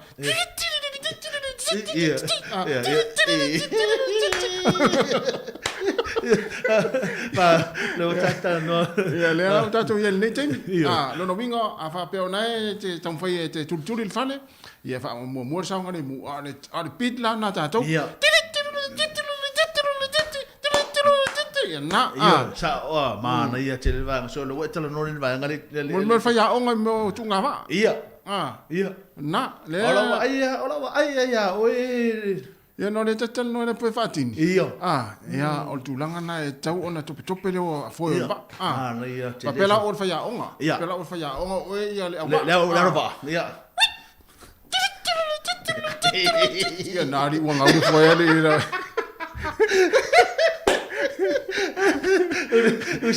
Usa ini mai la fai. Ole mele te fai tuai. Ole mele te fai tuai o foi a foi le au fautasi. E pe tu yo. Ala para foi fa fine.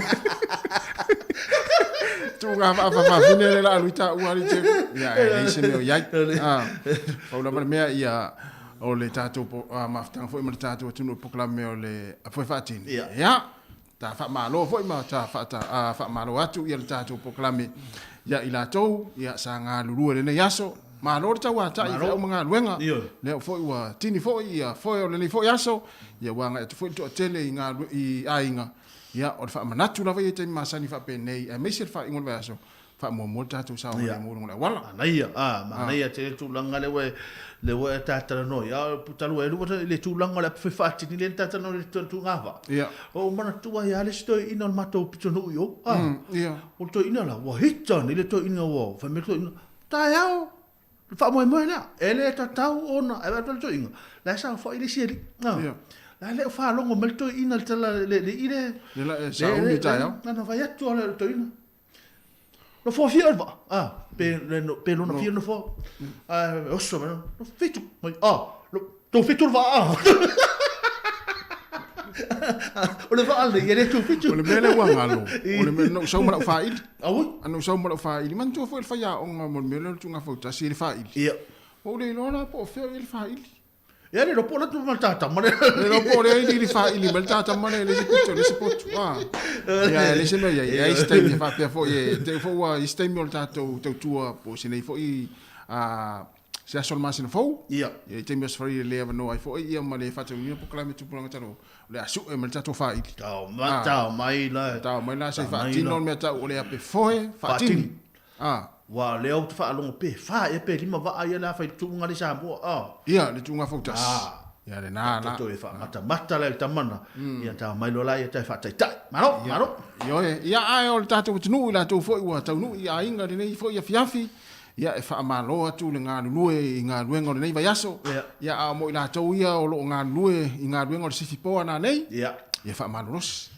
yo ma losi ma na valo fo ia na nei po ta ia ona fo ile ia inga ma futa fa atasi ia ma tua ma fa nau ia ma na ia o le wa tata no se o tata o tamai o tamata o tamai de fa ia beta o le wali ia le tala no mai ata ia o le wali ia na ta na fo le ta la kapia i lumo le pulpopo lumo le fale lumo le onon ia to ngala kapi fo le tami soro la lo ulu na la kapi ina lo ulu ia famel do ava tu ina la fiafi wati ale vado ia ala to tolo ane molu ta inam famel lo mal to ata furu vai le foi la tios le foi la fe molu ta inam ta molu ta mai ia la ida wali ia ta no me temina o tama masanda wali io Ellen Solomona ni sati wa io e mi koma o matangata la le mi matafola le e pi el tangata le vola au mai sori mea se le plan me le matangata le se tata pes ia ona e nei fase silanga nei fia fai lo tatu tatu ma futale tatu ma futale ma tatu tunu ia pe bala mo foi tatu tala ia me se foi te fala lo ino tala ta longa foi o nei foi va yaso la ia ia o le tata pes ia ona falu atu le me sia ta va ngale ia on tata no ila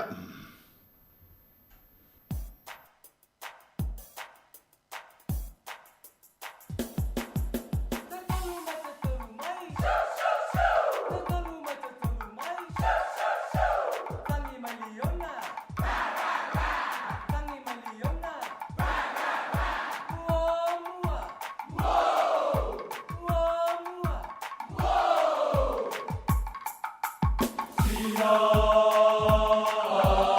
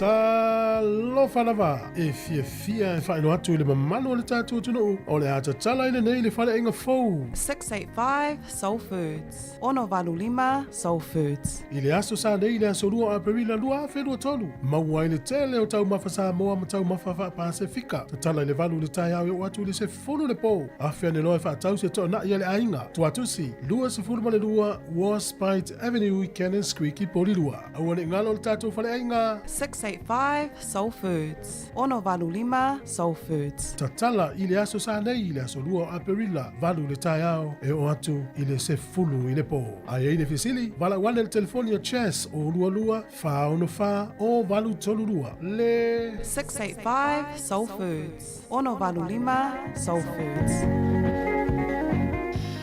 Ia, le nā le tātou tunu o whaafonga mai le tātou tunu le nei vaenga o le fiafi ia o le wha sisilanga le nā mo le tātou a whale inga fau le au le wai nei eri tasi le nei vaenga o le fiafi. Le la te tala ina ia tātou i pororua. Ia. I le sa nei, ia i Cannons Creek.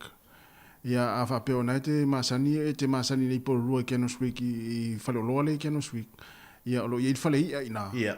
Ia nga ia tula nga o falei o le fale kulisi o le fale o tiulu ia alu o le falenga lai o le mele le fale ale au lalotonga fasanga i tonu marka pat le na ia le fale inga le atala ile sa nei ia o fetau le fo i ma to nai ia a mesi na to fo i le o sauninga lotu ia ai le i tapinene to nai ia no na tu ua le lotu tu e lo malau ta vale lumo ina na ia o tau mafa le ole afa tau ina i le fale inga lea ia o tau mafa e fia i o tatu tangata ia mea i Samoa ia pe o sapasui mvaenga umala fa pena ia ia talanga le sa nei ia o le atumu fo ia ta ia pe o le se ta vala awali oi ia le ala o ta vala ia ai afa peo le ta vala au le na vala au mai ia ma le tu vala au mai po ele lo por tangata le o le kukaina le avo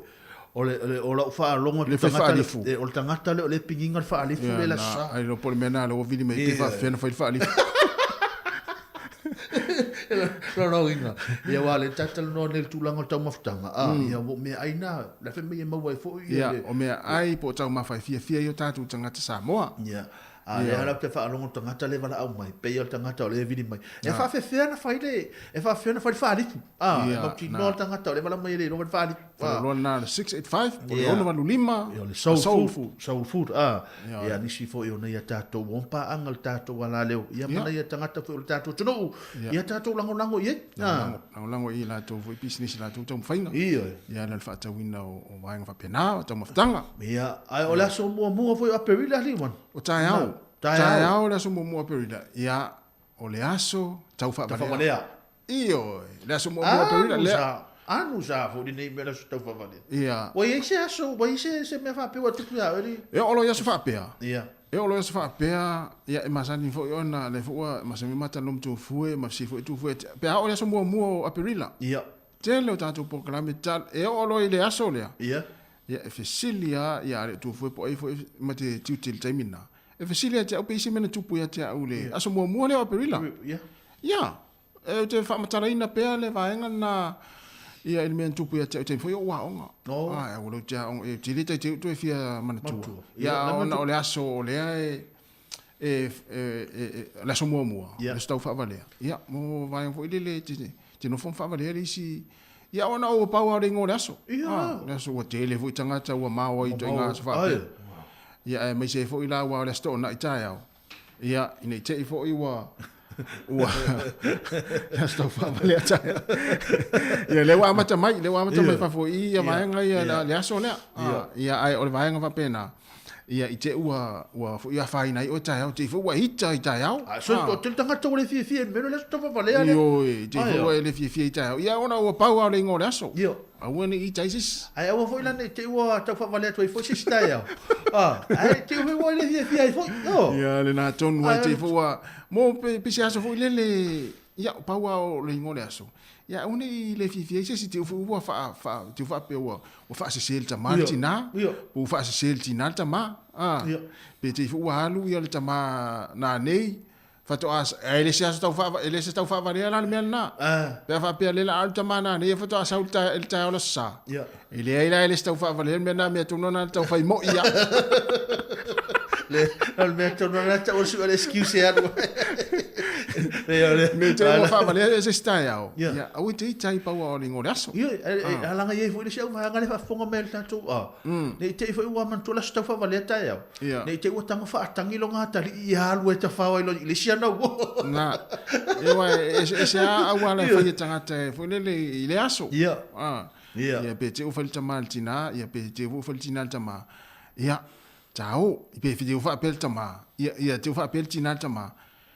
Alu tai mai le a. Po fe se no fo nga mamao le la alu ai. Alu atu le se mea. Ia ona itai foi le tai. Ia ona itai se pa wa le aso. E non fa mana tu pel tatu tu o le aso atai au. O le aso tau fa vale. So le. Se o tal no ne be le aso tau fa vale. No wai. Te longa o i mato pitonu e mo tu le ke le ro ya u se me sto fa vale. Te mi woru ma sani martina na. Ai mama. Te lo sa mo. O wala fo tai ai fa mai io le ai fa mai le show so me te sa mo fa fa mato le fa o te sa me lan tamofta. O sa ro me ai ta le va tu fo le tamofta ai tu li o fa tu fa me te le fa ta. O sau i le fale lo fa tau i le si fale o lo ape fu minuto te la o sau tu li voi o fa tau o lo te alu le si fale o lo o anga na le aso o anga na aso fa pe nei aso tau fa vale e fituli na iso lo ai e mo muli ani so to ai lo ia o le aso fa pe na so ai pe la to he fu to he ne fam talang a fa no ai si pe pu tale fi o tale fi ia sa o le ia la o pia mau mo ia pia le se mea ia to e watu lo isa ana le va vela tamo ia le na ma va se wa sa ana le va vela tamo ia sulu la lo fo ia taimi fo o lo leanga taimi o lo leanga o lo ranga i mene yo mo taimi na le fa to e fo i ma nyo fo ba lo la ma tatu amo wa fi te va pe ia o tu langa na tawai ia o tatu anga ia tu fa ngol va yaso ia o le masina fo le amata au le fo la amata no mo i fa manu yanga fo le ma malo le ole amo i fa manu yanga ma malo i te wa lo tu sia kila u ka do i se tupe fo le fa sili ton ia na wa amata na mo e tatu pe o benefiti na la tu fa popo na se le ni benefiti ia awa fo ile tulango pe ona ile tau fuanga ia manisi fo i fa monianga le ole a mo o le matano atu ni sila nei ia ile tu no ni sila ele se me la to mai fo Australia le ai se me ole a mai fo tu ni Australia te fo to fa pe mai Australia ma America Hawaii Samoa boi le fa mai se fonga la mo le ai o ma to ni sila i fa monianga o to ia to no fo ia ina o fa murianga ma tole a mata tai au so mo le la o fai le fio Australia le la to fio wa sa o mi tia so na la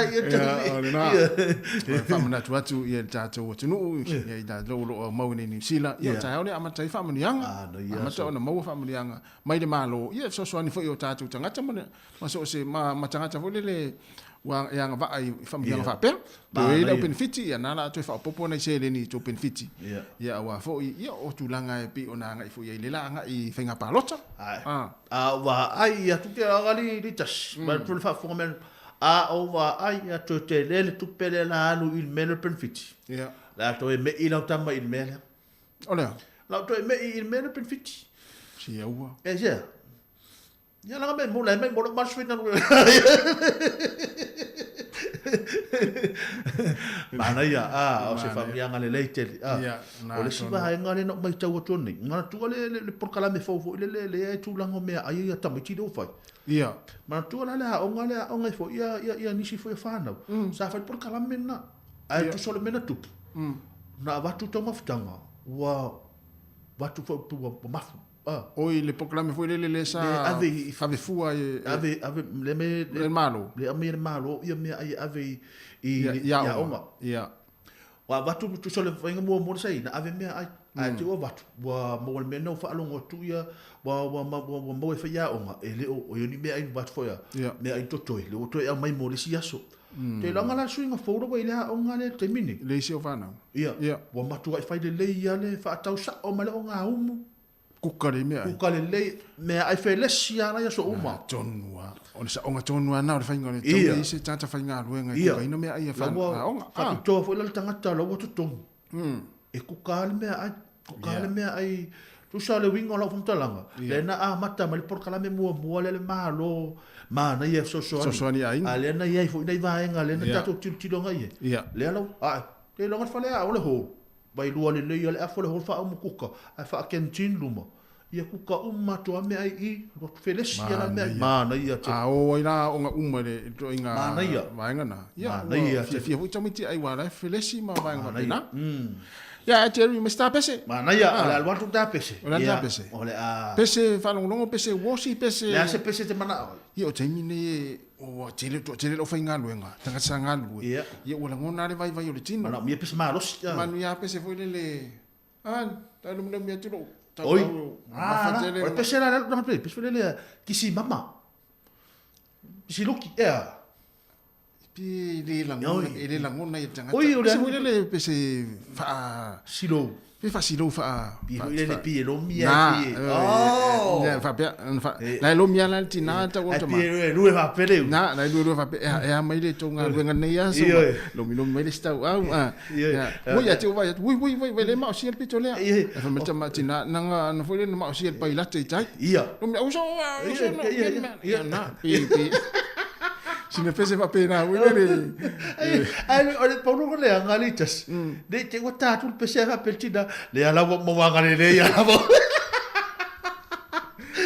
na ya fia ngane te ya fi le si fonga la mo tatu proclame ole ape foi fatini ya ma lo la vale ma futa mai tatu tino ya ta pena i foi ya tulanga ole fiafi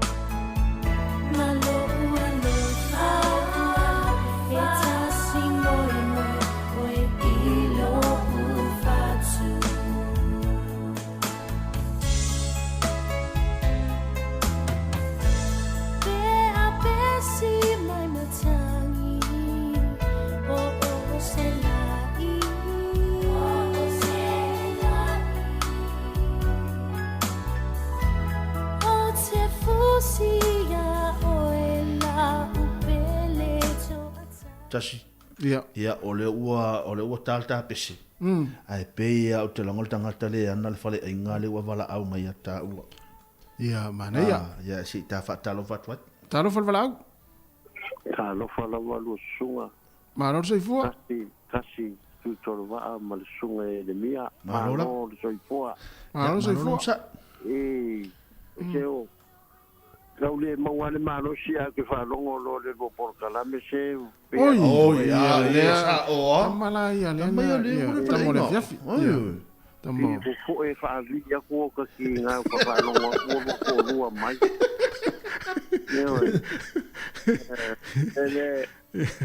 O le vai a so lenga ke akasi o fi o le moso o le lenga o kau fao o e kanga.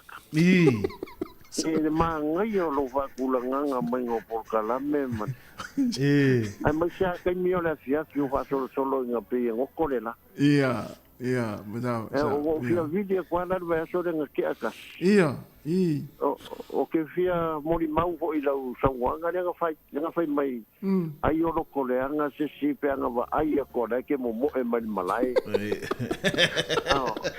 o va o de vika sa o mava la sa o tanga tano fatal tali atu o le awala ko o ke mo de yungi so le e se si mo ka maki ai de era makare te ia la ka alo mai ka sila o sala vai la ite vai la ite tata le ute ai vole ko e men como que ko feo kali me ka kuli mai ko le awo pa wala tangata mori mau i tano te faia langa tangata na ai ara o sole o que era ko ia pia o faro ko sole o ave kara kale de au de sala vai la ite au faro ko a so Arangala ngal ke minga de kera ku ye pia mai ka alu sa vai ya.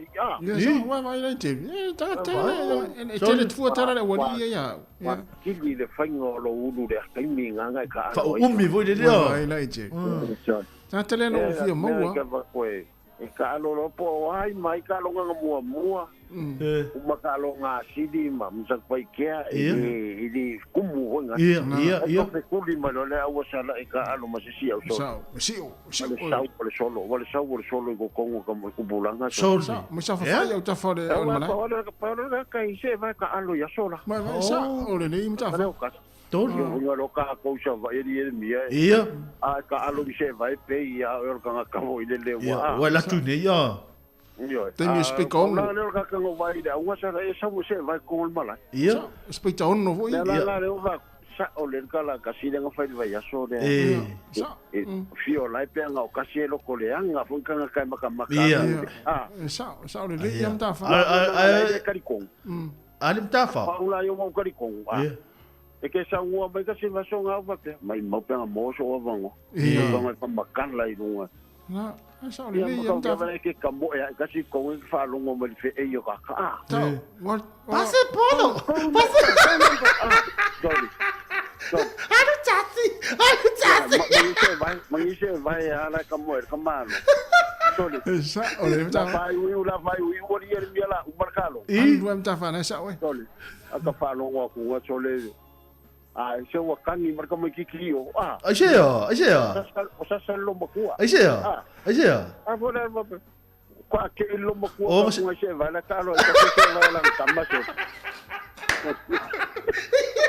Kama lo makua. Vai ora ka wa ka se vai ala ka alo mai ka se vai.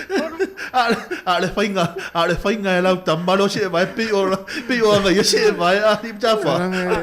Apora nga mangi ko kingi wo no mai ku.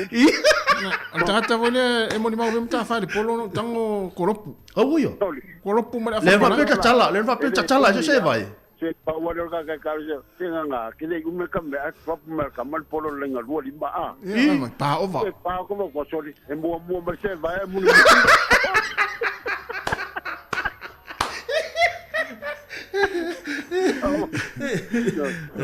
Pauara tangata utana no me lo kapi. Ia. Pauara tangata te fia maua. Ia, a wifi mai ali tafa. Langa tangata sale o ale malai sa utano. Ai uma ke vai walu de pasia. Ia. Vai pasi wo. Soli ka fa no ku soli. Vai lá le ka vala awu ka me ke masangi atas. Ia. Pasi.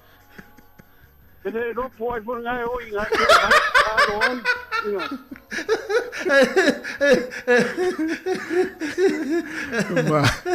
Ma lo mata. Ya wa ya pian wa ku nga se pe ka mo me la kati ho le au sa vai. Ya wifi mai ya le ha wa. Am tafa. El watu las fala ile va mo ya watu tofi le wata alo. Ala tu mo ko le va ya so ko ya pia. E mo ele ko le ni sa vai le au ngai ka mo ke alo mai. Saukas. Ya. Sama ko na ko me me. Ana manga ko le ka kera ka pia. Sorry. Yo de fe wa iso le cover te American. E ma ko ile hia la sa vai pe la tu le polu la ta. Ai ko la ka sir ka minga ka. Ia. Ami la ngai kama ho yo le van ko lengi na ala la wa piki ka ika la ilo sole ele se se ko ngo fo mai il me le ile la wo ku mai o la lo fa ma le fa ngo ka ika a besi vai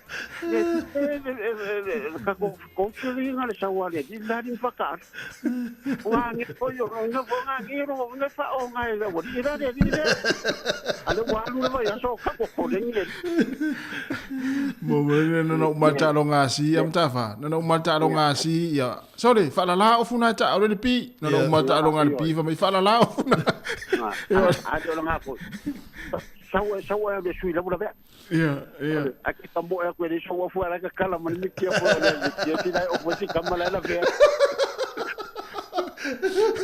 sa ole Ole soi fuanga na ona.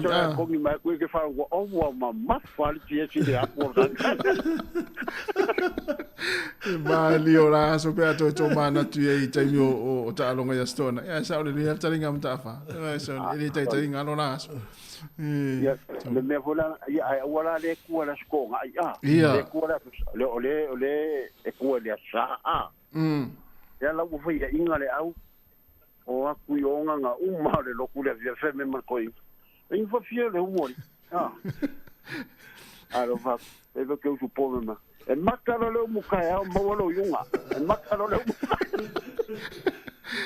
pa va yo fa no fiele da scola ai vai le pemi que lo ko le manga camino milo manga kalmala na e makalo le mukaya nga va le vai marka ko ngua mo ma sa ida ai mai se la pe fa pe ola o te malto ina ile ala ye tini fo ile no tu fo ile weekend an wiste ne tu o nga fo ile ya pia yo no na vodi ai o vodi ai wala nga ko yo le nga va yo a pe se banga yo ko nginga nga yeah St Mary's ai vai mai ile me do fo ile sorry a pulu e va do ku le unga le casola pulu to le ale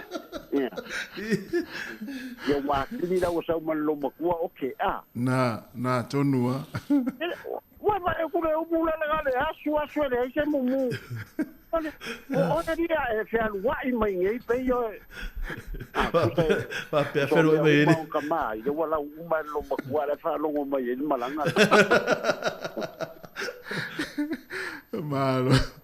malo faftai ma tele Paya ya o duari kasi mangai kile mo por kala me mala ka manga cho tayam tafa ai la stimela la vesidia kurikas iyo fale aingalea mai ko fale aingalea ni fasala la mai ri iya fasanga itonu ana male ho la lo tonga la afe o kai au e de se fudi fo de le wa o open day yo sa la sana tsala tafa ala pe yo se mea fo de makanga pe se so vo de pe half rice pe iya yo mana to e ka kangwa lu i lo wa no winga yo o fa sala la ngalo sa we yo li mo ku lu fa sala la nga yo mana to e ta fa e ta tala la sa to e lo ka sa la ai la sa mo lo o va pe pa le fa sala lo so le ele ya ko sa ngo wi si u ko ila si kengere o ngal fa le e ka vale ai le wo la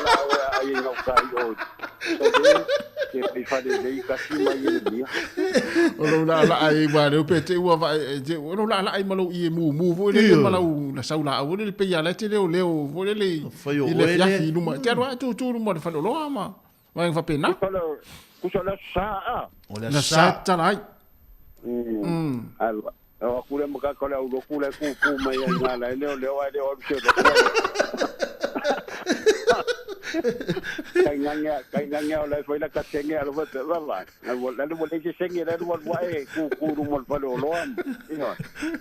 Malo. Aku ngamela nga vale ko fi ya koi wai. Ia. Uno mal malama. Pe foi de se fasi sila nga pe fa kai ngol fa inga ngo fa nga nga pila. Ia. Aso mua nga openeri kasimeli me. Ia. Kasile kula ai fua o ia kenga kasile kula ai fua ma ia maka pungi fa kaulo ko fo ia kaule ingal me masa e de fa pe ngal ko fa ingal ka ya se to longo ia to longo to video tu ai tu ya o ta wat wai fa ko ke ia longo mai ku ai ola mai no ngale yo longo mai ku ai a foi ela ai mo mar ko nga me nga kasile kula ia no ngai foi mar ka vai malu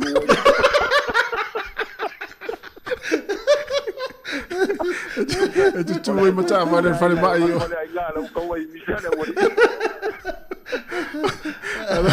allora fate un tafa dai allora faccio non lo fai va se vai la Jerry io mai lo tamma io per vestirmi fa vesti e una ora sala un mo o fa isi vai nga io fa le famiglia vuol dire che ai fu mo tasi dei tura ai le ai le sare ai fu ma tu tari ala fesi nam ta fa la tari mun mut e mar paero vai fu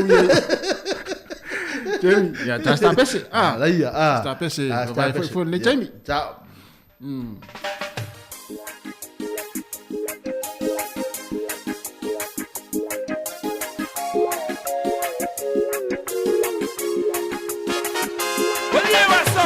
Mix that up a little bit and little sweet and make the people them get nicer. Stand up higher than high and listen to sound boy. See my lady wanna what's a silava oil over more. I want to know if you love me so. My lady won't let you go. Lama oi benino le vasa la ma matala cha chino mai wana wana ya so mo ne onya la ubele esa faila umiti cha eva Fiafi Lo manongi wasa sala Yo se pua fua matala Beni mate yo uma fau fanga Lo malile ubeyo lekiona Wafainga tau kuna thama chala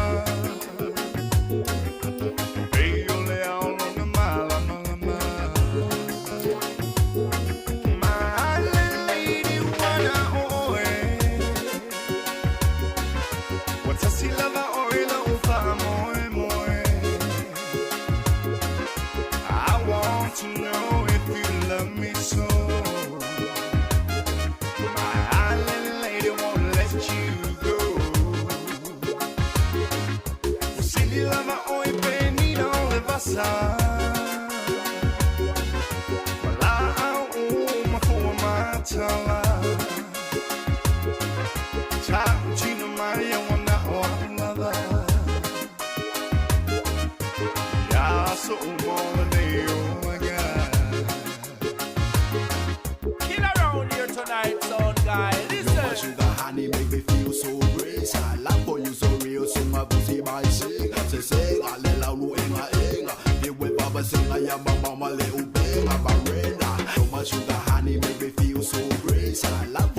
real, so my pussy might sing. Say, I let out, you with Baba sing, I am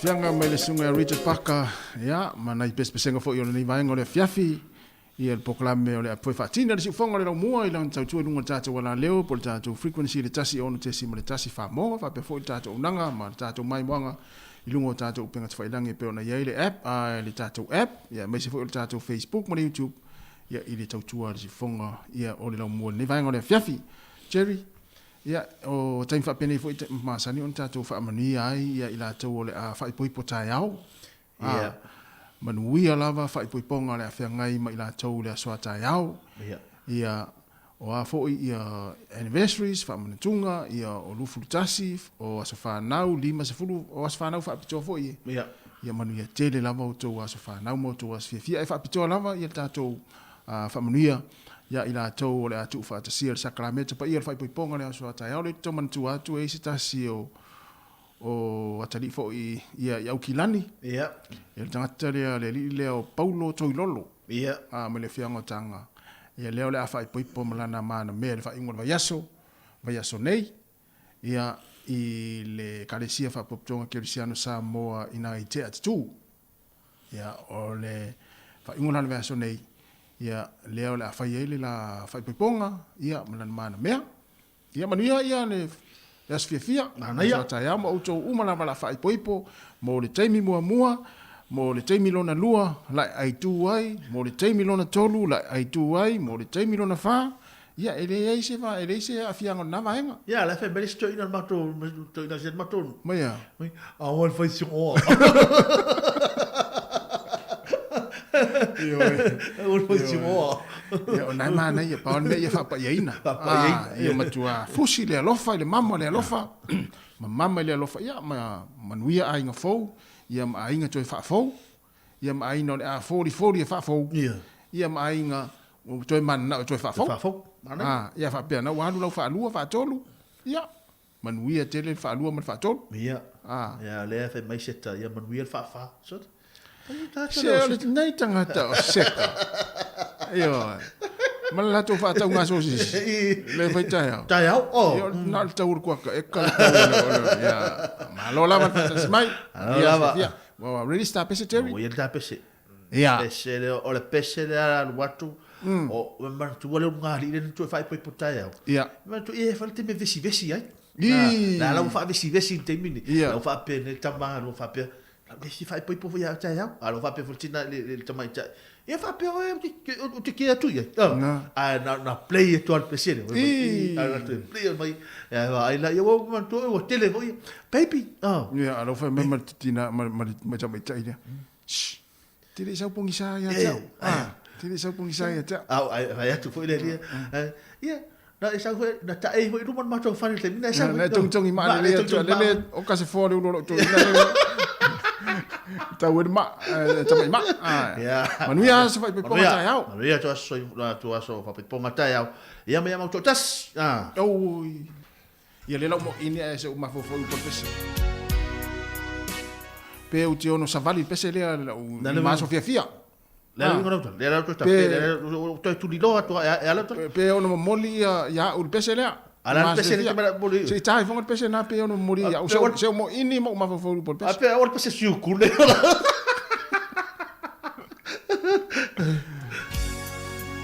Oh, ya wo mau pu. O pese le.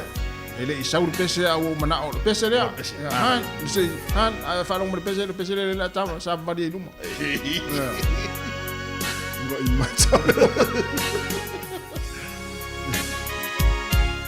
Vai make up na pa udah.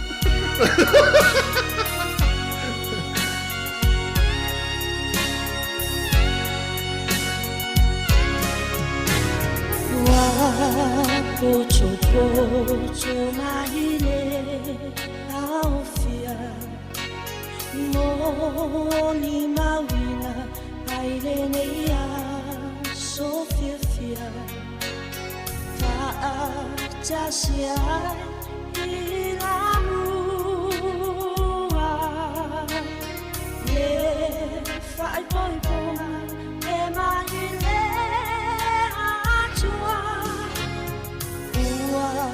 o falo a o chale faini ele iumi ai ova aya siali ua sale solo mana o sili o loi machai ua mani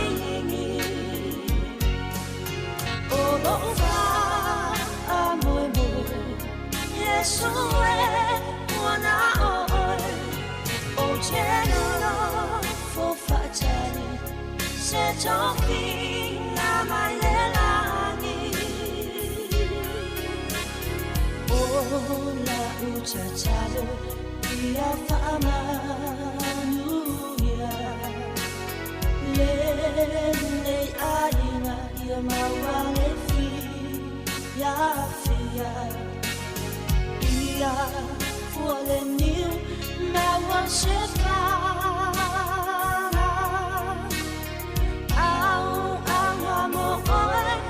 so osaru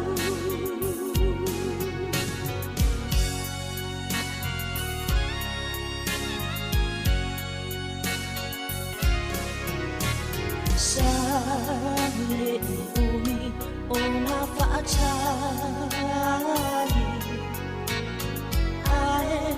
Ova aya lecha maitai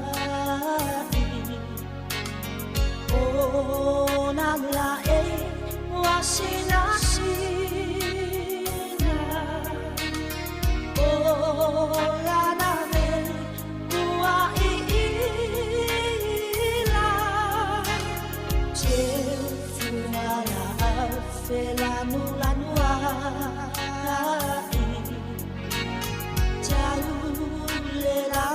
Senia ileka ati se maima me ana oicha Yesua esila fiaina Olofa amomo Yesua ona oi O geno for fatali se topi na malelani O la uchachalo ia fa'amanuia le nei alma ia mawale fi ya fia ia vole ni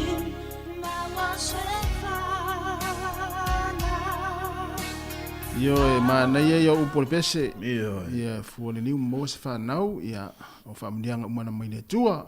ina tau le a fai poipo tai au, ia, manuia o tau a so fai pito le a so a tai au, ia e fai mai wo o si ungari I luma. Ia. O fai mai lo mal fai fi au. O te wala watu I le fai la tonga. A iai se mea e whilangalo se si o le fai la tonga nei. E ono le fai poipo ai ia le teine ma le tama. Tūrai mai lunga. Ia. Ai tu lunga le sfato inana. Ia. Af sili mai le fi au pole an mafua. Ia. Ai fami. O le rile. E le tau na fai poipo. Fami le fi au pole. Ai fami. O le sifio ai moi o le telemato mo le lo le rile. Ia. Ia ele di mea nai on tai fo. Ta fin fai poipo. Ia. Fami lo mal fi au. Ia. Fama lulu atu. Ia. E le o ni mea nai on ta fin fai poipo. Ia. O mea tau on ta fin fai poipo. Ia. O le ia se si fo le o I loa e se si ia se me le tau fai poi fai se siana wo e le loa ia na alto inga al mera le fai mai ta o fil fai poi ponga no le li ilea o le loa I mato mo ia ai tangi ai na tangi le te fai poi o tangi te fai poi po o te o le te o tilo mai fa ia ia ma le si mena wala au mai te fai poi po ia fa fele wo mai